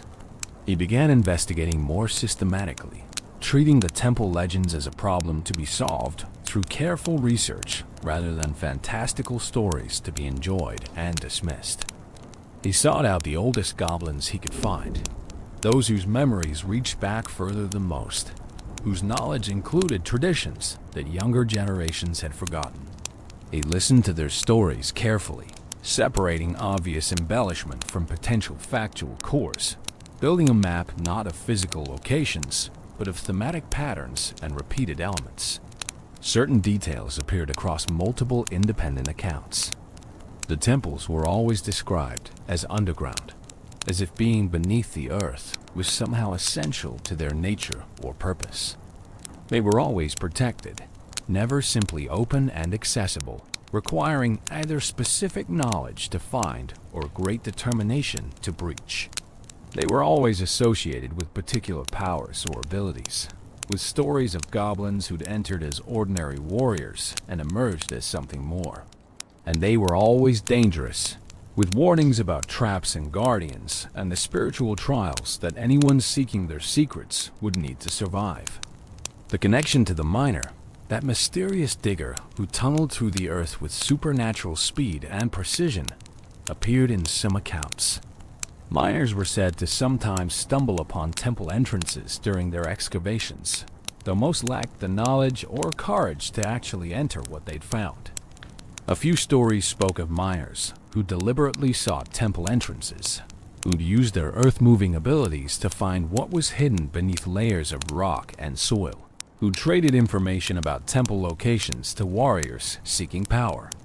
The Dark Goblin cultivated relationships with several miners, establishing reputation as someone who could be trusted, who paid fairly for information, who respected the risks that miners took in sharing knowledge that some within Goblin society considered dangerous or taboo.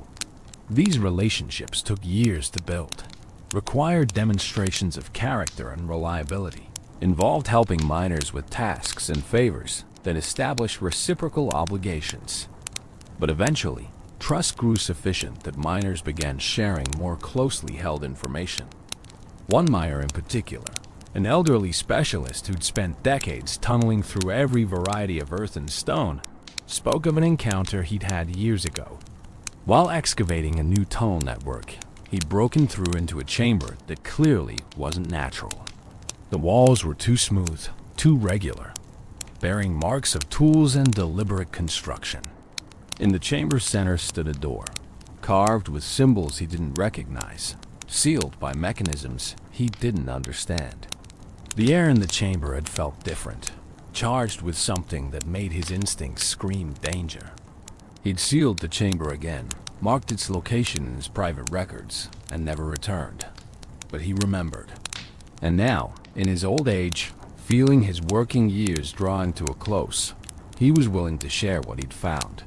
The dark goblin listened with intense focus as the miner described the location, the depth, the distinctive geological markers that would allow the chamber to be found again. He offered payment, but the miner waved it away. Instead, he asked only that if the dark goblin found what he sought, if the temple proved real and beneficial. He remembered the old miner who'd made it possible. The dark goblin agreed solemnly, recognizing the gift he was being given. The expedition to find the chamber took weeks of preparation. He needed supplies for extended underground travel, equipment for navigating tunnels, tools for potential excavation if the original entrance had collapsed or shifted. He needed to arrange his arena obligations, ensuring his absence wouldn't leave his team understaffed. Most importantly, he needed to prepare mentally and spiritually, understanding that what he sought wasn't just physical treasure, but something that would test him at every level of his being. The descent into the earth began on a date he decalculated based on goblin spiritual calendars as particularly auspicious for undertaking transformative journeys. The miner had provided detailed directions, but following them in the dark, winding complexity of underground tunnel networks proved challenging despite the precision of the instructions. Days passed in near total darkness, navigating by feel and the dim light of his lamp, eating sparingly from his supplies, sleeping fitfully in cramped tunnel spaces. He found the chamber exactly where the miner had described it. The door stood before him, covered in symbols that he recognized from his spiritual studies as ancient goblin sacred writing, though the specific meanings of many symbols were lost to him.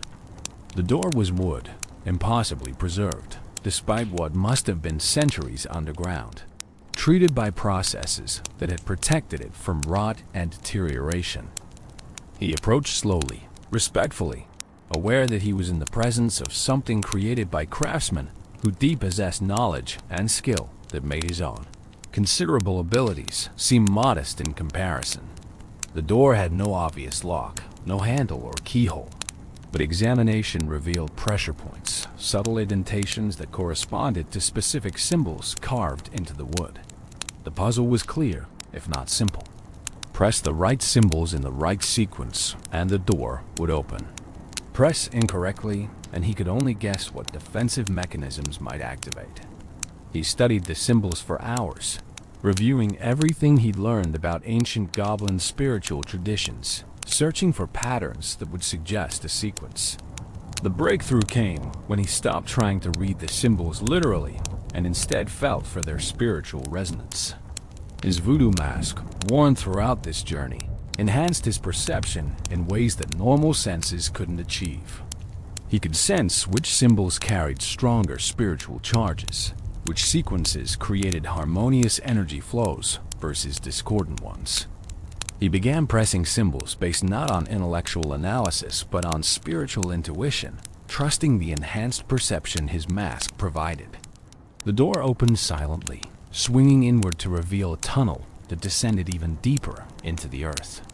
The air that flowed out was cold and dry, carrying scents that spoke of incredible age, of spaces that had been sealed for longer than living memory.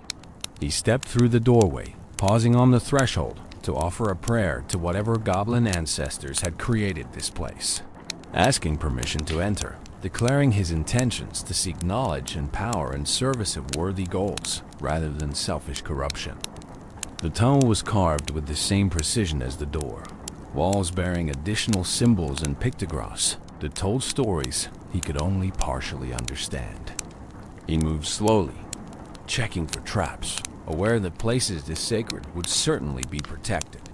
The first trap activated when he stepped on a particular floor stone, triggering a mechanism that shot darts across the passage where an incautious person's chest would be. He'd been careful, had been testing each step, and the trap triggered without harming him. He noted its position and continued. Additional traps revealed themselves as he progressed, each testing different aspects of awareness and skill. Pressure plates that triggered falling stones, tripwires that released poisonous gas if disturbed, concealed pits that would drop the unwary into darkness. The Dark Goblin navigated these dangers through a combination of caution, skill, and the enhanced perception his voodoo mask provided. What would have been lethal to most became merely challenging to someone prepared and spiritually attuned.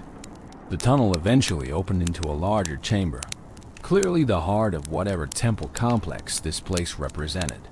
The space was circular, walls covered in elaborate murals depicting goblin warriors engaged in various activities, telling visual stories about the development of goblin combat arts and spiritual traditions.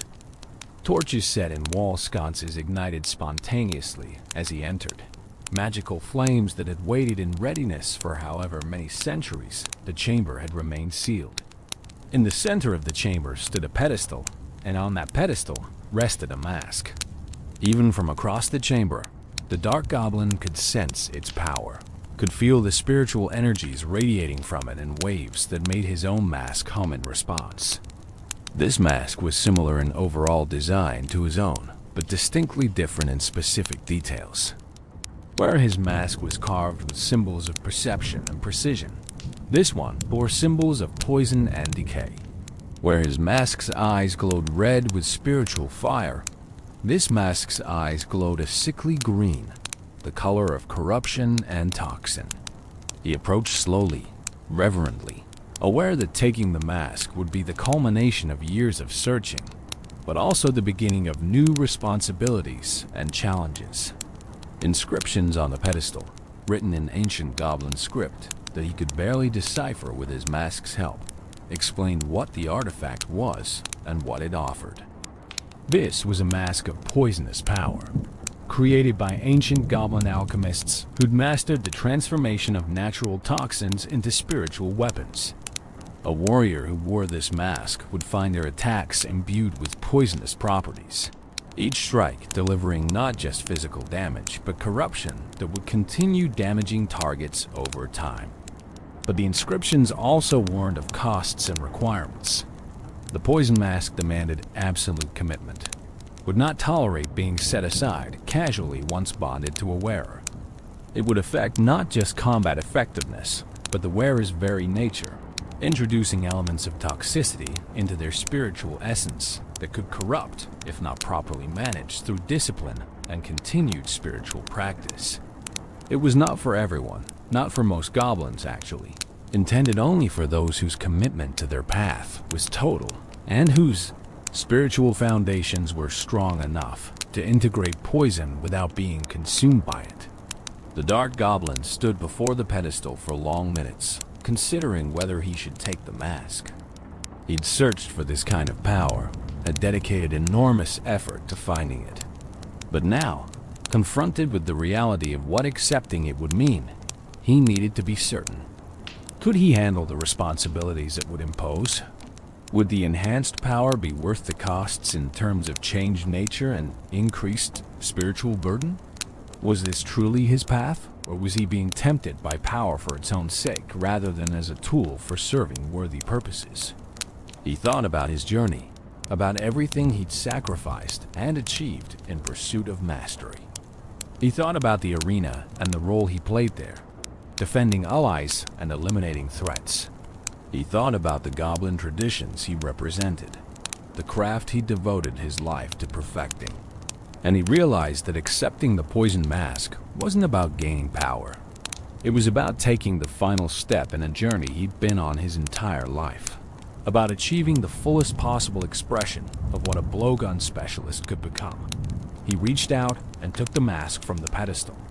The moment his fingers touched it, spiritual energy surged through him, not hostile, but testing, evaluating, determining whether he was truly worthy or whether he'd made a terrible mistake. His own voodoo mask amplified in response, creating a feedback loop of spiritual power that threatened to overwhelm him. He held firm, refusing to release either mask, enduring the trial of integration as the two artifacts established their relationship to each other and to him. When the surge finally subsided, he found himself changed. The poison mask hadn't replaced his voodoo mask, but rather complemented it, creating a dual mask configuration that enhanced both artifacts beyond what either could achieve alone.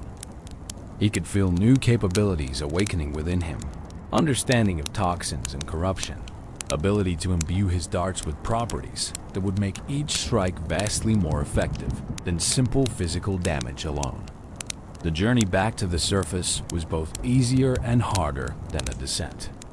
Easier because he now knew the path, had already navigated the traps, could move more quickly through the underground passages. Harder because he was changing, integrating the poison mask's power into his being, experiencing transformations that were sometimes uncomfortable or disorienting.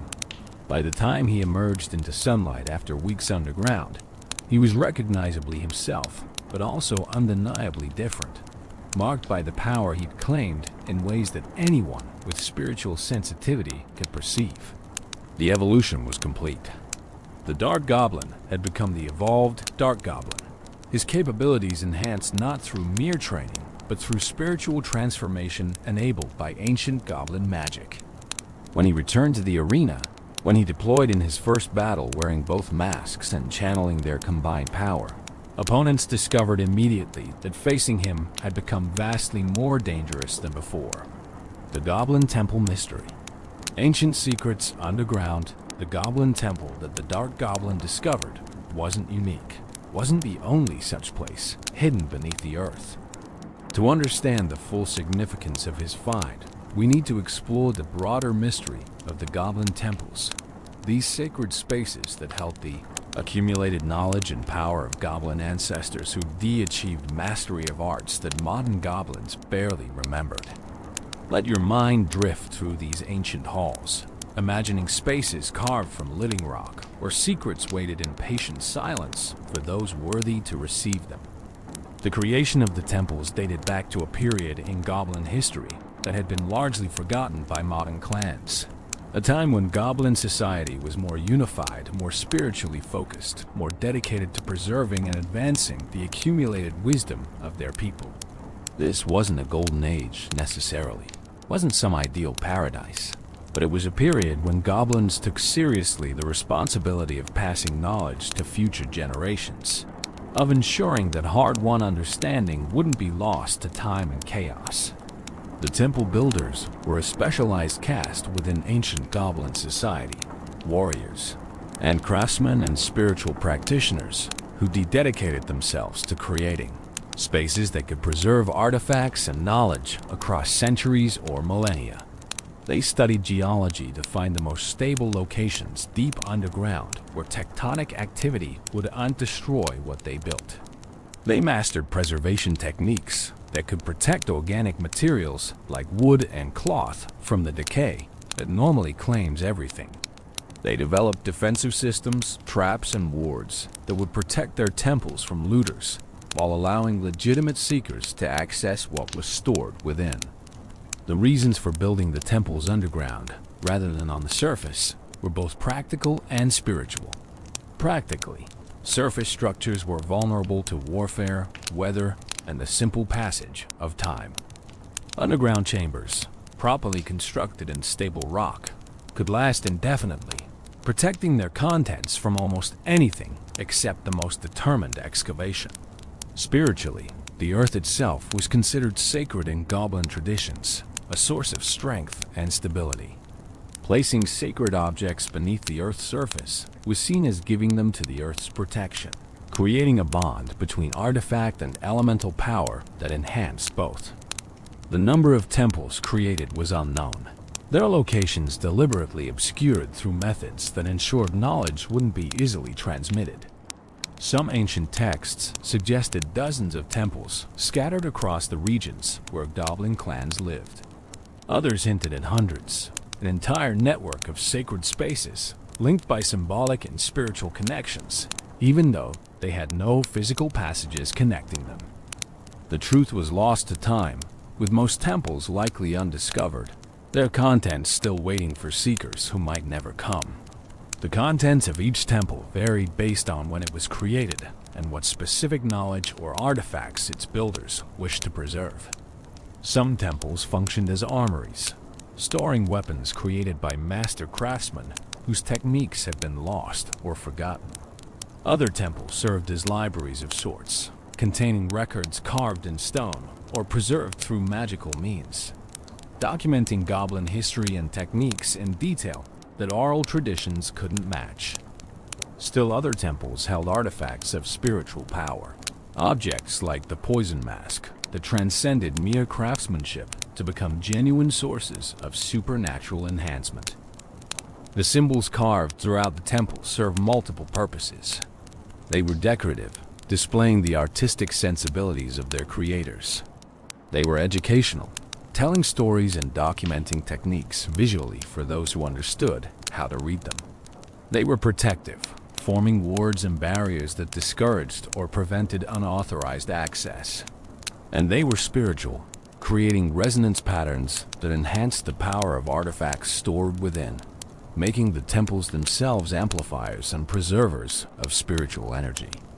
The traps that protected the temples represented sophisticated understanding of both mechanical and spiritual defense.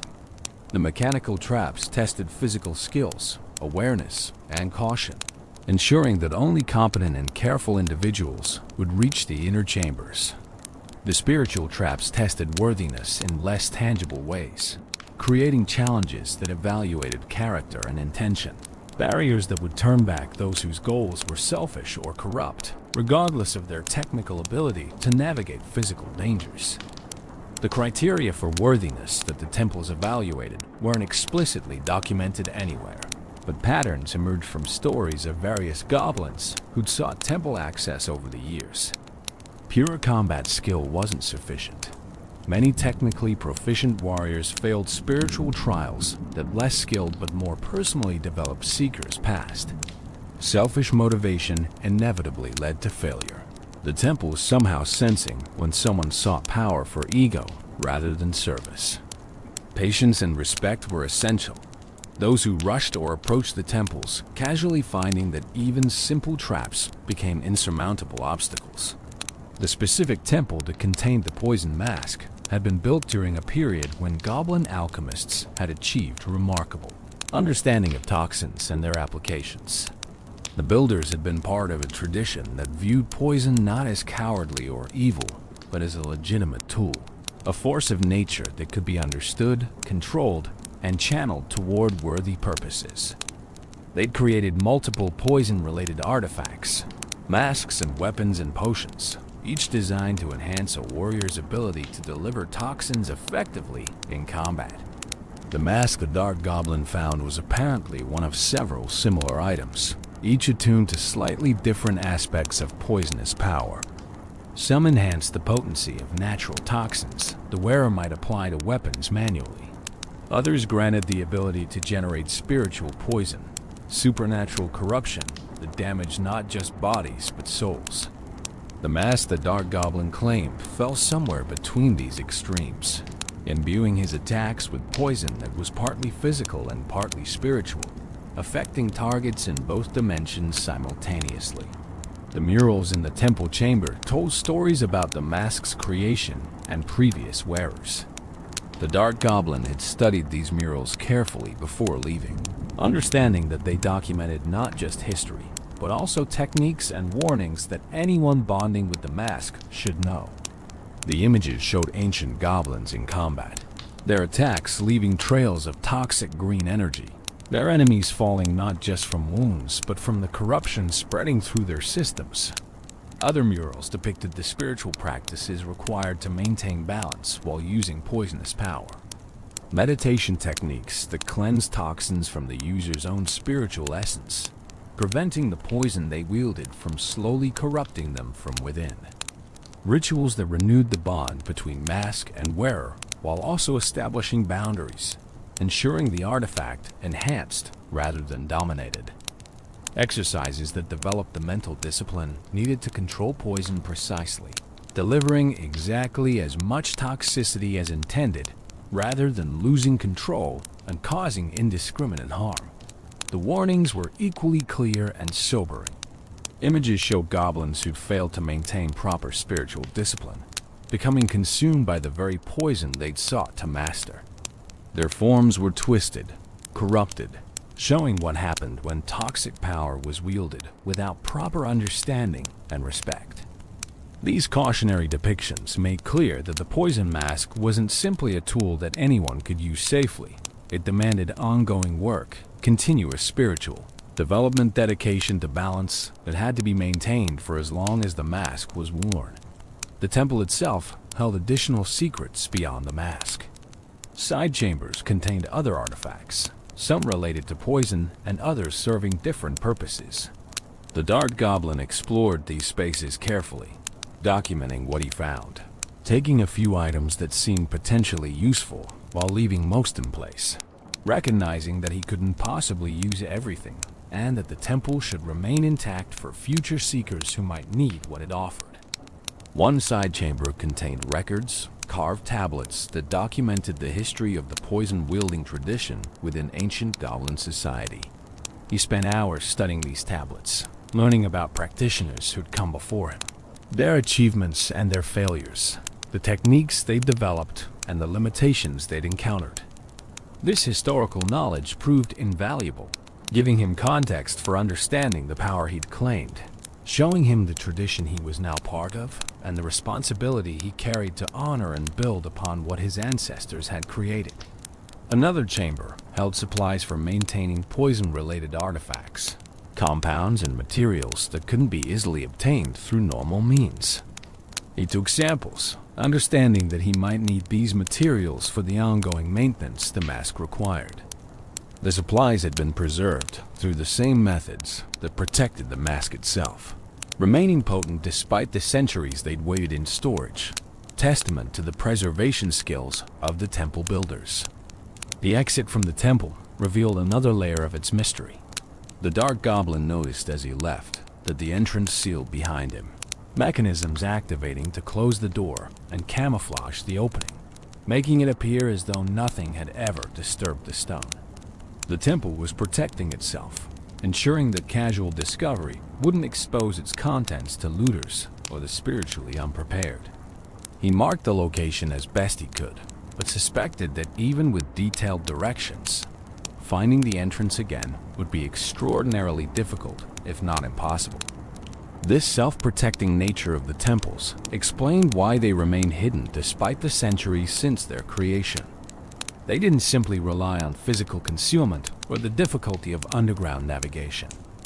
They actively resisted discovery, using methods that blended mechanical, spiritual, and possibly even subtle magical properties to avoid detection. Only when conditions were right, when a worthy seeker with genuine need approached, would the temples allow themselves to be found. The network theory suggested that all goblin temples were somehow connected, that the spiritual energies they contained resonated with each other across whatever distances separated them physically. If this theory was true, and the Dark Goblin had found evidence suggesting it might be, then his discovery and claiming of the poison mask would have rippled through the network, announcing to any other temples that existed that a worthy seeker had successfully claimed power from one of their number. Perhaps this would make finding other temples easier for him in the future, recognition granted by the network itself that he'd proven his worthiness. The broader implications of the temple's existence raised profound questions about goblin history and the knowledge that had been lost over generations. What else might be preserved in undiscovered temples? What techniques and understanding had ancient goblins possessed that modern clans no longer even knew to seek? How many potential evolved forms might exist, waiting in underground chambers for warriors dedicated enough to find them and prove themselves worthy of transformation? These questions had no certain answers, but they inspired the Dark Goblin and other seekers to continue searching, to pursue rumors and investigate legends that might lead to additional discoveries. Each new temple found, each artifact claimed, added pieces to the puzzle of what Goblin society had once been and might become again. If enough of the ancient knowledge could be recovered and integrated into modern understanding.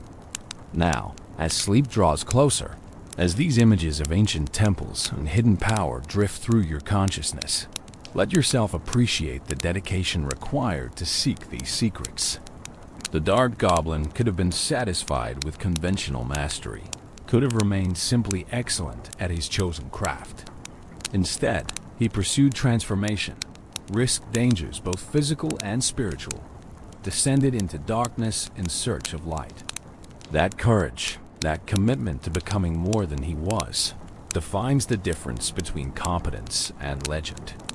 Toxic mastery, understanding the poison evolution, the transformation that occurred when the Dark Goblin claimed the poison mask fundamentally altered not just his combat effectiveness, but his entire relationship with his craft. The evolution wasn't merely an upgrade in statistics, though those improvements were significant. It represented a philosophical shift, a new understanding of what his darts could accomplish, a revelation that opened tactical possibilities he'd never previously imagined. Let's explore what the poison evolution means mechanically, spiritually, and strategically, understanding how toxicity became art in the hands of a master. The basic function of the evolved poison darts is elegantly simple. When a dart strikes a target, it delivers its normal physical damage, the sharp tip penetrating and causing immediate harm. But simultaneously, the poison infused into the dart through the mask's power begins its work, corrupting the target's system, dealing additional damage over time that continues even after the initial strike. This damage over time effect transforms each dart from a single moment of harm into an ongoing threat, pressure that builds with each successive hit. The poison damage accumulates. A target hit by one dart takes poison damage over several seconds. A target hit by multiple darts takes proportionally more damage as the toxins compound in their system. This accumulation means that the evolved Dark Goblin S effectiveness increases dramatically when he can maintain sustained fire on a single target, each dart adding to the damage of those before it, creating exponential growth in harm delivered per second of continued engagement. The visual feedback of the poison is distinctive and satisfying.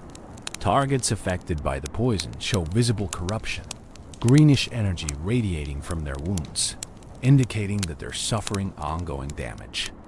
This visual clarity serves important gameplay functions, allowing both the player using the evolved Dark Goblin and their opponents to track which targets are poisoned and how many stacks of poison they re-carrying. But it also reinforces the fantasy, making the poison feel real and dangerous rather than just an abstract numerical modification. The strategic implications of poison damage ripple through every aspect of how the evolved Dark Goblin is deployed and utilized. Against single high-health targets like tanks or mini-tanks, the poison dramatically increases his effectiveness. Where the base Dark Goblin would chip away slowly through physical damage alone, the evolved version melts through health bars as poison accumulates. Tanks that would normally shrug off his darts find themselves unexpectedly vulnerable, corruption spreading faster than they can advance, sometimes dying before even reaching defensive positions. Against swarms, the poison's effect is somewhat different but equally valuable. Each small unit takes physical damage plus poison damage, and since swarm units typically have low health pools, the added damage often means they die in fewer hits than they would against base Dark Goblin. This allows the evolved version to clear swarms more quickly, reducing the time enemies spend attacking your defenses, minimizing the damage they deal before being eliminated. The efficiency gain might seem small per individual unit, but compounds significantly over the course of a full battle. The elixir trading dynamics shift with evolution. The base Dark Goblin at 3 elixir provided good value, able to trade favorably against many 4 or 5 elixir threats through proper positioning. The evolved version strengthens these trades, often securing positive trades against even more expensive threats. When your 3 elixir troop can eliminate or severely damage 6 or 7 elixir investments through sustained poison fire, the economic advantage becomes overwhelming over the course of a match. The tactical deployment patterns for Evolved Dark Goblin maintain similarities to base deployment but with important modifications. He's still primarily a defensive troop, best used to counter enemy pushes rather than as a primary offensive threat. But the increased killing power from poison means he can be deployed more aggressively in certain situations positioned further forward than would be safe for base Dark Goblin, because he can eliminate threats quickly enough that they don't have time to close distance and threaten him. The Poison S application through Dart Impact rather than requiring special activation or resource management makes the Evolved Dark Goblin remarkably user-friendly. There's no complex mechanic to learn, no additional timing or positioning requirements beyond what effective base Dark Goblin usage already demands. You deploy him, he shoots darts. Those darts poison targets automatically.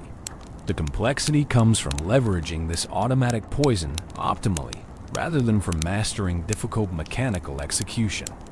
The spiritual dimension of wielding poison cannot be ignored, though it operates more in the realm of lore and character than gameplay mechanics. The Dark Goblin wearing the poison mask must maintain the spiritual discipline discussed in the temple murals, must practice the cleansing meditations that prevent the toxins he wields from corrupting his own essence.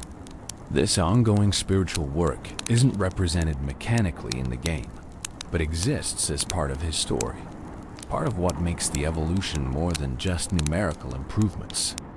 The poison's nature sits somewhere between physical and supernatural. It damages the body through processes that resemble natural toxins, corrupting cellular function, disrupting vital systems. But it also carries spiritual components. Corruption that affects the target's life force in ways pure physical poison couldn't achieve. This hybrid nature makes the Evolved Dark Goblin's poison effective against targets that might resist purely physical or purely magical attacks, threading a middle path that catches enemies without comprehensive defenses. The ethical considerations of using poison have long been debated in human warfare, with many cultures considering it dishonorable or cowardly. But goblin traditions, particularly the ancient ones preserved in the temples, viewed poison more practically. It's a tool, like any other, neither inherently honorable nor dishonorable. What matters is the purpose for which it's used and the character of those wielding it. The Dark Goblin using poison to defend his allies and eliminate threats to his team carries no moral stain, regardless of what human ethical traditions might suggest. The balanced considerations for the Evolved Dark Goblin required careful attention from the development team. Evolution cards needed to feel significantly more powerful than their base versions to justify the resource investment required to unlock and upgrade them. But they also couldn't be so powerful that they became mandatory, that players without access to evolutions couldn't compete effectively. The poison evolution threads this needle successfully, providing meaningful power increase without breaking the game's fundamental balance. The community reception to the Evolved Dark Goblin was generally positive, with players appreciating that the evolution maintained the core identity while adding new dimensions. He still played like a Dark Goblin, still required similar positioning and decision-making, still filled the same basic role in deck composition. The poison wasn't a gimmick that changed everything. It was an enhancement that made what he already did more effective, which felt natural and satisfying rather than jarring or confusing. The usage statistics for Evolved Dark Goblin showed healthy but not excessive adoption. Not every player chose to evolve him, some preferring to invest evolution resources in other cards. But those who did evolve him reported satisfaction with the results, feeling that the evolution provided value commensurate with the investment required. This balance of adoption indicated good design, strong enough to be worth pursuing, but not so dominant that it became mandatory for competitive viability. The strategic synergies between evolved Dark Goblin and certain other cards created interesting deck-building possibilities. Cards that slowed enemies, keeping them in range longer, became more valuable when paired with poison that needed time to accumulate. Cards that distracted or tanked for the Dark Goblin gained increased value, since they enabled more sustained fire that maximized poison stacking. The evolution didn't exist in isolation, but is part of a broader tactical ecosystem that clever players could exploit. The poison's interaction with healing effects created counterplay dynamics that added strategic depth. Healing spells or troops that restored health could partially counter poison damage, extending target survival time, potentially allowing them to complete their objectives before dying. This created decision points for both players. Should the Dark Goblin user target the healer first to prevent them from countering poison, or focus on the primary threats? Should the opponent save healing for poison-afflicted troops or use it proactively before poison accumulates? These decisions added texture to matches. The visual evolution of the Dark Goblin himself reinforced the poison theme beautifully. The poison mask worn over his voodoo mask created a distinctive dual mask appearance that immediately communicated enhanced status. The green glow replacing or supplementing the red of his normal mask's eyes marked him as different, dangerous in new ways. The team-colored decorations remained, maintaining his identity while clearly signaling that this was an evolved form rather than a completely different troop. The skill ceiling for optimal evolved Dark Goblin usage rose slightly compared to base version. Players needed to understand damage timing, predicting when accumulated poison would finish off targets, allowing them to redirect fire to new threats earlier than they might otherwise think safe. They needed to prioritize targets differently, sometimes focusing the highest value threat even if other options were closer or easier to hit, trusting poison to finish low health targets while maximizing accumulation on tougher ones. The satisfaction of perfect poison plays, where careful target selection and sustained fire resulted in multiple enemies dying almost simultaneously, as accumulated corruption overwhelmed them, created memorable moments that players shared and celebrated. These highlights reinforced the appeal of playing evolved Dark Goblin, providing the kind of spectacular payoff that justified the effort required to achieve evolution and the skill needed to utilize it effectively. The lore implications of the evolution extend beyond just the individual Dark Goblin. His discovery of the poison mask and successful integration of its power demonstrated that ancient goblin knowledge remained relevant and accessible to those willing to seek it. This opened possibilities for other goblins, suggested paths they might pursue toward their own transformations. The temples held more than just the poison mask, and the evolved Dark Goblin's success would inspire others to undertake similar quests. The training required to maintain evolution differed from base training.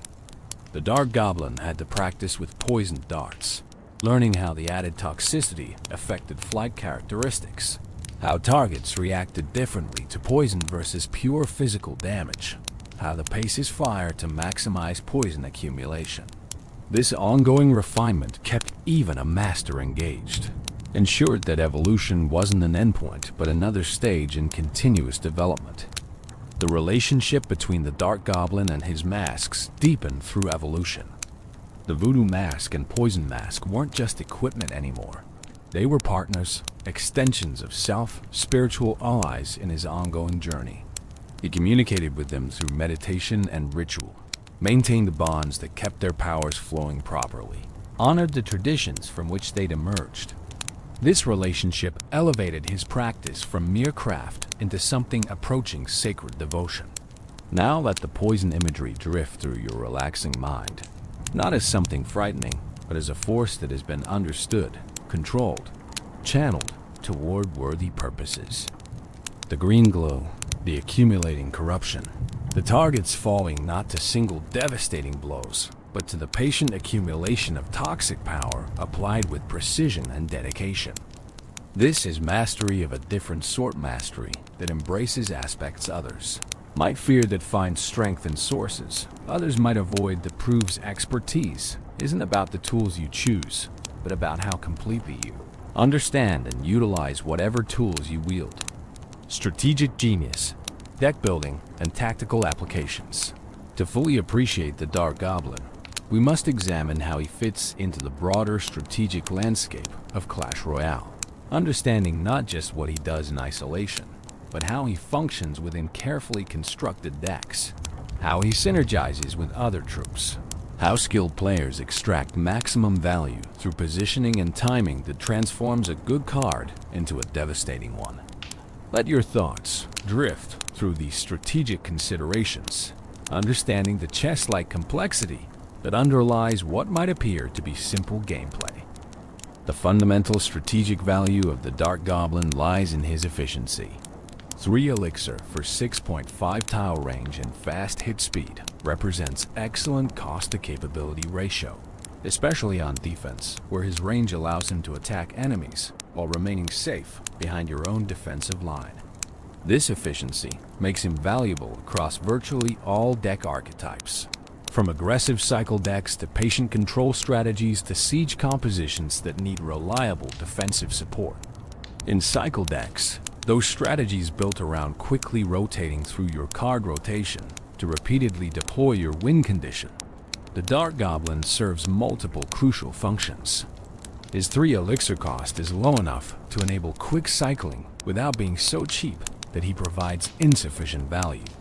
He contributes meaningfully on defense, justifying his inclusion beyond pure cycle speed. And he can apply offensive pressure as well, threatening chip damage on towers when opponents leave him unaddressed. Classic 2.6 Hog Cycle decks sometimes included Dark Goblin, leveraging these properties to create devastating pressure. The specific synergies with Hog Rider demonstrate cycle deck integration beautifully. Dark Goblin defends efficiently, then transitions into a counterpush by supporting the Hog with ranged fire. He clears defending swarms that would normally stop Hog Rider cold.